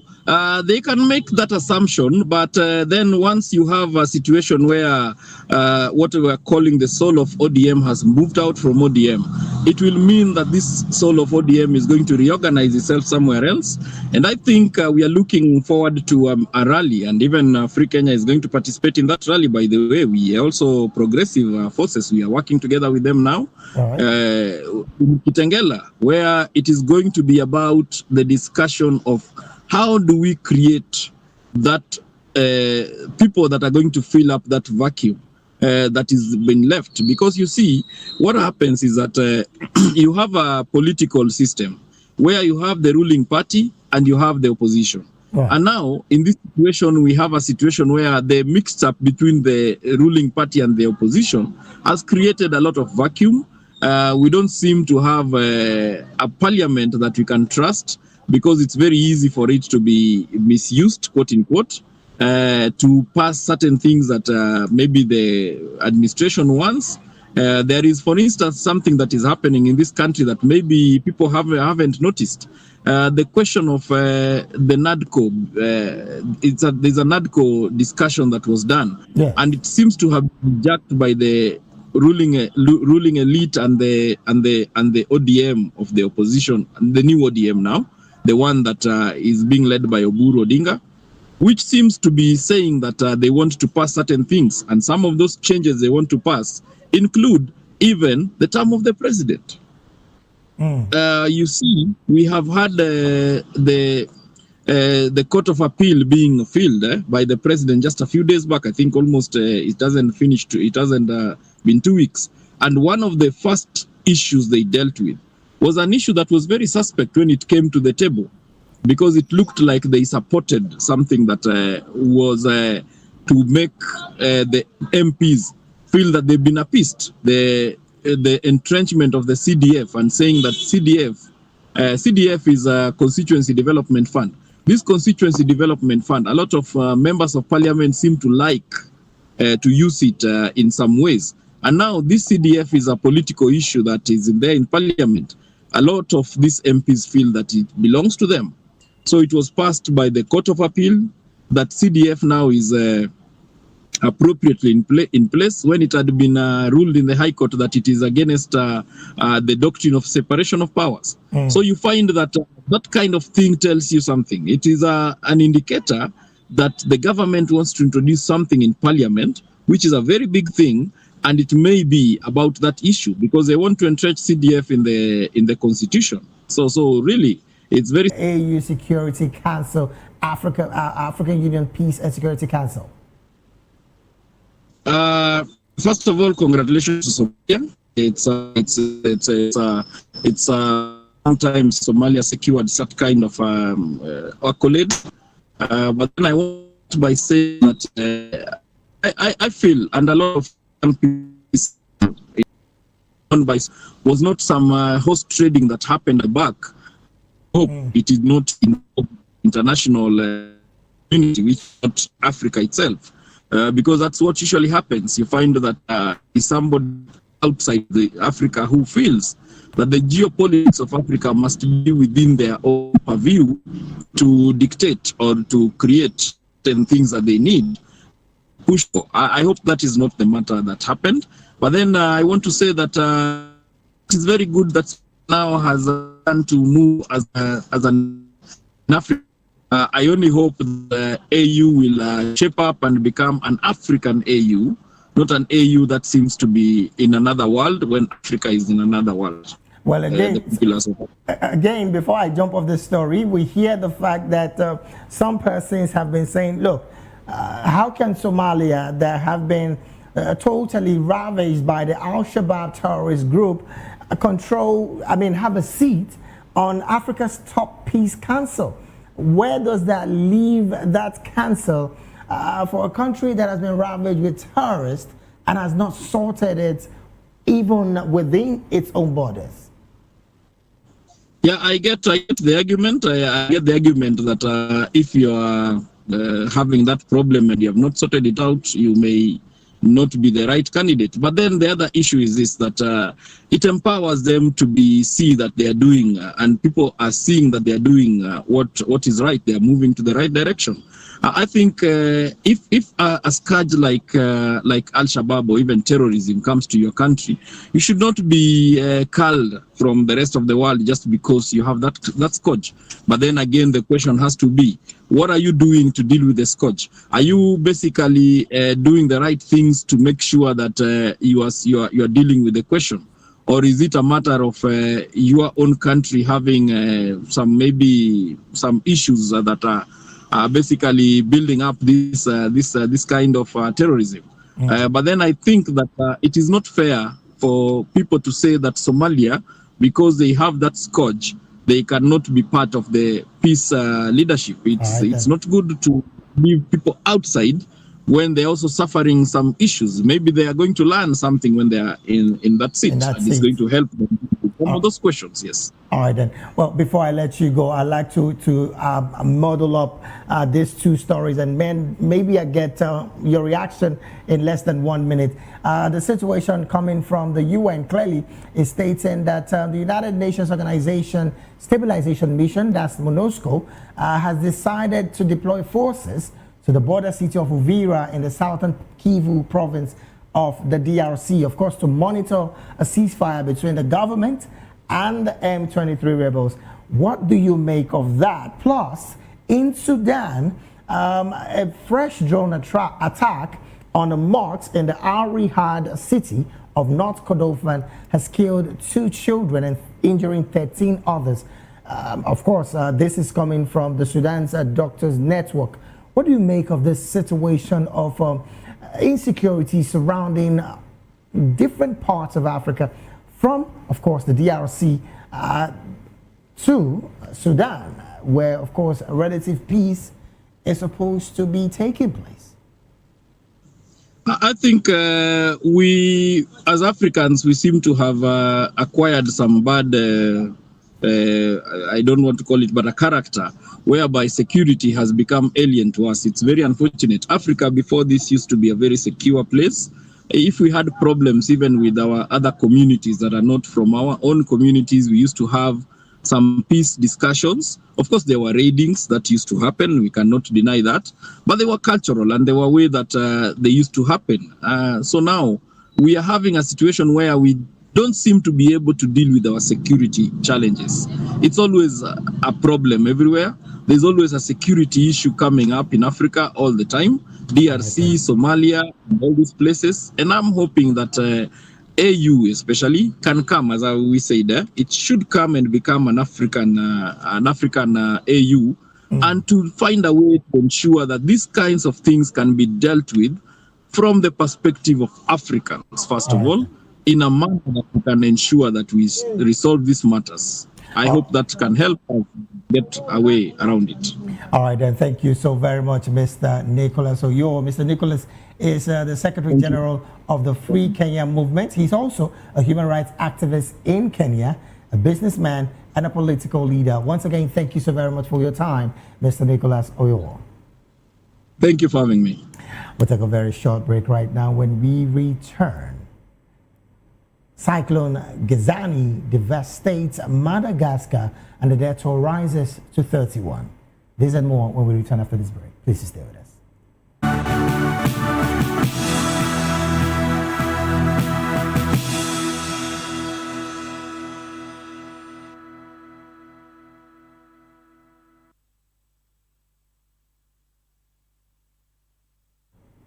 Glad to have you back at the Studio African News right here on Voice of the People Television. Now to more stories.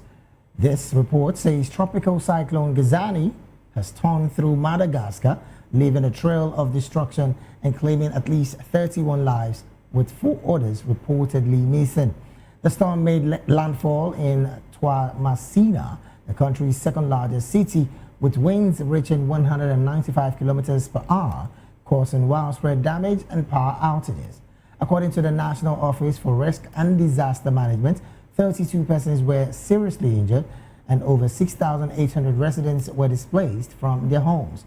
President Michael Randrarirana visited Toamasina to survey the damage, with his office reporting that around 75% of the city's infrastructure had been damaged or destroyed.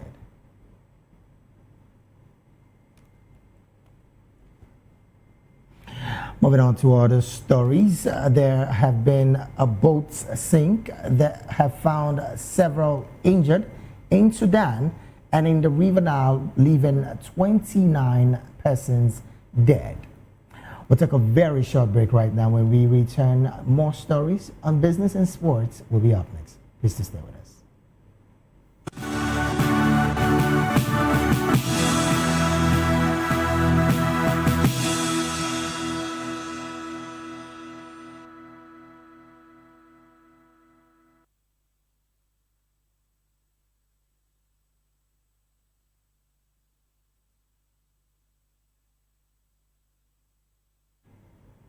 Glad to have you back. Now to some business stories. South Africa's beef exports have declined by 26% in 2025, despite growing global demands due to China's ban on the country's red meat products following a severe foot and mouth disease outbreak. The disease has spread to 7 of the country's 9 provinces since early 2025.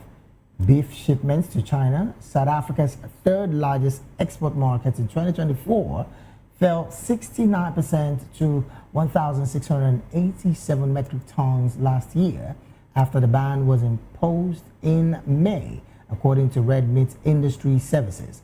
The government plans to vaccinate 80% of the national herd, estimated at 12 million cattle, and has rolled out its first foot and mouth vaccine in 20 years. The outbreak has led to significant economic losses, with potential reduction in export earnings and increased food prices. Farmers are calling for government support to contain the disease.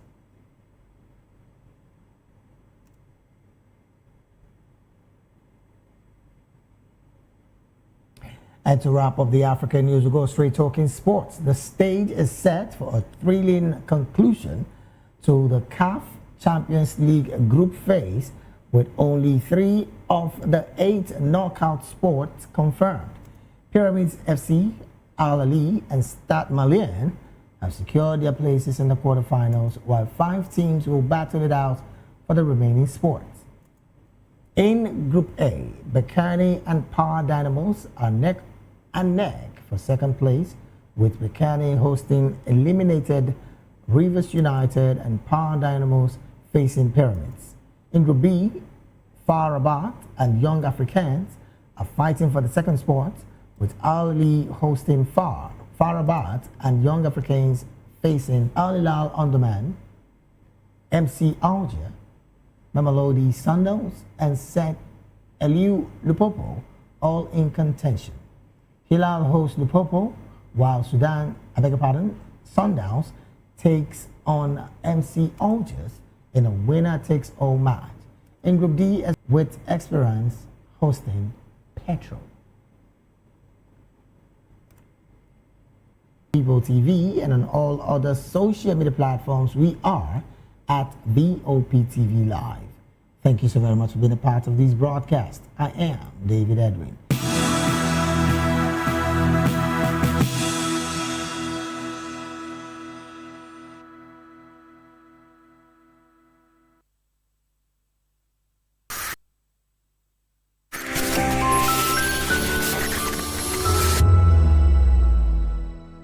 My name is Tao Familoni, and here is to VOP TV.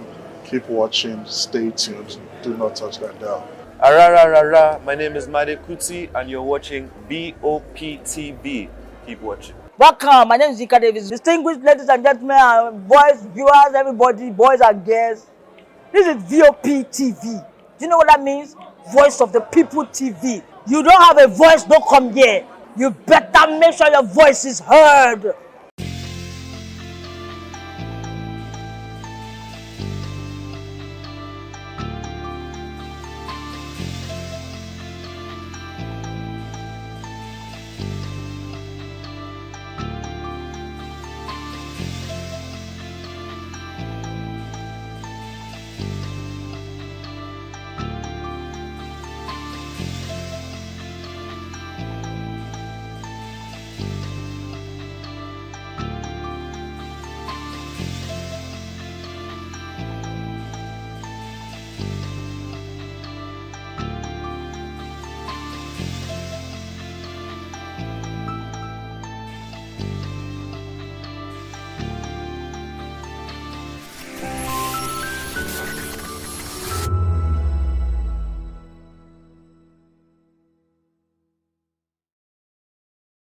We encourage you to click on the like button and subscribe to our YouTube www.vop.ng for fresh and trending news. Also watch us live on SLTV channel 264, VOP TV, Voice of the People Television.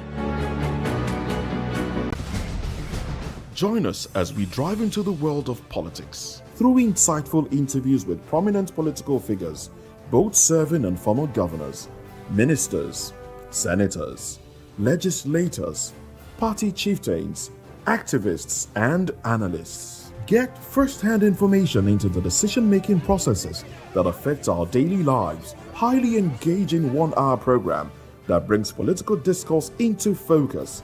I am Chukwuma Okoro. Political Lens, Monday through Friday, 6 to 7 p.m. Join us. Hello there, my name is Damilola Ogunsi, also known as the Goldfish. Hi, my name is Chiki Bright Emmanuel. I'm an actor and a filmmaker. Hello peeps, my name is Yomi E. Adejumo. Hi everyone, I'm Paul Utomi. Hi everyone, my name is Stacey Benjamin, and this is Voice of the People TV. I need you to keep it locked to VOP TV. See, are you looking for good entertainment? You want to get good movies, good music, politics, talk shows, sports and entertainment. You really want a channel that gives you everything you need without you having to run around. VOP is where you are. That's Voice of the People. If you're not listening to this, you're not one of us. And you deserve to be killed. Scrap chat. Don't be killed, but watch it, or I'll find you. And I want you. And you are locked on VOP TV. Don't go nowhere. This is where the juice is. This is where all you need for entertainment, politics, movies, and whatnot. And keep watching VOP TV. So keep it locked, because I'm locked already, man, and it's money back guarantee. So you're gonna have a good time, because I do. And please keep watching VOP TV. I want something to actually, I beg you, subscribe, watch it. If not, whatever you see. You better not touch that die, because VOP is the plot. In a world where truth is the ultimate power and opinions scream the loudest, it's time to wade through the noise. Hunger no get tribe! Hunger no get religion! And scan the human interest and trending topics that matter. Stay tuned to The Issues, your plug to the stories making the buzz, from politics to science and technology, social justice, and more. Let's tackle the tough questions and expose the truth. The Issues, on Voice of the People Television, Mondays to Fridays, 8 to 9 p.m. The Issues. Don't just react, understand. I'm Sarah Nystrom from Sweden, aka Chief Omobowale, Communication Queen. Keep watching VOP TV. I am Samantha Jacobs representing the States. Miami's in the house, and I want to make a shout out to VOP TV. I'm a humanitarian, and I'm also a rep in the film industry and the art industry. I help dreams come true, and I help you keep on that path. Shout out to VOP TV because you're helping people stay on their path too. Cheers. All right, my name is John Odibo. Keep watching Voice of the People because it's a fantastic station to be with all the time. Thank you very much. My name is Pastor Elvis Ciro, the convener of the Voice Achievers Award, and keep watching VOP. Yes, that is the channel for all the people. No color, no race. Thank you so much. Yo, ladies and gentlemen, this is Abbas Sunkan from the Netherlands. I am a designer and I'm here in Eco Hotel and Suits. Keep watching VOP, the Voice of the People. Don't touch that dial. When I first heard VOP, I thought they were talking about me because I'm a voiceover personality. But no, this is Voice of the People TV, and you are riveted forever because this is the place to be. Yo guys, your boy Chela. Shout out to VOP TV. I love you guys. Salut tout le monde, Suspect 95. Là, on est sur VOP TV. On passe un bon temps. J'espère que vous kiffez. On est au Afrima. On est ensemble. VOP TV. Don't see me like a fool because I don't do giddy giddy giddy. VOP, you don't know somewhere from Ghana representing live and living color. Yeah, Beam Nation President. Outside with it. Bless up. Hello, this is Milo from Ivory Coast. Keep watch Voice of the People TV. Regardez la voix du peuple, la télévision de la voix du peuple. Que Dieu vous bénisse. À très bientôt. Love you so much. Hi guys, what's up? This is Gaze Baba. I am watching VOP TV. Usually you'll be told to not touch the dial, but I tell you to touch the dial and increase the volume. Like, keep it locked. It's Afro Gospel. Thank you. Hello, my name is Shego Aronzo. You're watching VOP. Don't change the dial. My Joe, fine girl. My Joe, fine babe. Only are you, but on the Fuji was. Yes, don't touch the dial. This is me, Dr. Adiwala Iba. Keep watching VOP TV.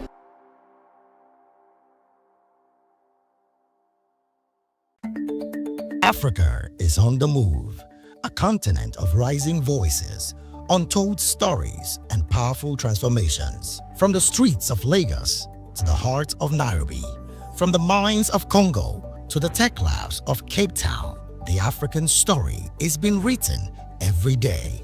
Bold, dynamic, unstoppable. This is African News on Voice of the People Television. We don't just bring you the news.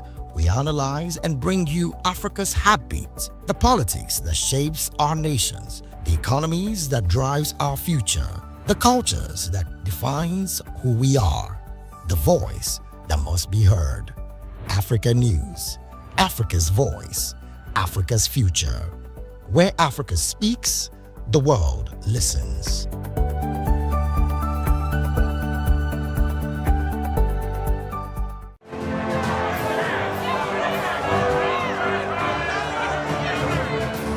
Do you want your voice to be heard? Do you know that you matter in the scheme of things?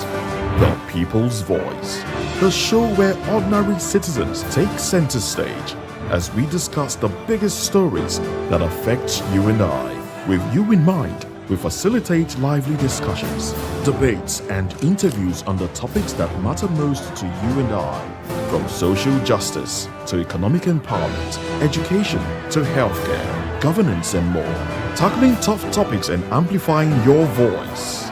Join the conversation and make your voice count. The People's Voice. Make your voice count. Are you ready for the extraordinary? Something big is happening on your screen. Introducing VOP TV. Now streaming on SLTV channel 264. From breaking news to captivating conversations, news analysis, giving you all sides to the story. We bring in-depth discussions on the issues that matter, from politics to sports, entertainment, and lifestyle. VOP TV on SLTV channel 264. Join us as we redefine what television means to you. Voice of the People Television, VOP TV. Now you have more than a voice.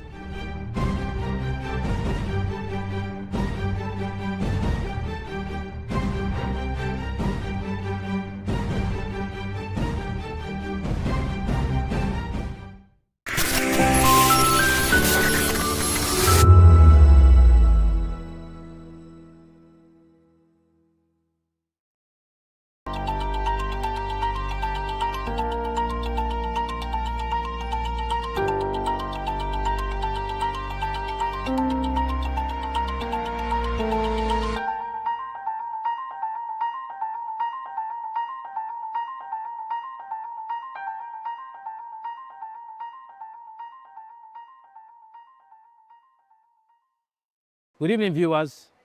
Welcome to Aviation Scope. I am Chukwuemeka Obioma. Today, we are looking at the importance of maintenance, repair, and overhaul facilities in airports across the country. And with me to actually examine this subject matter is Mr. Tunji Oketumbi. Mr. Tunji Oketumbi is a former public affairs manager at Nigeria Safety Investigation Bureau. Mr. Oketumbi, you're welcome. Thank you.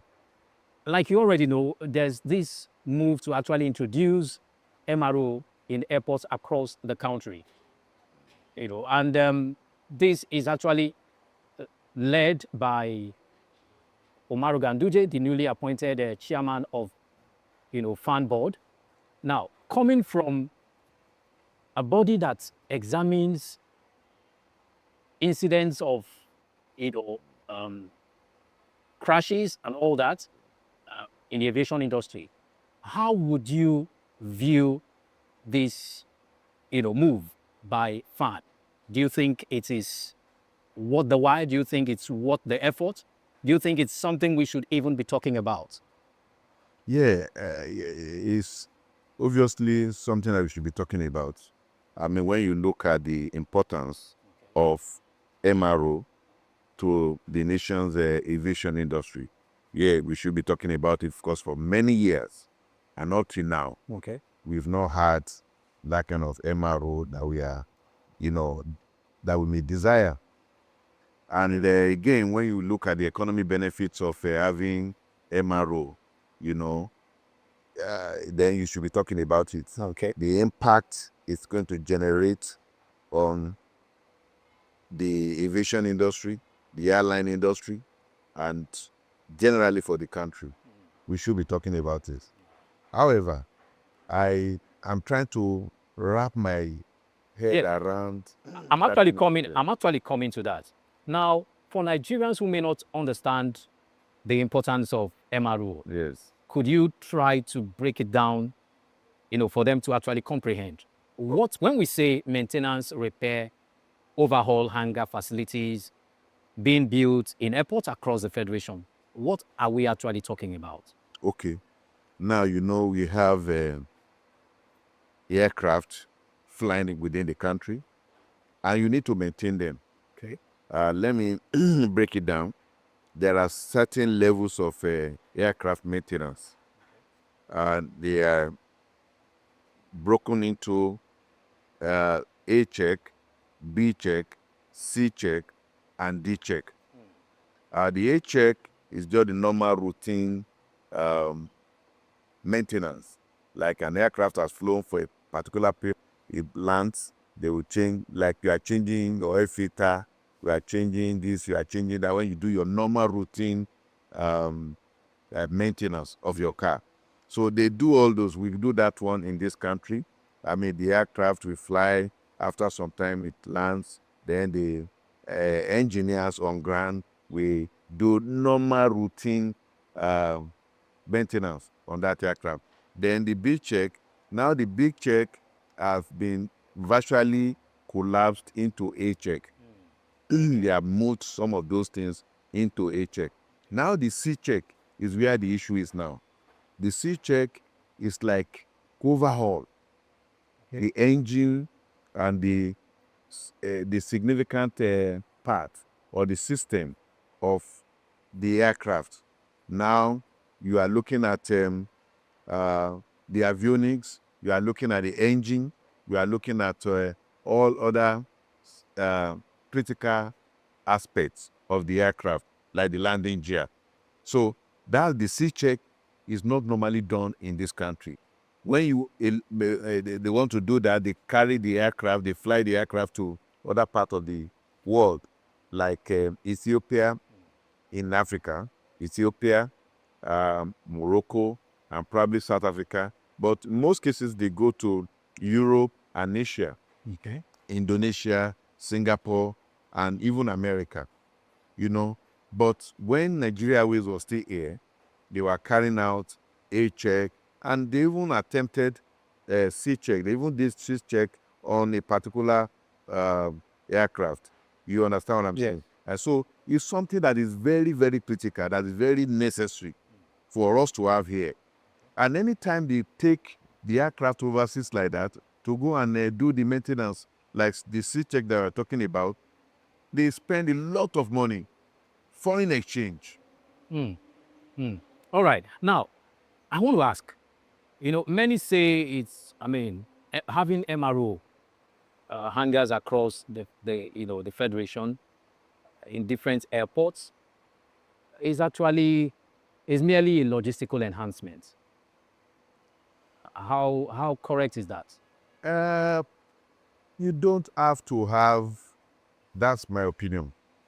You don't have to have MRO in all the airports or in all the geographical regions of the country. We are even just starting, How many aircraft do we have in this country, for example? So we need MRO, but we must not make it to look like something you have at every bus stops. No. Why do you say so?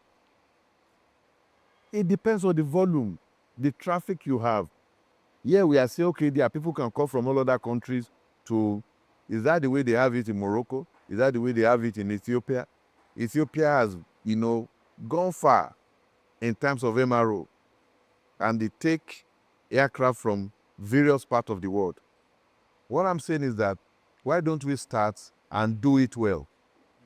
Right now, another airline, domestic airline, has also indicated they are starting the construction of an MRO, which they believe will be, or they have stated, will be ready in 2 years' time.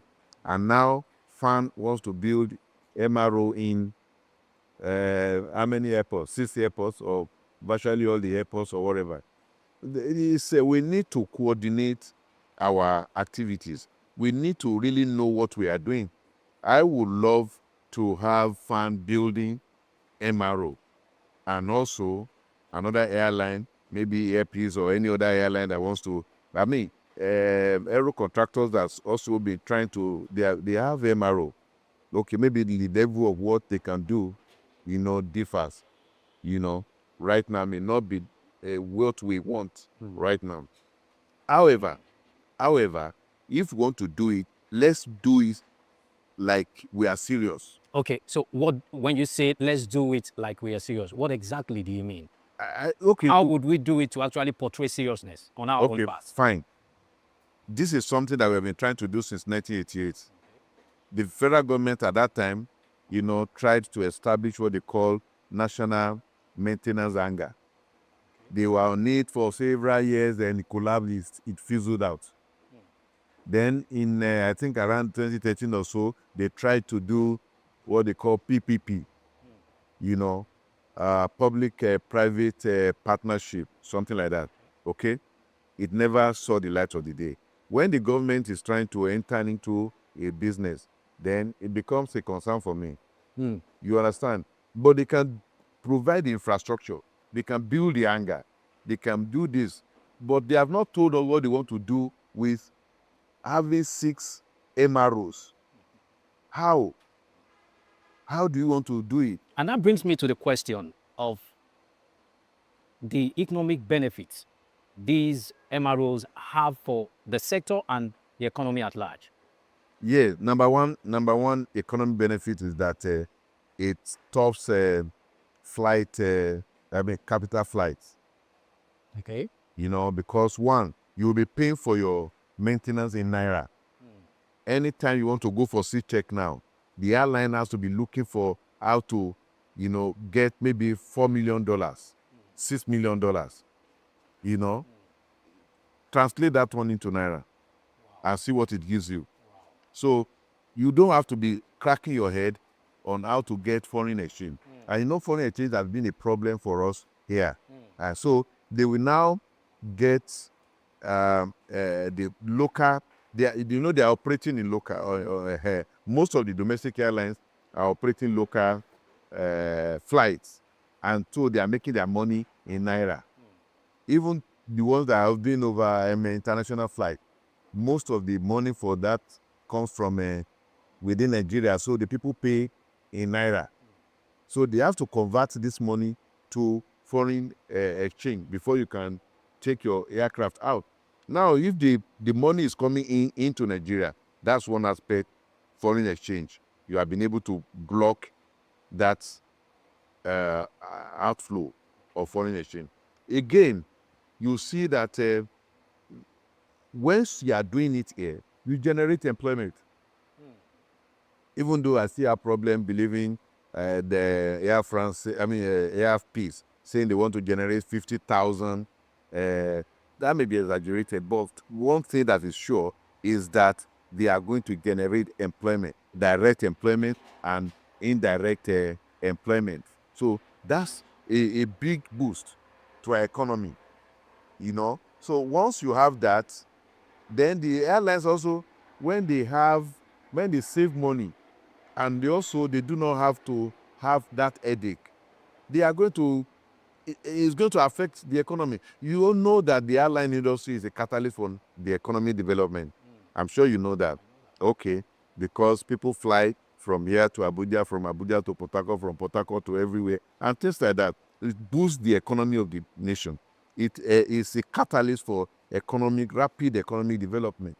So, and that is that. So there are other numerous advantages that you generate from having MROs. I have no doubt about that. And that is what, in the aviation industry, people have been clamoring for a very long time. All right. But right now, we are still groping for that. Perhaps if this one succeeds, the one that the Air France wants to do, the efforts of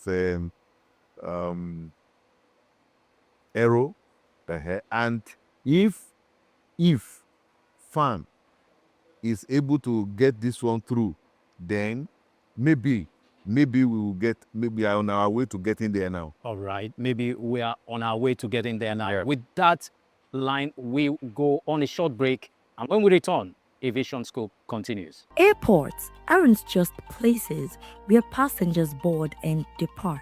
Behind every safe takeoff is a hidden industry: maintenance, repair, and overhaul facilities, or MROs. These specialized workshops keep aircraft airworthy, compliant, and on schedule.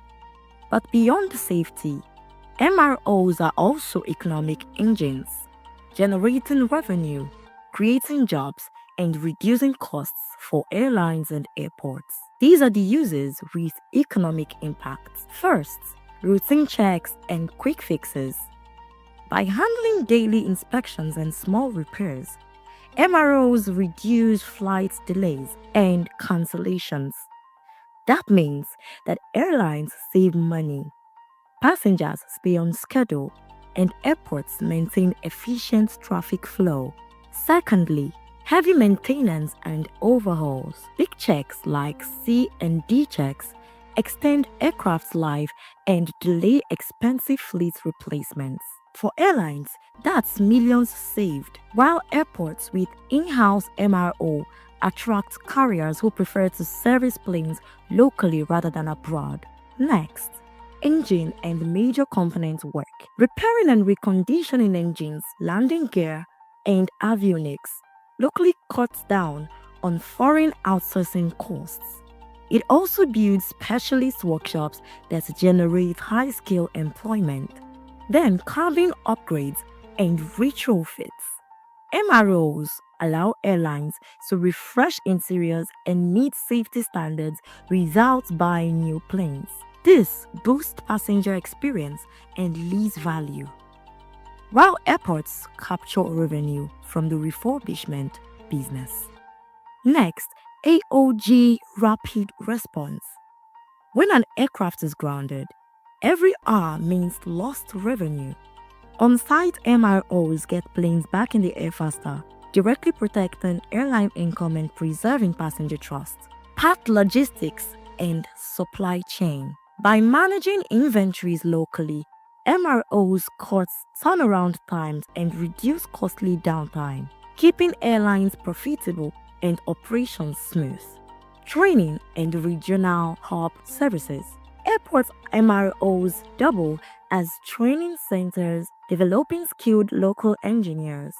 They also attract third-party clients, private jets, foreign airlines, charters, turning airports into regional hubs and boosting the local economy. In conclusion, MRO facilities do far more than fix aircraft. They save airlines money, generate airport revenue, reduce outsourcing costs, build jobs, and position airports as regional service hubs. In essence, they are the technical and commercial backbone of modern aviation, ensuring not just safety in the skies, but sustainability and growth on the ground. 2564 is coming up on Barney 9 right. The 2564 Atlantic Tower. What happens in the hush behind hangar doors? Who signs the papers that gamble with lives? Which truths were grounded before they even ever had wings? If you've ever buckled a seatbelt at 30,000 feet, if you've ever stared out of that tiny window and wondered who's really in control of the skies, it isn't just flight, it's power, it's politics, it's pressure sealed in steel.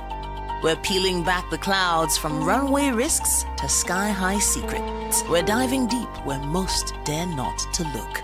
Aviation Scope, every Sunday at 7 p.m. only on Voice of the People TV. We don't just report, we reveal. We don't just ask, we uncover. Because when it comes to the skies, ignorance is turbulence. Aviation Scope, the sky isn't the limit, it's just the beginning.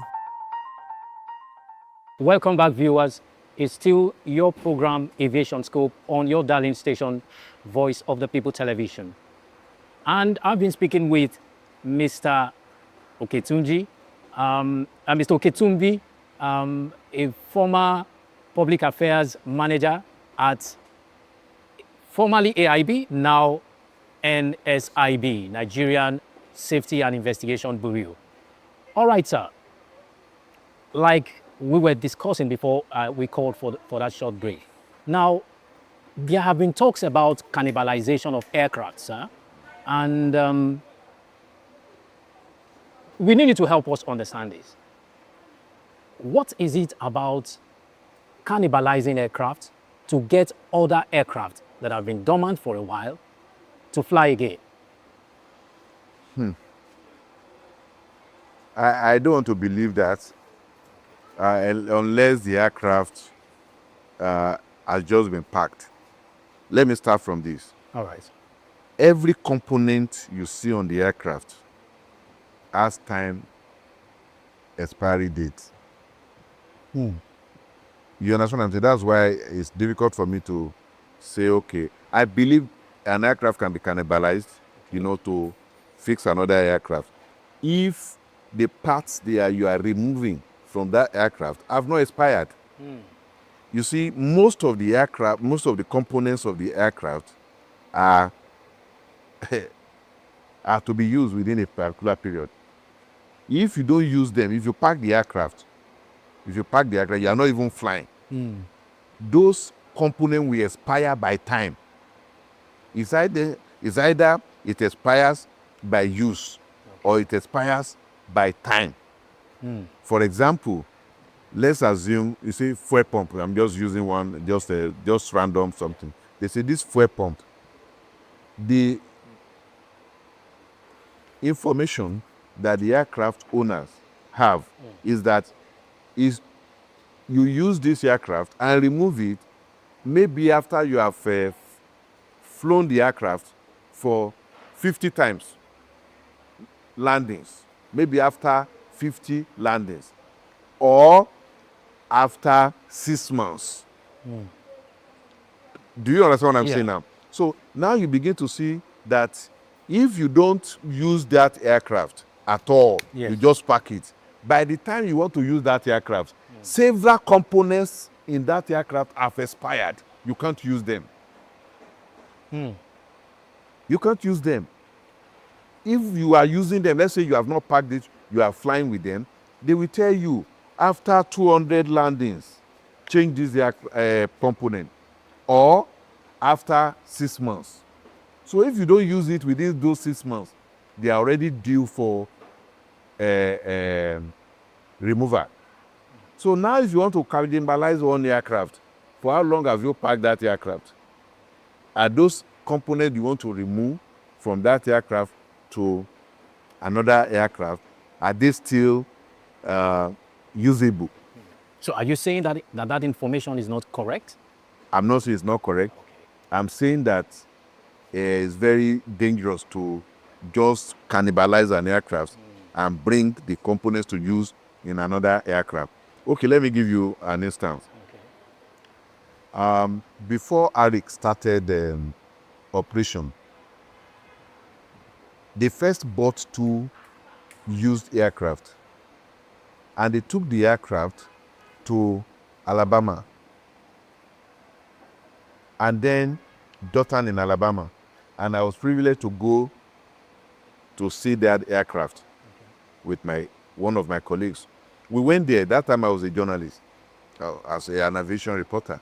So we were there, and the people that were maintaining that aircraft, that were doing the overhauling of that aircraft, told me that the owner of that airline was wasting money because there were quite a lot of components that were not yet due to be changed, that he said they should change all of them to new.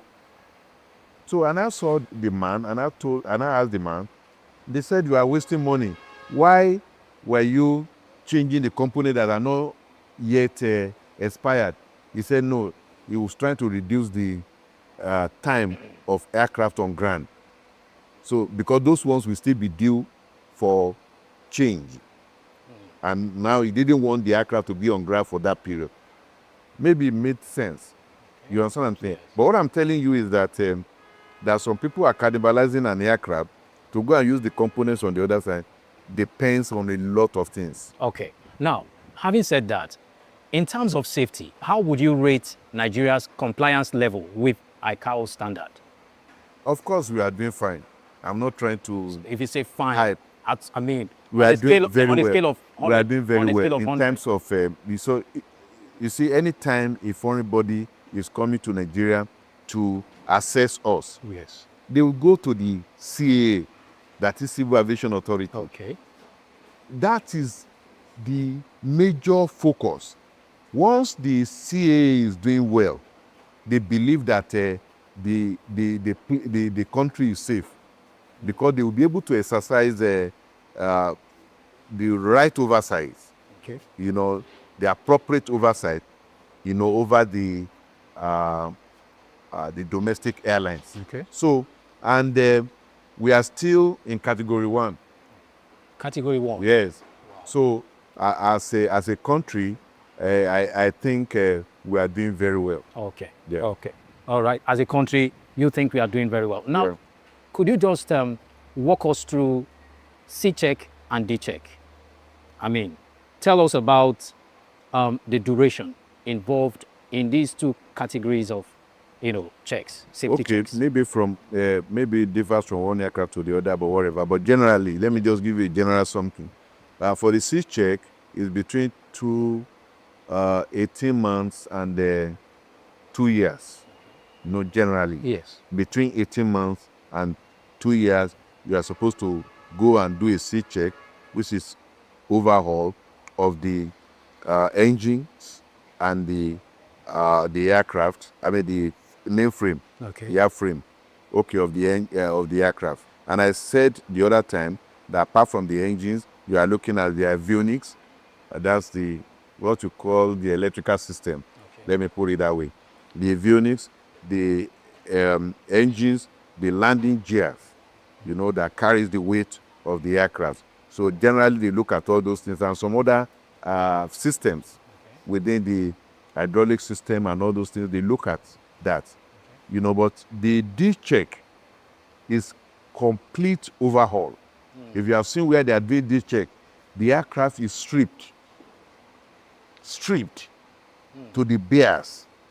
You change cables, they will change a lot of things in the aircraft. That after a D check, the aircraft is almost as good as new, brand new aircraft. Because they would have changed a lot of things to new the components. So that's a little bit I can, tell you about C check and D check. D check. All right. And you think it has to go on for as long as the business continues. But is it something that could be consigned to just private airline operators, or you think any aircraft you are operating must follow the manufacturer's maintenance schedules? Okay. The manufacturers would have already told you this particular aircraft we are selling to you. Yes. These are the schedules you have to follow, and you have to follow them. But are there regulations in place to ensure that these airline operators actually follow these strict measures? Of course, or otherwise you can't fly. NCAA operates by regulations. Everything that airlines do come under regulations. They have regulations for everything. I tell people, I say in aviation, even if you want to cough, there are checklists. There are regulations covering your coughing. Anything you want to do in aviation comes under regulation, there are checklists that you have to follow them. Otherwise, safety is in jeopardy. All right, otherwise safety in jeopardy. Yeah. And with that, we call it a wrap on today's edition of Aviation Scope. And I've been speaking with Mr. Tunji Oketumbi, a former public affairs manager at AIB, formerly AIB, but now NSIB, that is Nigerian Safety Investigation Bureau. Mr. Oketumbi, it's been a wonderful time having you here. Thank you. Thank you very much, sir. My pleasure.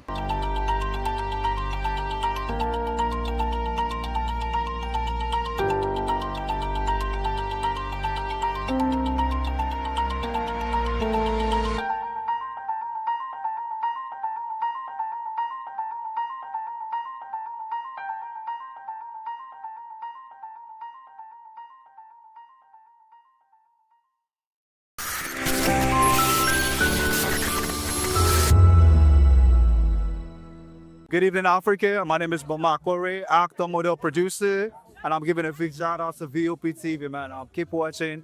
Don't change the dial. Thank you, and God bless you. My name is AY, and of course, I represent the voice of the people, and that's why I'm on VOP. AY say so. Hi everyone, it's your girl Miriam Tima from the Real Housewives of Lagos and the Real Housewives Ultimate Girls Trip Africa. Shout out to VOP, the voice of the people. You already know. Stay tuned, keep watching. And don't forget, VOP is the best. All right, hello, it's a brother shagging the man fine back with Melanie Poppy Blast Skin Boy. This is VOP TV. If you're not watching VOP, I don't know what you're watching. Maybe you're watching your weight. Bye. Hello, beautiful people. This is Wale Ojo, and you're watching VOP, Voice of the People. Hi, guys. You already know who it is. This is New Energy. Flyers wherever live. Keep watching VOP TV. Thank you. Hi, people. Ginny Albano here. Guys, please keep watching Voice of the People. Are you ready for the extraordinary? Something big is happening on your screen. Introducing VOP TV. Now streaming on SLTV channel 264. From breaking news to captivating conversations, news analysis, giving you all sides to the story. We bring in-depth discussions on the issues that matter, from politics to sports, entertainment, and lifestyle. VOP TV on SLTV channel 264. Join us as we redefine what television means to you. Voice of the People Television, VOP TV. Now you have more than a voice.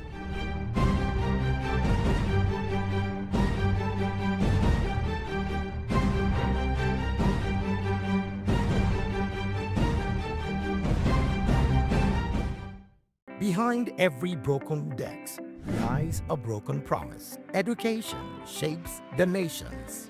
But who is asking the right questions? Introducing Edu Dialogue, the show that goes beyond the surface, exposes the cracks, the corruption, and the silence in Nigeria's education system. Edu Dialogue, Saturdays, 3 p.m., only on VOP TV. We break the biggest stories, from missing funds to policy failures. We ask the tough questions and demand real answers. Edu Dialogue, this Saturday, 3 p.m. on Voice of the People Television. I'm Sarah Nystrom from Sweden, aka Chief Omobawale, Communication Queen. Keep watching VOP TV. Hi, I'm Samantha Jacobs representing the States. Miami's in the house, and I want to make a shout out to VOP TV. I'm a humanitarian, and I'm also a rep in the film industry and the art industry. I help dreams come true, and I help you keep on that path. Shout out to VOP TV because you're helping people stay on their path too. Cheers. All right, my name is John Odibo.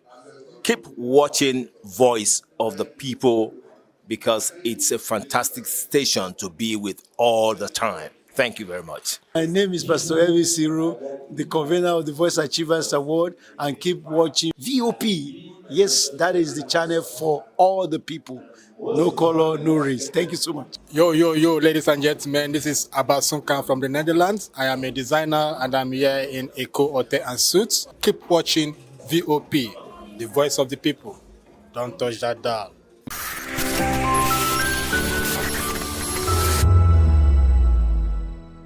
We are live at the Echo Hotels and Suites for the 9th Afrima Awards, the All African Music Awards night, and it's lovely. Everyone is bustling, everyone is excited. We have a lot of nominees, people hoping, they could win for this year's Afrima Awards night. And trust me, it's a lovely evening, and we are all excited. So yes, we have a lot of people, and I'm sure you don't want to miss every bit of it. So please don't go anywhere. Stay tuned. Hi, good evening.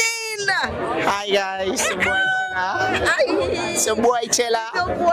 You get the vibe. Chella, you know that song? I feel good. So good. Okay, so Chella, we like to meet you. A lot of people are still yet to know. So let's meet you. I'm Chella. I do music. I do sweet melody. Nothing is less than sweet melody. If you don't know, no. All right. So tell us who styled you, because I've been asking this question a lot of times. Your dressing is top notch. I'd like to know who styled you. Okay. His name is Osabigi. Osabigi on Instagram. Yeah, that's his name. He styles me, inspired by me. I inspire him and he styles me. That's it. All right. So Chella, we are here at the Afrima, the 9th Afrima Awards night. So what are your expectations this evening? Yes, good vibes. Expectations, I expect the good ones. I also expect to get one home. It's not bad, but yeah, I thank God for being nominated, and yeah, So tell me, as an artist, what can you say about African music? Oof. I mean, we're doing good, you know. We're going wide. People are loving it. Everybody, every part of the world, they're loving Nigeria, African sound for real, yeah. So, and you know, it's good, it's nice, and we feel good to like be able to reach out to them, to be able to like make them love our sound. And it's not even easy to make people love what they don't know, and to make them know it and also love it. So it's a nice thing, and Africans, our sound is sweet, and we know that. So it's natural, raw. You get the vibe.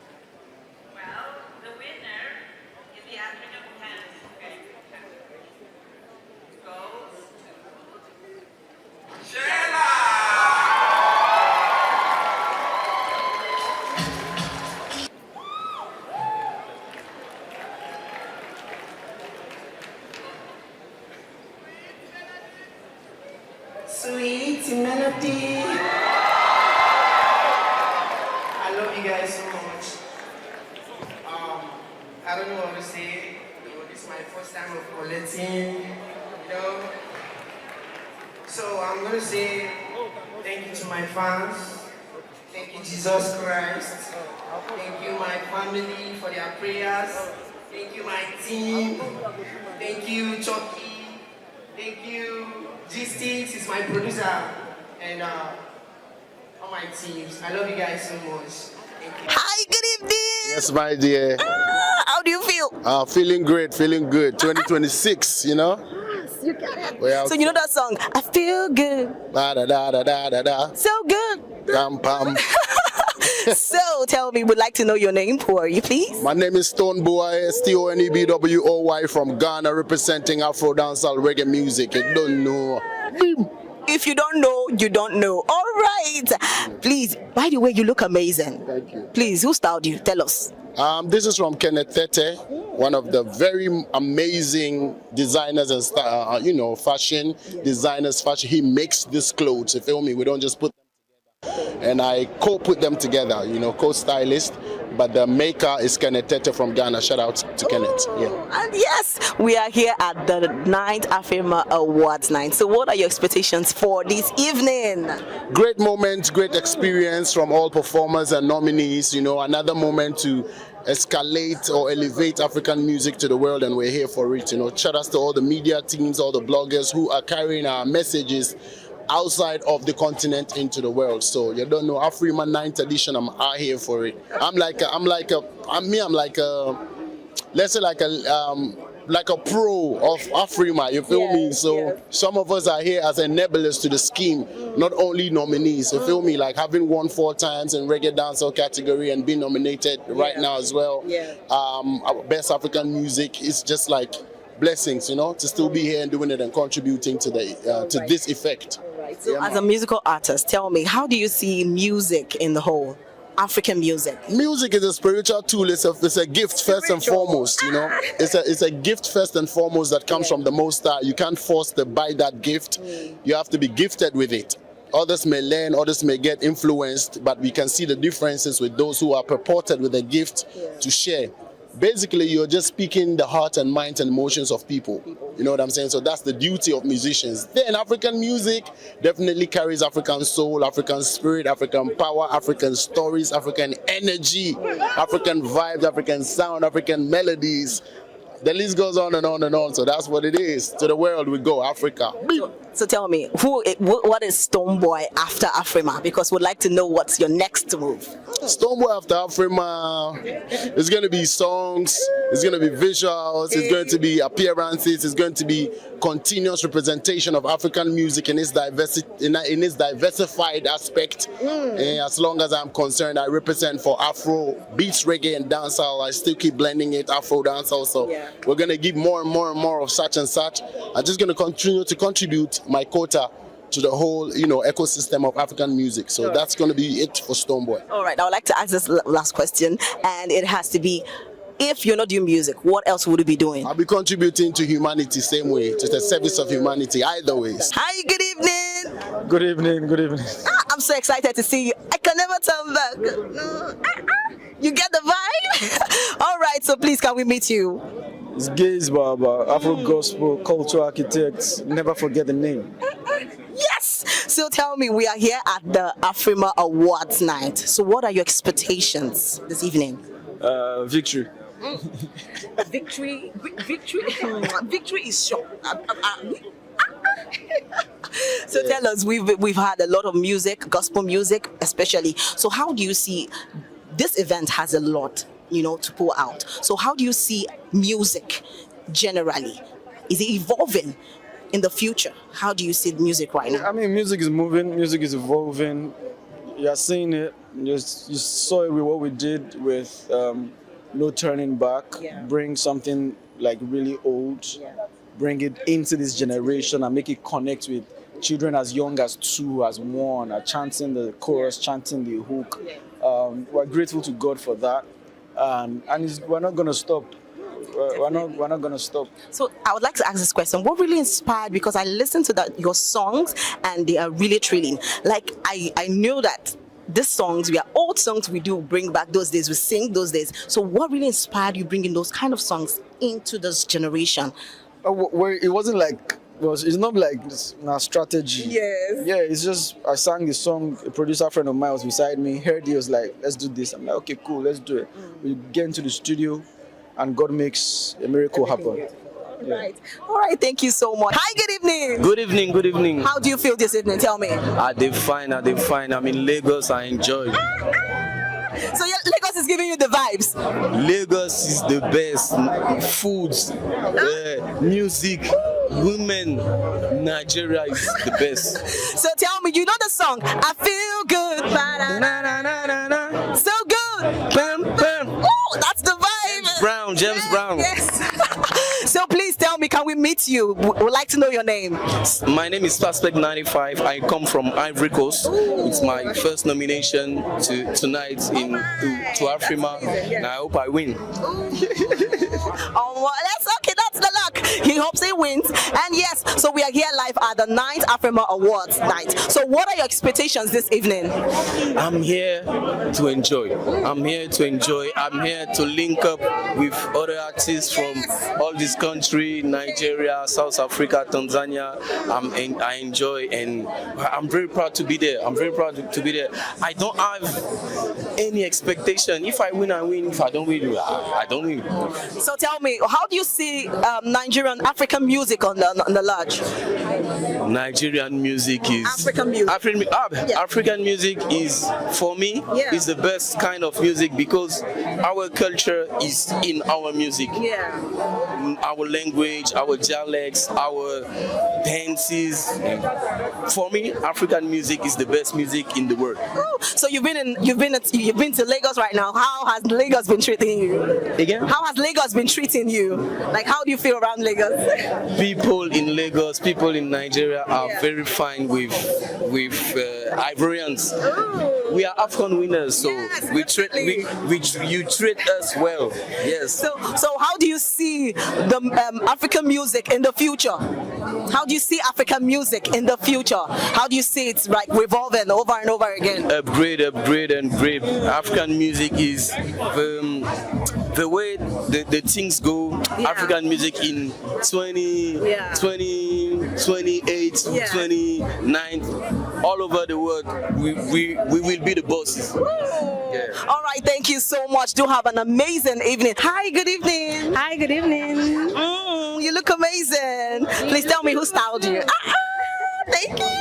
So tell me who styled you. I'm dressed by Esther's today. Ooh, she did a really good one. She did. Okay, so please can we meet you? I am Sabrina Love, all the way from Cameroon. Ooh, so we have some Cameroon in here.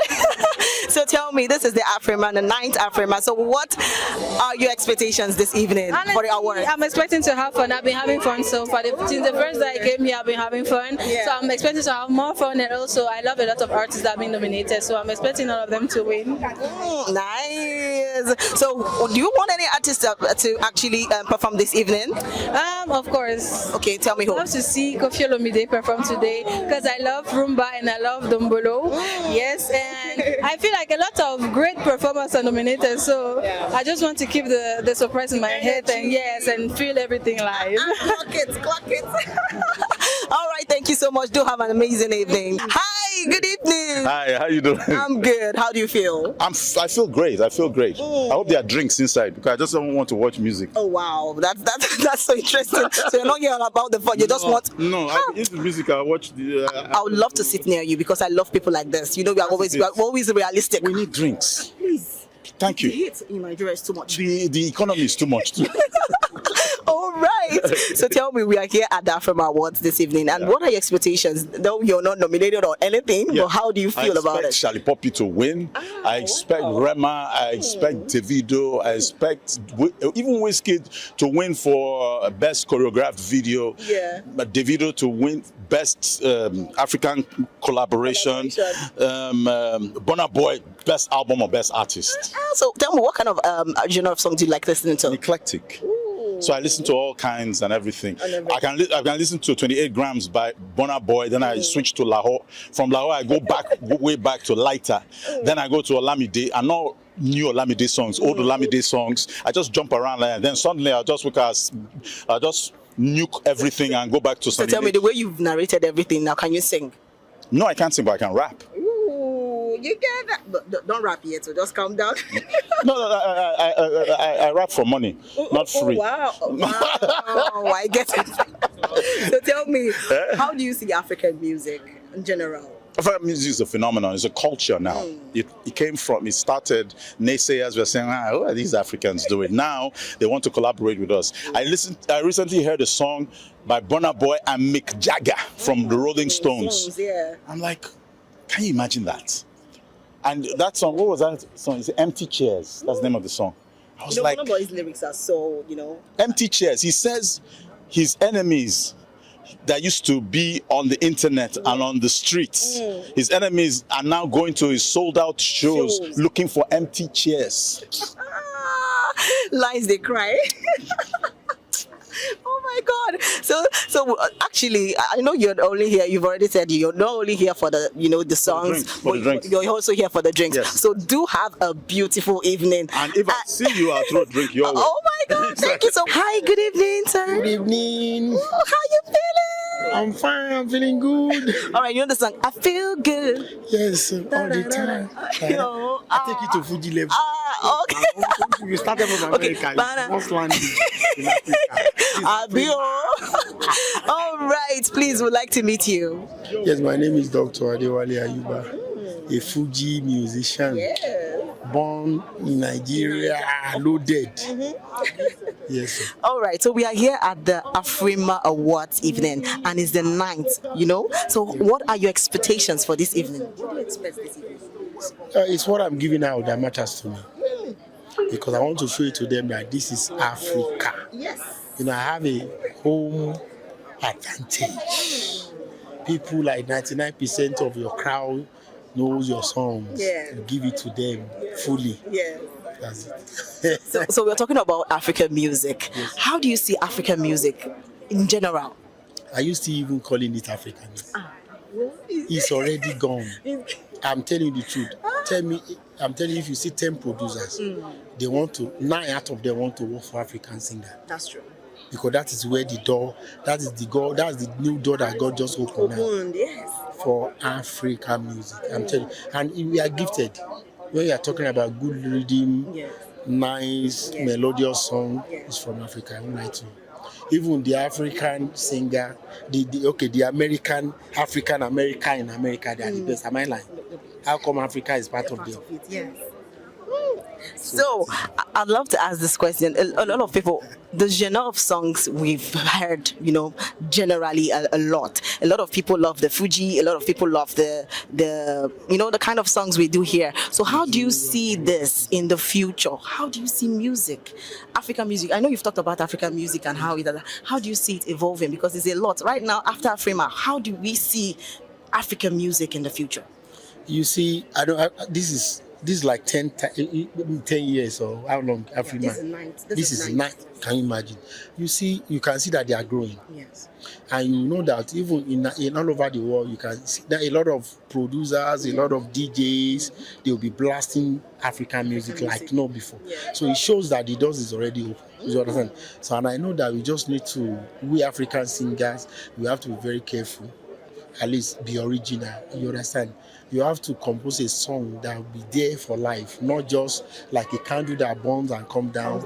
And that is my own. We should seize this opportunity to make it better. All right. So if you're not doing, I would love to ask this question. If you're not doing music, what else would you be doing? That would be teaching. Teacher. So why do you choose teaching? Jesus Christ is a teacher now. So you want to follow his ways. That's nice. All right. That's beautiful. Thank you so much. And do have a lovely evening. Hi, good evening. Hello, Nigeria. Hello, Nigeria. I'm coming from Ivory Coast. So you know Nigeria, Ivory Coast is the same country. So tell me, before going into what I want to ask you, how has Nigeria been treating you so good? No, Nigeria is incredible. I like the place, I like the people, and Afrima is very excellent, meeting people, having some fun. Okay. Yeah. So tell me, can we meet you please, your name? My name is Milo, I'm from Côte d'Ivoire, I'm a gospel singer. I sing for Jesus. Oh, yes. we repping Jesus, actually. We rep Jesus. All right, so we are here at the 9th Afrima Awards event. So what are your expectations for this evening? Oh, I think it will be a great moment. Oh. Great moment for Africa. People coming, so I'm happy to see everybody. And we will praise the Lord. Ooh. I will sing Jesus tonight, so I think it will be a good time.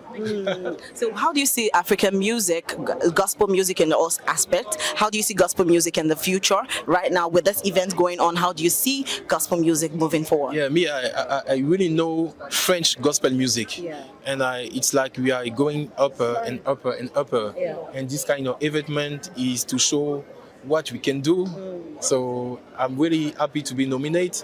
And we know that next year, we will have a lot of gospel francophone people who will come in Lagos to sing the gospel. Okay, so thank you so much and do have a lovely and beautiful evening. Hi, good evening. Hi, good evening. How do you feel? I feel excited. I feel good. So good. So tell me, can we meet you please? Yeah, my name is El Nayan. I'm an artist and I'm out for one of the biggest awards in Africa. Yes, I'm excited. Of course. And so it's the 9th edition of this Afrima. Yes. Years consistently.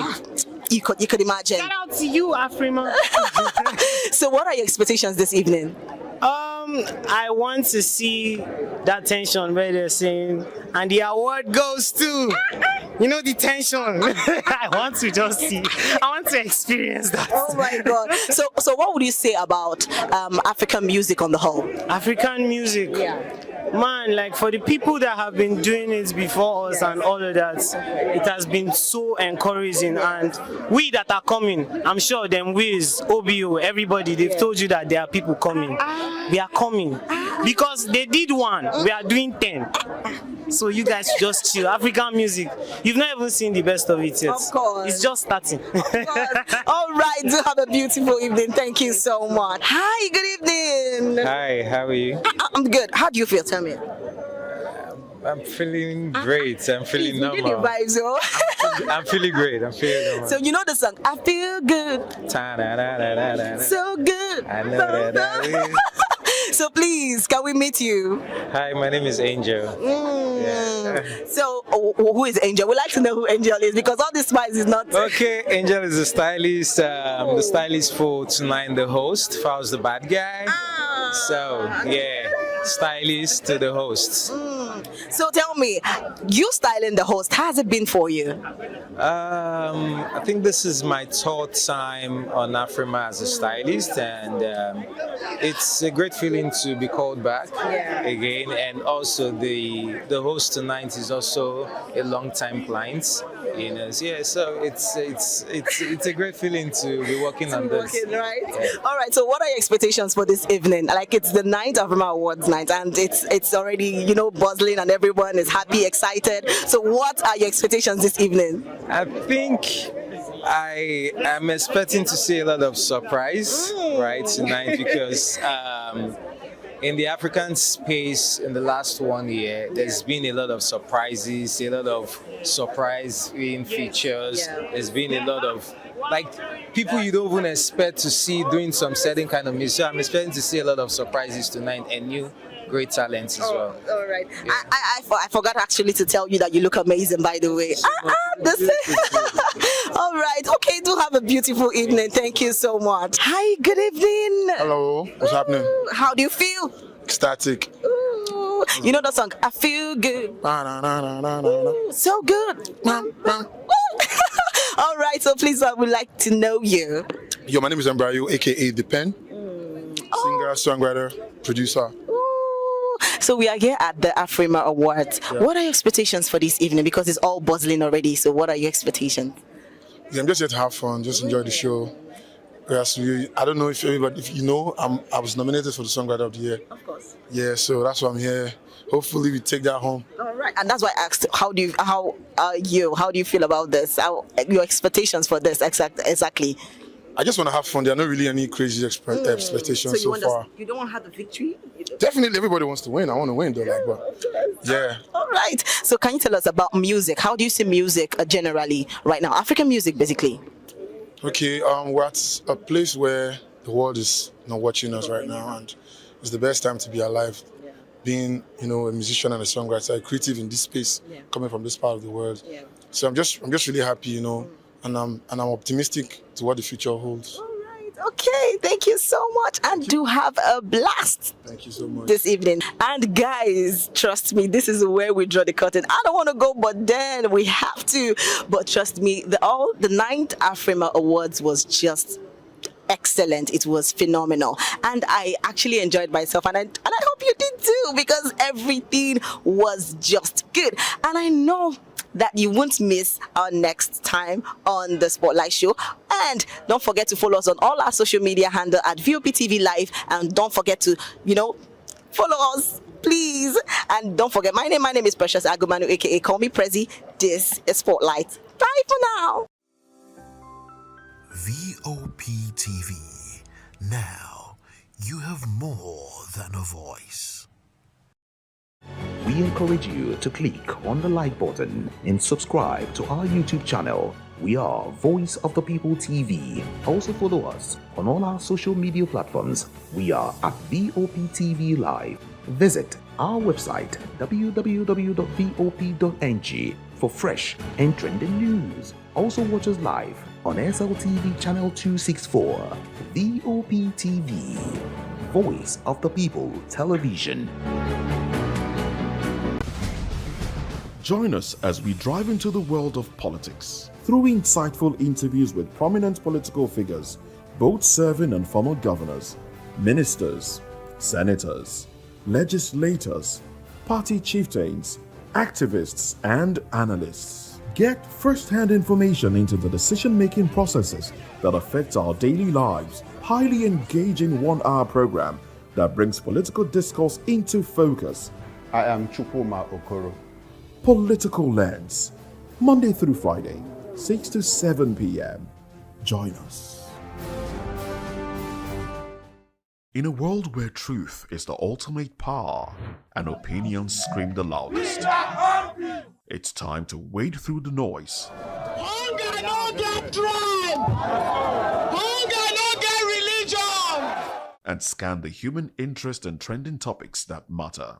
Stay tuned to The Issues, your plug to the stories making the buzz, from politics to science and technology, social justice, and more. Let's tackle the tough questions and expose the truth. The Issues, on Voice of the People Television, Mondays to Fridays, 8 to 9 p.m. The Issues. Don't just react, understand. Welcome to the locker room, the home of football talk that matters. I am Jerry Arpillon. Join us every weekday Monday to Friday at 5 p.m. Nigerian time, as we share the hot takes and hot debates in the exciting world of football.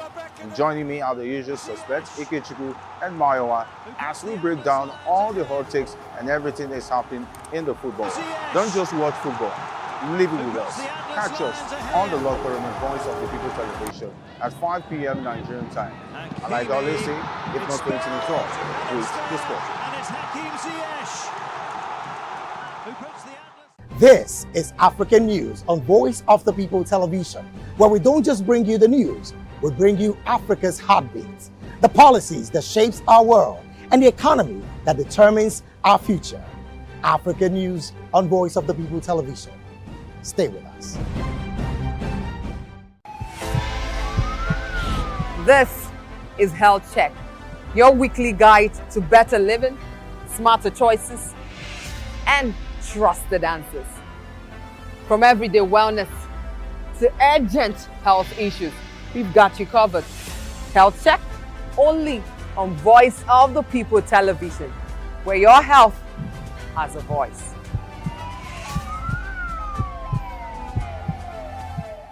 My name is Tao Familoni, and here's to VOP TV. Keep watching, stay tuned, do not touch that dial. My name is Made Kuti, and you're watching BOP TV. Keep watching. Welcome, my name is Zika Davis. Distinguished ladies and gentlemen, boys, viewers, everybody, boys and girls. This is VOP TV. Do you know what that means?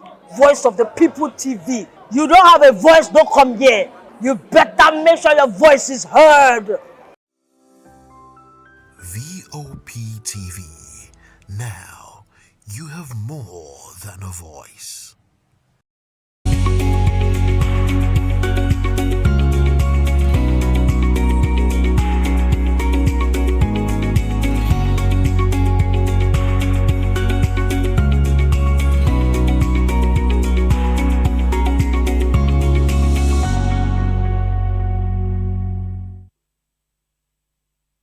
And welcome on board. Of course, it is People's Voice on VOP TV, where citizens to shape the narrative. And today, we'll be dissecting a major story that is dominating the headline and sparking conversation across the nation. PDP crisis deepens as Wiki-backed faction, Turaki's group, sets shoulder. Join the conversation with experts inside the citizen perspective. Share your thoughts with us. I am Savior Udo. Let's look into other news stories with details. VOP TV, where citizen stories shape the narrative. And of course, today we'll be dissecting a major story that is dominating the headline and sparking conversation across the nation. 2027's situation is still here. Of course, no one is even talking about 2026 anymore. It is just about the election. I mentioned one's ADC on northern candidates. Join the conversation with experts inside the citizen perspective. Share your thoughts with us. I am Savior Udo. Let's look into other news stories with details. NLC boss slams judiciary over treatment of workers. President Joe Ajero has criticized the judiciary for undermining workers' rights, saying neutrality in labor disputes often favors the power and entrenches injustice. He urged courts to defend the weak against the strong and uphold fundamental human rights. And away from that particular one, kidnappers abduct police officer, 4 others in Edo State. Gunmen have actually adopted Nigerian police force men, about 4 of them in Akoko Edo local government area in Edo State. The kidnappers who invaded the area took away the victims, including a female secondary school student and police inspector Shegun Obanowa. Along with his wife and daughter. The kidnappers have demanded a 100 million ransom for the release of 2 of the victims. And away from that particular one, troops rescue 8 adopted wedding guests in Kano Katsina joint operation. Nigerian Army has rescued 8 of 10 persons adopted by suspected terrorists at a wedding ceremony in Kano State. Troops deployed at an ambush position along the Yamkwada riverine swiftly advanced to the general area upon receiving the distress report and made contact with the fleeing assailant in neighboring Katsina State. The rescue victims have been reunited with their families, while efforts are ongoing to track and rescue the remaining 2 victims. And away from that particular, and of course, let's not forget that we still have this particular conversation on the table. I'm talking about Electoral Act. Senate should not provoke Nigerians, says Buba Galadima. The chieftain of the new Nigerian People's Party, Nnpp, Buba Galadima, has warned the Senate not to provoke Nigerians over the Electoral Act, insisting the real-time electronic transmission of election results is non-negotiable. Galadima expressed concerns that the Senate's attempt to water down the bill might lead to electoral manipulation. And of course, we're here at the LP crisis now, talking about the Labour Party. Nnadi Usman is an impostor, says Barry Johnson, chieftain of the Julius Abure-led faction of the Labour Party. Barry Johnson has described the interim national chairman of the party, Nnadi Usman, as an impostor. Johnson stated that Nigeria has come to a time where it will not accept political criminality following taking over of the party's national secretariat by Nnadi Usman's camp after a court ruling. Johnson also emphasized that a judgment obtained by Nnadi Usman is wrong and that our actions as the national secretariat amounts to breaking and entry and stealing. He added that Abure has a valid judgment from the Federal High Court and Court of Appeal affirming his position as the chairman of the party. It is so nice because amongst my guests today is also a Labour Party person, so he would actually talk about that particular one in just a few minutes before we move on with the conversation. All right, away from that particular one, U.S. lawmakers should get facts right. Shehu Sani defends Kwankwaso. Former Kaduna Central Senator Shehu Sani has urged U.S. lawmakers to conduct thorough research before introducing bills that could have significant implication. This comes after a bill was proposed to impose sanction on former Kano State Governor Rabiu Kwankwaso. Sani described Kwankwaso as a man of good conduct and stated that the U.S. lawmakers should verify their facts before making such decisions. He emphasized the need for meticulous research in matters of global significance. I love the fact that some people are actually, coming and standing up for Kwankwaso as we speak. But the case is quite beyond this particular one. Let's just see what would unfold in the coming days. Judge withdraws from EFCC case against ex-AGF Malami. Justice Obiora Ogwatu of Abuja Federal High Court has withdrawn from 2 cases brought by the Economic and Financial Crimes Commission, EFCC, against former Attorney General of the Federation. Abubakar Malami, the judge cited that personal reasons and the need to uphold the interest of justice for his decision to withdraw. I need to get this clear. If a judge cited personal reasons and said the need to uphold the interest of justice for his decision to withdraw, what does that tell us? I need clarity on this because it is either someone is being threatened somewhere that you have to do what is wrong, and of course, for your sanity, and because you don't want to double your hand into something, and that's the reason why you're walking away from it. I'm just trying to give an interpretation to based on what he has said, but of course, we have different angles to this particular submission of the judge. So let's just leave it open, but of course, I know that we'll get to hear more facts as regards to that particular one, because for me, for a judge to actually leave a very, will I say, obvious, cases, that is being brought, before you as a judge, I see no reason why you should walk away from it, except for just what I said, or maybe there's a threat somewhere, I don't know. But regardless, let's just see what would happen in the coming days. To join the conversation, kindly call the number 090-447-32605, 090-447-32605. Follow us on social media at VOBTV Live. You can use the hashtag People's Voice on VOBTV, and of course on YouTube, we're Voice of People TV. Kindly hit the subscribe button, and together we can make our voices heard. It is time for us to go on a quick break. As soon as we return, we'll be taking the conversation. Amaechi warns ADC on northern candidates.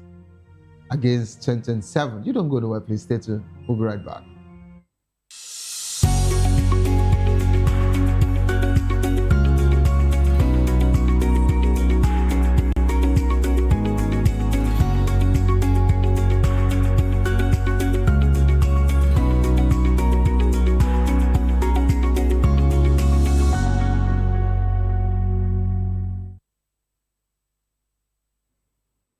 Welcome back to the program at Still People's Voice on Voice of People Television.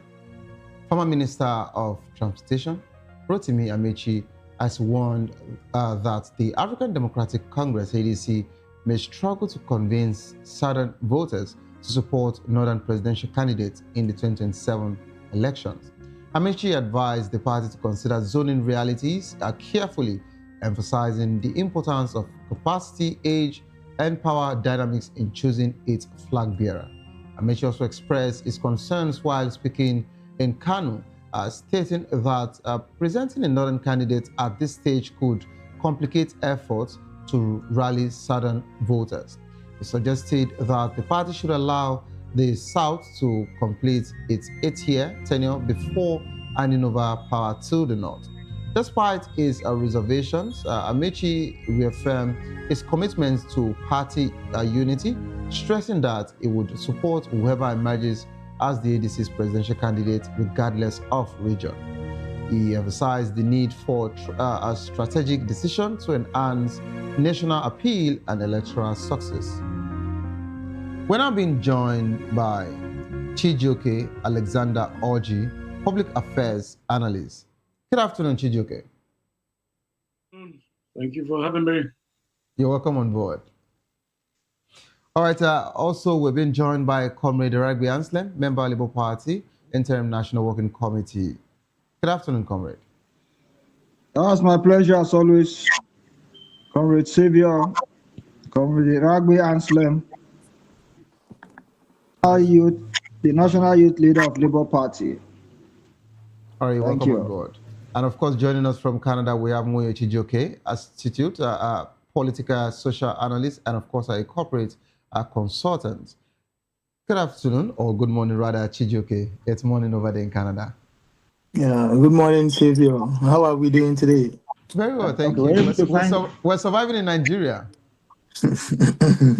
We are all surviving everywhere. Trust me, the problem is facing us everywhere. Okay, I'd like to start off with Chijioke Alexander Orji. I would like to start off with you. Do you have any of the news stories you would like to respond to before we go into the main conversation? Well, what you've actually put out there are very rich. It's difficult to pick because every one of them has its own attributes and contribution to our nation building. So, but if you would allow me, I'll probably want to start with the story regarding the comments just made by Rotimi Amechi. Okay, so that's the main conversation. That's the main conversation.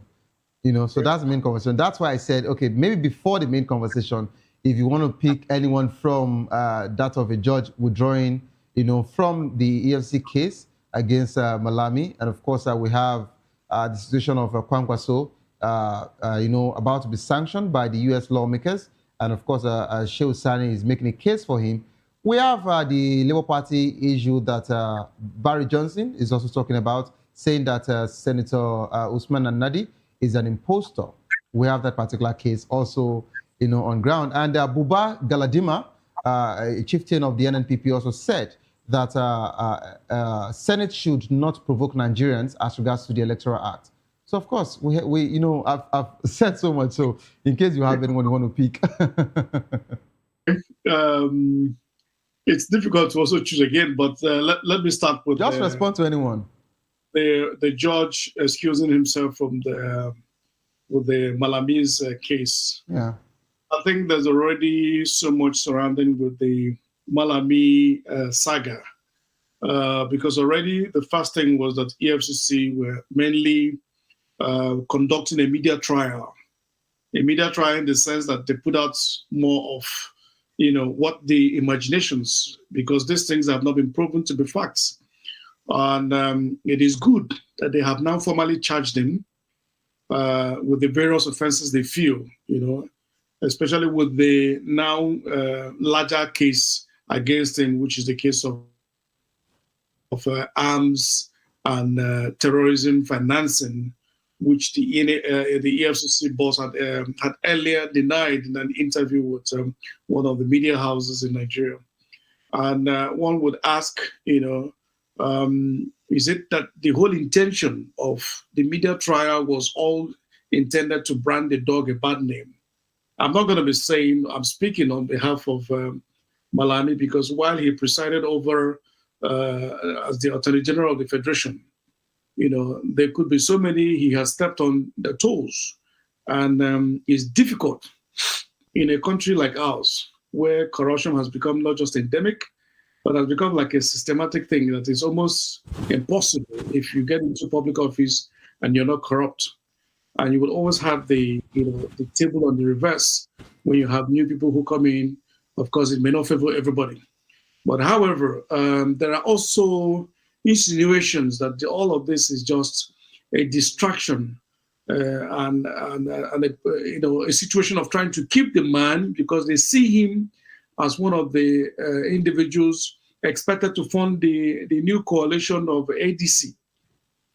So it is seen from the insiders, from the feelers that I get, that the people at the villa are making sure that anywhere the current ADC will get funding must be strangulated, so that they will not be able to feature probably well in the coming fourth election of the 2027. And as you're aware, the system in Nigeria is that the year before the actual election year is the real election year, because that is when all the whole drama and the gimmicks are put out there. You can see what is happening with the Labour Party, and they continued now. We're having shift with the ADC and all that, other similar opposition parties. Why? Because the whole idea is to ensure that these parties do not have any form of structured organization, especially preparedness for the elections.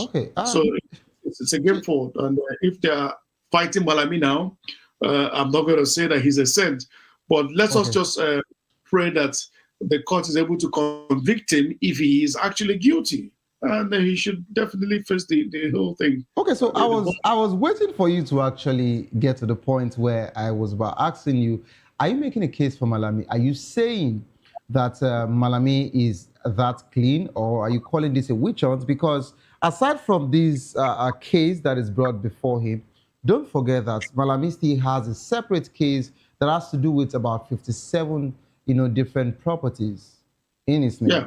That's one. And of course, I think we have the 212 billion that was traced to his account. As regards to the Abacha funds and all of that. That's another case. So do you want to call this a witch hunt? Because I don't see it that way. They have facts, facts and figures are there. A former Attorney General of the Federation, what are you doing with such amount of money? Yeah, but one thing you should also know, that this individual, if he perpetrated all this crime, he was not alone. Why is he now the center? Regardless, it should be someone who was meant to protect the nation, protect the people, knowing fully well that he actually, presides over, several legal case for the government and of course for the people. So for you to even agree to be a cohort on such a pedestal, then it's a shameful situation. That is if found guilty. All of these are still speculations. All of these are still speculations. That's what I'm saying. If found guilty. Yes, and again, you see, the thing is, one would ask, what was the motive or the intention of EFCC in going out to spill out so much? For instance, now, everybody sees Malami, who has not been convicted yet, as the bad dog. It simply means that he's now being, given the impression as the worst Nigerians. Meanwhile, we have in the current APC, people that are not just serving, but are the stewards of the current party, that told Nigerians and the rest of the world that once you join the political party called APC, your sins are washed. Adams Oshomole made the statements, just for clarity. Yes. Adams Oshomole said when you cross to the APC, your sins are forgiven. Is that not what we've seen? Why are there not those who have crossed? For instance, within the Southeast today, the chorusers of on your mandate will stand. You can see that these are people who have pending cases, either being convicted by EFCC. I can go into give. I don't think there's even a single individual, be it a male or female, within that section of people that we're seeing corruption on your mandate will stand, that today do not have cases pending or have been completed and were convicted by the EFCC. All right, a clear question I'd like to ask you, Chijioke. Do you think that there is any politician in Nigeria that does not have any case as regards to fraud? Well, it's hard. Okay, let me give you an instance. During the time when Nuhu Ribadu was the EFCC chairman, and when asked what about the intention to prosecute some of the governors who were under immunity, and he said among that list, out of the 36 state governors then, I think it was just about 4 governors, inclusive of Donald Duke, that were said to have clean sheets. You understand? So he can say that people like, I'm not going to say he's a saint today. I will also say, because I'm not, and I was never a part of his administration, and I was almost asking you if you were his spokesperson. I'm not, but I know him, and I have a good relationship with him. But it does not give me the right to speak on his behalf and say that while he handled the Cross River State administration for 8 years, that he's a full saint. But then, the then EFCC chairman, in the person of Nuhu Ribadu, said that he, Donald Duke, had a clean slate, along with a few other governors that were in that position then. But if you looked at over the years, and up to today, there is not a single governor or any, in fact, being a governor is even at the highest level. I don't think there's any position that does not have an infringement on either how they have taken advantage of the situations or the positions they were put into. So it's a situation where you appoint somebody today into a seat of power or authority, and in the next few days, he has stolen so much that EFCC and ICPC will have to keep chasing him. Okay. Look at the cases, so many of them that I don't want. Let's move on from here. Let's move on from here. We still have a very robust conversation to discuss together. All right, let me move to Comrade Iragbe Anslem. Hello, Comrade, are you there? Yeah, Iragbe Anslem, National Youth Leader, Labour Party. Comrade, I would like you to respond to one of the news stories, and of course, that of the Labour Party conversation as regards to what Barry said. So, what would you have to say, for him to call your principal, Senator Nnadi Usman, an impostor? What do you think? Well, thank you, fellow Nigerians. Iragbe Anslem, the National Youth Leader of Labour Party, Nigeria. Well, it is clear and evident before the world today. First and foremost, let me say the name Barry is not known to the leadership of the Labour Party. Myself, Iragbe Anslem, was elected as the National Youth Leader of the Labour Party on the 10th of June 2019. You remember the illegality Abure orchestrated against me, reasons I've stated clearly all along. And today, Abure formed all manner of illegal structures, all manner, from Kennedy Anutu, who was elected as Deputy National Secretary,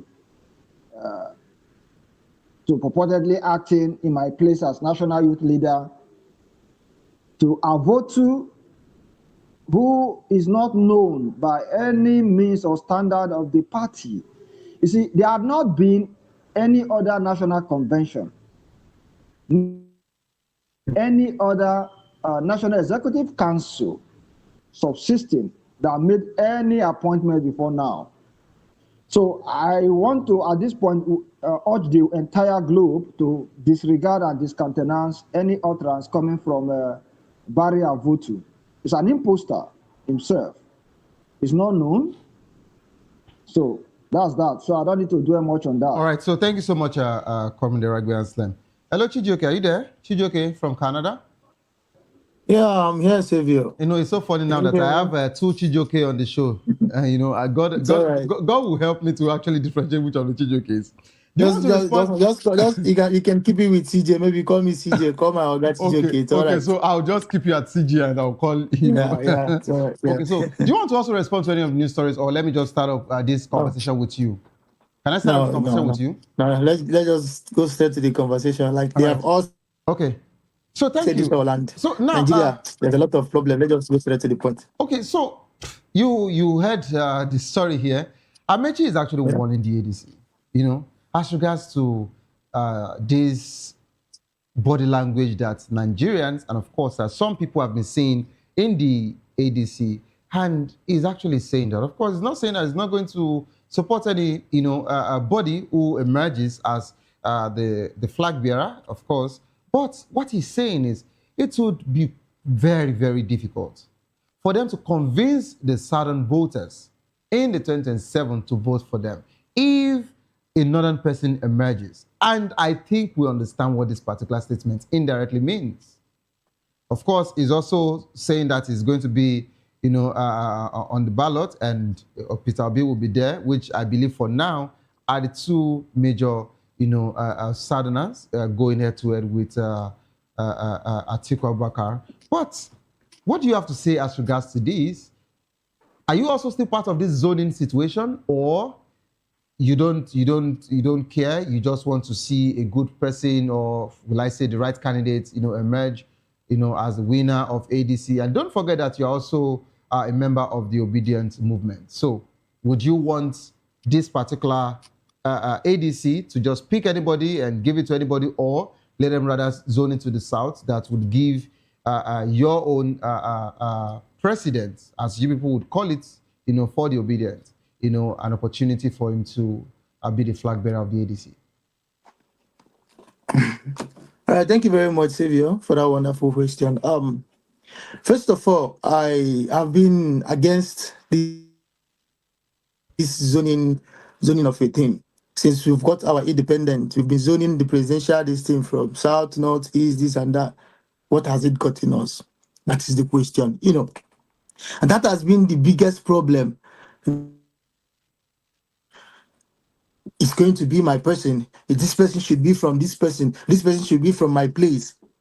And then we forgot one thing, that no matter where you are from, either north, south, east, anywhere, we are still under one umbrella, which is what? Nigeria. So what I'm interested is, instead of these ADC people or all these politicians, instead of them focusing on their own selfish interests, why not them put their selfish interests and listen to the people?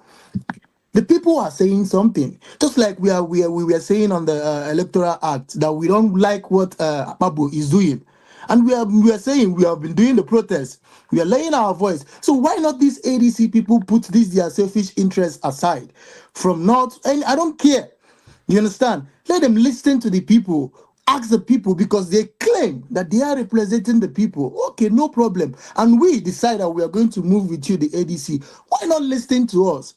So this is not I don't know what Amechi might have seen. I don't know the body language he might have, seen that made him said what he said. But he's there. I'm not there. It's what they say that we hear. But the point is this. I don't think Nigeria needs this zoning of a thing. We have been doing it for a very long time, and it hasn't gotten us anything. So let us focus on looking for a president for Nigeria. Not a president from the north, not a president from the east, not a president from the south or the west, but a president from Nigeria and for Nigerians.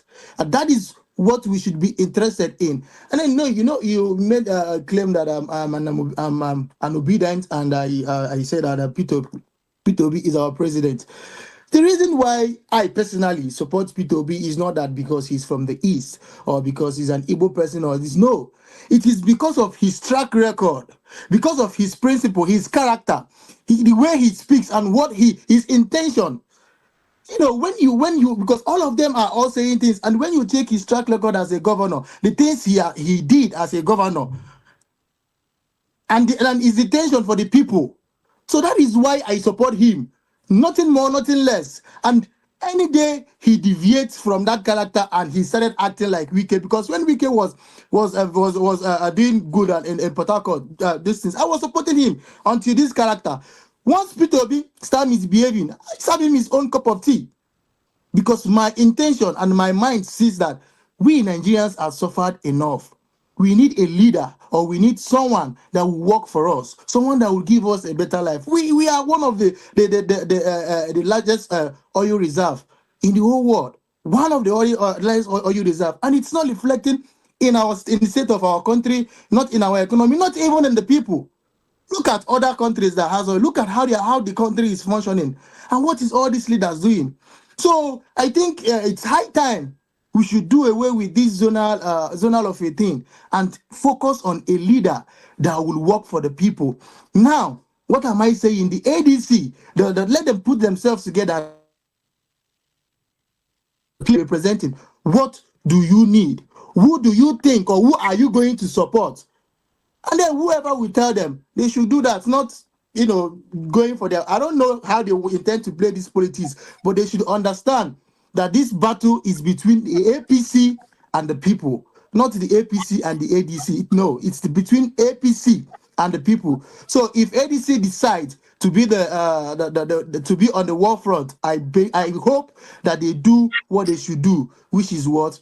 Fight this battle with the people. Thank you. All right, thank you so much, CJ, for that particular one.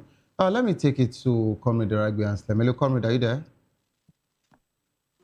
Yeah, I'm here. Iragbe Anslem, National Youth Leader, Labour Party. All right, so, Comrade, I want to get clarity as regards to this. Do you think that Amaechi's warning is a reflection of the party's internal dynamics or a broader issue in Nigerian politics? And of course, how important is zoning in Nigerian politics? Because at this point, so many parties are actually now saying that they just want to pick the right candidate that they feel, can pull the crowd for them and, get them something better, at the ballot instead of going with zoning. And you can see ADC's body language. They are not ready to zone to the south, and they've made it open that the ticket will be open. Anybody who wants to contest should, get the ticket and come for the primaries. So what do you have to say about this?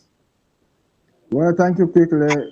Just give me 2 minutes. Let me cap the Labour Party matter. We will run over the ADC matter. Now, quickly, Senator Nnadi, distinguished Senator Nnadi Esther Usman addressed a world press conference in the last 3 hours, thereabout. That's from 12 p.m. to 1 p.m. today, the 12th day of February 2026.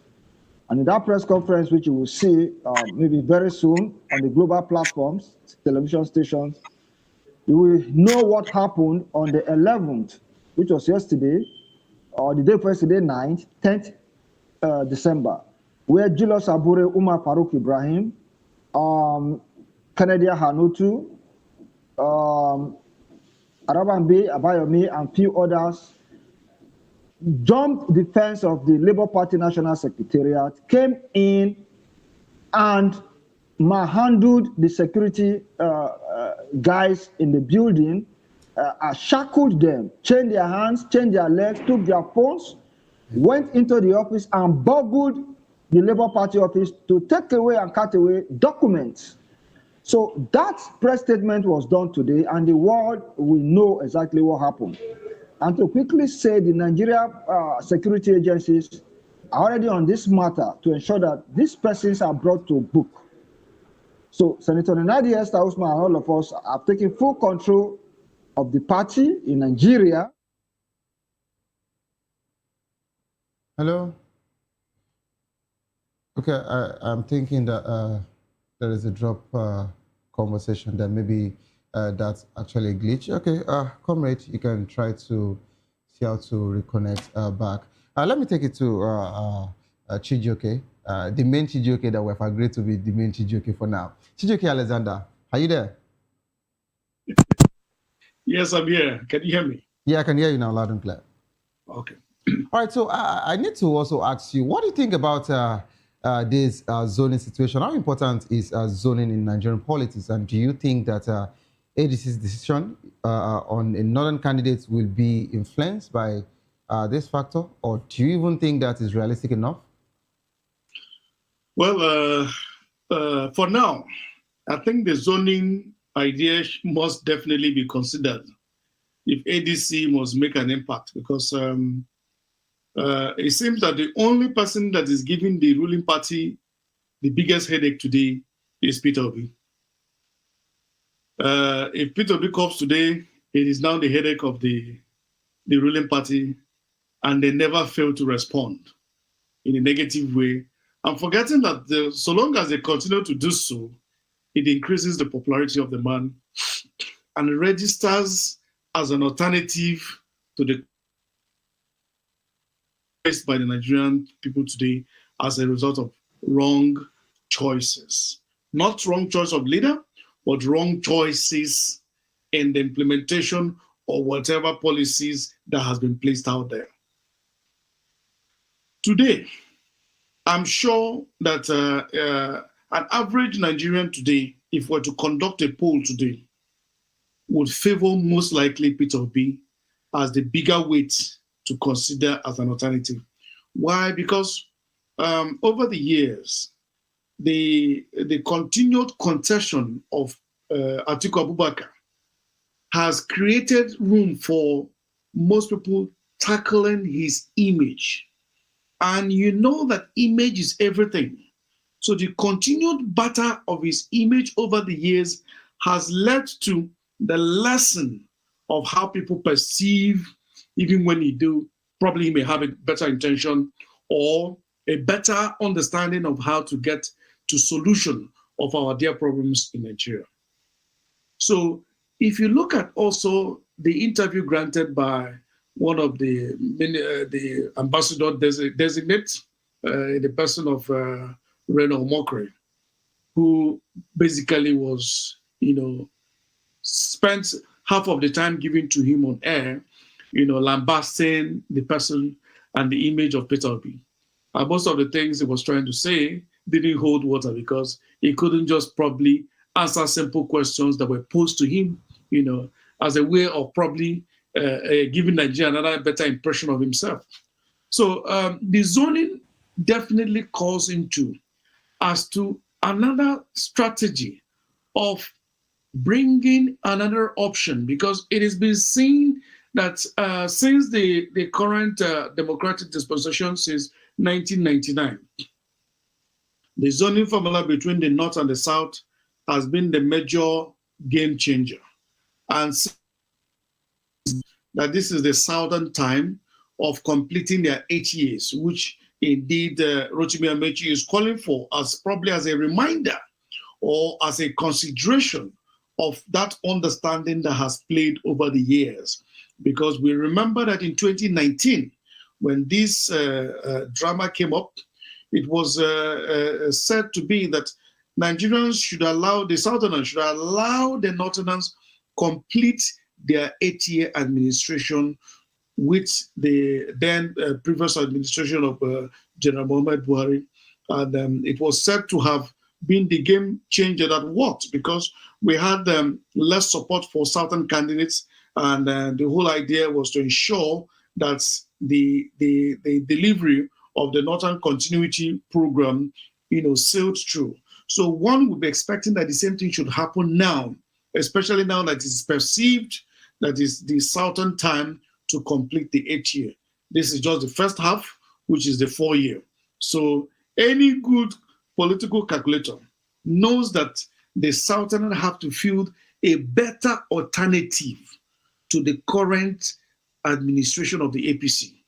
And if you look at it today, especially with the individuals that have declared their intentions, more people may emerge tomorrow, but as of today, that have declared their intentions to run, a better option, especially on the southern part today, if you're going to be talking about the game of numbers and the likelihood of the Northerners towing more to Peter Obi as another change, because they have seen that the current administration has more or less, as many people now project and call it a Yoruba administration. Everything today now is headed by the Southwesterners.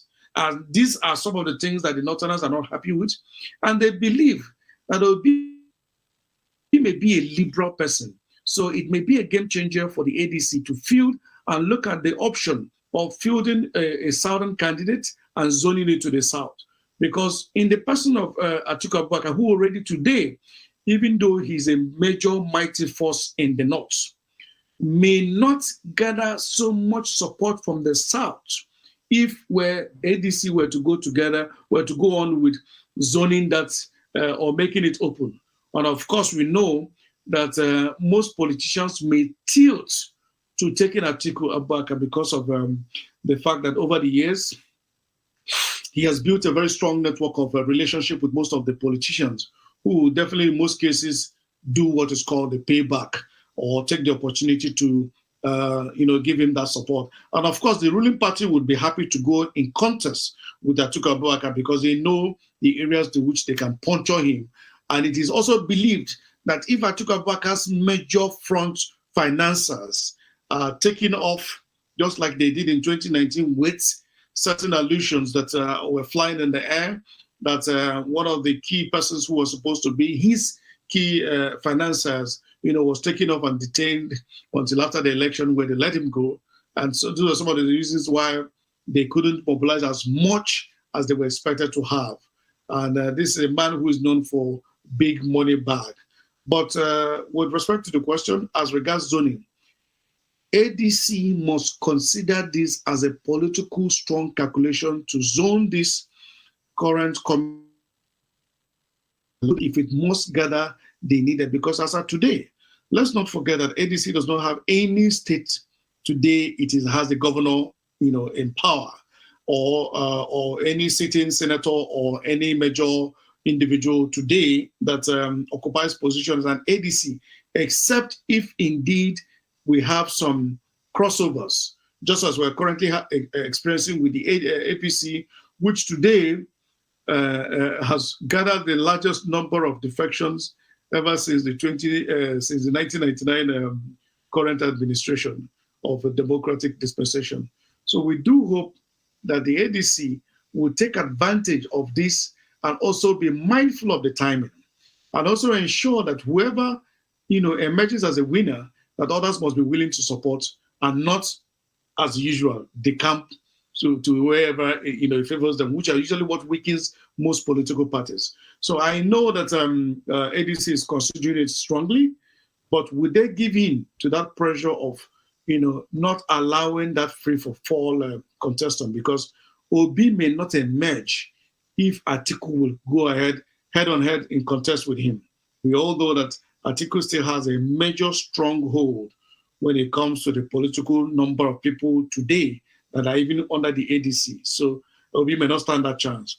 But Obi may emerge the ticket bearer if indeed he gets the support of Atiku, and if the ADC as a party mandate decides to zone it to the south, which will limit the number of persons. And I also hear that in the person of Rotimi Amechi is also declaring his intention to run for the presidency.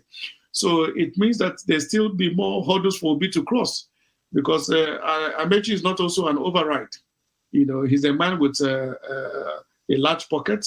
He's also a man who has been with the previous administration as the former Minister of Transport, and has been in the position of power for the past since 1999. So, an easy, excuse me, it will be an easy override for the current ADC to get all this things sorted out.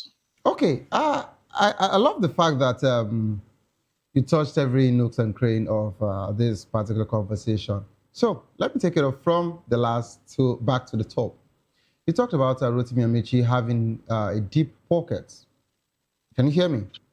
Yes, I'm with you. Yeah, you talked about Rotimi Amechi having a deep pocket, and this actually, baffles me, or it raises a concern that would be quite a disturbing question. So, are you saying that a party's primaries now should be about exchange of currencies? Giving money to get delegates over to your side? Because when you talk about deep pockets, what should deep pockets mean when we say we're coming in for primaries? It should be about integrity. It should be about merit for delegates to actually decide to pick one person above the other, and not about deep pockets. That's one. And secondly, you talked about the APC, having, so many political blocks behind them now, and of course, different governors, defecting to the party. Does that actually, pose a threat to the ADC or any other, opposition party? Because you would agree with me that APC has almost all the seats in the country as we speak, and not only that, they are still even telling us that more would still come in. And let's also talk about the recent situation that is going on in the South. I'm talking about particularly in the Southeast. You'd agree with me that there is a movement that they tend to mention now Yes. that is affiliated with the president. Of course, I'm not here to give anybody any cheap publicity. That's not why I'm here. So there is a movement, and of course, the strong, heavyweights in business, people like Obi Nayego, popularly known as Obi Kubana, and the likes of all of them, Zenko, they all, they've moved to join the same movement. These are people who should support the same Peter Obi you're talking about.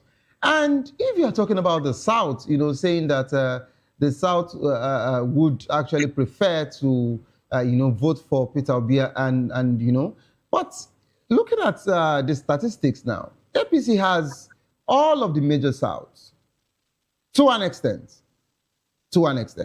And the only, will I call it joker that the ADC has presently is for them to get enough voters from the North. And the only candidate the northern voters want to hear is their own person this time around, and not making another mistake of getting another South. So they said. And of course, some are even speculating that how sure are they that if Peter Obi wins, tomorrow, that he would quietly and honorably leave after one term and not want to do the second term. And you see, all of this particular conversation brings me to the point to ask you, do you think that for all of these assertions you've made, and of course, for me bringing you up to speed as regards to this conversation, do you think that ADC poses a threat to the APC? And if at all they do, what role do you think capacity, age, and power dynamics will play in ADC's decision making, of course, as regards to choosing their flag bearer? Yes, anywhere in the world, sadly, election is about money. And especially when it comes to the democratic kind of system of governance. Yes, ADC today stands a great opportunity. Why? Because, like our other brother here said, this election will be between the people and the parties. That is deciding based on the fact that what they're going through. And they say experience is the best teacher. It's not what you tell people that actually changes them or molds them. It's what they go through that actually makes them to either reawaken and fight for it. Because you see, most Nigerians see themselves as a guest in their own country. So, as a guest, whatever happened doesn't really matter to you. But when you begin to feel the pain directly and see that very soon, you probably will need a wheelbarrow of naira to go and get a loaf of bread, just like what is happening in Zimbabwe and a few other countries where there was a deliberate, destruction of their economy. Why? Because today people see it, yes, you have more money in your pocket, but the money, what's the value? What is it able to purchase to you? Like, it's absolutely not able to get you anything. And the inflationary rate is out of control. Nothing today can be said to be in a observatory mood that you can say you wake up today, you're sure that even if it's going to go up, it shouldn't be more than 10% at maximum. But today, because of that, it gives the ADC lesser to tell the people, because the people are the ones feeling the brunt and they're seeing the policies in a certain way, telling people to tighten their belts.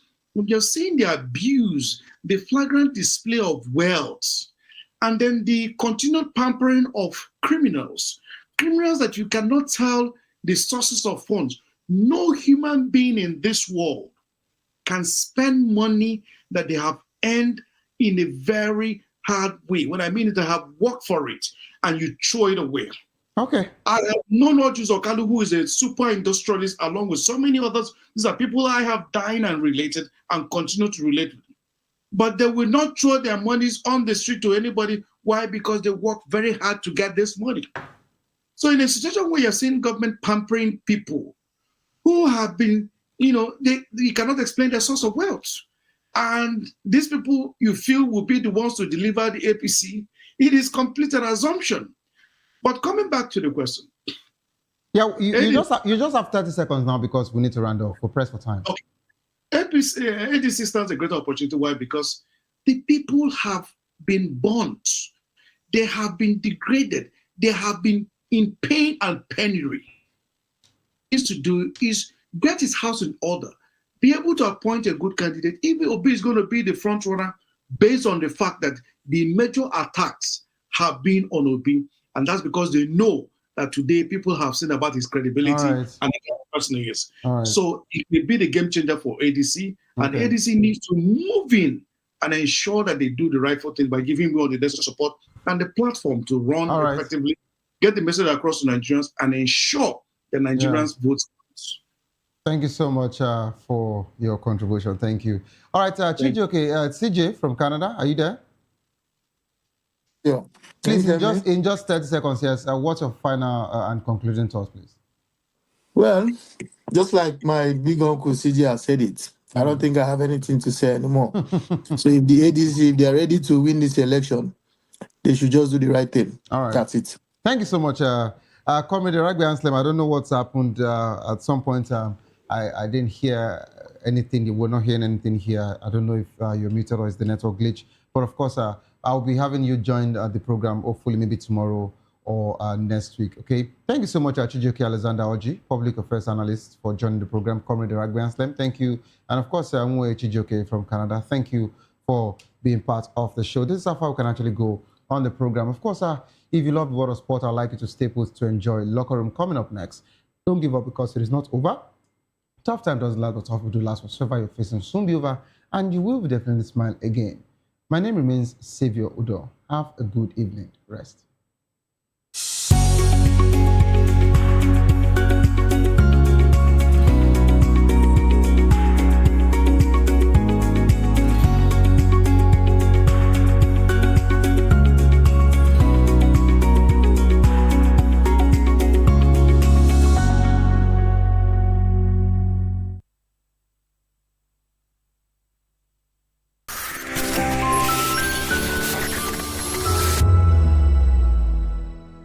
My name is Tao Familoni, and here is to VOP TV. Keep watching, stay tuned, do not touch that dial. My name is Made Kuti, and you're watching BOP TV. Keep watching. Welcome, my name is Zika Davis. Distinguished ladies and gentlemen, boys, viewers, everybody, boys and girls. This is VOP TV. Do you know what that means? Voice of the People TV. You don't have a voice, don't come here. You better make sure your voice is heard.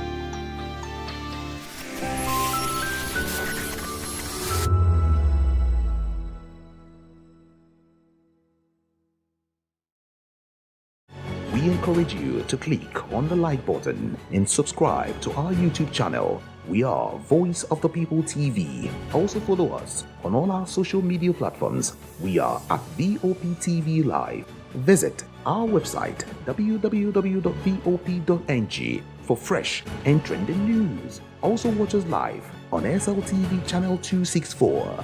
VOP TV, Voice of the People Television. Join us as we drive into the world of politics through insightful interviews with prominent political figures, both serving and former governors, ministers, senators, legislators, party chieftains, activists, and analysts. Get first-hand information into the decision-making processes that affect our daily lives. Highly engaging one-hour program that brings political discourse into focus. I am Chukwuma Okoro. Political Lens, Monday through Friday, 6 to 7 p.m. Join us. Hello there, my name is Damilola Ogunsi, also known as the Goldfish. Hi, my name is Chike Bright Emmanuel. I'm an actor and a filmmaker. Hello peeps, my name is Yomi E. Adejumo. Hi everyone, I'm Paul Utomi. Hi everyone, my name is Stacey Benjamin and this is Voice of the People TV. I need you to keep it locked to VOP TV. See, are you looking for good entertainment? You want to get good movies, good music, politics, talk shows, sports and entertainment. You really want a channel. It's time to wade through the noise. Hunger no get tribe. Hunger no get religion. And scan the human interest and trending topics that matter.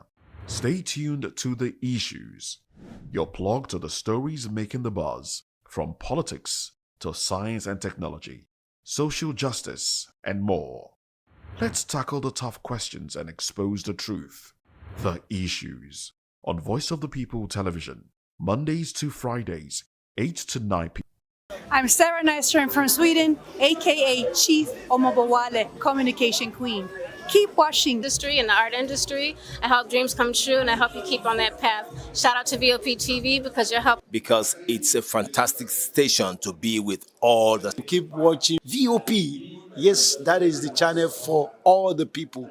No color, no race. Thank you so much. Yo, ladies and gentlemen. This is Abbas Sunkan from the Netherlands. I am a designer and I'm here. Voice over personality, but no, this is Voice of the People TV, and you are riveted forever because this is the place to be. Yo guys, your boy Chela. Shout out to VOP TV. I love you guys. Salut tout le monde. Suspect 95. Là, on est sur VOP TV. On passe un bon temps. J'espère que vous kiffez. On est au Afrima. On est ensemble. VOP TV. Don't see me like a fool because I don't do giddy giddy giddy. VOP, you don't know Stoneware from Ghana representing live and living color. Yeah, Beam Nation President. Outside with it. Bless up. Hello, this is Milo. Vehicles. Keep watch Voice of the People TV. Regardez la voix du peuple, la télévision de la voix du peuple. Que Dieu vous bénisse. À très bientôt. Love you so much. Hi guys, what's up? This is Gaze Baba. I am watching VOP TV. Usually you'll be told to not touch the dial, but I tell you to touch the dial and increase the volume. You're like, keep it locked, it's Afro Gospel. Thank you. Hello, my name is Shego Arunze, you're watching VOP. Don't change the dial. My Joe, fine girl. My Joe, fine babe. Only are you, but on the Fuji was. Yes, don't touch the dial. This is me, Dr. Adiwala Iba. Keep watching VOP.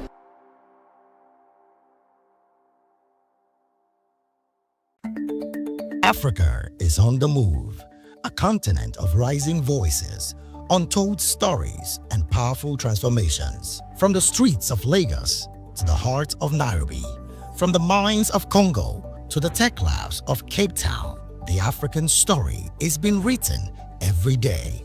Bold, dynamic, unstoppable. This is African News on Voice of the People Television. We don't just bring you the news. We analyze and bring you Africa's heartbeat, the politics that shapes our nations, the economies that drives our future, the cultures that defines who we are, the voice that must be heard. Africa News, Africa's voice, Africa's future. Where Africa speaks, the world listens.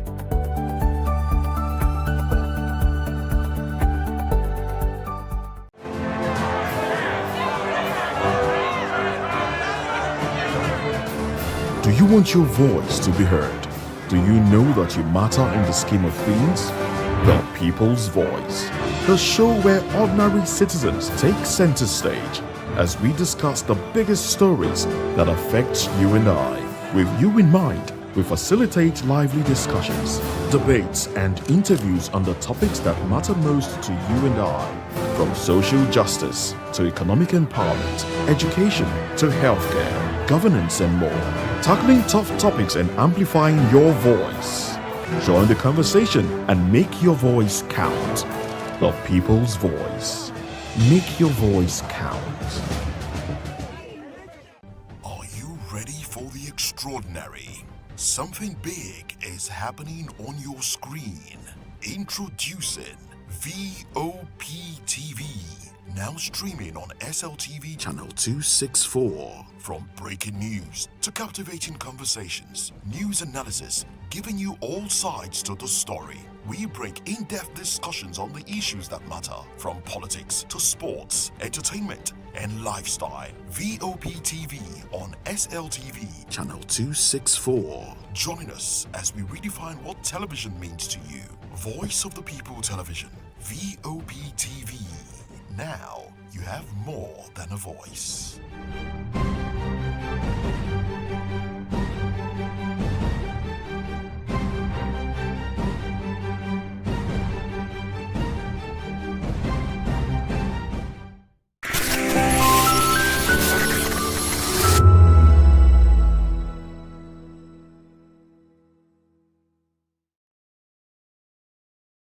The grapevine keeps buzzing.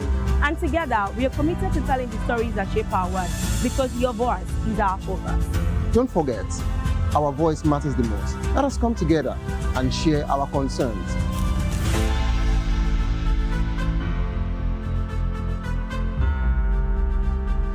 Mr. Ofamiloni, and here's to VOP TV.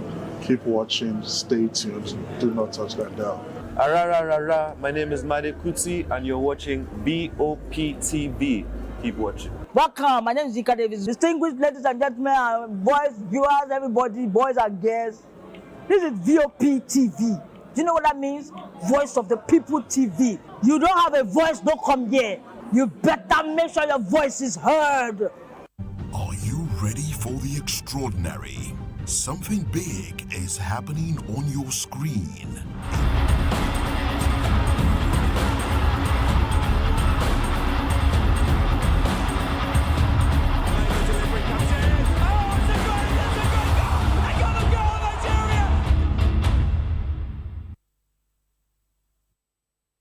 All right, it's been an incredible match week so far in the English Premier League. I mean, games have been going down, results have been going the way some people planned it, while some are still feeling the effects of the losses. And of course, Manchester City are now within 3 points of the tabletop Arsenal after they won their game 3-0 up against Fulham at the Etihad.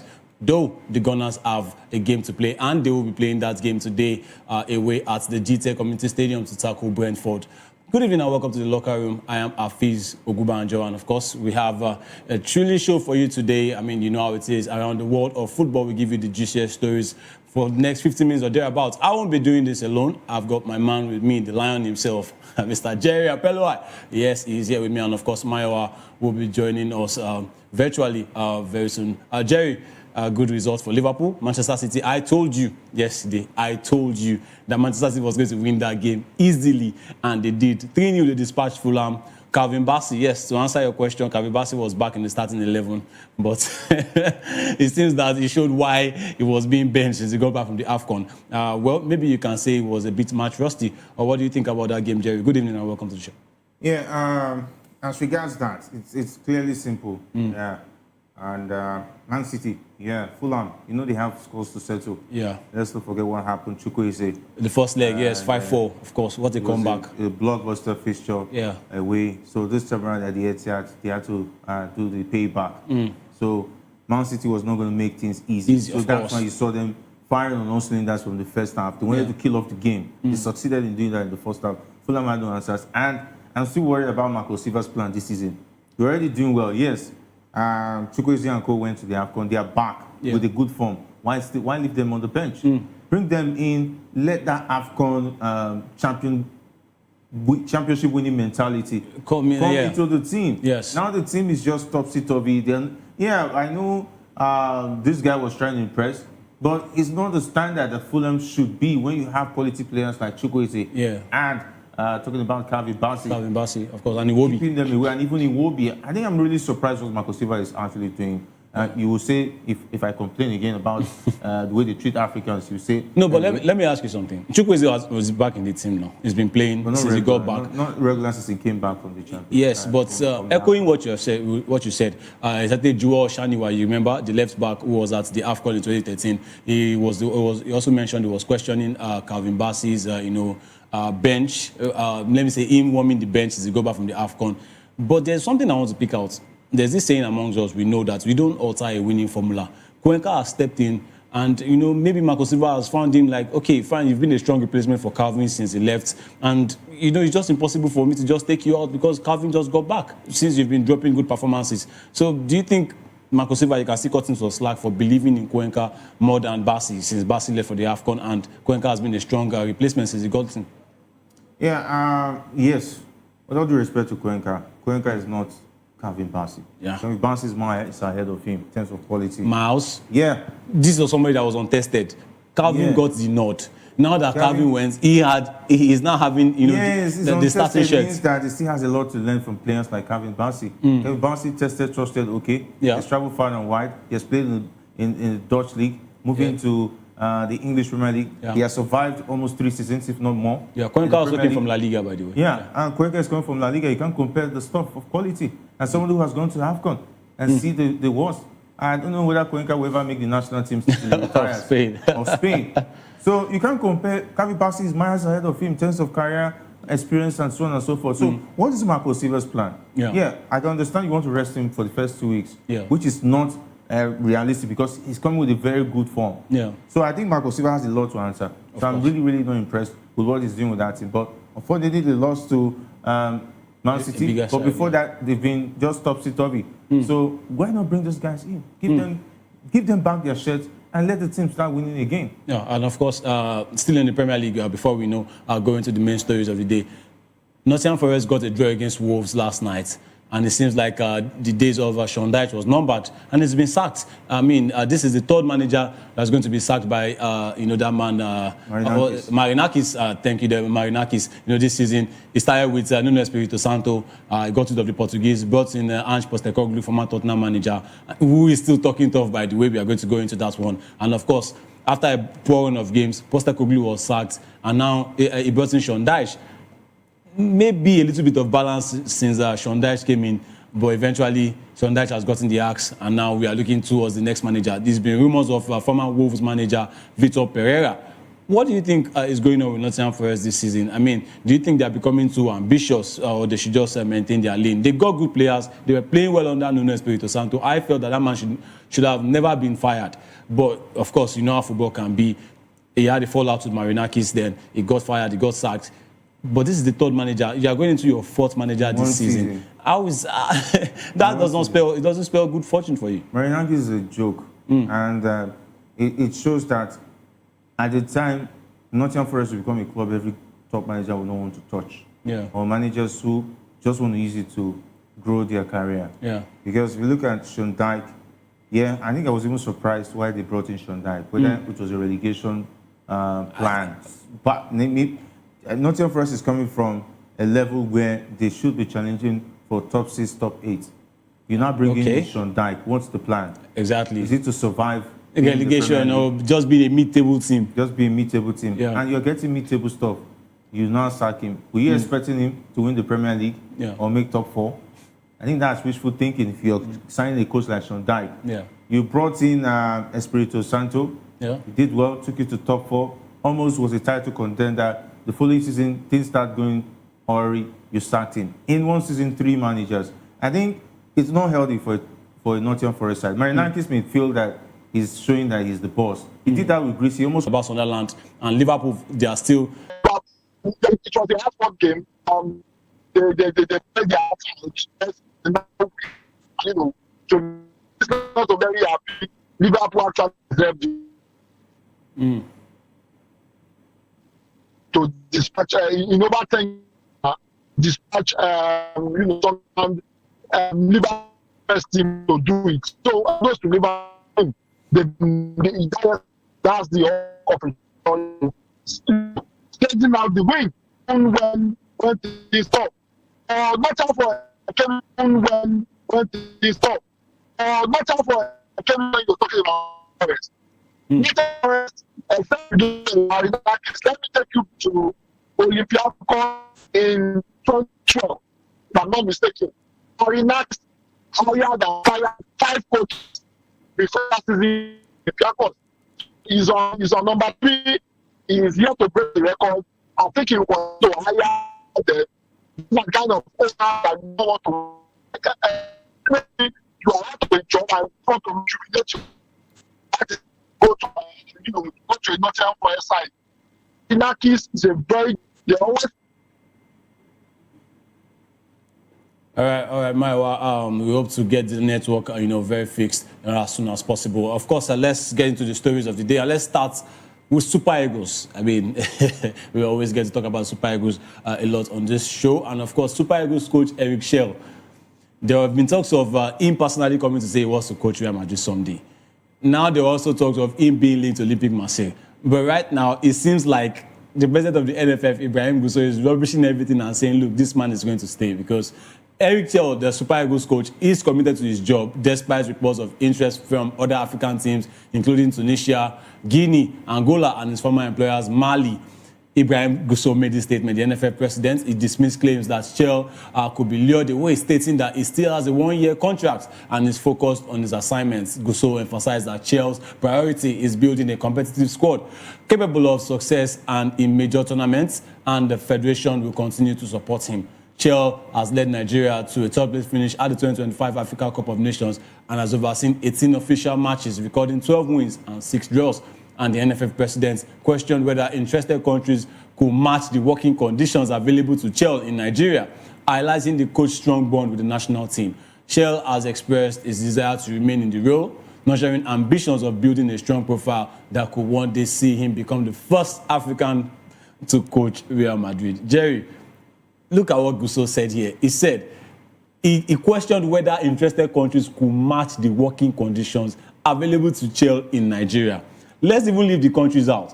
How about the club, Olympique Marseille, that is coached with, that is linked to it, sorry. Do you think that Olympique Marseille can match, the working conditions available to Schell right here, provided by the Super Eagles of Nigeria, provided by the NFF? Don't you think that Gusso is onto something here? Yeah. If Gusso is telling me if you're Eric Schell and a job like Real Madrid comes for you, or even Marseille, or let's say a second team in the Champions League, where we know they have a standard. Salaries are Borussia Dortmund, Borussia Dortmund is too much.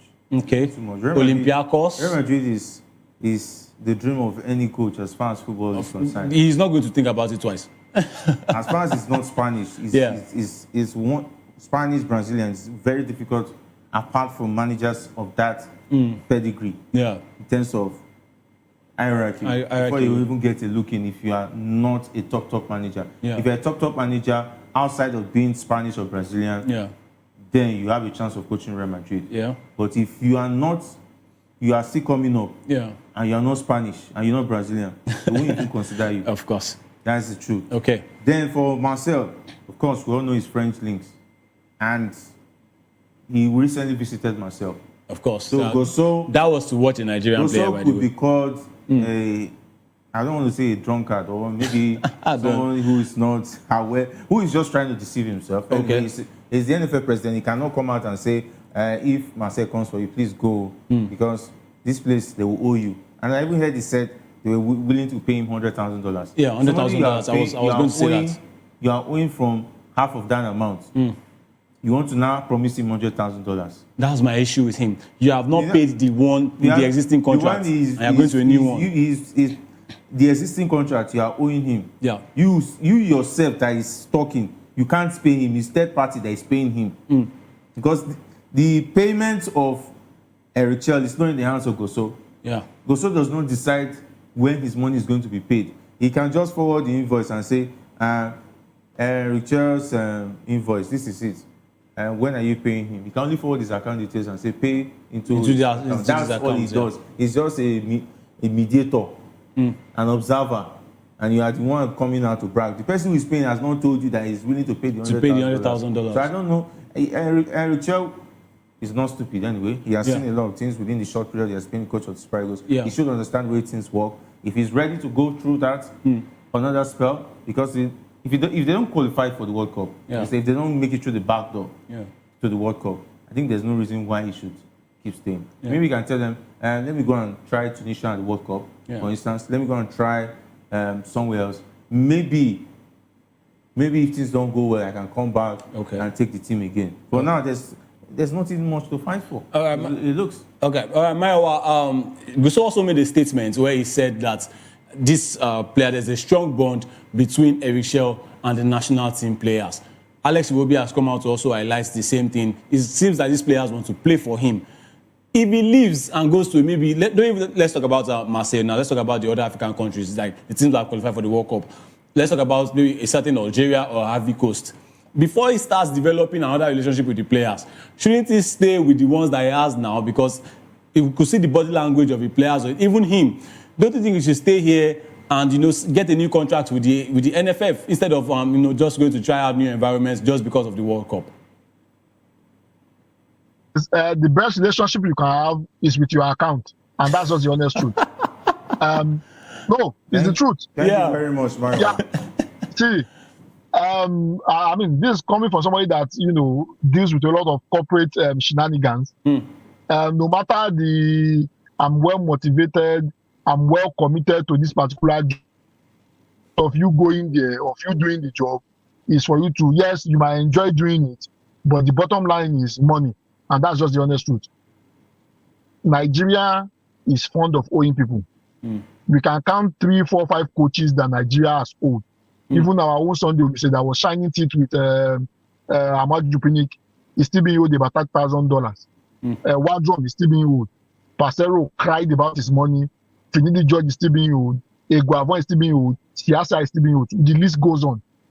So if another team, if another club or another country that is very serious, that does not run their own football the way we are running our football comes in, I think it will be a disservice to himself to put himself in a situation whereby he will probably be hungry. He will probably go hungry because of the competence of the NFL and not take that job. At the moment, the momentum is on his side. If I were him, I would take job. The one that Gusto is coming out and saying there's a relationship and the rest of that and the rest of that and stuff like that. But there's a relationship now. There's no relationship anywhere. The relationship is how soon you pay the money. No love lost. The relationship is how soon you pay the money. No love That's just the honest truth. No love lost. Yeah, no love lost. A laborer is worthy of his wages. The Bible even says it. So he is working for the money.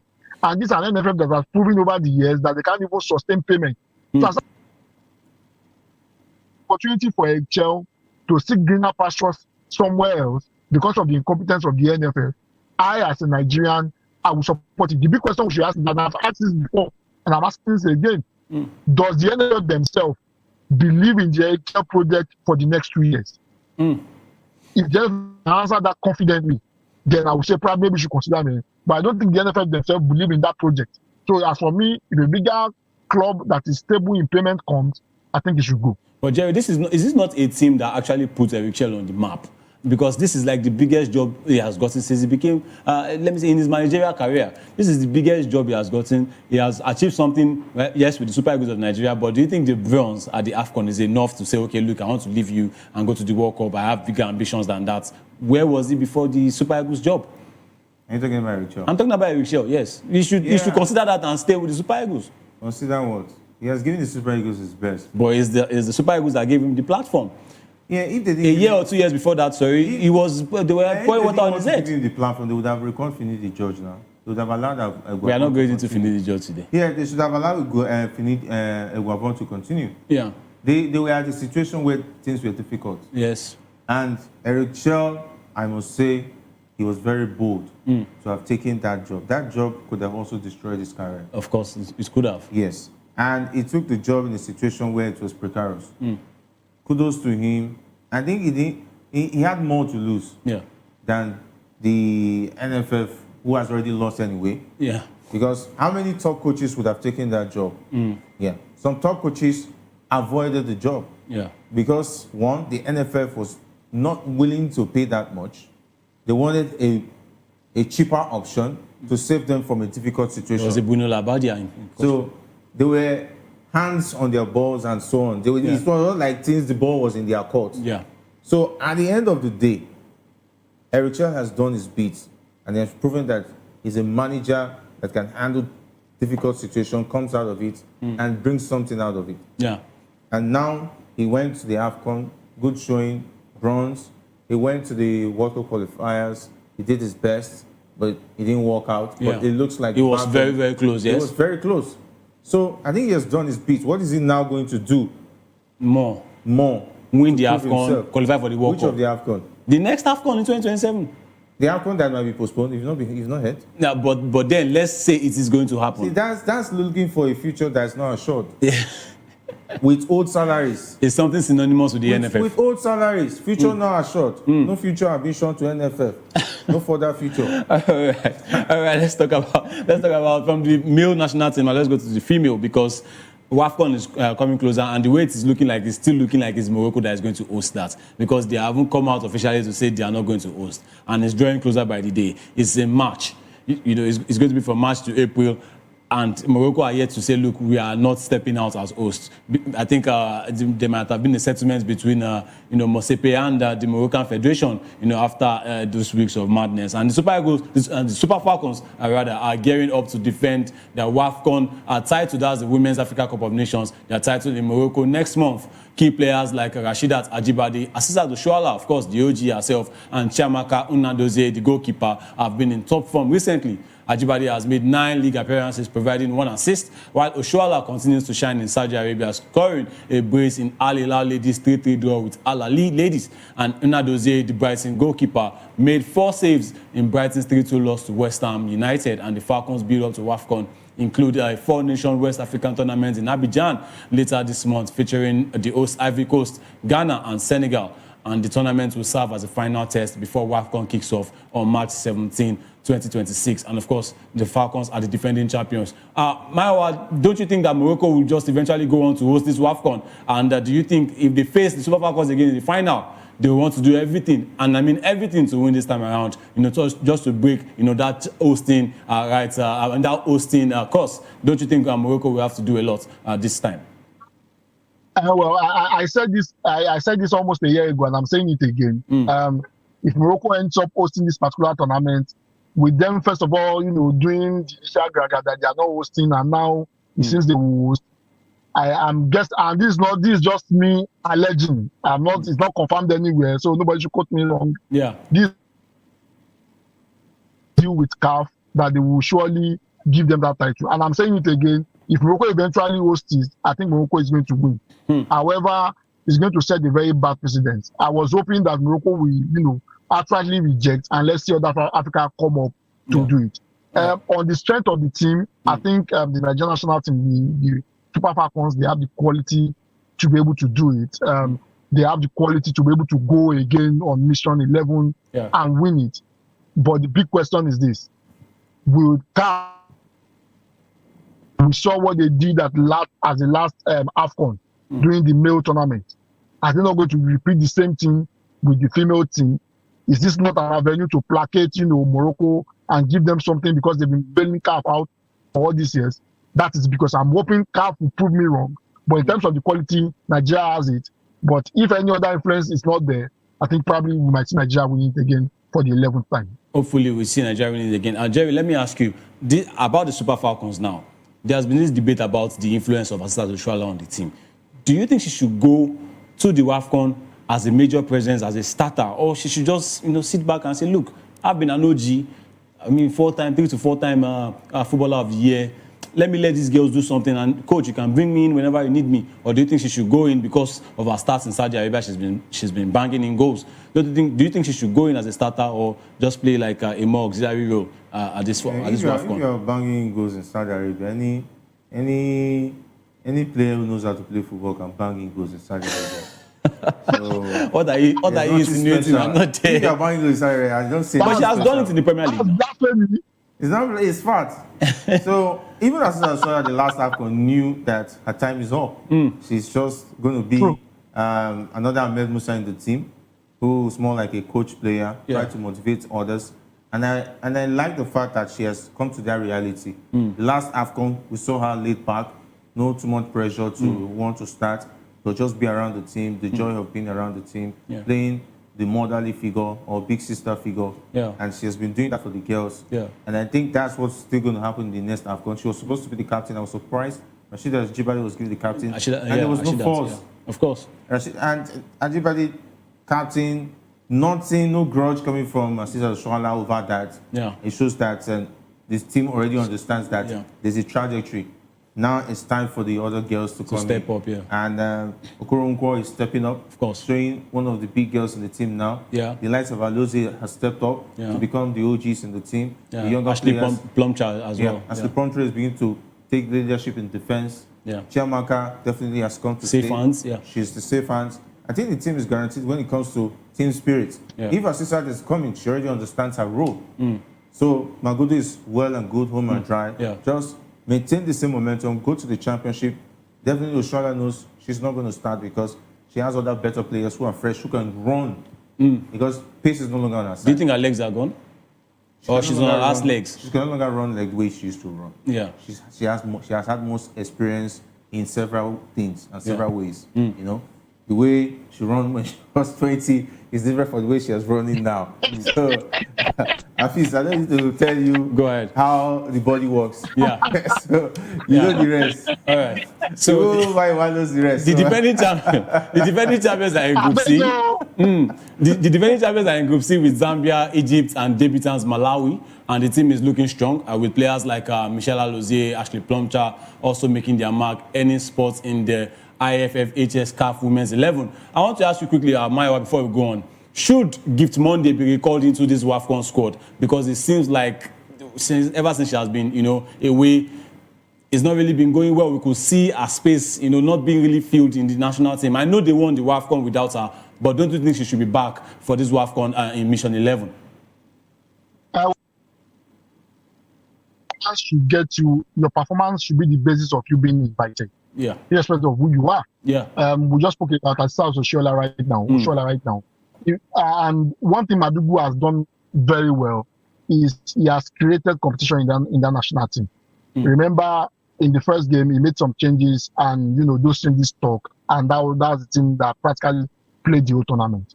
If you are not performing, you don't get an opportunity to play, and that should be the standard for any national team. If Monday Gift is not good enough, yes, she was not there the last time. If she's not good enough to be part of the national team to go for Mission 11, then she should be out. However, if her performance justifies a place in the national team, why not give her another opportunity to be part of the team and let her come and fight for a shirt? I mean, we saw a typical Paulo Nacho. He was ostracized from the team, but the performance in Turkey gave him an inroad back into the national team and was able to go to the Nations Cup. And he might be ostracized again. He might be ostracized again. But for now, at least for the Nations Cup, he was there. His performance brought him there. So if Gift Monday's performance is good enough to bring him to the national team, why not? I don't think the doors for the national team is closed. It's an open door. Madugu has created, an enabling environment for competition. If Monday Gift is good enough and her performance is good enough, why not bring her back to the national team? All right, okay. Talking about that, somebody whose performance has been good enough with the national team, but this time around, it looks like he's unattached. In fact, he is unattached at the moment. Stanley Wabali, of course, Nigeria's first-choice goalkeeper, is at risk of losing his spot in the Super Eagles if he doesn't secure a new club before the team's next international engagement in March. And Wabali recently left Chippa United in South Africa and is currently exploring his options. And according to sources close to the team, Super Eagles coach Eric Schell is unlikely to select an inactive player, which could pave way for a new goalkeeper. And this follows the precedent set during the AFCON, where Terry Murphy was left out of the squad, when he was unattached after he wasn't in the squad for Nice. And the Wabali's competition includes Maduka Okoye of Udinese and Francis Uzor of Omonia Nicosia, who have been vying for the position. Jerry, let me bring you to this one. I mean, normally, in a team like the Super Eagles of Nigeria, someone who is not attached to a club should not be called up. But we've seen a situation where a certain Ahmed Musa had no club. He wasn't playing actively for any club, but yet he got a call up to Super Eagles. Now, what should happen in Wabali's case? Should Shell be allowed to make his decision, or do you think my slot will pave way again and they will still bring Stanley Wabali into the Super Eagles? Yeah, the case of Ahmed Musa, it was quite understandable why he wasn't coming to play. He was coming to motivate. He was coming to motivate, and he did that well. So you can be unattached and come and motivate. The time he was my slot. He went to the World Cup. Yes. And scored 2 goals. Two very good goals, yeah. 2 very good goals, which were crucial for the team. But we didn't qualify, so we didn't qualify, which is no fault of Ahmed Musa. He played his role. And then for Stanley Nwabali, this is the architect of those who don't like Stanley Nwabali. That's how. And, how is he an architect for those that don't like him? You're one of them. He's unattached now. You never say anything good about the man. No, wait. Nigeria is a big football nation. A country like Brazil not having a club and they call him. Players you can be unattached and yes. Players not attached have played for the national team before and did excellently well. I even remember when Iyama was having issues with his club, even not getting game time. He was still invited to the Super A player like Iyama, if he's unattached, we know he will get a club really soon. He has the quality. Nwabali is going to get a club pretty soon. Where? Very soon. Where now? The thing is that you cannot put the time to it.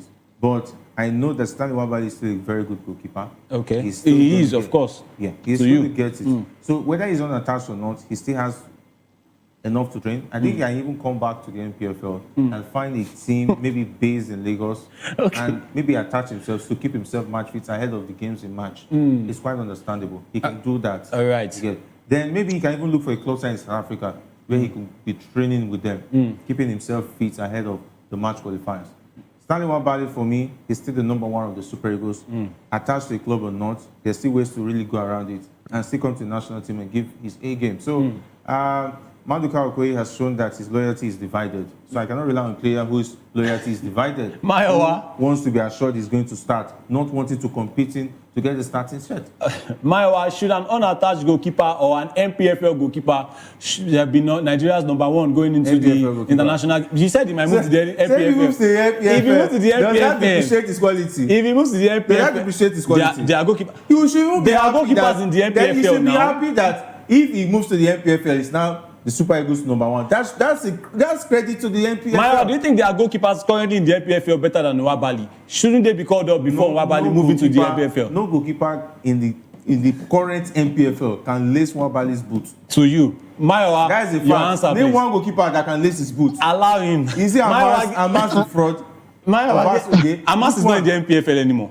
He's not in the MPFL anymore. Where is goalkeeping now? What is he doing there? What has he achieved? He didn't keep for the national team now. Is he even a starter in where he is? Jerry is double. Okay, name another goalkeeper. Name one goalkeeper in the MPFL now. Jerry, that can lace Nwabali's boot. Jerry, this is if you name one goalkeeper this is now, double standard. I will say yes. Nwabali. This is double standard. This is double standard. Which goalkeeper can bench Nwabali? Number 1. In that MPFL. Number 1. Let me answer your question. Number 1. Maiwa, please, sorry to cut you there. Yes, let me answer your question. Number 1. Rivers United are the table toppers of the MPFL. Yes, by goal difference. They have a goalkeeper. They have a goalkeeper. That's one. That one that is drinking goals in the Champions League. Ikorodu City's goalkeeper has kept 13 clean sheets. Succeeded in turning Rivers United to goals drinker in the CAF Champions League. Ikorodu City's goalkeeper has kept 13 clean sheets.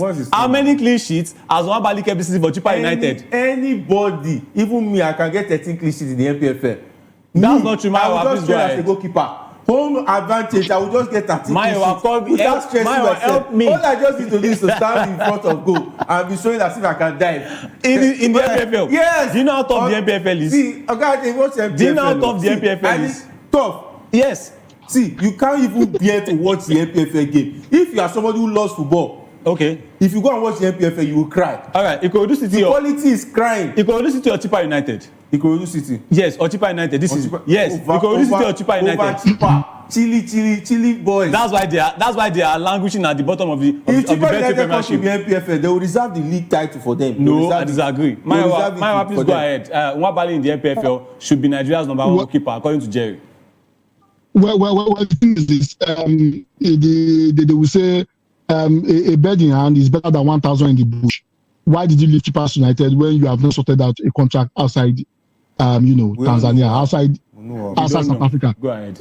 Irrespective of whatever it is, you shouldn't have left the club. You should have been engaged. That's number 1. Number 2, having a player who is not attached is not the best way to go. And this is why I'm saying that it is. Even Nwabali's performance itself little to desire. And let's be honest with ourselves.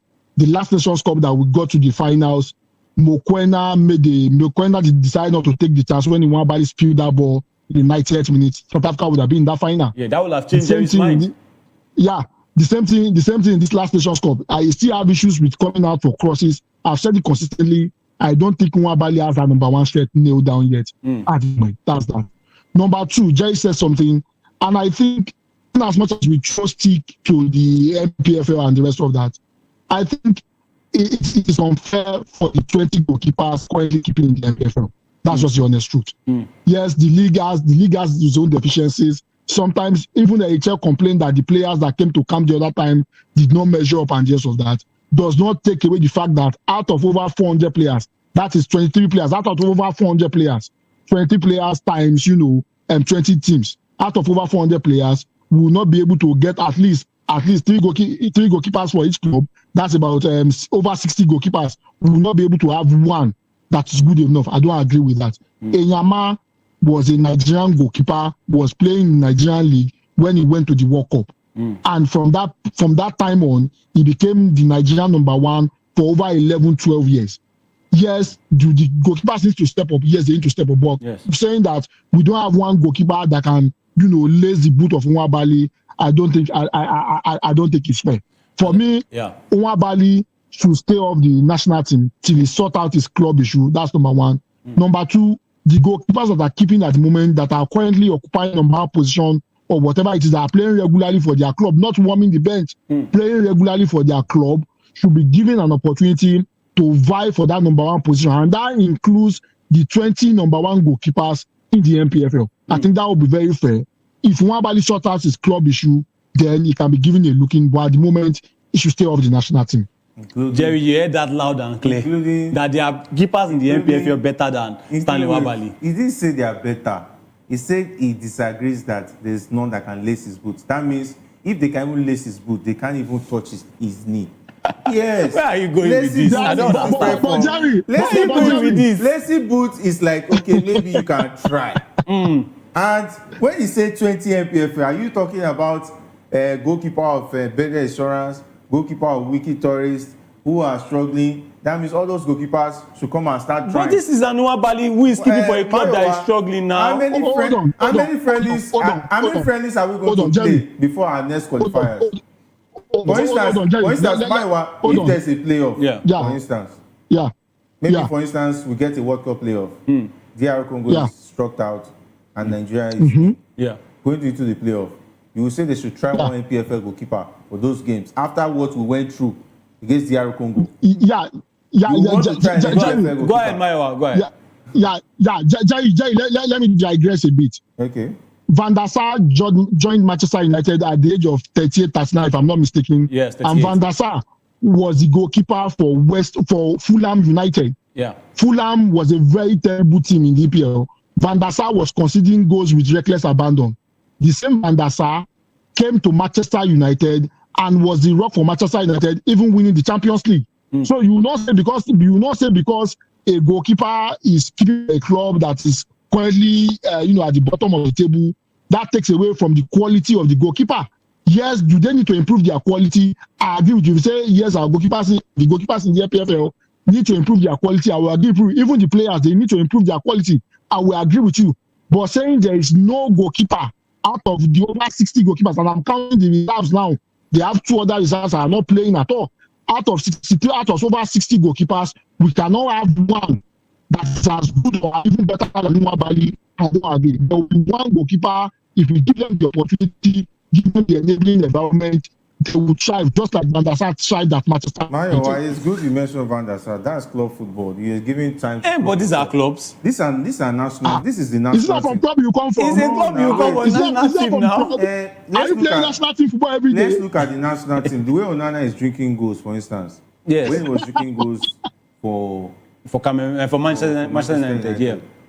He was still being invited for Cameroon, right? Yeah, but he's been dropped now. He was dropped for the AFCON. Yeah, he was dropped for the AFCON after he moved to Trabzonspor. Had it been, he was still playing for Manchester United, and even though he's drinking goals, he will still be first choice for Cameroon. But I told you, when you raised this in a formal discussion, I told you that he was dropped during the last AFCON too. Yes, they dropped him later when they knew that, okay, it's already late. Yeah. He had issue in the middle of the tournament with Samuel Eto'o. That's why he was dropped. It was not like he was not still the first choice goalkeeper for the team at the Côte d'Ivoire tournament. Okay. So with that being said, Stanley Nwabali has proven to be a top goalkeeper. Top? Yes. Top. Yes. We'll have that conversation later. Okay. For instance, you are calling top where? You have mentioned I don't understand. You have mentioned NPFL goalkeepers. I don't even know their names. Better than Okoye. See, I don't even. Who's Maduka Okoye? Yes. I've told you Maduka Okoye cannot be trusted. Why? One game distraction. It's not one game. One game distraction, Jerry. I'm not talking based on one game distraction. Okay. I'm talking about his loyalty cannot be vouched for. I can't vouch for his loyalty. Why? Because he ran away from competition. For instance, asking the coach that he has to bench a goalkeeper he already has confidence in before you can come to the national team already is a question mark to your loyalty to the team. Okay. You get, had it been he came, for instance, now that Nwabali is having issues, it would have been easy to say, Maduka Okoye has been loyal to the team. Well, this is high time to step him up. Okay, but I think Eric. But that kind of a goalkeeper with that mentality, it's not good. Because you need a goalkeeper, his loyalty is tested and trusted. Morally, he's with the team. The camaraderie is there. He's ready to play for the team, whether on the bench or he's starting. That's not the goalkeeper, the player wants to be in the team. All right. So that is why I would prefer Stanley Nwabali over him. All right, let's see what happens before match. Maduka Okoye rest. Stanley Nwabali, we are good.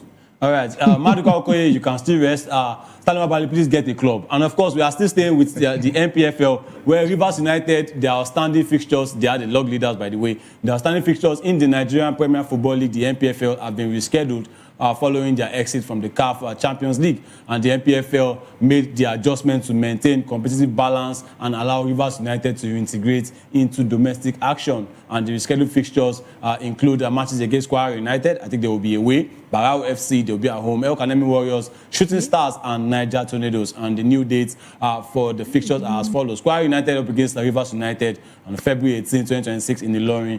And Rivers United will play Barao FC February 25, 2026 in Port Harcourt, and Rivers United against El Kanemi Warriors again in Port Harcourt on March 4, 2026. Shooting Stars against Rivers United on March 12, 2026 in Abeokuta. Of course, Shooting Stars are now going to be playing their home games for now at the MKO Abiola Stadium in Abeokuta, and Niger Tornadoes against Rivers United on March 19, 2026 in Lafia, of course. And the NPFL has urged all concerned clubs, match officials, and state football associations to ensure adequate logistics are in place for the rescheduled fixtures. Rivers United have 4 games in hand, and they are tied with, I think, Ikorodu City and Nasarawa United at the top of the table. Yes, these are the results from match day 25. Of course, Bendel Insurance against Eyimba, 2-0. I don't know what's going on with Eyimba. Rivers United, their game against Barao was postponed because they played Pyramids of Egypt in the CAF Champions League, where they were whitewashed 4-1. And Nasarawa United 1-1 against Bayelsa United. Abia Warriors 0-0 against Rangers. Kano Pillars 1-0 against Remo Stars. Remo Stars are in 19th, by the way, and it looks like Ogumore this time might be up at the club. And of course, this is the table. Ikorodu City, Rivers United, and Nasarawa United, 41 points each. Rivers United, 4 games in hand. That was what I was saying. Should this still be happening in the NPFL of today? It's been happening a long time ago. Should this still be happening? This is the league you are saying we should draw a goalkeeper from. There's a goalkeeper. I told you a goalkeeper kept 30 clean sheets. Ikorodu City. This cannot happen in the South African league that you have 4 games in hand and you are still the same point with the leader of the table. How is this? That's a joke. That league is a joke. Okay. That's why that the quality is crying. There's nothing attractive about How is the quality crying when the defending champion is in 19th place? It shows the league is tough now. If defending champion is in 19th place, yes. You don't know the situation of Remo Stars. Remo Stars have made the decision that they might be playing the championship next season with the way they sold all their players. Everybody sold players. Yeah? Everybody sold players. It was a level playing field before the start of the tournament. Players than any other club, even more than every other academy in Nigeria last summer. So they've already prepared that they are playing an academy. It's an academy club that is challenging the NPFL. Yeah. That is the quality they are churning out. That is what they are getting. They deserve that spot on the table. I think it's even good that they're even at top of Kun Khalifa. That is even an advantage. And it's just 1 point. They should be below Kun Khalifa and be preparing for the NNL with what they did last season. So how will a team 4 games in hand and still sharing the same point with the team at the top? That league is a joke for me. The NPFL is a joke. Anyway, they look like, okay, even people are even afraid to travel these days. I wonder how they do it. Because this NPFL, I think they should give all these club size award. How bold they are to travel the distance, their road and so on and so forth. I think they should be studied. They should be encouraged. I think national awards should be given to all the NPFL clubs. Because anyway, Wiki Tourist, for me, the match of the round, 4-4 against Katsina. Uche Collins getting a hat-trick and still getting sent off, for Katsina United. And there was fan violence. And Wiki Tourist, they've been fined. Every fine, I think, about 13 million thereabouts. Ikorodu City, 2-0 against Niger Tornadoes. Plateau United, 1-0 against Kwara United. Warri Wolves 0-0 against El Kalemi Warriors, and Kun Khalifat, they look to want to survive relegation, though they are still bottom of the table, but they got important 3 points against the Shooting Stars. Mayowa, we saw what happened to Kun Khalifat, when they complained about traveling, to the north about 2 times in a row, about 2 or 3 days in between. Do you think this one that Rivers United have 4 games in hand? Don't you think it's a bit unfair on the other teams, in the NPFL? And it looks like Rivers United at the end of the day will lift this one, and it's going to be a good one for Finidi George and his boys. Well, this is not the first time it's happening. I think it's about 2 seasons ago, where I even threw stone at Godwin and Naina, our Egbon, that they had to suspend the league for about 3 or 4 weeks to clear the backlog of about 6 outstanding games. How do you do it? Is it that those doing the table do not understand that some of these teams have intercontinental engagements? I don't understand how they do these things. It doesn't make any sense. It doesn't. Having about four games at hand is way too much advantage for a Rivers United. It doesn't make any sense. And I don't understand when this will be resolved. This is not the first time it's happening. It has been happening regularly. 2 years ago, Godwin and Naina and the LMC team, they had to come out and say they will suspend the league for about 4 weeks for them to be able to play the backlog. It was so annoying, and I said, how do you expect investors to come? It shows you are not serious. You are not. It shows you are not serious. And Jerry made an important point. Yes, see, I disagree with Jerry as regards, the quality of players. Yes, the quality of the league might have this and that and the rest of that. But something that he said that is very, very important is this. The player, the guys in the league, the teams in the league, they deserve a special award. The federal, and this is a stone to the federal government, they have not created an enabling environment for our league to grow. It will not be too much. And this is where the NFF and the sport ministry, this is where they come in. It will not be too much for the NFF and the sport ministry to set aside funds for teams, the 20 teams, I think the 20 teams in the league, to set aside funds for them that will cater for their air transportation. We know some of these teams cannot afford it. But I mean, if we budget, and we are saying there's a whole lot of money in this country, the monies that these guys are stealing, if we budget about 5 billion, and that is even too much, we budget about 5 billion for air transportation for all these guys, for all the games that they will play. I think they should cover their toll. They don't need to fly fancy. Just give them decent aircraft, flying. Give them decent flying, maybe economy class. Let them fly economy. It saves them a whole lot of time. How do you expect a team to travel from Ogun State here to Maiduguri? There is terrorists on the way. There are bandits on the way. Security risk, and you expect them to go and deliver so well in that particular game. That is the reason why. That's the reason why we are seeing this. That's the reason why somebody has 4 points in hand, 4 games in hand, and it's still the same point with the person on top of the league. It's because of all these things. And it will not be too much for the NFF to the money FIFA is allocating to them. Why can't they maximum amount of them? 19 games for your 19 away games. We are going to pay for your flights. I mean, it will cater for a whole lot of things, but they're not doing that, and that's the reason why the league is suffering. I mean, if we continue to talk about Nigerian football, we'll just it's just like we'll just keep, it looks like we'll just be shouting, and it's like these people up there are just hearing but not listening. I mean, time has been fast spent, but let's wrap up today's show with Bayern Munich. I mean, they've been doing well for themselves, and just like Jerry told me before we came on air, they almost gave the investors a heart attack, of course. But Bayern Munich, they managed to do it, and they've advanced to the German Cup semi-finals for the first time since 2020, beating RB Leipzig 2-0 at the Allianz Arena. And Harry Kane scored a penalty in the 64th minute, and Luis Diaz doubled the lead 3 minutes later. And Leipzig, I thought they took an early lead when Christoph Baumgartner scored, but the goal was disallowed for offside. Bayern Munich, they should be able to wrap up the DFB Pokal this season. They'll be playing at Berlin Stadium later in March or April. Yeah, as far as every title in Germany is concerned, Bayern Munich has first refusal. Yeah, first refusal. Yes, true. If they don't Very true. That's when the other players come and pick it up. So that is a very funny league. Jerry, please. So I'm not surprised that they're in the semi-finals. They are final. But first time since 2020. They are champion in waiting. Then and those times they were first refusal. They said that is not their priority. That is how that is. Anyway, Maya, thank you very much for coming on the show this evening. And of course, I know you'll be looking at Arsenal's game with one eye. What do you think? Well, it's always amazing to be here. I'm hoping that, I hope Arsenal loses that particular game.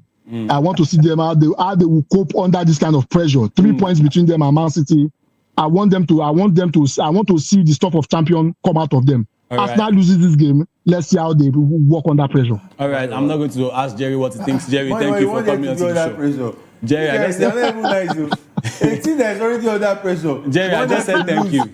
So that the pressure will go to high blood pressure. The pressure is already there. You want it to be IBP. Jerry, thank you for coming to the show today. It's not fair. Thank you. Arsenal win. I want Arsenal to win. Thank you, Jerry, if you want, for coming to the show today. And of course, I want to say a big thank you to the guys behind the scene for making this show a success. This has been Locker Room. I'm Hafiz Ogubanjo. Up next is the Political Lens with Chukwuma Okoye. Stay tuned and bye for now.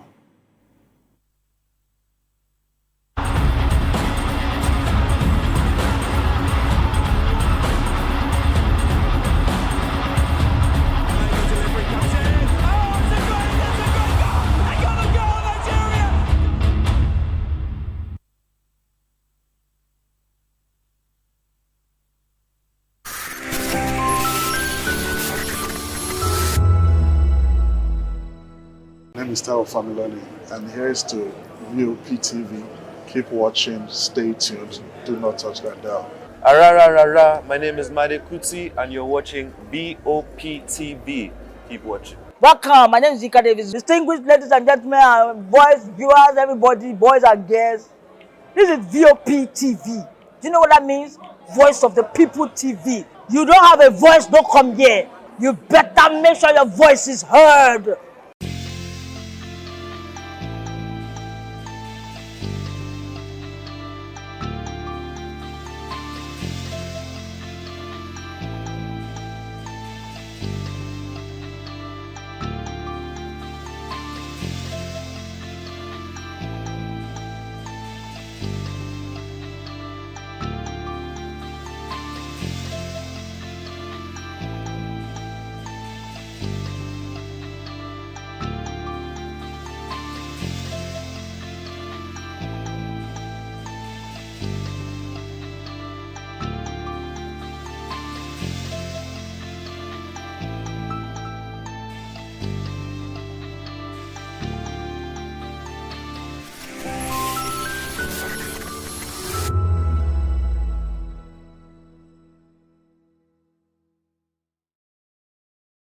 We encourage you to click on the like button and subscribe to our YouTube channel. We are Voice of the People TV. Also follow us on all our social media platforms. We are at VOP TV Live. Visit our website www.vop.ng for fresh and trending news. Also watch us live on SLTV channel 264. VOP TV, Voice of the People Television. Join us as we drive into the world of politics through insightful interviews with prominent political figures, both serving and former governors, ministers, senators, legislators, party chieftains, activists, and analysts. Get first-hand information into the decision-making processes that affect our daily lives. Highly engaging one-hour program that brings political discourse into focus. I am Chukwuma Okoro. Political Lens, Monday through Friday, 6 to 7 p.m. Join us. Hello there, my name is Damilola Ogunsi, also known as the Goldfish. Hi, my name is Chiki Bright Emmanuel. I'm an actor and a filmmaker. Hello peeps, my name is Yomi E. Adejimo. Hi everyone, I'm Paul Utomi. Hi everyone, my name is Stacey Benjamin and this is Voice of the People TV. I need you to keep it locked to VOP TV. See, I'm looking for good entertainment. You want to get good movies, good music, politics, talk shows, sports and entertainment. You really want a channel that gives you everything you need without you having to run around. VOP is where you are. That's Voice of the People. If you're not listening to this, you're not one of us. And you deserve to be killed. Scrap chat. Don't be killed, but watch it. Or I'll find you. And I want you. And you are locked on VOP TV. Don't go nowhere. This is where the juice is. This is where all you need for entertainment, politics, movies, and whatnot. And keep watching VOP TV. So keep it locked because I'm locked already, man. And it's money back guarantee. So you're going to have a good time because I do. And please keep watching VOP TV. I won't want you actually. I beg you, subscribe, watch it. If not, whatever you see, you better not touch that dial because VOP is the plot. In a world where truth is the ultimate power and opinions scream the loudest, it's time to wade through the noise. Hunger no get tribe. Hunger no get religion. And scan the human interest and trending topics that matter. Stay tuned to The Issues, your plug to the stories making the buzz, from politics to science and technology, social justice, and more. Let's tackle the tough questions and expose the truth. The Issues, on Voice of the People Television, Mondays to Fridays, 8 to 9 p.m. The Issues. Don't just react, understand. I'm Sarah Nystrom from Sweden, aka Chief Omobawale, Communication Queen. Keep watching VOP TV. Hi, I'm Samantha Jacobs representing the States. Miami's in the house, and I want to make a shout out to VOP TV. I'm a humanitarian, and I'm also a rep in the film industry and the art industry. I help dreams come true, and I help you keep on that path. Shout out to VOP TV because you're helping people stay on their path too. Cheers. All right, my name is John Odibo. Keep watching Voice of the People because it's a fantastic station to be with all the time. Thank you very much. My name is Pastor Elvis Ciro, the convener of the Voice Achievers Award, and keep watching VOP. Yes, that is the channel for all the people. No color, no race. Thank you so much. Yo, ladies and gentlemen, this is Abbas Sunkan from the Netherlands. I am a designer and I'm here in Eco Hotel and Suits. Keep watching VOP. The Voice of the People. Don't touch that dial. When I first heard VOP, I thought they were talking about me because I'm a voiceover personality. But no, this is Voice of the People TV, and you are riveted forever because this is the place to be. You guys, your boy Chela. Shout out to VOP TV. I love you guys. Salut tout le monde, Suspect 95, là on est sur VOP TV. On passe un bon temps. J'espère que vous kiffez, on est au Afrima. On est ensemble, VOP TV. Don't see me like a fool because I don't do giddy giddy giddy. VOP, you don't know somewhere from Ghana representing live and living color. Yeah, Beam Nation President. Outside with it. Bless up. Hello, this is Milo from Ivory Coast. Keep watch Voice of the People TV. Regardez la voix du peuple, la télévision de la voix du peuple. Que Dieu vous bénisse. À très bientôt. Love you so much. Hi guys, what's up? This is Gaze Baba. I am watching VOP TV. Usually you be told to not touch the dial, but I tell you to touch the dial and increase the volume.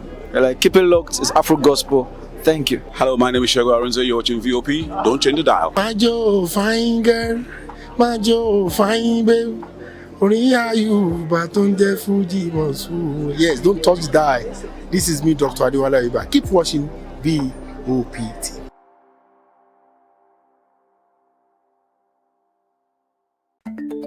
Africa is on the move, a continent of rising voices, untold stories, and powerful transformations. From the streets of Lagos to the heart of Nairobi, from the mines of Congo to the tech labs of Cape Town, the African story is being written every day. Bold, dynamic, unstoppable. This is African News on Voice of the People Television. We don't just bring you the news. We analyze and bring you Africa's heartbeat, the politics that shapes our nations, the economies that drives our future, the cultures that defines who we are, the voice that must be heard. Africa News, Africa's voice, Africa's future.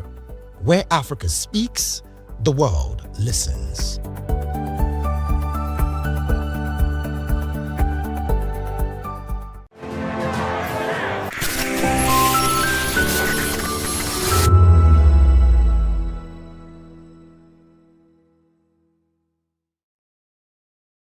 Mr. Ofamiloni, and here's to VOP TV. Keep watching, stay tuned, do not touch that dial.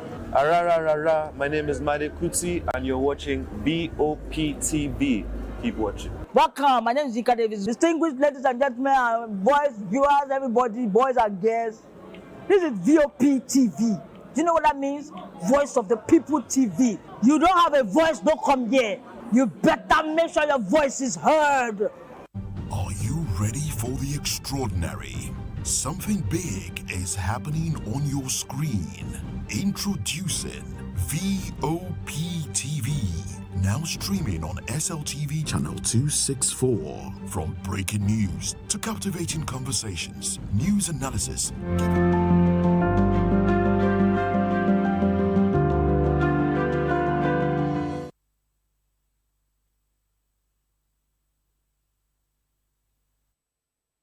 Hello there, good evening and welcome to Political Lens. I am Chukuma Okoro. Now, this is Voice of the People Television. We are broadcasting on Metro SLTV channel 264 on YouTube and other social media platforms. We are at VOP TV Live. You can also be a part of this conversation by calling in or sending WhatsApp messages to the number scrolling on your screen. We can also go to the YouTube comment and make your views known. We want to hear you. Want to know what your thoughts are about the topics of discussion. On the show today, legal experts raise more concerns about 2027 beyond technology. And away from that, El-Rufai Kwankwaso under security surveillance. And ACF, that's Arewa Consultative Forum, declares early campaigns ahead of 2027. Now let's bring in our guests. We've been joined in the studio here in Lagos. We are broadcasting from by Barrister Darlington Agomo. He's a political affairs analyst. He's here in the capacity of a political affairs analyst. Good evening to you, Mr. Agomo, and thanks for joining me on Political Lens. My pleasure. I appreciate your presence, sir. How have you been? That's okay.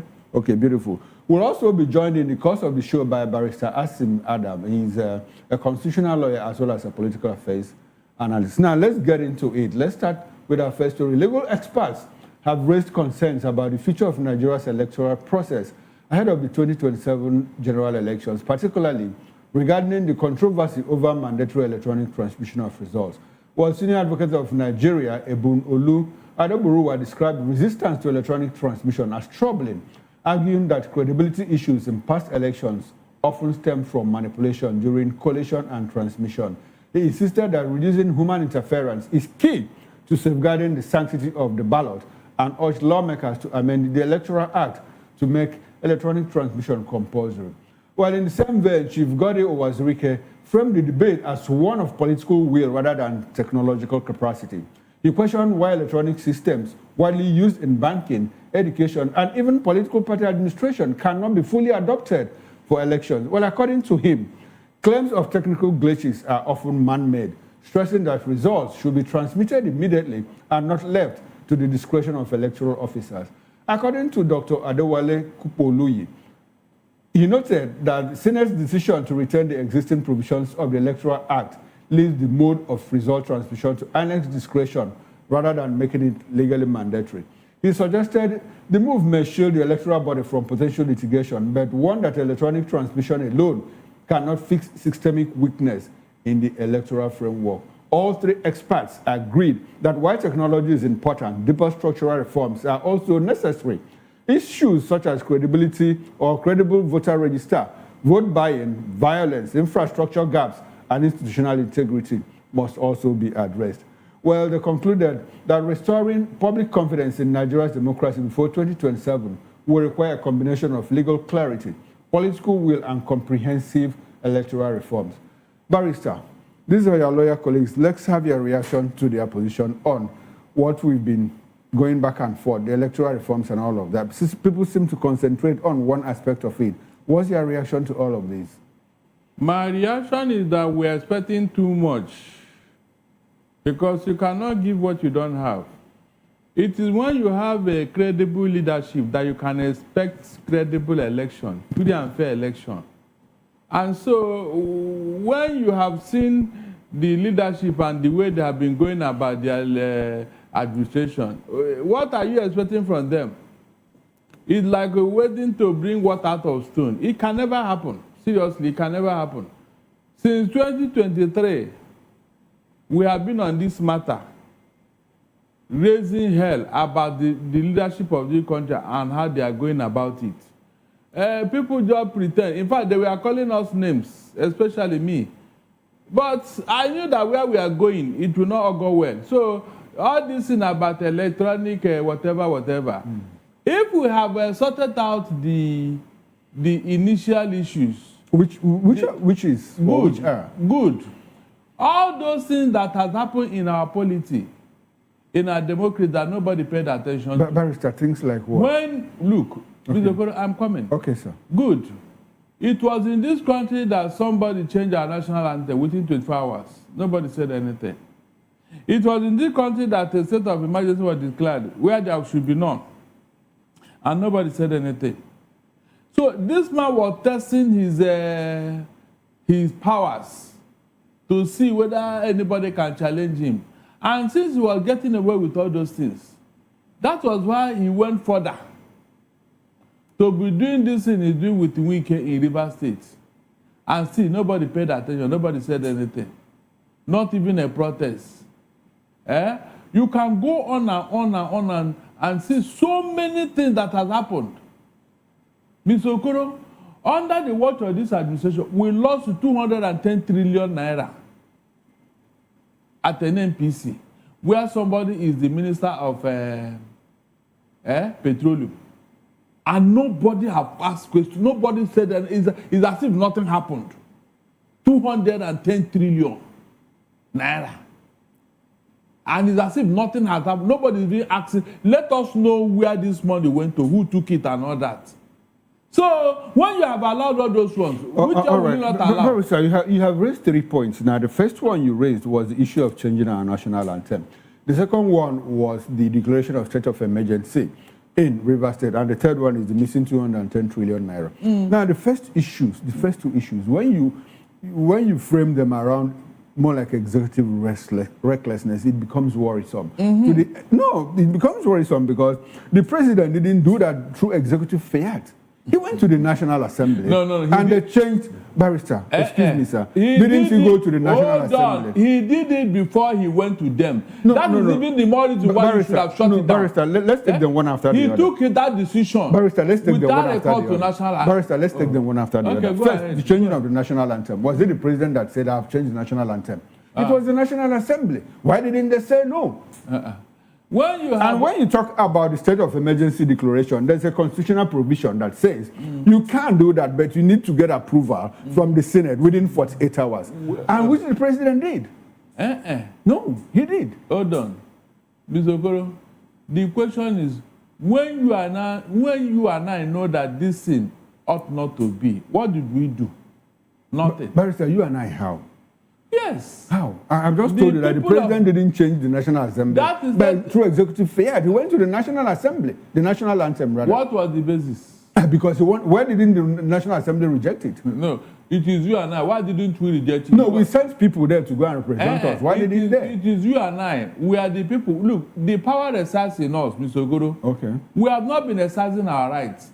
So all these hoopla now about electronic transmission of results, is it not you and I that are clamoring for it? We are, and at the end of the day, it looks like the Senate just played us overhead, like in football and soccer. Because at the end of the day, they left it at its way. Good. That will tell you that the people you send there, they are now on their own. Okay. They don't even have any regard for you. That's the truth. They are now in bed with the executive. So it befalls on you and I. You and I, yes, we are not doing enough, Okoro. I'm not joking. We are not doing enough for Nigeria. I keep telling you that we are being hypnotized. Nigerians are doing enough. Look at what happened in the presence of the National Assembly the other day. We are not. Seriously. There are things that we would have taken charge of. But we don't. When they occupied Ojota, you saw the ruckus that followed. when they occupied Ojota in 2012. You saw what followed, you saw what happened. And so, even the so-called opposition, are they talking? They are not talking. There are things they should have taken within the week, we saw Peter Obi join the protest. We saw Rotimi Amechi join the protest. We saw Aisha Yusufu. We saw Omoyele Sowore join the protest. What else would they have? They got the Philip from civil society organization. The Philip, the Philip. They got it from the civil society organization who took it by who took the bull by the horn. The 2011 Occupy Nigeria was also organized by the civil society organization.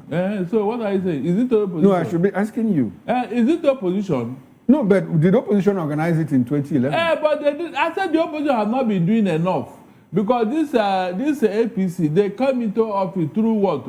Opposition and protest, through light, through so. This opposition, even with facts now available to everybody, they are not capitalizing on it. They are not. Seriously. Look, if they don't find out where that 210 trillion naira is, this election is already compromised. Because that money, whoever took it, is going to use it to compromise this election. And in fact, all our democratic every time we keep talking about the 210 trillion naira, I mean, it's unaccounted for 10 years and not just 2 years. Under whose administration? Another which party? Well, but I know they are the same party, but the different administration. So when Buhari was alive, why didn't you raise those issues? Hold on. They cleverly told you that it was between so that this administration will be exonerated. But let's come back to our point here.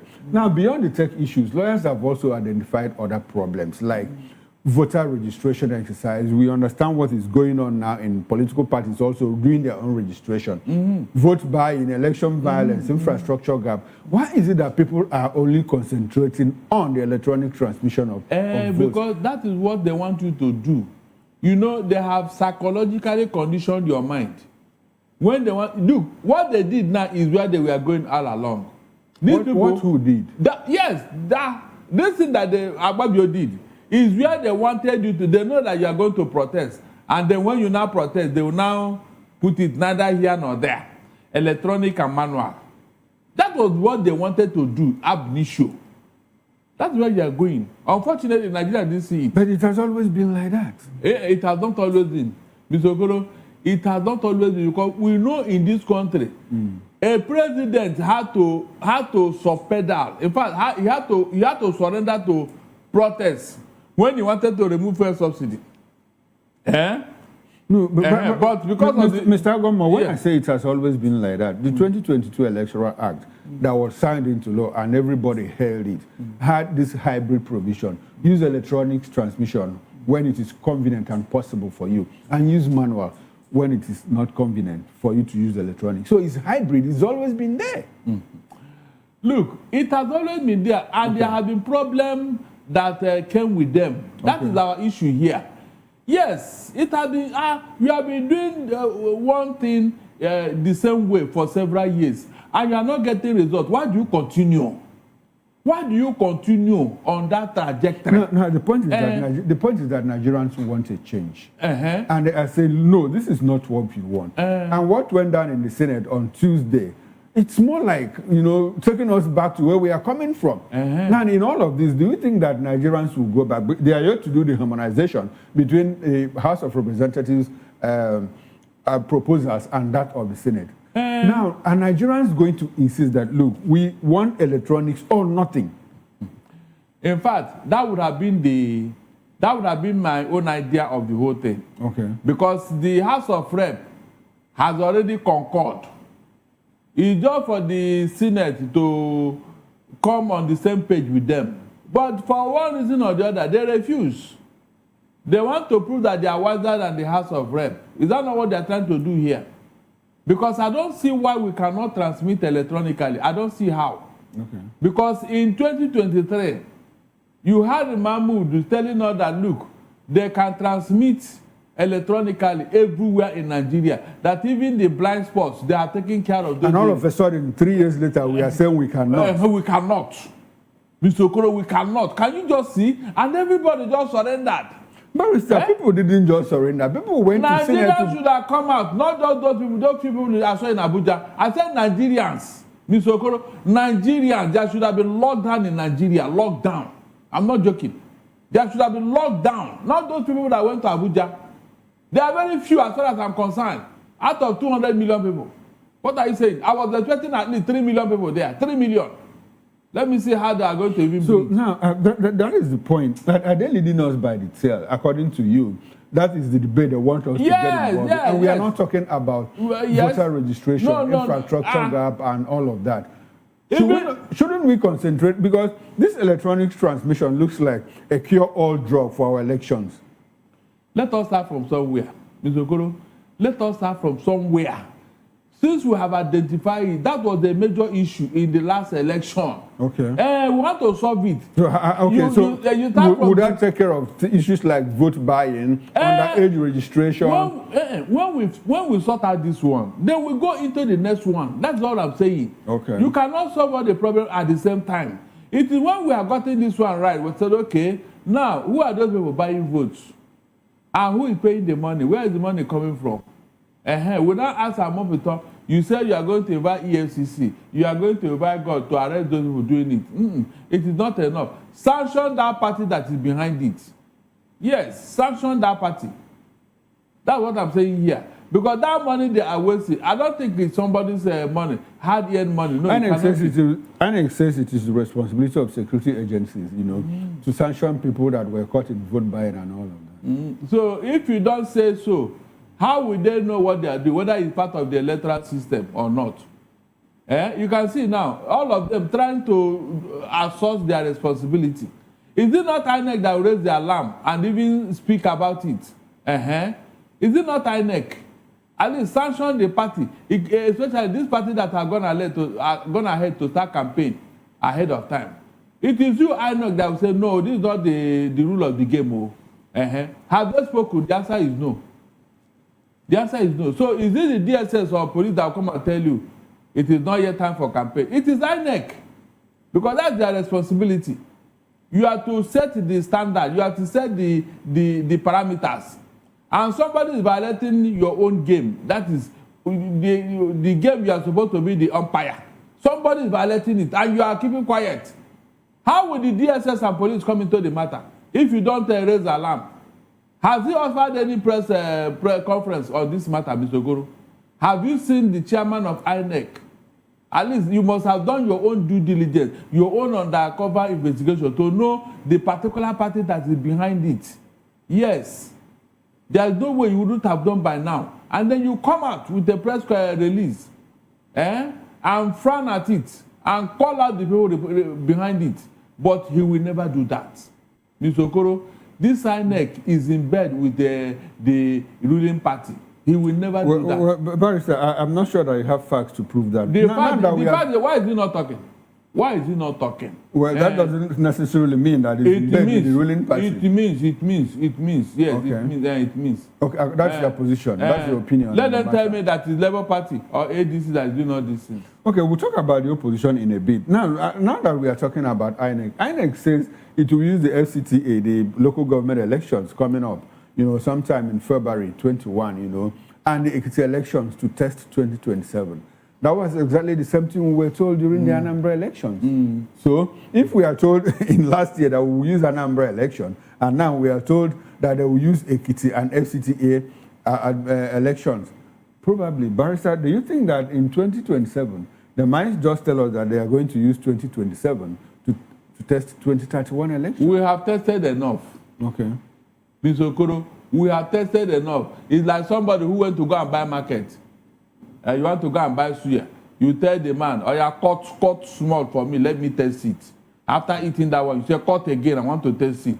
The man will cut and give you. He said, cut again. How many, will you finish the meat with testing? But some people believe that. Some people believe that INEC is not a problem now, the National Assembly, because INEC is waiting for them to come up with the amended Electoral Act so that they can go to work. So let's talk about INEC's preparedness. INEC is already prepared. It's just that this INEC is so docile. He's looking for a way to pass to pass his responsibility to somebody Barrister, else. when this man was appointed, I spoke to you about it, and you were of the opinion and impression that, well, he was going to do a good work based on his body language and what he said. 3 months down the line, you are saying that he's... because he was just coming in now. Okay. Yeah, and like I asked you that time, yes, does it look like it's a new broom that sweeps clean? You said no. So what have you discovered now? Because look, for once, he's a Christian. Abi? I didn't even know that somebody is going to challenge his Christianity. I was thinking that being a Christian now, something, better is coming, because the 2 or 3 Christians that have conducted the election in this country as INEC chairman, they didn't do badly. Nwosu is there, Humphrey Nwosu. You saw what he did, and he's a Christian. He was a Christian. Is that not true? Then, okay, go ahead. Then this other man, Ovie Whiskey, I think, he's always... That's 1979. Good. All those ones, at least, their Christian background gave me hope when this man was coming. Barrister, why are you framing it around religious affiliation? Because your brother Morris, is he not a Christian? He did well. He did well. Morris, compared to what Mahmoud Yakubu did. Okay. Morris Iwu was a saint. I'm not joking. Okay. If you compare him with what this man did, Mahmoud Yakubu did, Morris Iwu was a saint. Under Jega's watch, a sitting president lost an election. And nothing happened, and nobody break any head. So will you not what will you score Jega? Jega, how will you rate him? He did well. But he's Muslim. That's what I'm saying now. So why are you framing it around religious affiliation? Oh, Mr. Okoro, I said, compare with Mahmoud Yakubu. These people did well, but they cannot do as much as Humphrey Nwosu or Ovie Whiskey. All those Christians that are doing at the saddle, they didn't bring us to this level. They never did. And yes, that's the difference. And I just told, because I don't know why you are framing it around religious affiliation, because that's Christian, Muslim. Some people, and I told you that a Atayiru Jega, a Muslim, conducted an election where a sitting president lost an election. What is wrong with that? No, I'm asking you. What is wrong with that? So why are you saying because Mahmoud Yakubu conducted... Jega did the right thing now. Didn't the president... But he's Muslim. You say Christians tend to do better. Listen very well. No, Barrister, that's what you say. Listen very well. Okay. Jega cannot be compared with what Mahmoud Yakubu did in office. Are you getting what I'm saying? At least the Christian man who was there, Jonathan, surrendered to whatever he did. And nobody broke any head. That's what I'm saying here. I said, compare notes, compare this past INEC chairman with this Mahmoud Yakubu. None of them brought us to this sorry state. That's what I'm saying here. But I'm not sure we should frame this discussion around, especially the position. Okay, go and ask those Islamic clerics who were saying that the man should go because he wrote one article as a Christian. Go and ask them now. Okay, that's your premise. Yeah, of course now. Okay, because I told you that everything in Nigeria today is either tribal, political, or religiously attached. Okay. You must attach Where it. would that track lead us to? Is it a track that we should promote? Is it going to solve our problems as a people? Until all of us are ready. Mr. Okoro, until all of us are ready, are you going to be different? No, in fact, the crowd of opposition will swallow your opinion. You have to flow with the times. Until we all come together one day and say, look, our foolishness is enough. Let us do the right thing, because we see what is going on outside here. We see how the world has moved on. Let us also... Mr. Gomo, I'm happy that you brought us to the point of opposition again. Now, Atiku Abubakar went to Babangida recently, and met him. And in the course of that meeting, Seyi Makinde met, on the scene. And after the meeting, Ayo Fayose, former governor of Ekiti State, came out to tell Nigerians that, well, Atiku and Babangida are discussing the possibility of using Makinde, to fill as running mate. As a matter of fact, he said Makinde is ready to pay 10 billion naira to be Atiku's running mate. And that the Obi ticket, is dead on arrival. But how do you react to that? Coming from Ayo Fayose. Well, nature abhors a vacuum. Okay. Is that not? Okay. Yes. There is a vacuum in the ambition of Atiku, and somebody had to fill it. So why should I blame him? When you say there's a vacuum in the ambition because of Atiku, I think we need a running mate from the south. Okay. And so since the only one The only one that is more credible than every other person has insisted on what he wants to do. So another person wants to take advantage of it. Do you blame him? Okay. Do you blame him there? You know my position on this matter. So I won't blame Makinde. I won't blame him. If you like, let him pay 1 trillion. Is it a sellable proposition? It may not, but they are going to put spanner in the works. Because that is going to divide somebody's vote somehow. Okay. Yes, that is going to have effect. Even if it is the entire Oyo state, if their vote is going to go to Makinde and Atiku, is it not something? So at least in 2023, they delivered around 444,000 votes to the APC. They may do more than that this time around. Okay. And I'm sure some people in Abuja are aware of this. Yes, they are aware of this, so that the votes of these other people who want to hijack this thing from you will be divided, especially in But so why are you speaking in tongues now? Why would I speak like that? No, why would I speak like that? The votes of these other people and these other people. And we are calling them and you're saying these other people and these other people. Yes, now you add 2 and 2 together. Now you have to fix in the gap. What if I don't know arithmetic or mathematics? No, you have to learn it now. How about our viewers? They know already. They know more than you. Yes. Okay, so I'm the dullard here. I don't know mathematics. I'm the only one who doesn't understand it. You told me you failed maths. I didn't tell you that, barrister. I didn't tell you that. There's nothing wrong if you fail maths and pass. No, there is something wrong because I know you failed mathematics too. Now, barrister, let's get into it. Former Kaduna State Governor Nasiru El-Rufai has alleged that he may soon be arrested by the federal government, citing what he described as increasing political intimidation against opposition figures. In an interview with BBC Hausa Service, he said 4 of his former associates in Kaduna had already been detained and suggested it might only be a matter of time before he is targeted. El-Rufai recently defected from the ruling All Progressives Congress, APC, to the African Democratic Congress, ADC, and has intensified criticism of President Bola Tinubu's administration. Well, his comments come amid the arrest and trial of former Attorney General of the Federation, Abubakar Malami, who was accused by the EFCC of abuse of office, money laundering, and later terrorism financing, allegations he denies, calling them politically motivated. As part of the report, the federal government and APC had not, as at the time of the report, the federal government and APC had not officially responded to El-Rufai's claims. Meanwhile, 5 U.S. lawmakers have introduced a bill proposing to impose sanctions and visa restrictions to individuals and groups allegedly sponsoring terrorism in Nigeria, including former presidential candidate of the Nnpp, Rabiu Musa Kwankwaso, former governor of Kano State, and Mieti Allah Cattle Breeders Association. Mr. Gomo, does this appear like U.S. intervention in Nigerian politics? It's not just U.S. intervention. U.S. want to save you from destroying yourself. Because these things have been going on over the years and nobody's paying attention to them.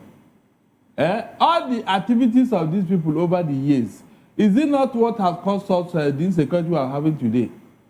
We see known terrorists among us, and we are still hobnobbing with them instead of sanctioning them. You remember what this El-Rufai said about body bags and people going home on, all those reckless statements. And you saw what happened under his watch in Kaduna.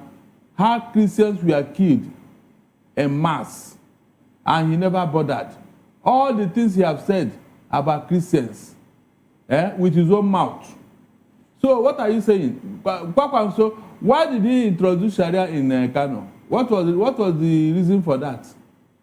If every other person begin to do that, where do you think all of us are going to be by now? So those who are playing the religious card, they don't wish us well. And we should sanction them because they are the problem of this insecurity. Yes. Okay, so as far as you're concerned, this intervention is welcome. It's more than welcome. Not just in our defense, but in our politics. Everywhere, because the thing has permeated every sector of our life. Barrister, this is a very interesting discussion. I'll come back to you. Let's quickly run to Port Harcourt, where we've been joined by Barrister Asim Adams, constitutional lawyer and political affairs analyst. Good evening to you, Barrister Adams, and thanks for joining us on Political Lens. Yeah, good evening, Mr. Okoro. Good evening. And my own brother, colleague, I say good evening to you. Barrister Gomo. Yeah. It's been a long time. Yeah, so I'm in Port Harcourt. So you left that is why we have not seen in Lagos. Yes, you left me here and ran away. Okay, Barrister, he will come back. I'm coming back. I'm coming to meet you again, my brother, my learned brother. Yes. Okay. Yes. Right, will you see me very soon? All right. Then. Yes. Beautiful. Good to now, let me tell you. Let me echo what my learned colleague has said. If the U.S. want to capture all our political leaders and try them for crime against humanity, genocide, etc., I welcome everything about that.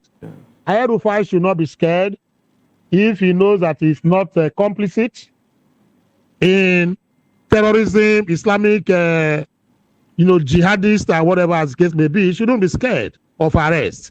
The reason why the U.S. is, going after him and Kwankwaso, in my own opinion, is because of the fact that they have been linked, either covertly or overtly, or they have been silent, or one way or another encouraging, what is going on in that part of the country. You see, they have not done anything at all to push themselves of the stigmatization, of links to terrorism and what is ravaging the whole of the northern part of Nigeria today. I don't think it is because of the opposition to Tinubu that they want to arrest or they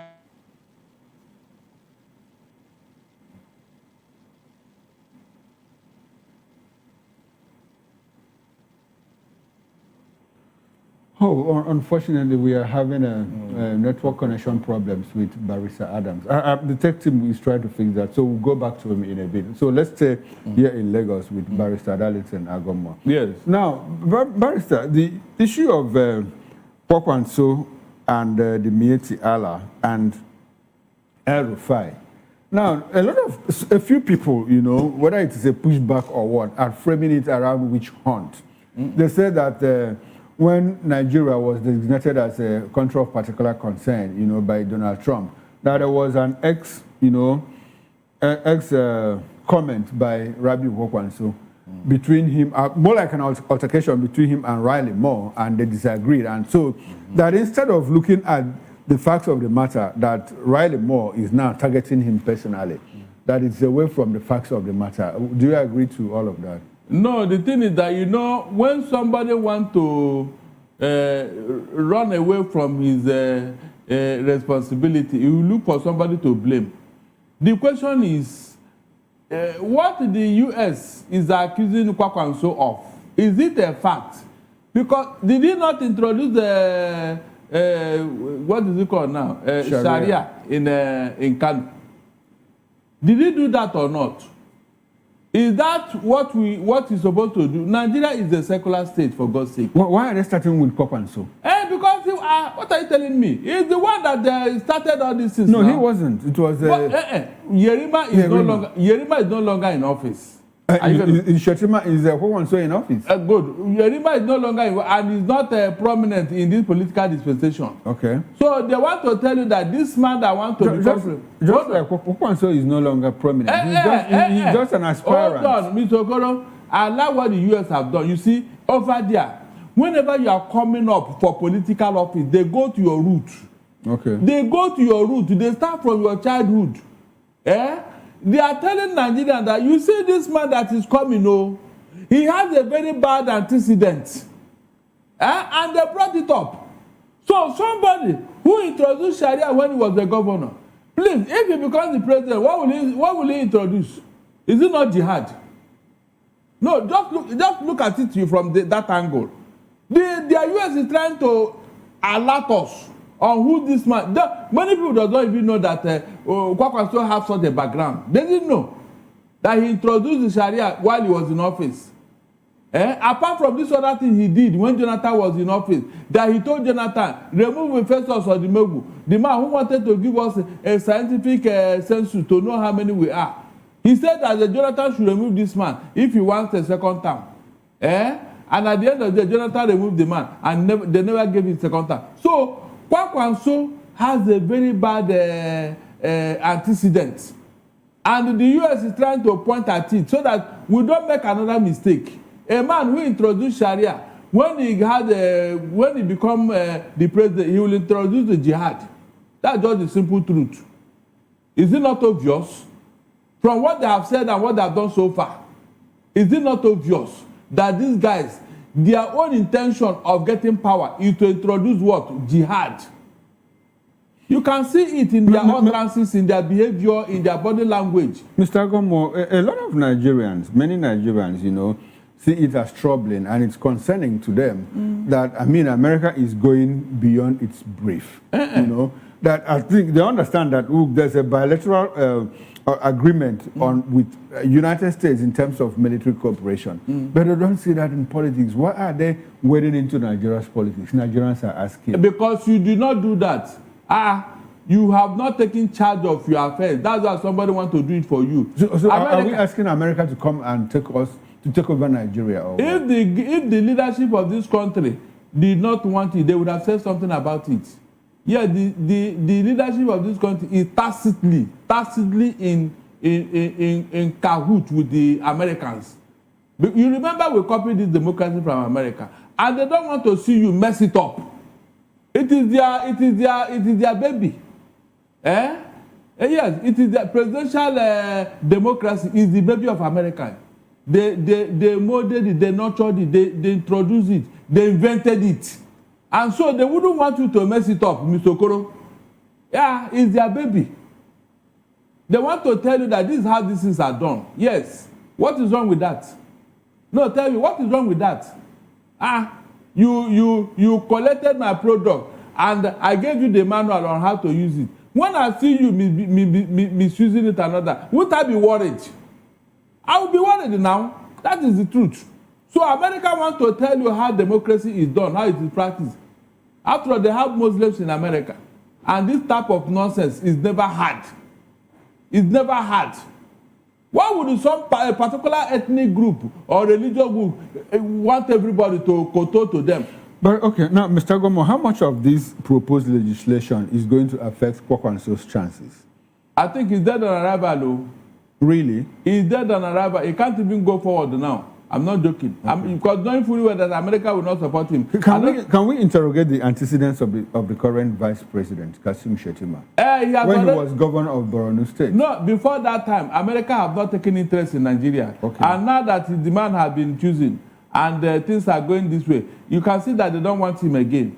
Yes, that's why they are saying that no more Muslim tickets. Who said that? The Americans. At what point? I didn't hear that. I said they have said it. That's why Shettima, his position is shaking. You can see on several forums, when they introduce the Tinubu, you will hear the voice. And people are beginning to put two and two together. Is that not true? And because the Muslim ticket did not help us. So why must we continue with it? Mr. Okoro, under their watch, look at how Nigeria is. So people believe that it is this Muslim ticket that is giving the terrorists and their followers the impetus to do what they are doing. That their brothers are in charge, they are in power. Okay. And so they can do. So we want to stop it. All right, Mr. Gomo, I'll come back to you. We've been able to re-establish connection with Barrister Asim Adams. Barrister Adams, good to have you back, sir.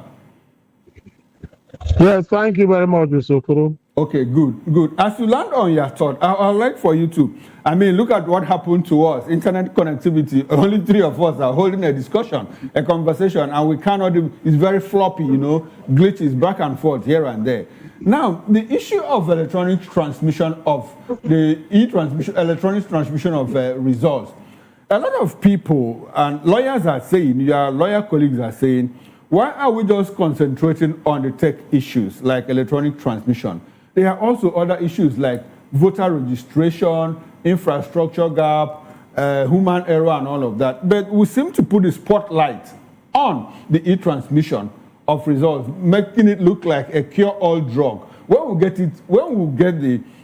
the Senate or the National Assembly says, well, we are going to use e-transmission of results, is that going to solve our problem? That will not solve our problem, and people should know that Nigeria does not even operate electronic voting. Our voting system is hybrid, manual and electronic. First of all, when you get to the police unit to vote, the first thing you have to do is to bring your accreditation, your a PVC. Your PVC is with you physically. You now give it to them manually. They will insert that PVC into an electronic device, which is a beavers. And once it's able to read that card, they give it back to you. You now go again to a manual process to identify your name in the voter register in the manual process. Once you are done with that, you go again manually to go and thumbprint and now drop it inside the box manually. So the transmission of the result is where the issue is. Now, will electronic transmission solve our electoral deficiencies and inadequacy? It will go a long way, yes, but it is not only that one that will do that. Assuming you have everything in place and people coming to disrupt voting by violence, what will happen to it? If the polling unit is ransacked by armed cops who are feeling that the moment you load results into the ILREF, that their candidate is going to lose, what is going to happen? Will the presiding officer and voters not run away from that polling unit? So the issue of violence has to be addressed also alongside, that of electronic, transmission. If you look at section 60 sub 5 that they are trying to amend, and the presiding officer is the one that has every right of discretion. The presiding officer is to determine whether there's network or not. If there's no network, what is supposed to happen? Is he going to shift the election to the next day, and the next day there's no network? What will he do to load those particular, results to the IREF? These are the issues that we need to look at holistically, not, picking and choosing just one. Of course, I know that electronic transmission is very, very important. But when you look at section 64, section 65, and the guidelines 38 of the INEC, how do you now synchronize those positions? One talks about transfer, the other one talks about transmission. Are we transferring or transmitting? These are the issues that must be addressed. Otherwise, we are creating room for litigation after election. All right, then. All right. And we need to tell our politicians not to be desperate. Desperate politicians are making this thing look as if it's a do or die affair. Okay. That is why you see they are hammering that this thing must happen or the country must burn. Why should I even go and vote for corrupt politicians? Even if you give them electronic voting, and at the end of the day, they will not do well to serve our good and bring dividends of democracy. These are things we need to look into. All right, Mr. Asim Adams, talking about desperation. Now, the chairman of the Arewa Consultative Forum, Mama Mike Usuma, senior advocate of Nigeria, on Wednesday expressed concern over worsening insecurity in the north, warning that political realignments ahead of the 2027 general elections must not distract from the region's pressing challenges. Well, Usuma spoke at the 79th National Executive Committee meeting of the ACF at the Forum Secretariat in Kaduna, where he called for sincerity, discipline, and action-oriented leadership among members. He lamented that some political actors were more focused on positioning for the 2027 elections rather than addressing issues such as out-of-school children, hunger, poverty, and insecurity. Mr. Adams, ACF is talking tough again. Early campaigns, despite insecurity and economic hardships ravaging the country, especially the north. What is it all about this time from the north? Can you help us understand it all from your perspective? The north is never satisfied whenever, or they are not happy whenever they are not in power. This same pressure was put on Jonathan, and you found out that at the end of the day, Arewa Consultative Forum that have been dead before has now resurrected. Arewa Elders Forum has now resurrected again because it's election next year. Why is it that this didn't happen when Buhari was there as the president of Nigeria? I'm not holding forth for Southern president or Southern Tinubu as case may be, but the desperation by the North to hold on to power by all means possible is what bothers me. And this goes back to the fact that Metama Sule once said that they are born to rule, and they feel that anytime they lose out in the political gymnastics, what they now do is to contrive situations, bring insecurity, killings and terrorism will now ravage the land. Sponsorship of terrorism. None of them, Arewa Consultative Forum, has never criticized Boko Haram or ISWAP. They have never criticized them. They have never come out openly to, discredit them and tell them that what you are doing enough is enough. They have never said that. But they are after who becomes the president, and they're after power. Because Ahmadu Bello, their forefather, said that, leadership and rulership belongs to them. That is why one state in northern part of Nigeria has as its logo, born to rule. In Kebbi State, born to rule. Born to rule over who? That is the question we should be asking. River State chose treasure base of Nigeria. Edo State chose heartbeat of Nigeria. Delta State chose the big heart. Why should a state choose born to rule? Because they believe that they were born to rule over the rest of us. That is why you see these, cataclysmic, eruptions all over the place. Every time election is coming up, they raise their voices to say, if this does not happen, Nigeria will be on fire, as the case may be. Even this aeroplane that you're talking about now, Kwankwaso and the rest of them, have they been able to address economic ills and malaise of the government of Tinubu, as the case may be? They have not been able to do that. They are just for positions, and when they feel that they want to lose positions, they now begin to say that there'll be violence and there'll be mayhem in the politics of Nigeria. That is it's sad. Okay, these are issues very we need to sad tackle. indeed. Very Time sad will not indeed. allow us to analyze this. Yes, we are almost out of time. One. So, and unfortunately, we are out of time. Now, let's come back to this. I'll come back to you, Barrister Adams, for concluding thoughts. Now, Mr. Gomo, does this look like a gang up against Tinubu by the North? Is it what it looks like? What do you see? What do you know? My fear is that bad leadership brings up opposition. We cannot say because a Buhari presidency was a disaster, therefore we must follow suit. No. If you say that you went to school, you are more enlightened, you are more politically aware and all that, why not display it? Why not show it so that these people will not even have room to start complaining or to start attacking you? But when you have played into their hands, Mr. Okoro, I will not have any reason to blame them.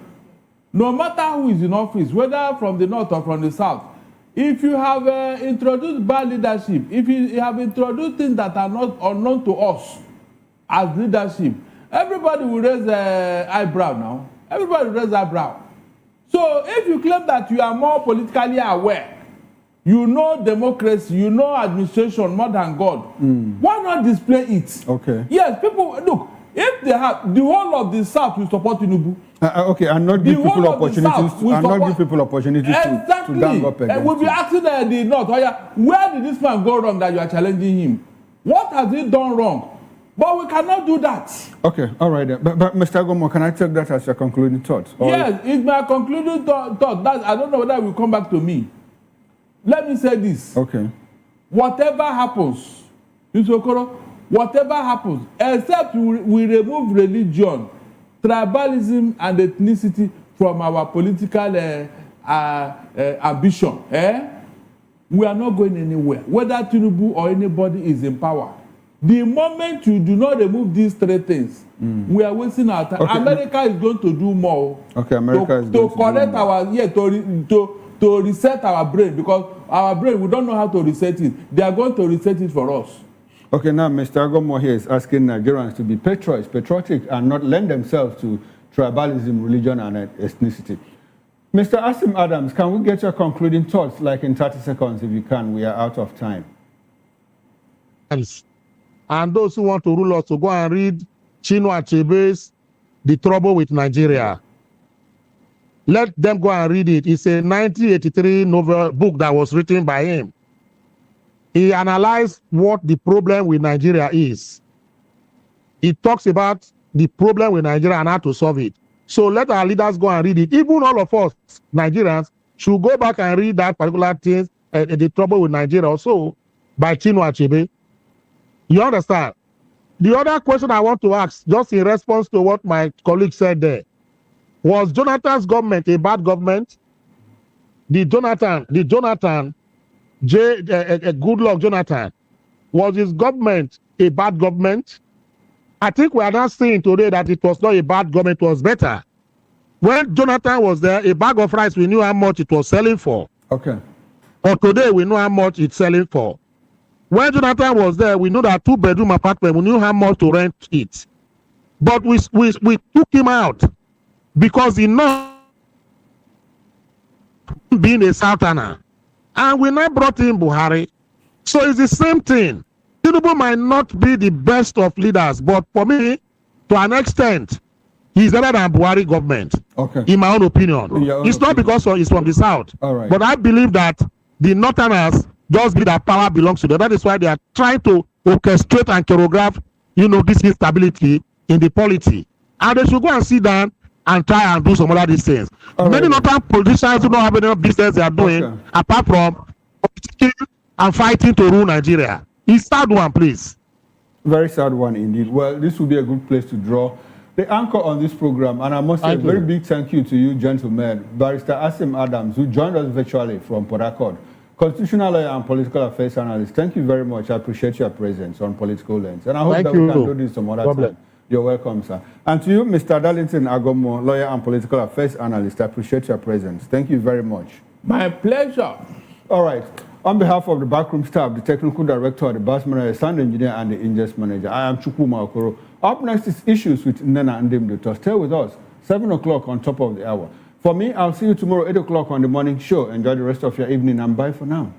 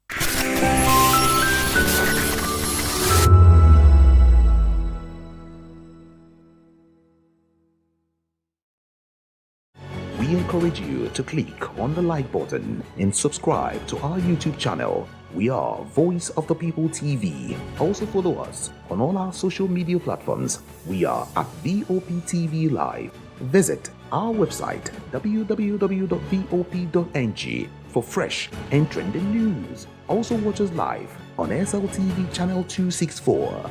VOP TV, Voice of the People Television. Join us as we drive into the world of politics through insightful interviews with prominent political figures, both serving and former governors, ministers, senators, legislators, party chieftains, activists, and analysts. Get first-hand information into the decision-making processes that affect our daily lives. Highly engaging one-hour program that brings political discourse into focus. I am Chukwuma Okoro. Political Lens, Monday through Friday, 6 to 7 p.m. Join us. Africa is on the move, a continent of rising voices, untold stories, and powerful transformations. From the streets of Lagos to the heart of Nairobi, from the mines of Congo to the tech labs of Cape Town, the African story is being written every day. Bold, dynamic, unstoppable. This is Africa News on Voice of the People Television. We don't just bring you the news. We analyze and bring you Africa's heartbeat, the politics that shapes our nations, the economies that drives our future, the cultures that defines who we are, the voice that must be heard. Africa News, Africa's voice, Africa's future. Where Africa speaks, the world listens.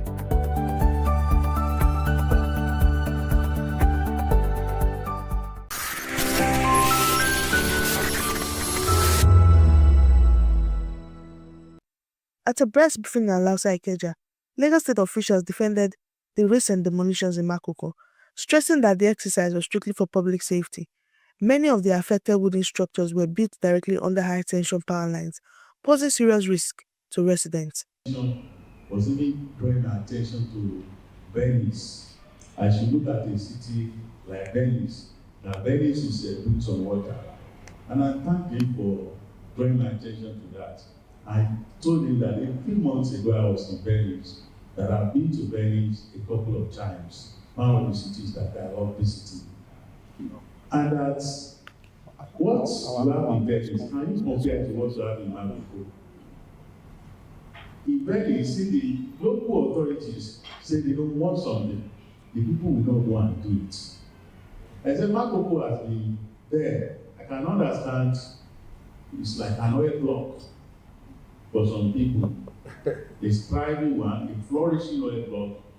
They go to Makoko and portray the people as being very poor, and portray the people as people who are pushed to be living in the conditions in which they are living by the government, and portray them as people who are hopeless.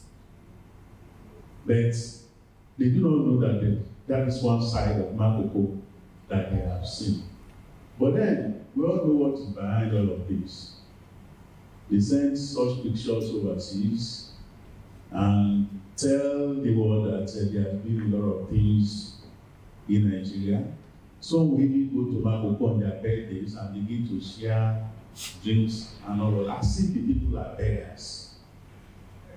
I think this idea of denigrating people in order to promote yourself and your interests is very bad. The special advisor to the governor on EGIS, urban renewal, Dr. Babatunde Olajide, says the urban regeneration is a top priority for the Babajide Sanwo-Olu administration. He explained that the plans aim to create a safe and conducive environment for residents while improving infrastructure and sanitation. If we do not do them, then we are endangering the lives of the people that we signed and swore and vote to protect. As a result of that, you have something, areas are being classified action areas. This governor has actually not classified any area as an action area. This has been done during the time of Asiwaju, during the time of BRF, during the time of Governor Ambode. But you see, we cannot continue to just designate areas. Do you have something as slum areas or blighted areas when we have not even tackled the ones that we have on ground? There is no need to be trying to go to other areas. So we are only still dealing with the things that we found in the books. However, we need to do it, and I've explained all of these things to you. These are things that we have to do in a systematic way. We have to do it according to international conventions. What we all signed to at the Rio de Janeiro conference in 1992 in Brazil is that everybody is entitled to adequate shelter. Adequate, not shelters that are dangerous. Dr. Olajide revealed that the state has committed $2 million as counterpart funding for Makoko regeneration, with an additional $8 million expected from the United Nations agencies. Residents affected by safety-related demolitions in Palirura, Oniru, Bombata Market, and other areas have been compensated. The government confirms the core Makoko fishing settlement was untouched. Officials emphasized that the Water City project and broader regeneration of the waterfront communities will continue to design to protect lives while improving living conditions for the residents. From Alausa Ikeja, I am Monica Ogolo, reporting for VOP TV.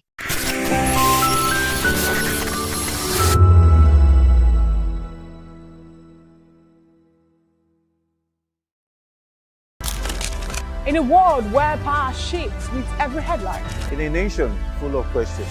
In a world filled with VOP TV. Now, you have more than a voice.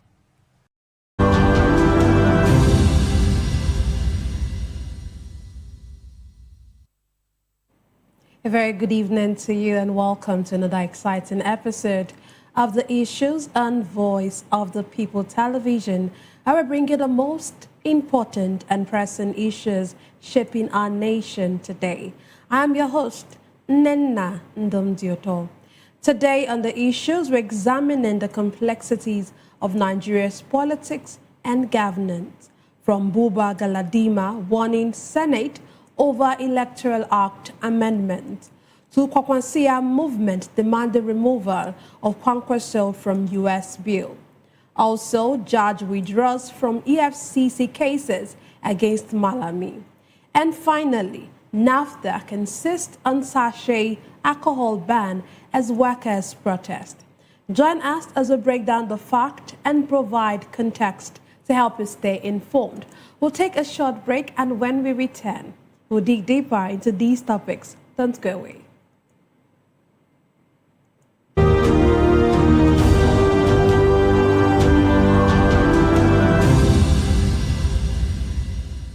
Mr. Familoni, and here's to VOP TV.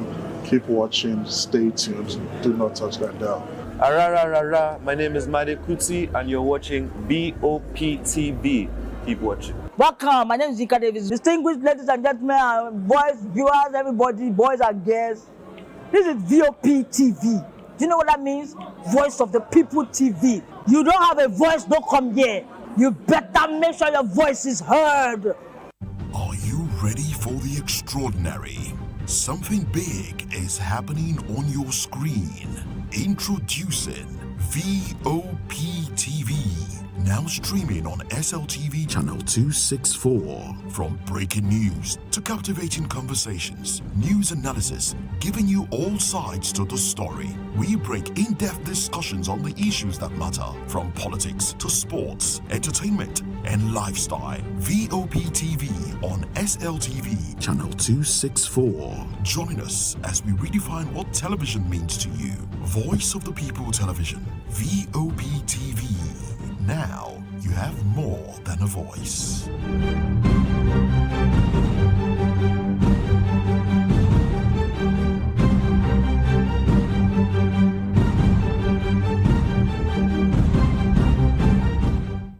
In a world where truth is the ultimate power and opinions scream the loudest, it's time to wade through the noise. Hunger no get tribe! Hunger no get religion! And scan the human interest and trending topics that matter. Stay tuned to The Issues, your plug to the stories making the buzz, from politics to science and technology, social justice, and more. Let's tackle the tough questions and expose the truth. The Issues on Voice of the People Television. Don't just react, understand. Do you want your voice to be heard? Do you know that you matter in the scheme of things?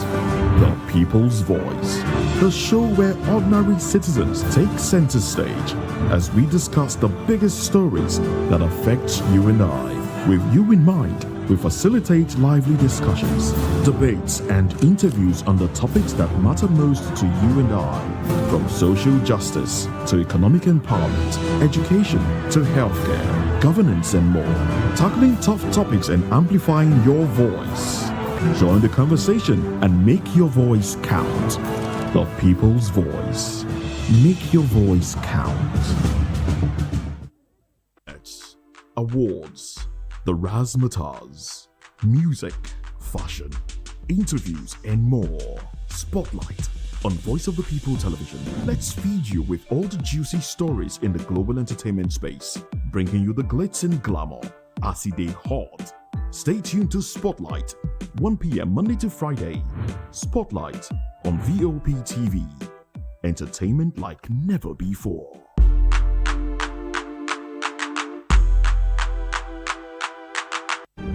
In a world where power shifts with every headlines, news breaks and events happens, we bring you unbiased and explicit information on politics, economy, and state of the nation. We break down the chaos. Facts, not fluff. Truth, not spin. We discuss not just politics, but a glimpse into the future. Voice of the People Television. Now you have more than a voice.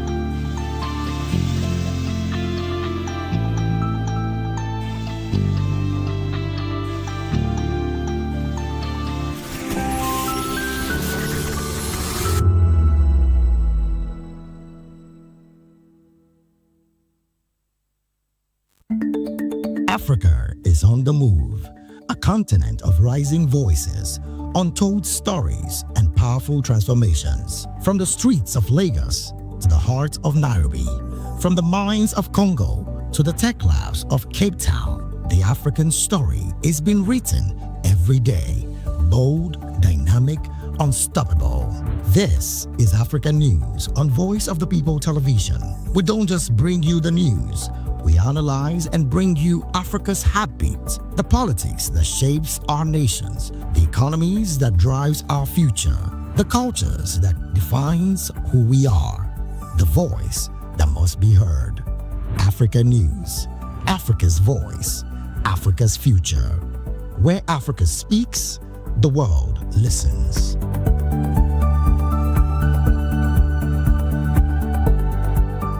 From the views on the street, We go to bed empty hunger. to the blaring horns of a hustling city, the loudest voices of the common man got a medium to be heard. This particular administration, they were coming unprepared. It's not a bad thing to renovate the president's lodge. Through top-notch programming, unbiased reportage of news, sports, business, entertainment, and cultural documentaries, Voice of the People 90.3 FM became a symbol for 21st century media. And now, a new baby is born. Voice of the People Television, VOP TV, youthful, full of vigor and penchant for excellence in the continent's media space, exposing the wrongs, applauding the rights, dissecting the news without fear or favor, through factual and accurate stories and contents. Corruption kills three things that makes a society. Representing the interests of the people and giving them a voice. Voice of the People TV is here to stay towards building a fair society. VOP TV, Voice of the People Television, truly a voice for the people. Voice of the People, you can hear me now. My name is Patrick Doyle, and I wish that you continue to echo the voices of the people. Big up VOP TV. My name is Suibifa Dokubo. Please keep watching VOP TV. Hi, my name is Kwekumali Ikena Onyekwena, and I am with the Voice of the People TV. Now, if you're looking for the veritable channel for information, politics, robust discussions, you don't need to go far. VOP has you. VOP will always have you. Thank you. Hi, my name is Patrick Diabwa, aka Ibani Chuka. I'm an about the Eagle King, and you are watching VOP TV. Stay with us. 2564 is coming up on Barney 9, right? 2564 Atlantic Tower. What happens in the hush behind hangar doors? Who signs the papers that gamble with lives? Which truths were grounded before they even ever had wings?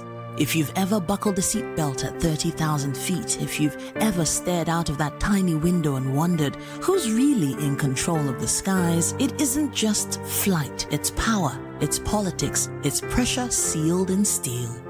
We're peeling back the clouds from runway risks to sky-high secrets. We're diving deep where most dare not to look. Aviation Scope, every Sunday at 7 p.m. only on Voice of the People TV. We don't just report, we reveal. We don't just ask, we uncover. Because when it comes to the skies, ignorance is turbulence. Aviation Scope, the sky isn't the limit, it's just the beginning. Good evening, Africa. My name is Kwankwaso'S, actor, model, producer, and I'm giving a big shout out to VOP TV, man. Keep watching.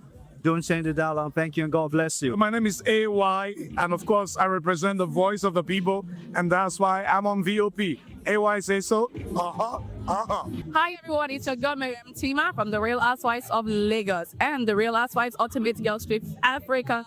Shout out to VOP, the voice of the people. You already know. Stay tuned, keep watching. And don't forget, VOP is the best. All right, hello, it's a baby that's shaking the man fine back with Melanie Poppy Black Skin Boy. This is VOP TV. If you're not watching VOP, I don't know where you're watching. Maybe I'm watching your weight. Hello, beautiful people. This is Wale Ojo, and you're watching VOP, Voice of the People. Hi guys, you already know who it is. This is New Energy. Flyers boy ever live. Keep watching VOP TV. Thank you. Hi, people. Ginny Albano here. Guys, please keep watching Voice of the People.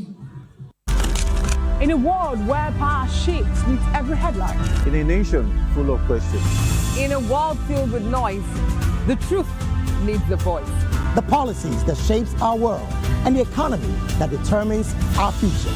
Every hour, every day, the grapevine keeps buzzing. And together, we are committed to telling the stories that shape our world, because your voice is our focus. Don't forget, our voice matters the most. Let us come together and share our concerns.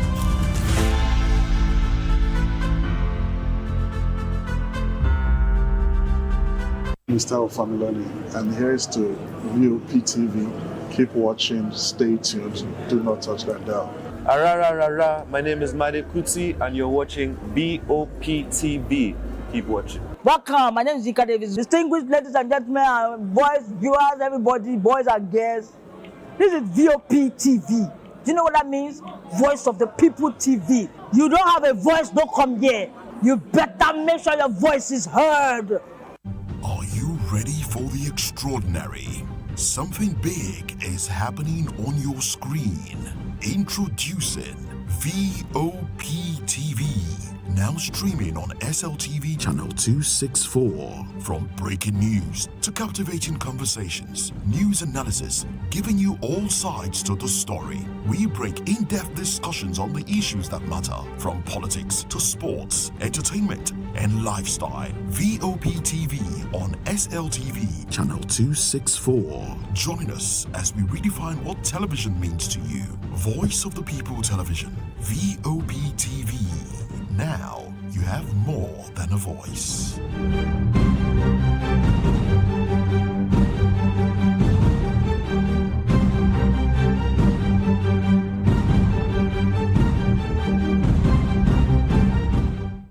In a world where truth is the ultimate power and opinions scream the loudest, wade through the noise. Glad to have you back. Let's dive straight into what we have for you today. Some U.S. lawmakers have introduced a bill to the U.S. Congress seeking to impose sanctions on former Kano State Governor Rabiu Kwankwaso, the Mietiala Cattle Breeders Association of Nigeria, and Mietiala Kutal Ho for alleged violations of religious freedom. The bill, Nigeria Religious Freedom and Accountability Act of 2026, was introduced by Chris Smith, Riley Moore, Brian Mast, Mario Diaz-Balart, and Bill Huzenga. Details of the bill, which was posted on the U.S. Congress website, claimed that Kwankwaso was one of the individuals contributing to systemic religious persecution of Christians that has persisted in Nigeria. If the proposed legislation introduced to Congress on Tuesday becomes law, the Department of State and Treasury are expected to impose sanctions, including a visa ban and asset freeze on individuals and entities responsible for severe religious freedom violations in Nigeria. Today, I'm delighted to be joined by two esteemed guests. Here in the studio, we have Dr. Peter Anosike. Dr. Anosike is a philosopher, development economist, and best-selling author. He's also an erudite commentator on economy, finance, politics, and power. He's also the author of the most talked about book titled Abuse of Power, How Democracy Turned into Tyranny of the Few. Glad to have you join us, sir. Thank you for having me. Yes, sir. Also, we have joining us virtually Benson Abu. He is a researcher and a consultant. He's also a social and political commentator. We hope to have him join us later on in the show. Dr. Anosike, what do you make of this development?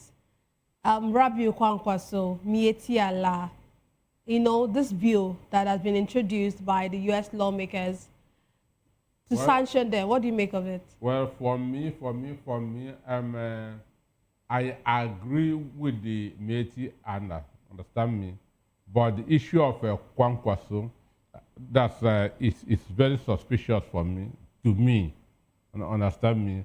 I don't see the reason why of all the former governors, why Kwankwaso that will be singled out, especially now that a discussion of him deputizing P2B is on the table. So for me, it is very, very suspicious. Understand? I feel that what we might be seeing is the hand of Jacob and the voice of Esau. How do you mean, please? Because when we talk about religious persecution in the country, I don't see the reason why Kwankwaso's name will be there. I'm not saying that he's a saint. Understand? We begin to witness religious uprising. There was a Matasina riot in 1982, which was when Buhari was the Major General then. So it was Major General Buhari that went and quelled the Matasina religious disturbances. That was the biggest religious disturbance in Kano. And that was in 1982 under the Shehu Shagari administration. So under Kwankwaso, I cannot recall any major Christian persecution. If you go, I was born in the north. If you go to Sabo, Kanu, it's like you are in Onisha or in Aba. So Igbos are doing their business freely. Understand me? Igbos are doing their business freely. Before there was a point in time in the country when whatever happens, whenever something will happen in Iran, something will happen in Afghanistan, their youth will go and burn Igbo shops. But that has stopped. Understand me? So I don't see, and in recent times, where we have had a Christian killings, we are majorly in southern Kaduna, not in Kano State. It has been in southern Kaduna under the watch of Nasiru El-Rufai. So for me, this issue of singling out Kwankwaso, I don't really understand it. But the issue of Mete Anda should be sanctioned, because under Buhari, they were like the governor, like a state of their own. Their chairman then, one Badejo or whatever, was talking the way Sheikh Gumi is talking now. Understand me? And it is them that are behind all these farmer headers killings. So they are supposed to be sanctioned. They are supposed to be declared a terrorist organization. But for Kwankwaso, I don't agree with that. Okay. You know, I was actually going to ask you about Kwankwaso. I was actually going to single him out and ask you personally, specifically about him, but you already answered a bit of that question. Because I was going to ask you that he was not the one who started Sharia law in Nigeria, if you want to look at it. Sharia law was started in Nigeria in 1999. So introduced in 1999, was started by Zamfara State Governor Yerima of Zamfara yes. State. And then who ended up marrying a 12-year-old girl. Exactly. Yes, that's same Yerima. That's true. And after that, we saw Kano State followed suit. And do you think that might be a reason for it? Because when Kano State followed suit, Kwankwaso was the governor of the state then. So do you think that there might be a link to that? Then why didn't they put Yerima there? Who started it? Because at that point in time, Yerima was Sani Yerima was the governor at that time. Yerima is now a former governor, the same thing as Kwankwaso. But now Yerima is in APC. And this is the person that, first of all, declared a Sharia in his own state. And he had a running battle with President Olusegun Obasanjo that's at the time. So why didn't they put him there? So for me, it seems like the $9 million is working. Is working. So for me, this issue of Kwankwaso is a no-no. But if the 9 million is working, do you think it's because Kwankwaso is not in alignment with the APC government? Sure, because Yerima, who started Sharia, is in APC, and his name is not being mentioned. El-Rufai, who under his watch, there were a lot of Christian killings in southern Kaduna. His name is not there. And now, there's a discussion of Kwankwaso pairing with P2B, understand? Then I said that he should be sanctioned.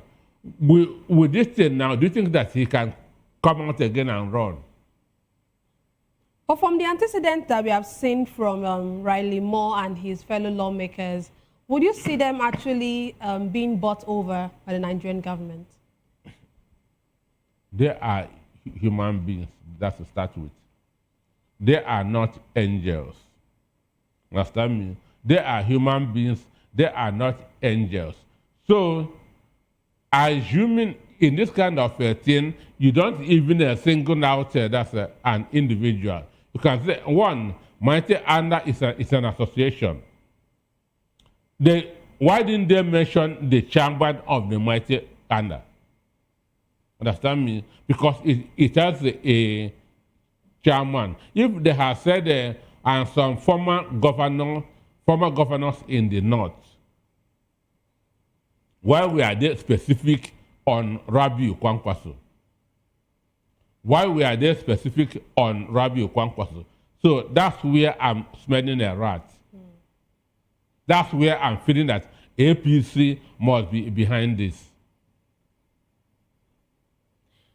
But do you think that such a bill, looking at this, do you think that such a bill, if it eventually goes into law, would it worsen ethnic tensions within our country? The issue, I'm talking of the damage it's going to do. And it's whether it's passing to law or not, Kwankwaso's name is already smeared. Understand? Sorry. Because to some people, annegation is a truth. What people hear is the beginning. They're not interested in how it ends. Understand me? Because so many people have been paraded as kidnappers, as armed robbers. Understand? Social media bursts. But nobody followed them to court to know what happened at the end. At the end, many of those that have been paraded have been set free. But people don't know that anymore. Because what social media doesn't follow any news to the end. Understand? There's somebody, a general manager of a bank, understand, that was accused of sending a land belonging to a customer of the bank. So there was a picture of him that's on handcuff, being led into a waiting correctional center van. Understand? So if you Google that guy's name now, it is that picture that comes out. But later, he was set free, that's in the court. But if you Google his name, that picture of him in handcuffs still comes out. So people still believe that he is a thief. Even one time, 2017, we are supposed, I and the guy were supposed to go to France. Understand? My own visa was approved. His own wasn't approved. Understand? The lawyer, that's the lawyer, he hired a lawyer. They were doing everything that this guy is a respected citizen, and so on and so forth. Then when we now got that to France embassy in Ikoyi, they told him, Google the name of the person that you are fighting for. And the guy Googled and now saw the picture of that guy that's in handcuff. Meanwhile, court has discharged and acquitted him on that issue. Understand me? So, but that time when he was appearing in court, the owner of that land hired more than 20 media houses that to come because he arranged with the police to meet that guy up that's in the court on that first day. After that first day, no journalists came to the court anymore. So this is what social media does. So with what they had done now, Kwankwaso'S name is already messed up. Understand me? Kwankwaso'S name is already messed up. So I'm suspecting that the ruling party must have a hand in this. But you didn't answer my other question. I said that would it cause tensions, ethnic tensions in Nigeria as a result? Would this cause ethnic tensions in Nigeria? Well, America, if you read the report today, America said that they are sending more 200 soldiers to Nigeria. So with them, understand me, they are here to make sure that all this killing stop. So, and one of the agreements that they reach is that this armed headers must be disarmed. Understand me? Which I have been calling for a very long time. Non-state actors are not supposed to bear arms. Understand? Cattle is a private business. If they should bear arms, traders should also bear arms. Understand? Because on the way, kidnappers attack them, robbers attack them. The cocoa and the wood farmers in Ondo should also bear arms because they go into the forest and encounter dangerous animals. But for there to be peace in the country, these armed headers should be disarmed.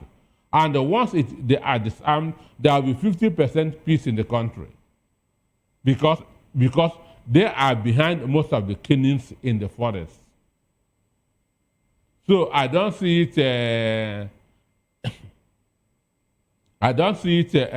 causing more tension, but it will need to this Funanis making some threats, issuing some statements, and so on and so forth. You feel like just going to be statements that they'll just issued, and that's all. That's the way to be. America is on our neck. You're so confident about this America thing, because really. I said it. But you're not talking about. People never believe that Donald Trump will work his stuff. But don't you think it's a problem? It looks like we're abdicating our I don't want to use our sovereignty, but we are adjudicating our sovereignty. That sovereignty is utopia. Oh wow. Forget it. There's no sovereignty if you cannot feed yourself. Okay. Bible says a man that cannot feed his family has done what? Failed the faith. So a country that cannot feed its citizens cannot claim sovereignty. Okay, I will come back to you, Dr. Nnpp. But let me. I just got wind of the fact that our guest is in. So let me hear from him. Glad to have you join us, Mr. Benson. Thank you very much, and good evening. Yeah, good evening. Let me bring you up to speed to what we've been discussing. Of course, it's the this introduction of a bill that seeks to sanction Rabiu Kwankwaso, Mieti Allah, and one other Fulani group, of course, for religious persecution of Christians. What do you make of it? Do you think, especially when it comes to Kwankwaso, do you think he should be on that list? And what do you make of Mieti Allah being a part of, being sanctioned, and of course Kwankwaso and the other Fulani headers group? Okay, thank you very much. Mieti Allah and other Fulani groups, yes, But Kwankwaso, I don't have enough figures and facts to say he should be indicted or he should be included. But like you know, the federal government and the US, they have information that may not be at our disposal. However, from all indications, I agree with the guest speaker that there may be some political undertone in trying to indict him in this process. But I think he has made a name for himself in the political arena. And people may not take them too serious when it comes to Kwankwaso. It may be seen from the political perspective, way of trying to rubbish him and whatever he stands for. Okay. So go ahead. That's my stand. That's my stand on that. I was listening to you when you talk about when he was the governor, some other issues that has to do with Islamic Sharia law. He was, yeah, of course, he wasn't the only governor that inclined to that. Most of the northern states governors then also inclined to that. Kanu is a commercial center in the north, and like the guest speaker did mention, you have different tribes. Igbos are more there. You have different groups: Idomas, TVs, Igalas, Yorubas, and all that. You know, so we respect their religious angle, but I don't think Kwankwaso is deserve what they deserve his name to be in that list. Governors of the north, who actually are instrumental to the Sharia law, should also be there. So I think that's my view and perspective on that. Okay, while you were speaking, you made mention of his political, how far he has gone. I'm trying to paraphrase now exactly what you said, how far he has gone politically. So, but do you think that the fact that he's politically strong, for lack of a better word, would that be able to help him stand strong in the face of this? Dr. Nosike mentioned, and we all know that social media it has a way of, you know, kind of smearing your image, and this is like a smear on his image, no matter how we look at it. Do you think Kwankwaso can stand strong in the face of this? Yes, I want to believe from all facts and figures I have in respect of his person politically, you know, he pulls a lot of weight when it comes to Kanu politics. Even currently, as we speak, the sitting governor of Kanu is jittering. If you watch of recent, a lot of the members, because of his intention to move into APC, a lot of the members in his cabinet are beginning to resign. And so you can, it's very clear that he has control over Kanu politically. And he's still very relevant in terms of Nigerian politics. The alignment between the North and the South, the alignment between the North and the South, he is a power to welcome with. Yes, he's from Kanu, but he has a lot of influence in the neighboring state within the North. So yes, social media has a role to play. This is where his advisors will also have to counter what has been done through the social media as well. Because when such items or when such things are done and you don't go back to actually clear the air, it will stand against you. You know, especially at this time where whatever comes into the social media is what AI pick and other things. It will continue. But I think his political advisors, his aides will be able to work to clear his name in respect of that. But I still maintain my position that Kwankwaso is a force to welcome with, and APC government is actually scared of him because they have been trying to get him to APC and he has not accepted. And I think this is a political strategy to destroy his name and personality. Thank you. You know, I asked them, Dr. Nosike, a question. I think I want to throw that question at you because he made mention of the fact that probably the money that our country or the government paid for lobbying is working. And I said that looking at the antecedents of someone like Riley Moore, would you think that he could be bought by our Nigerian government to be able to begin to play politics with this security issue? Yeah, well, when you talk about the issue of lobbying, my position on it will be is a normal thing in the democracy.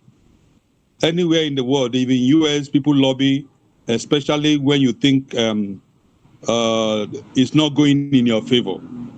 So the Nigerian government lobbying to clear their names and the things against them does not remove the fact on ground. Whatever the US is saying, the world is listening. And I don't think US will want to speak from the two sides of their mouth. So they have the fact. The facts are there. And no matter how they go about lobbying, the facts are on ground, especially when it involves a lot of respected clergymen that has the fact on ground concerning the issue of Christian genocide in Nigeria. However, in respect of Kwankwaso, I won't be able to make any categorical statement if the issue of the lobbying, has any issue to do with his indictment or his inclusion. But I will not also, I will not say there is no possibility. I will not also deny the possibility, because Nigeria as a country, we can do anything to get to where we want to get to. So that's my stand. Okay, thank you. Let me come back to Dr. Nosike. Dr. Nosike, do you think we've gone to the point where our internal security has now become an international diplomatic liability? Seeing what we're saying, that it has now gone to the point where even in the US Congress, there's now a bill that has to do with Nigeria. For me, that's I'm really disappointed with the inclusion of Kwankwaso. Understand? It is highly, they have rubbished everything that they started. One, I'm never a fan of Kwankwaso, and that being objective. Understand? Badejo is the head of Mighty Anda, or Mighty Anda, whatever is their name. If you are picking individuals, why don't you pick Badejo as a person? Understand me? Then, as we speak, 12 states in the north practice Sharia. Sharia was introduced by Governor Sani Yerima under Obasanjo administration. If you are talking about it, why don't you include him? Understand? So, Kwankwaso is not the only former governor in the north that is state that is practicing the Sharia. And when you are talking of persecution or killing of Christians, nobody has mentioned Kano State. I told you of the Matasina riot in 1982 when Shehu Shagari was the president. Shehu Shagari, 1982. So when they said that they sent 40 names from UAE, understand? Those that sponsoring terrorism and so on and so forth. Why have you been assuming that Kwankwaso name is there? Why have you been keeping it up till now? They say that he and the OB are discussing alliance. So for me, Moore is a human being. And Mario Puzo said that every man has his price. Understand? And this government is ready to spend any amount of money to remain in power. That Kanu has been producing the highest number of votes in the country. And Kwankwaso is in control of Kanu State. So when you look at that, No. It is shameful. I'm disappointed by this USM Congress. Highly disappointed. Okay, let's move to our next conversation. Of course, still on security issues. The Senate has demanded the full and timely implementation of Nigeria's defense budget, warning against delays that could weaken national security effort. During a budget defense session, the chairman of the Senate Committee on Defense, Senator Ahmed Lawan, assured that the Senate is committed to ensuring the armed forces receive the necessary resources to carry out their duties effectively. He emphasized that defense spending cannot be postponed, noting that any delay in funding could give an advantage to criminal elements and insurgents. Meanwhile, the Minister of Defense, General Christopher Musa, has acknowledged that security challenges persist across the country as he presented the 2026 budget proposal to lawmakers during his first budget defense session. Addressing members of the Senate Committee on Defense, the minister stated that the ministry remains committed to improving its performance despite existing difficulties. Meanwhile, okay, that's not supposed to be there. Okay, let me come to you. Okay, let me come first to you, Mr. Abu. You know, what do you make of this? The Senate is demanding full implementation, 2025 budget, 2026. Why is this coming now? Or why do you think this is coming now? Okay, thank you very much. The 2025 budget, from what the Senate Committee Chairman on Budget is bringing out now, it means that despite the fact that the budget has been passed, the implementation was not carried out fully by the ministry. The question that comes to mind is why? And if actually the ministry is interested in covering the insecurity, so why will money for the ministry and it will not be utilized? It beats my imagination. Is it that the money voted for the ministry is not needed?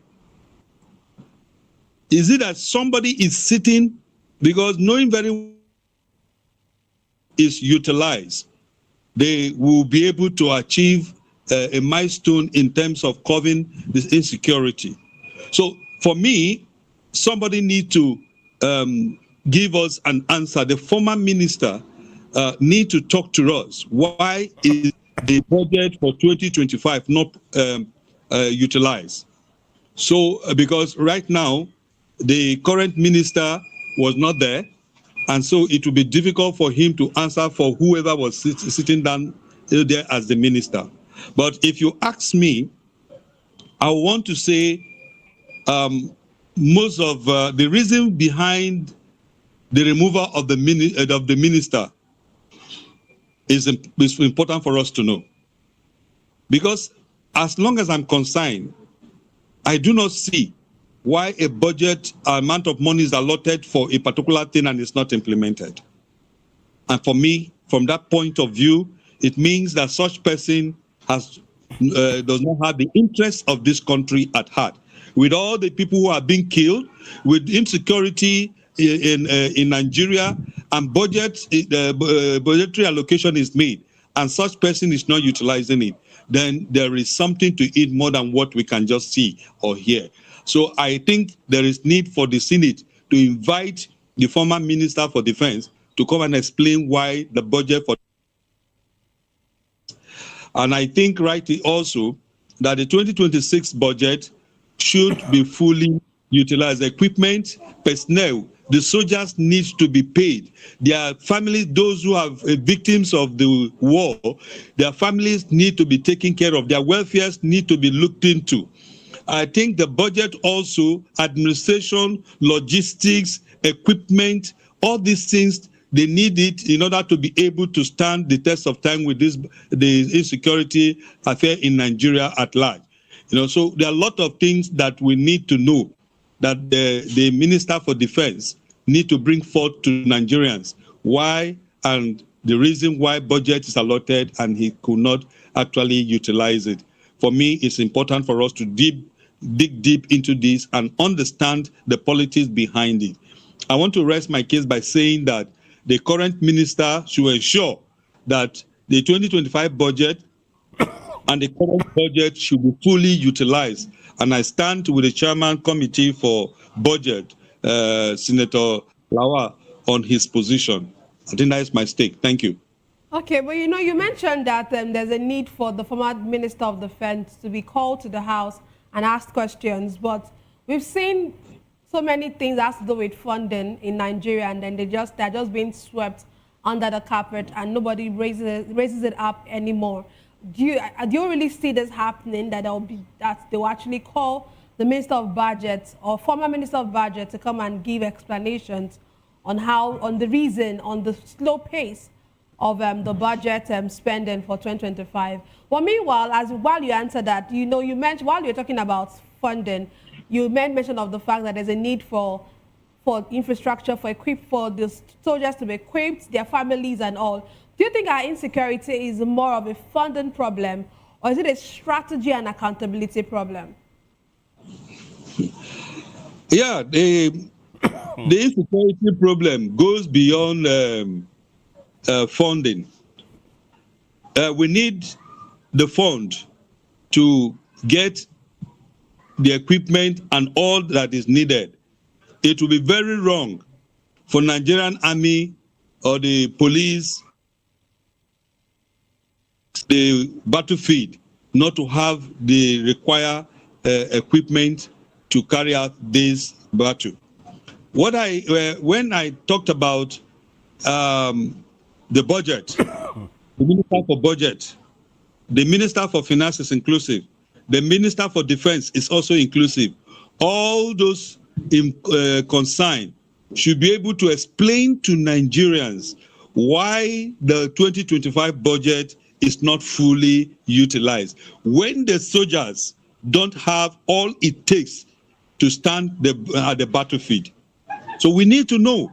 Somebody need to explain to Nigeria why this is the slow pace. You know, recently in the same Ministry of Finance and Budget and Planning, the contractors, even though the president has approved, the contractors are yet to be paid. So somebody need to explain to us what is happening. Is it that there is no money? What exactly is the bureaucratic process that is holding the full implementation? These are the things we need to understand. There are a lot of things that are not brought to light.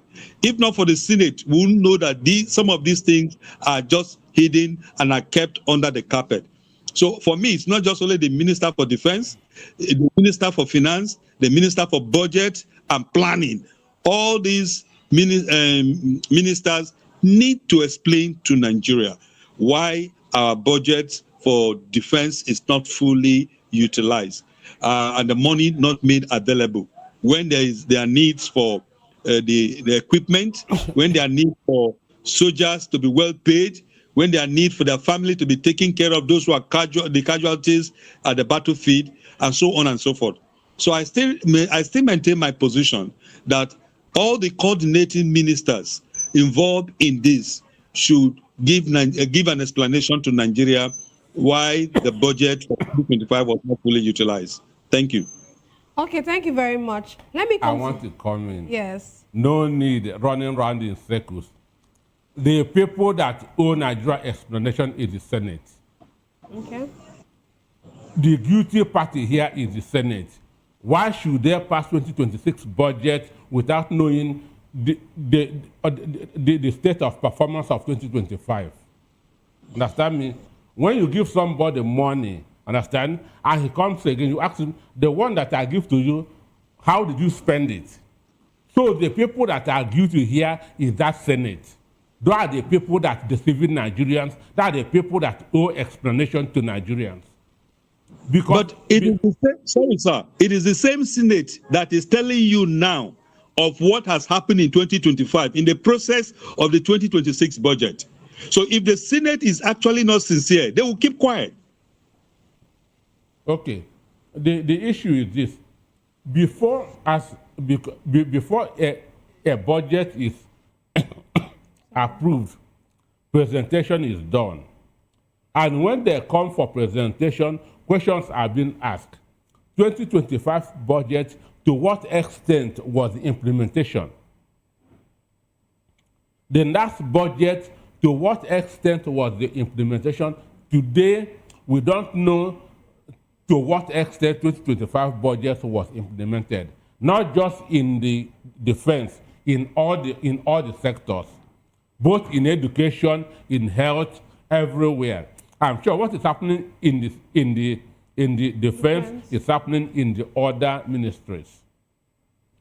But the major problem that you have in Nigeria is the National Assembly. Because it is them that do the oversight functions.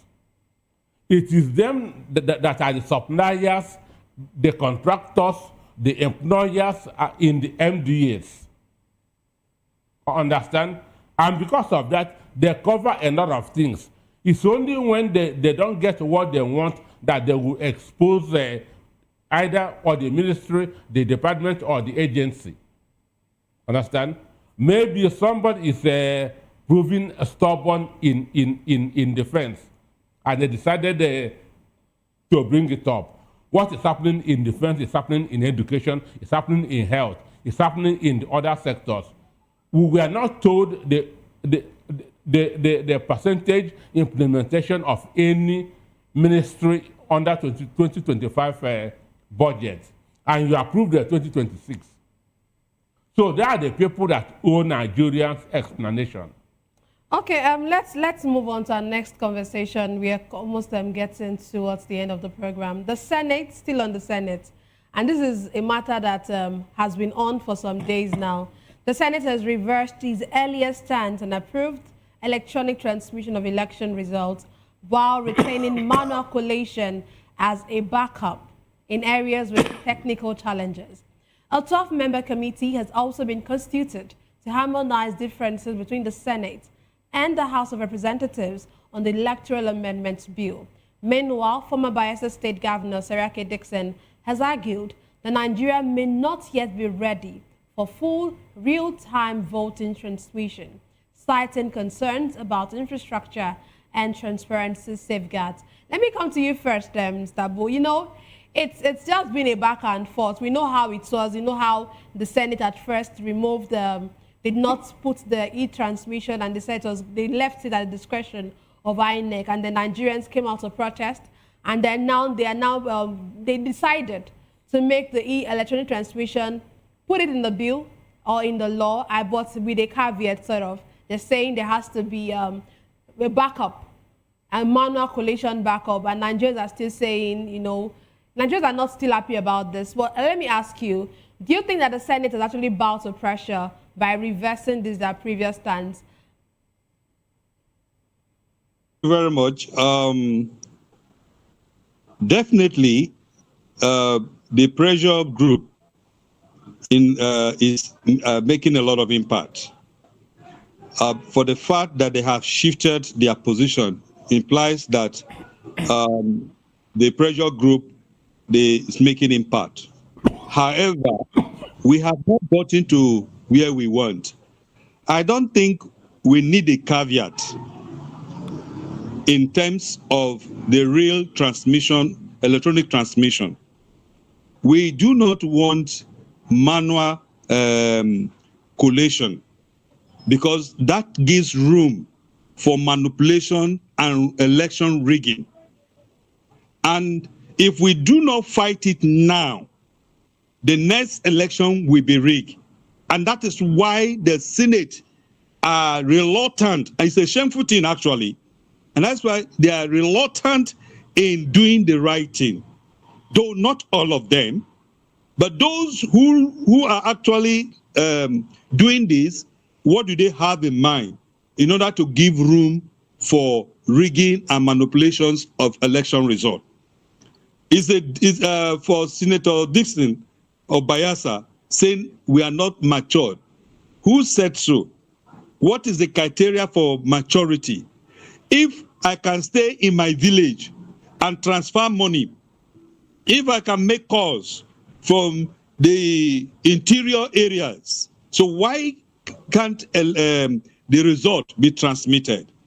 My position with others is that what we need is mandatory electronic transmission of results. There should not be any caveat giving INEC the option, because INEC, the last election was rigged because INEC had an option, the right to choose, and they did that. And that was why the Supreme Court says that the matter presented to them at the Supreme Court is not in law. So what is in the act is that the INEC has been given the power to decide. In this instant, that closure, that area that has been opened should be closed completely. And that is why they are afraid of coming up with a mandatory transmission of election result electronically. And I think the Senate should clear their name. I'm happy the conference committee set up. The men and women, they are people of integrity. They will be able to align with the House of Rep and be able to come up with what Nigerian is asking for. Nigeria is matured for electronic transmission of result. If we are matured to use transfer of fund and other things, so why are we not matured for transmission of result online? So these things, they know what they are doing,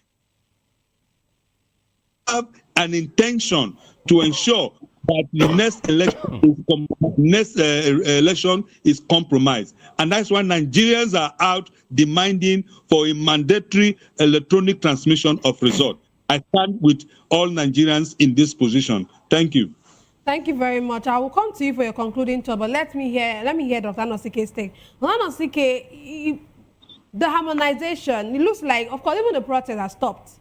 So what do you think that they would remove this clause? Do you think that this harmonization would help them eventually get to remove this clause that Nigerians are really worried about? The issue is this, power belongs to the people, understand? And Nigerians want real-time electronic transfer of results. So you give it to them. Each polling unit don't have more than 500 voters. Understand me? It is, but in the nation, there's what we call the satellite this thing. Maybe in a school where you can have maybe 2, 3, 4 polling units. There you can get about 2,000 results. But each polling unit is not supposed to have more than 500 votes, which means transferring them wouldn't be a problem. But the issue is this. 90% of the senators know that if we have free, fair, credible election, they will not come back. Understand? And no sane person would want to shoot himself or herself on the foot. So that's why they are dodging all these things. Understand? So because if you have not delivered on your campaign promises, you not expect the people to vote for you, which is compulsory transmission of election results. Analysis and discussion. Follow us on social media to stay up to date on the latest news and insight. Until next time, stay informed. I am Nnenna Ndomdioto. This has been the Issues on Voice of the People television, where the future faces forward. Please don't forget to stay tuned for Hashtag with Vivian by 8 p.m. Don't go away.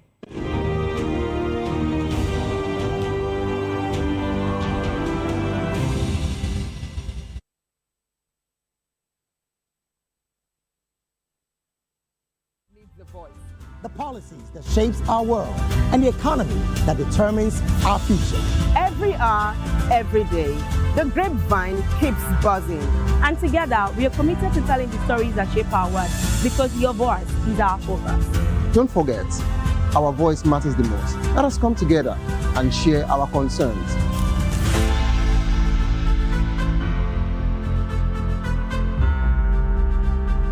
Mr. Familoni, and here is to view PTV. Keep watching, stay tuned, do not touch that dial. My name is Made Kuti and you're watching BOP TV. Keep watching. Welcome, my name is Zika Davis. Distinguished ladies and gentlemen, boys, viewers, everybody, boys and girls. This is VOP TV. Do you know what that means? Voice of the People TV. You don't have a voice, don't come here. You better make sure your voice is heard.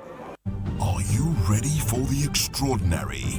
Something big is happening on your screen. Introducing VOP TV.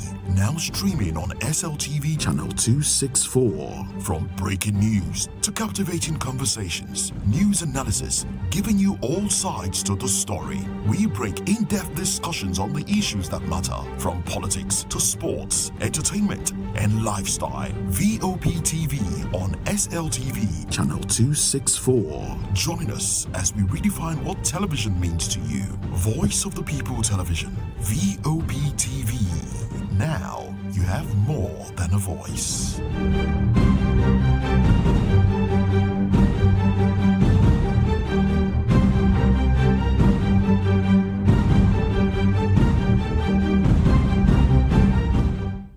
In a world where truth is the ultimate power and opinions scream the loudest, it's time to wade through the noise. Hunger no get tribe! Hunger no get religion! And scan the human interest and trending topics that matter. Stay tuned to The Issues, your plug to the stories making the buzz, from politics to science and technology, social justice, and more. Let's tackle the tough questions and expose the truth. The Issues on Voice of the People Television. Don't just react, understand. Do you want your voice to be heard? Do you know that you matter in the scheme of things? The People's Voice, the show where ordinary citizens take center stage as we discuss the biggest stories that affect you and I. With you in mind, we facilitate lively discussions, debates, and interviews on the topics that matter most to you and I. From social justice to economic empowerment, education to healthcare, governance, and more. Tackling tough topics and amplifying your voice. Join the conversation and make your voice count. The People's Voice. Make your voice count. It's awards, the round interviews, and more. Spotlight on Voice of the People Television. Let's feed you with all the juicy stories in the global entertainment space, bringing you the glitz and glamour as they hot. Stay tuned to Spotlight, 1 p.m. Monday to Friday. Spotlight on VOP TV. Entertainment like never before.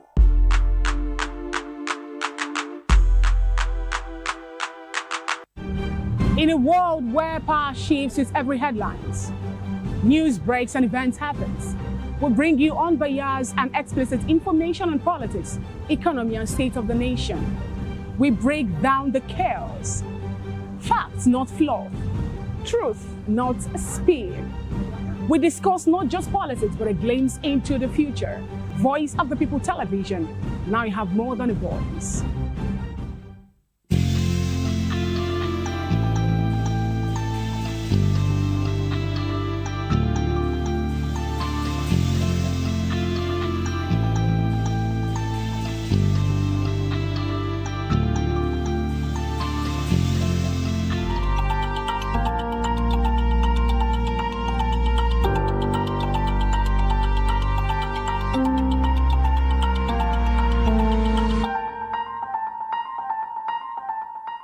Welcome, guys. The show is Hashtags right here on VOP TV. My name is Vivian Ugoche, and it's a pleasure to have you hang out with us. I say us because this is not a solo affair. I got a whole team working together to ensure that this is a flawless production. If this is the first time, again, I say accept a very warm welcome from us. So this is what we're going to tell you, all things trending and all things topical. Got lots of things to tell you today, like the internet is just buzzing and there is so much chatter online. So if you're game, let's get this show on the road. On the road, we begin with hashtag Zenko. Zenko, by the way, is a billionaire businessman. He's from the southeast of the country, and he's trending today because himself and some other southeastern billionaires, of course, Obi Kubana, and Obi Chief Priest, Kubana Chief Priest, all of them together, were seen dedicating some buses to the City Boy movement. The City Boy movement is a pro-Tinubu group that was initiated or formed by the first son, Sheyi Tinubu. Not too long ago, we saw how Obi Kubana was named the Southeast coordinator. So it looks like this drama is unfolding now. That is our first hashtag. So I take you online now, so you see the first post, and then the video, and of course, comments. Let's do it. Hashtag Zenko. So Nigeria Trend says billionaire entrepreneur Zenko, together with other allies, has donated buses valued at millions of naira to the City Boy movement in backing of President Tinubu's 2027 re-election ambition. So Chooks took the story also from Niger Trend. Let's take a look at the next post. It says Chooks. Let's see how Chooks is spinning this one now. Chooks says billionaire businessman Zenko, alongside other supporters, donates buses worth millions of naira to the City Boy movement in support of President Tinubu's 2027 re-election campaign. Credit goes to Niger Trends for the video. Take a look, guys. So I'm just going to walk you through it, and then you get to hear what they're saying. So this is just the group of the billionaire businessmen from the southeastern part, and you're going to see Kubana Chief Priest now doing the countdown. Take a listen, guys.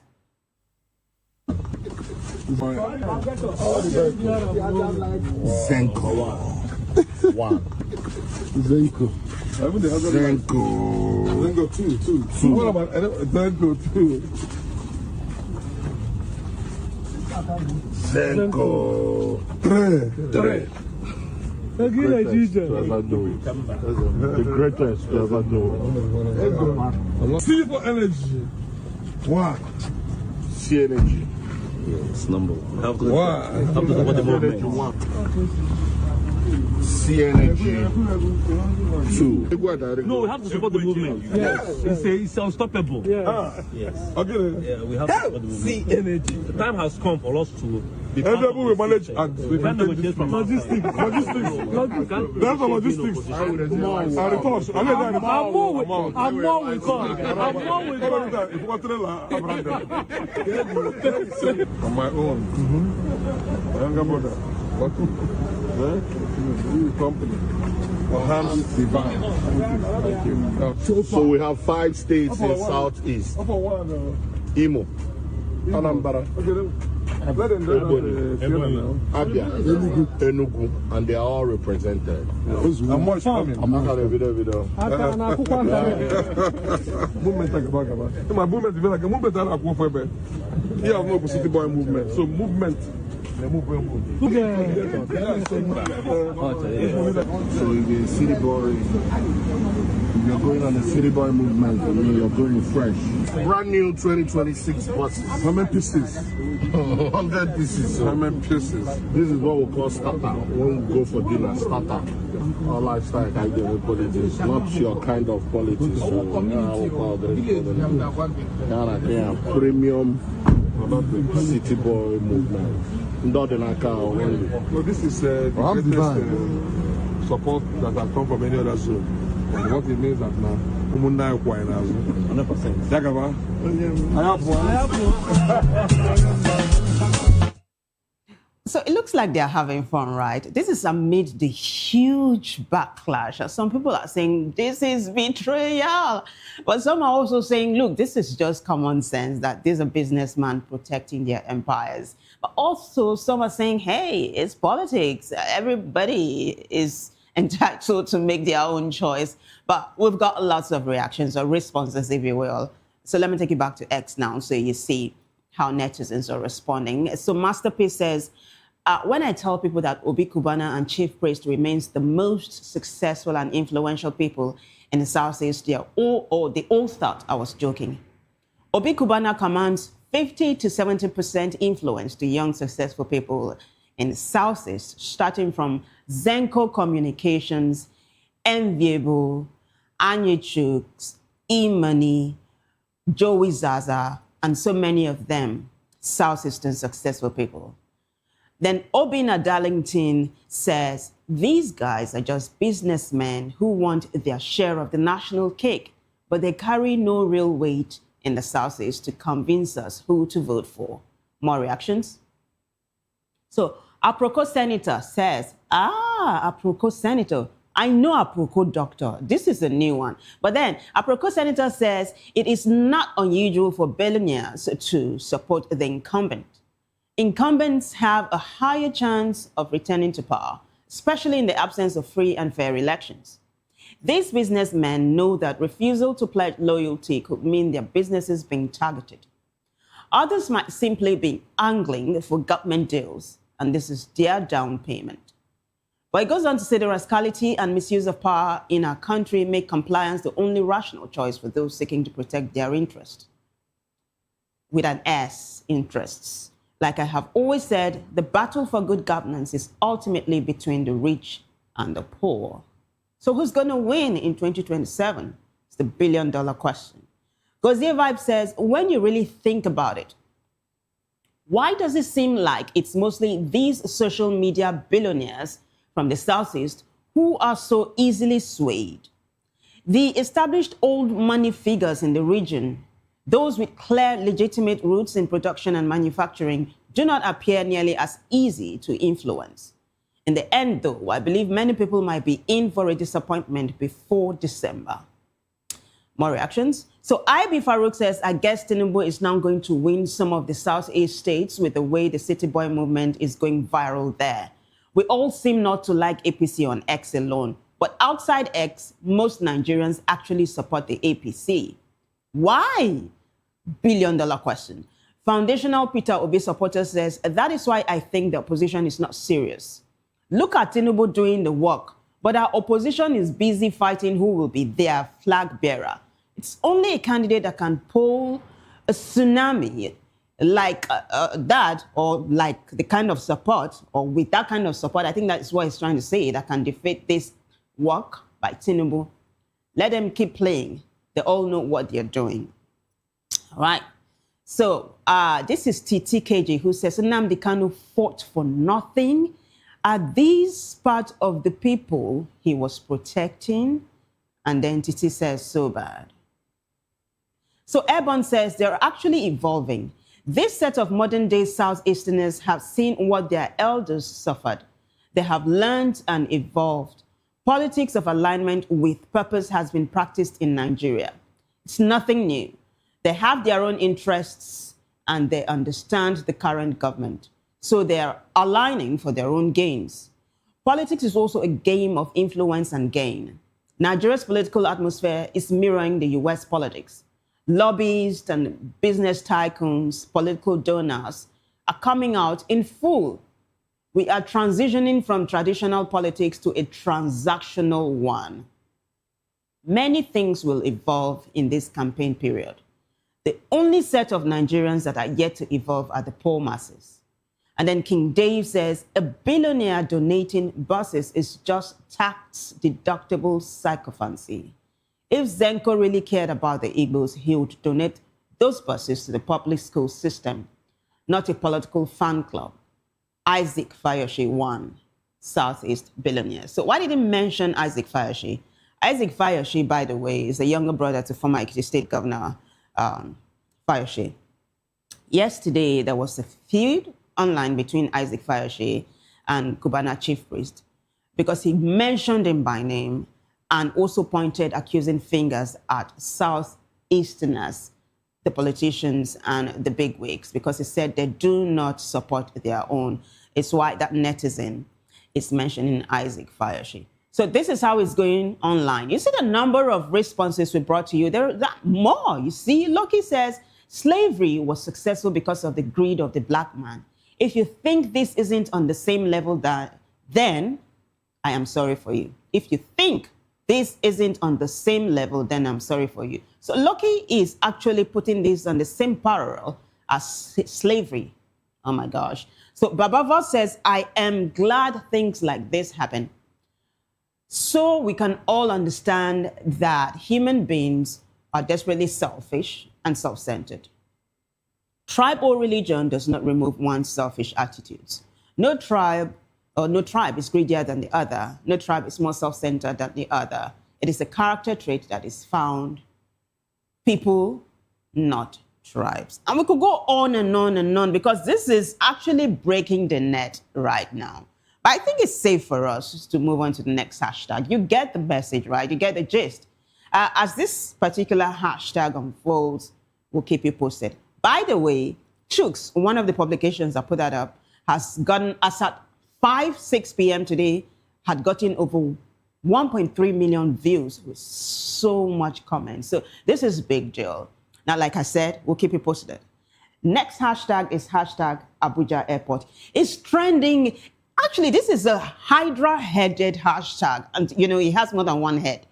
It trended earlier on as El Rufai. It's now trending as Muiwa, but it also trended as Abuja Airport. So let's stick with hashtag Abuja Airport, yeah? But it's all about the former FCT minister, former Kaduna State governor, former APC chieftain, currently ADC chieftain, talking about Nasiru El-Rufai. So it's now trending as Muiwa DKE, who is actually El-Rufai's media advisor. So Nigeria Stories picked this up. Media advisor to Nasiru El-Rufai has said that security agents attempted to arrest El-Rufai upon his arrival on the flight from Cairo. Now, take a listen. I'm his chief of staff.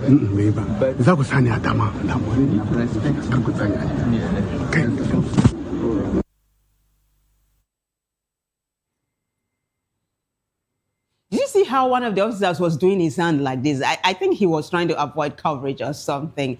That you see, he was... Oh my God. But I got lots of videos on this one now, and it's going to be one post, one video. Let's take a look at the next post.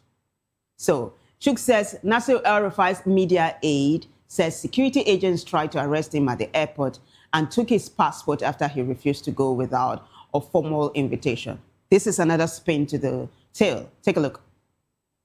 Listen, nobody, not even the president, will tell me I have to do anything. It's a free country. If you want a letter, if you want to invite me, invite him and then he will. All right, so take a look at the next post.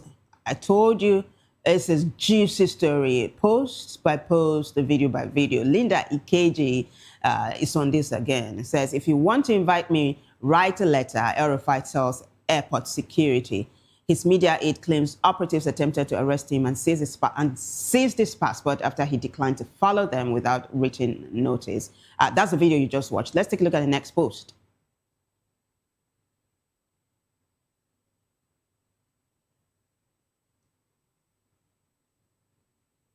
So Nigerian Affairs Journal says, EFCC operatives attempted to arrest former Kaduna State Governor Nasiru El-Rufai on his return to Nigeria.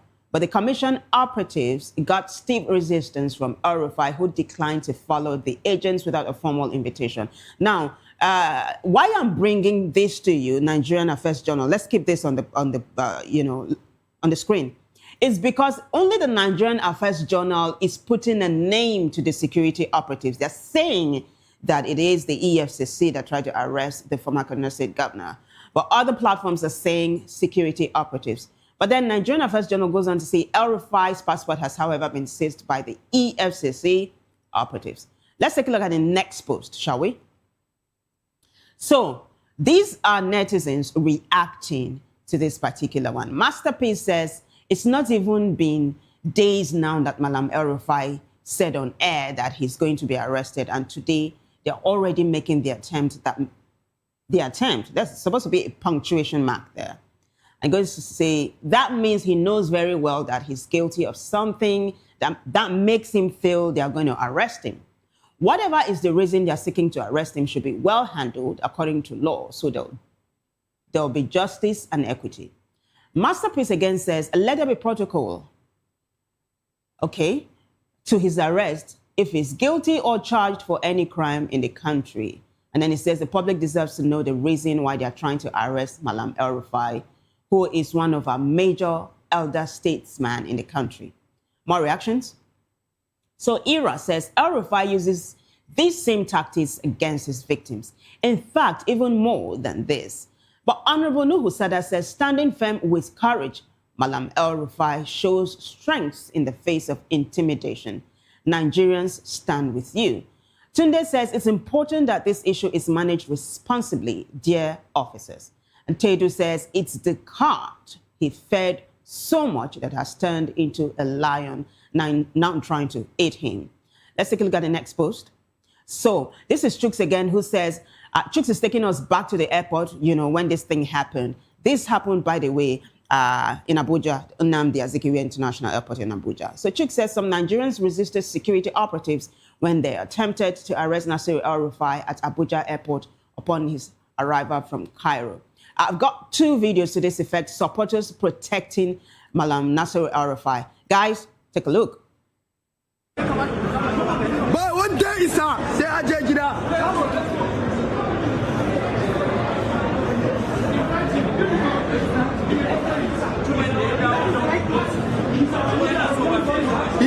leader.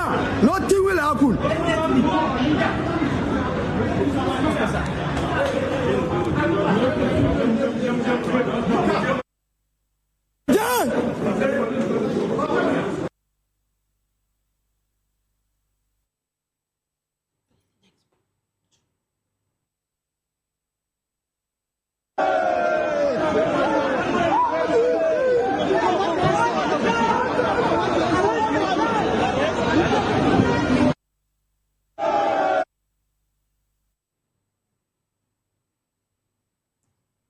So those are supporters celebrating after they resisted, the attempt of security operatives to arrest their leader. You heard them saying he's that leader and all. So I'd like for us to take a look at the rest posts because there are developments, as we go. This is a story that is trending, like I said, in different ways.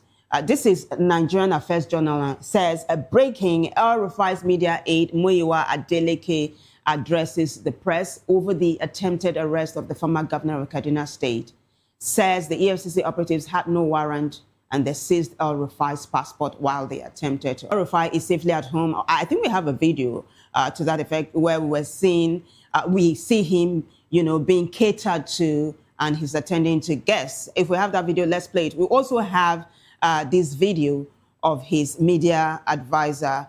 So I guess we are taking a look at this one first. Take a listen. From Cairo this afternoon, there was an attempt by some security operatives at the airport to arrest him. Malam Nasir El-Rufai asked for a warrant or a formal invitation. Neither of these documents was provided. So he declined to follow them in the process of trying to forcefully pull him away. They snatched his passport from one of his aides.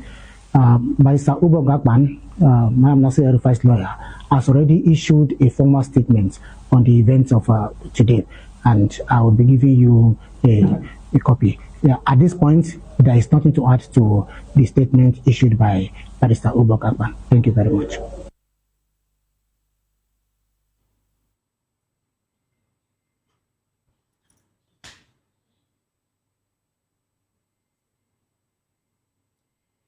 All right, the video you saw earlier on was that of El-Rufai's media advisor, explaining to journalists, newsmen, newswomen, what happened, what transpired at the airport earlier on. And he's saying that his principal has released a statement. We have that in a short while. I'll show that to you. But first, I told you we have a video of him being attended to, that he's safely home now.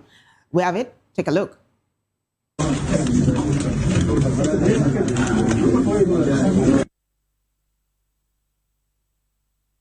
All right, So it's very short, but that is horrifying. We see bottles of water, people, he's been, surrounded by a lot of people and all. It looks like he's getting more popular by the day. But then again, I told you that there's a post he put up. Let's take a look at the next post. So this is Nasiru Ahmed El-Rufai, who says, my lawyers have issued a statement that condemns the illegal attempt to arrest me today at the Abuja airport upon my arrival from Cairo. A country must outgrow executive outreach and deliberate disregard for the rule of law. So that's how that one is panning out. It looks like he's saying that, look, it's not as if I'm above the law, but things must be done the way they are to be done. Give me a formal invitation and I'll come over, is what he's going to say, is what he just said. So is there going to be a written statement? Security operatives are going to formally invite him, and then is he going to formally, honor the invitation? These are questions. Now, how is this going to pan out? Looks like the saga has just begun. And as it unfolds, we'll keep you posted.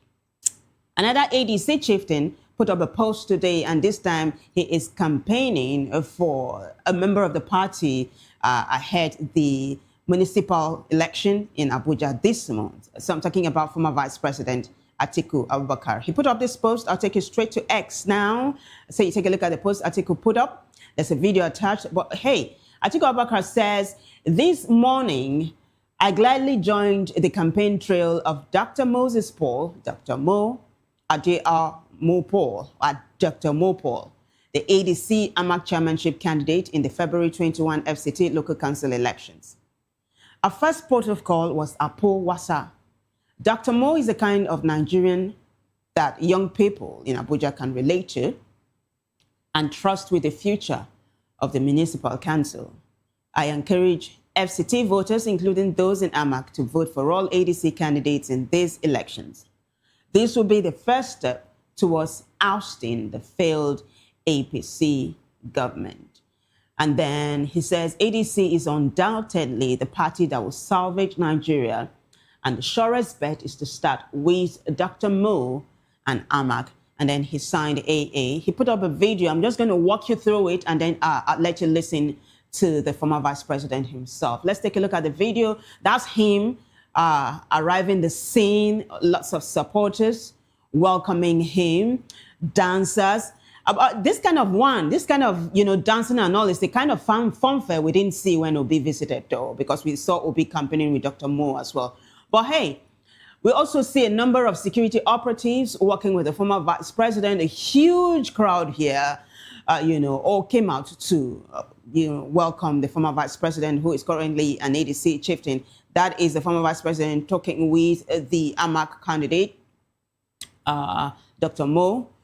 We also have women and lots of traditional people in that area who, came to be part of this event. It looked like it was a 2-in-1 event, the campaigning, and then it looked like the former vice president also used the opportunity to address a number of people, traditional rulers, as well as, people at that, local government area. It looks like he's beginning to play the grassroots affair.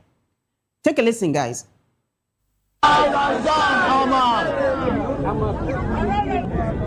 Therefore, I want to appeal to you, everybody in AMAC should come out and vote ADC. Because ADC is going to replace the most corrupt government in this country. Yes. It is going to replace the most unpatriotic government in this country. Yes. It is going to replace a government composed of forgers and fake people in government. Oh, yes. Because they told us lies, they forge papers, and they forge everything. Yes, today, of course, including laws. You know how they forge, our electoral act. You also know how they forge the tax law. A government of forgers, we should get rid of them. Oh, yes. And we can only get rid of them by making sure that we vote ADC in Amak. Yes. Believe me sincerely, I am not here to either deceive you or to tell you a lie so that you can vote for. No, I swear to God Almighty that there is today no party that can salvage this country other than ADC. Yes. Because it is a coming together of the most patriotic Nigerians who felt that this country needed to be rescued. And we must rescue this country. And we cannot rescue this country without your own support. That's why I am here to specifically appeal to you to come out and vote. Besides that, I appeal to you, most of you are educated. Register online to vote. The registration is still on. You don't have to leave your place of businesses or your place of work to register. You can sit down in your room, in your bedroom, and register online and be able to vote.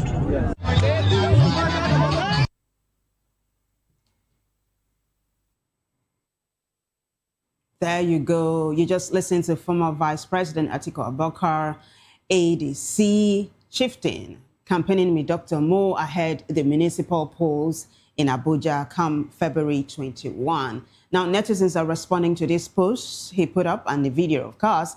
Let's take a look at what netizens are saying. Abdulaziz Naibi Abubakar says, His Excellency Atiku Abubakar is a youth groomer who believes in the potential of Nigerian youth and champions their inclusion in politics and governance. Leading the AMAC campaign for Dr. Moses ADC will ignite fresh passion, inspiring the people of AMAC to turn out en masse to support and vote for Dr. Moses and the ADC. May Atiku, Dr. Mo, and Nigeria succeed. King Zayed, oh, let me say amen to that. King Zayed the Fourth says, finally, candidate young people in Abuja can actually relate to. Dr. Moses Paul isn't just a name, he's the energy AMAC needs right now. Huge boost to have Atiku backing the vision. The road to February 21 starts at the grassroots. Who else is ready for a new Nigeria starting from the FCT? It's a question. Answers, keep them coming. Just go to our YouTube page, go to the comment section, and let's have your say. This is Sokoto, Atikun Sokoto, who says, once again, His Excellency Atiku Abubakar proves why he's called the unifier, always standing with visionary young leaders who represent integrity, hope, and inclusion. His support for Dr. Moses Paul reflects his deep belief in youth empowerment and participatory democracy. Together, we build the Nigeria we deserve, from AMAC to the nation at large. Senator Idris Haruna says, absolutely inspiring to see Dr. Mo embody absolutely inspiring to see. There's supposed to be a full stop there. But Senator Haruna goes on to say Dr. Mo embodies the kind of useful, relatable, and accountable leadership that AMAC needs. His hands-on engagement with communities like Wasa shows he's genuinely committed to serving the people and not just campaigning. With the support of respected leaders like Atiku Abubakar, this movement is gaining real momentum. ADC and Dr. Mo represent a credible alternative focused on transparency, progress, and community-driven governance. AMAC voters have a real opportunity to lead the way toward meaningful progress, I guess. We have some parts being cut off there. I wonder why that is happening. But let's take a look at the next post now. So this is Sami, who says, Dr. Mo sounds promising. What concerns most of us here be say, let's ensure all candidates are held to high standards. We should prioritize the people's needs over politics. And then everything politics says, the issue is not just party labels, but a political culture where power and survival often outweigh principle and long-term commitment. Nigerians are becoming more cautious because past experiences have weakened trust. And then Mayna Best says, 100 support this. The opposition coming together is always a good energy that will bring success. And also must deliver good governance, not just power grab, right? So he's commending the opposition, but he's also saying that Please deliver good governance. Let this not just be about unseating the incumbent. And that is how we wrap up this particular hashtag. We move on to the next one now, which is hashtag INEC. So INEC, the electoral umpire, has submitted or made a proposal, right, ahead 2027, its budget. And he proposed, wait for it, guys, over 800 billion naira is what INEC is demanding for to successfully carry out the 2027 election. It is mind-boggling, right? But hey, they got lots of work to do. Let me take you to X now so you see the post and see how netizens are responding or what netizens are latching onto. So Nigerian Affairs Journal says, breaking. It's actually breaking, right? This just dropped. INEC proposes 873.78 billion naira for 2027 elections. Allocates over 200 billion for election technology. INEC Chairman Professor Joash Amupicho, who represented the proposed budget before the Senate and House Representatives Joint Committee on Electoral Matters, divided the budget into 5 major parts, which include 375.75 billion naira for election operations, 92.31 billion naira for election administrative costs, 209.21 billion naira for election technology costs, 154.90 billion naira for election capital costs, 41.61 billion naira for miscellaneous expenses. Now, that is not all. There's a particular one that Senator Adams Oshomole took issue with, right? So the next post is going to show us, and that is what netizens are latching onto, and you will see the responses to that one. So let's take a look at the next post now. So this is Nigerian Affairs Journal. Do you have INEC special disease? Senator Oshomole queries why INEC needs a hospital. Says the commission should focus on its core mandate. So INEC demanded for a special hospital, and then Senator Oshomole is asking, does INEC have special disease? It's crazy, I can tell you. But netizens are responding to this particular one. Let's take a look at their responses, shall we? So this is Tedu, who says, honestly, the current practice in Nigeria, where most federal ministries, departments and agencies, MDAs, especially in Abuja and Lagos, such as NNPC, INEC, CBN, etc., operate their own dedicated health facilities or clinics, often exclusively for staff and families, creates massive duplication and waste of funds. The fragmented resources such as infrastructure, staff, equipment, and funding across numerous MDAs, while Nigeria's 23 or so federal medical centers, FMCs, and other public hospitals remain underfunded and overstretched in serving the wider population. Tidu goes on to say that consolidating these services by integrating MDA staff into the FMCs with enhanced NHIS coverage could eliminate redundancy, save billions annually, redirecting funds to the Ministry of Health to strengthen the FMCs, thereby improving equipment, staffing, drugs, and infrastructure for all Nigerians. This makes sense, guys, don't you think? Well, but there are more reactions. Let's take a look at the next one. So this is Ev, who says, Oshomole always makes a lot of sense when he doesn't have personal interest overweighing his actions. Very sound argument. INEC Hospital, NAS Hospital, State House Hospital, Finance Ministry Hospital, waste of resources when the real hospitals are seriously underfunded.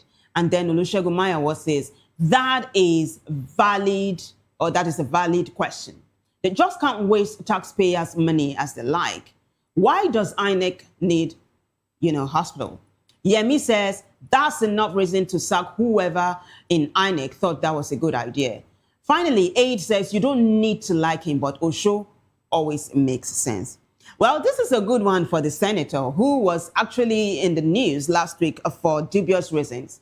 He was seen allegedly massaging the foot of, a South African lady. Okay, so journalists dug into the matter and discovered it was a South African adult influencer who had said the incident was real.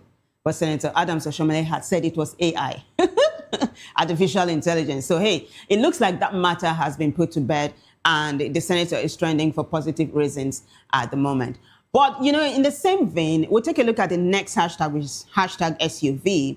So, same screening committee and over 130 billion naira was budgeted, a million, for SUVs for the ASO Villa. But the authorities or the oversight, the lawmakers said, no, that's too small for the SUV, which is meant for ASO Villa, and that has got people talking like mad. So the cable has that story. I'm going to take you straight to X now, so you take a look at it, and there's a video.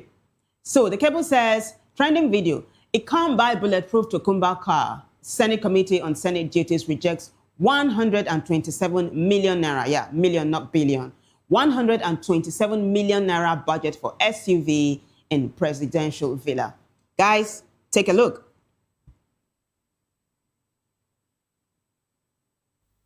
Now,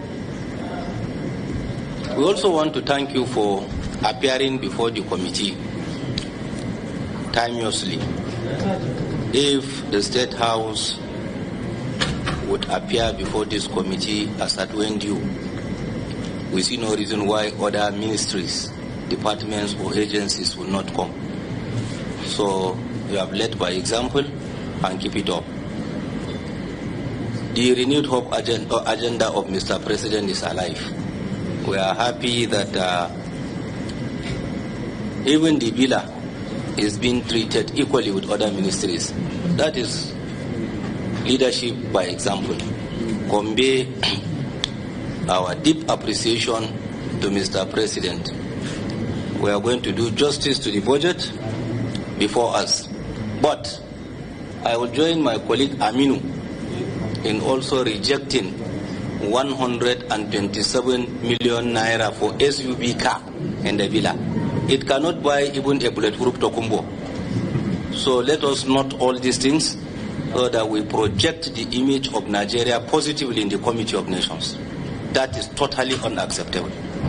So we'll take note of that and do the needful. We don't want a situation where a visiting president will use Tokumbo in the airport. No, that is unacceptable. So the budget office must sit up.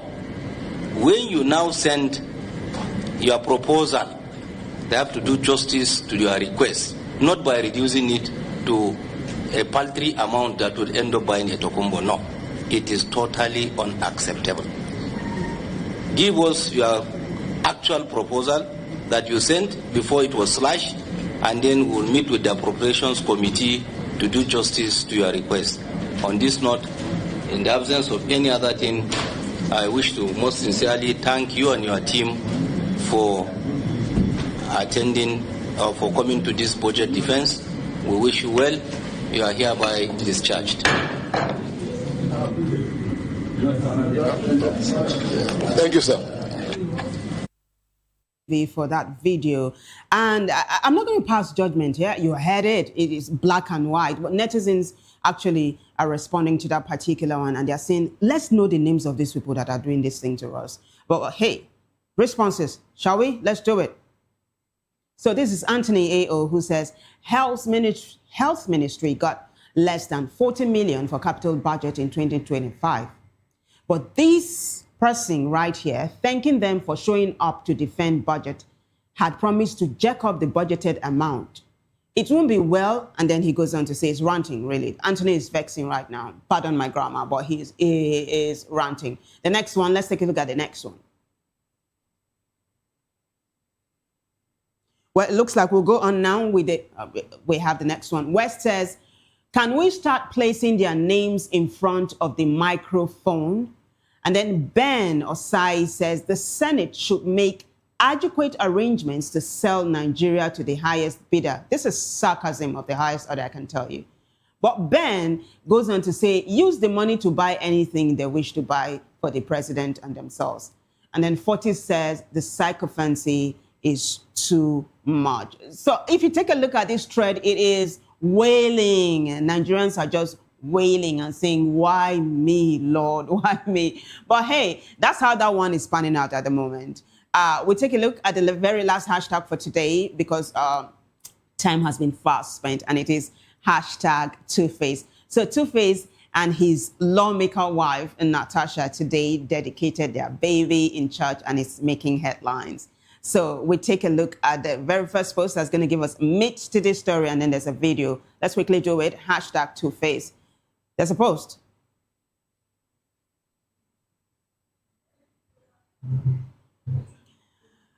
Okay, well, unfortunately, we can't pull up the post at the moment, but that's the video.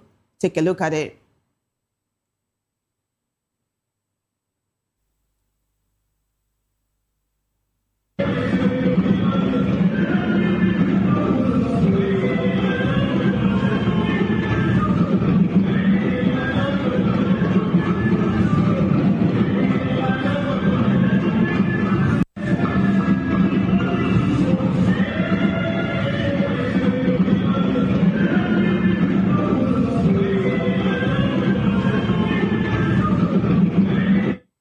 Well, that's it.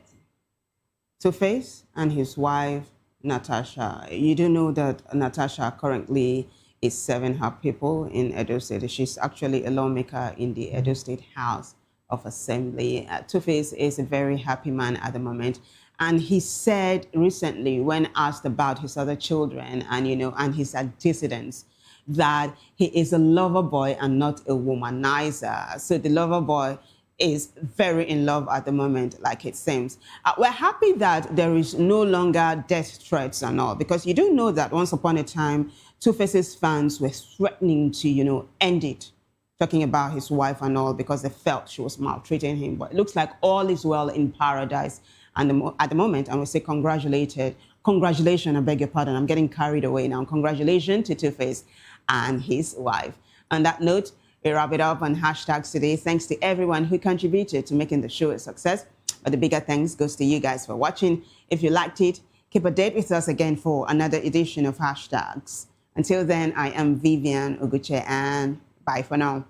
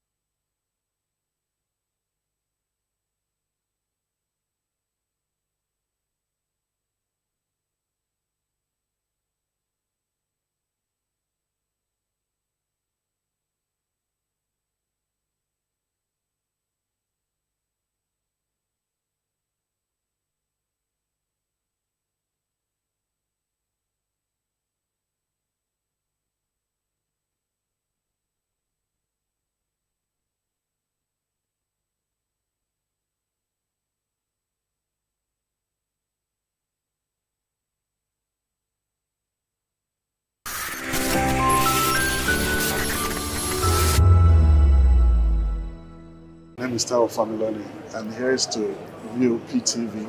Keep watching, stay tuned, do not touch that dial. My name is Made Kuti and you're watching BOP TV.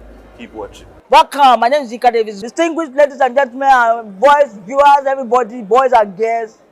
This is VOP TV. Do you know what that means?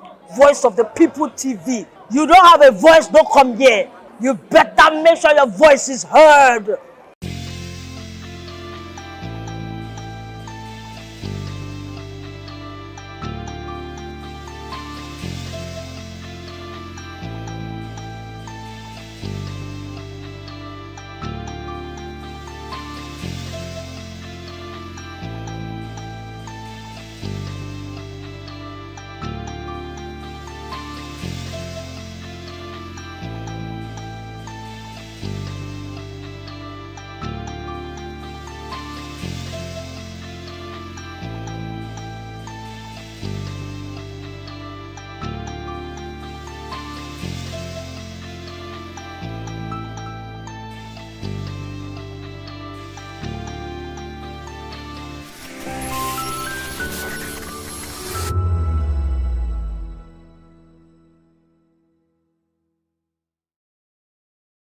We encourage you to click on the like button and subscribe to our YouTube channel. We are Voice of the People TV. Also follow us on all our social media platforms. We are at VOP TV Live. Visit our website www.vop.ng for fresh and trending news. Also watch us live on SLTV channel 264.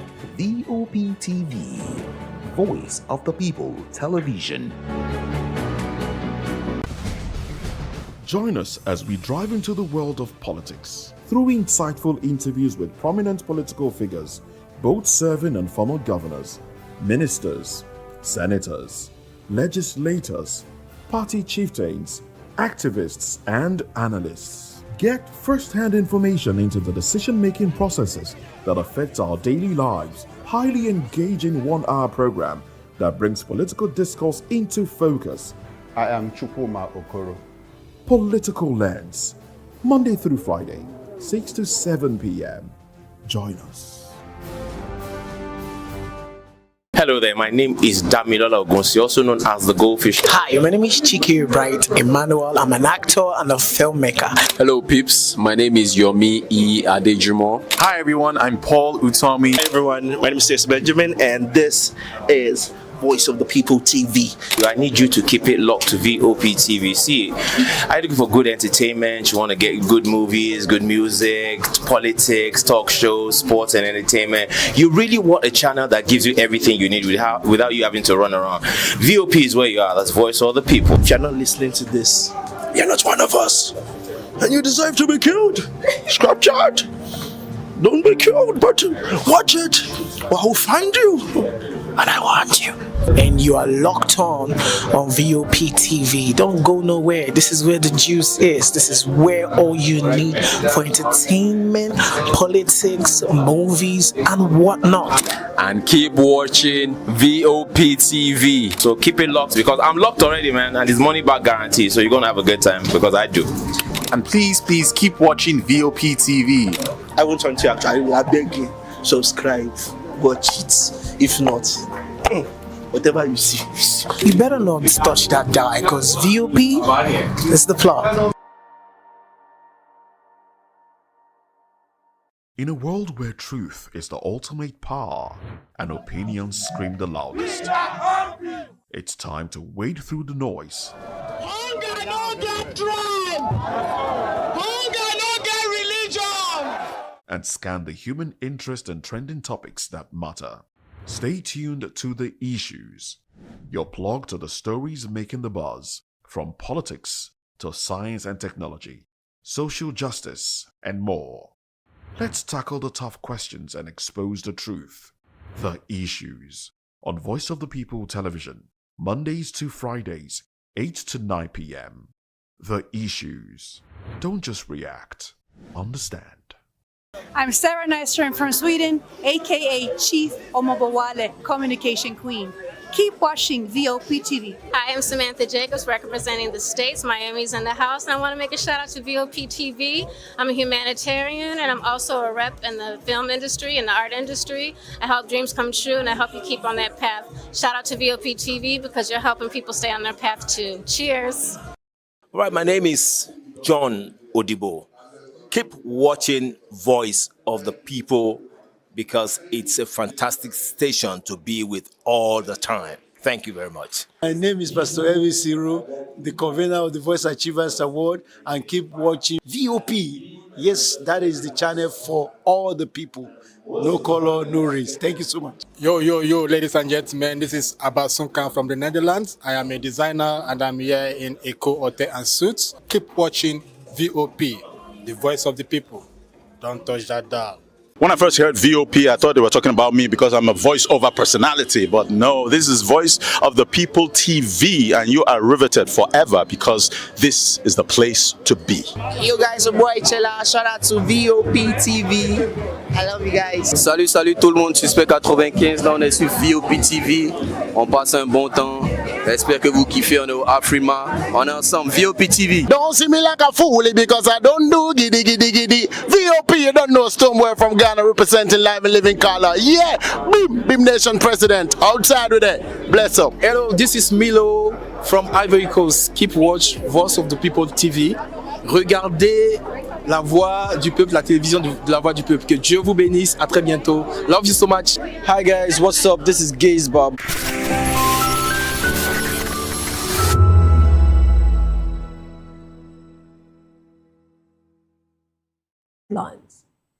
Senate threatens zero location for Accountant General's office.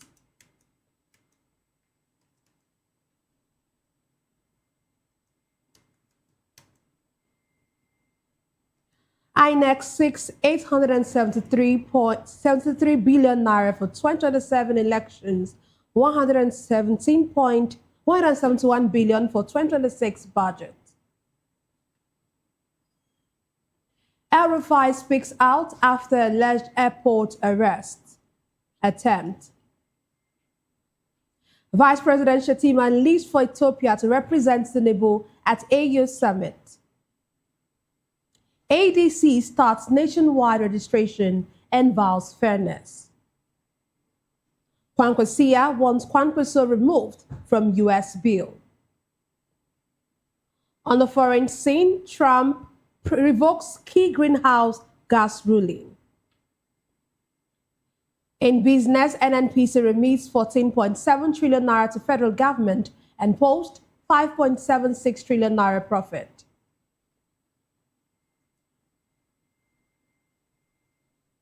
In sport, Uzodinma welcomes Niger Delta Games Torch of Unity.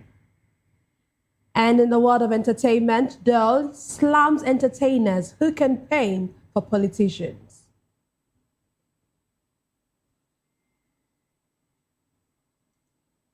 Now the news in detail.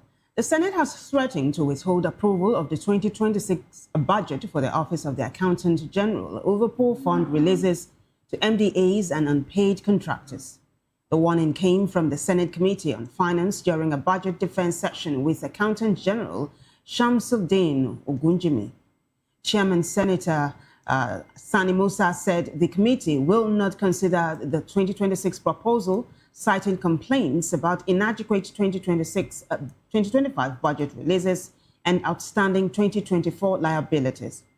Lawmakers expressed frustration over poor budget implementation, saying it has stalled government operations and left contractors unpaid. Ogunjimi appealed for reconsideration, explaining that his office can only disburse funds formally released and that delays were partly due to technical challenges on the government's payment platform, which is now being upgraded. The Independent National Electoral Commission, INEC, has projected 873.778 billion naira for the conduct of the 2027 general elections and requested 171 billion naira for its 2026 operational budget. INEC Chairman Joash Amopito disclosed this while presenting the Commission's budget proposals to the National Assembly Joint Committee on Electoral Matters, clarifying that the 2027 election budget is separate from routine operations, by-elections, and off-cycle polls.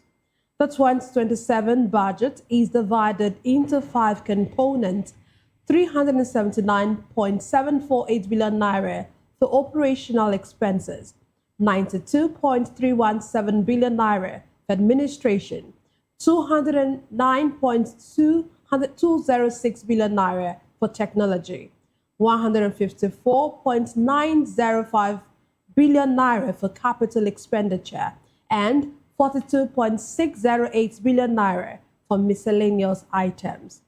It does not include a pending request from the NYSC to raise allowances for core members deployed as ad hoc staff. Lawmakers have raised concerns over funding mechanisms.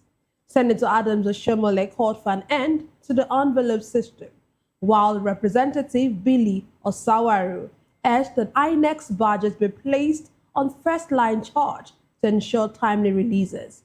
The Joint Committee recommended a one-time release of INEC's annual budget and said it would review the NYSC's separate request of about 32 billion naira to increase allowances to 125,000 naira.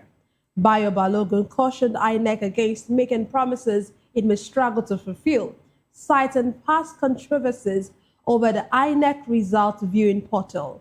Senator Simon Lalong, chairman of the Senate Committee on INEC, reiterated support for adequate funding to ensure effective preparation for the 2027 elections. In the meantime, the House of Representatives Committee on Science and Engineering has judgment from the national budget.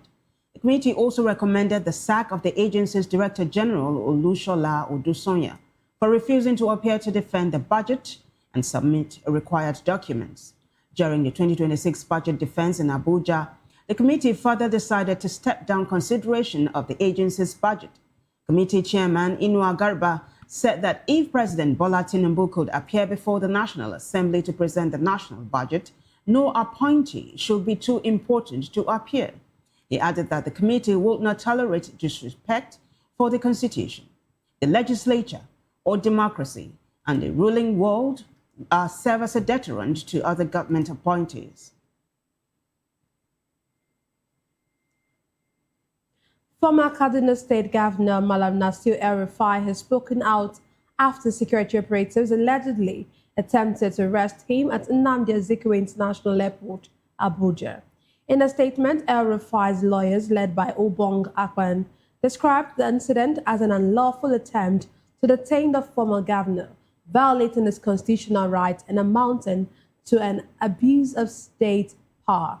According to the statement, El-Rufai arrived from Cairo on Egypt's air flight MS-877 when operatives of the Department of State Services allegedly moved to arrest him without a warrant or formal invitation. The legal team said an earlier invitation from the Economic and Financial Crimes Commission had been delivered to El-Rufai's residence while he was abroad. They added that he had formally notified the EFCC that would appear voluntarily at his office next Monday. Lawyers claimed security operatives seized El-Rufai's international passport without legal authorization and noted the Nigerians present at the airport protested the move.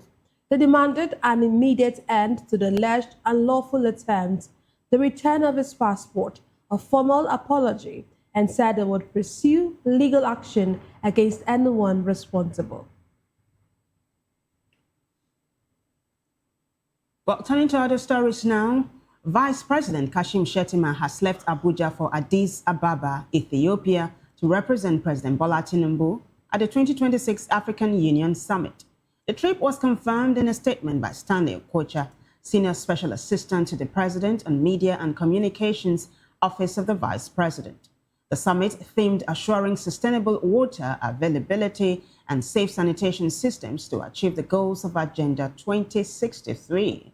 Will focus on sustainable water management, improved sanitation, and development goals under the AU's Agenda 2063.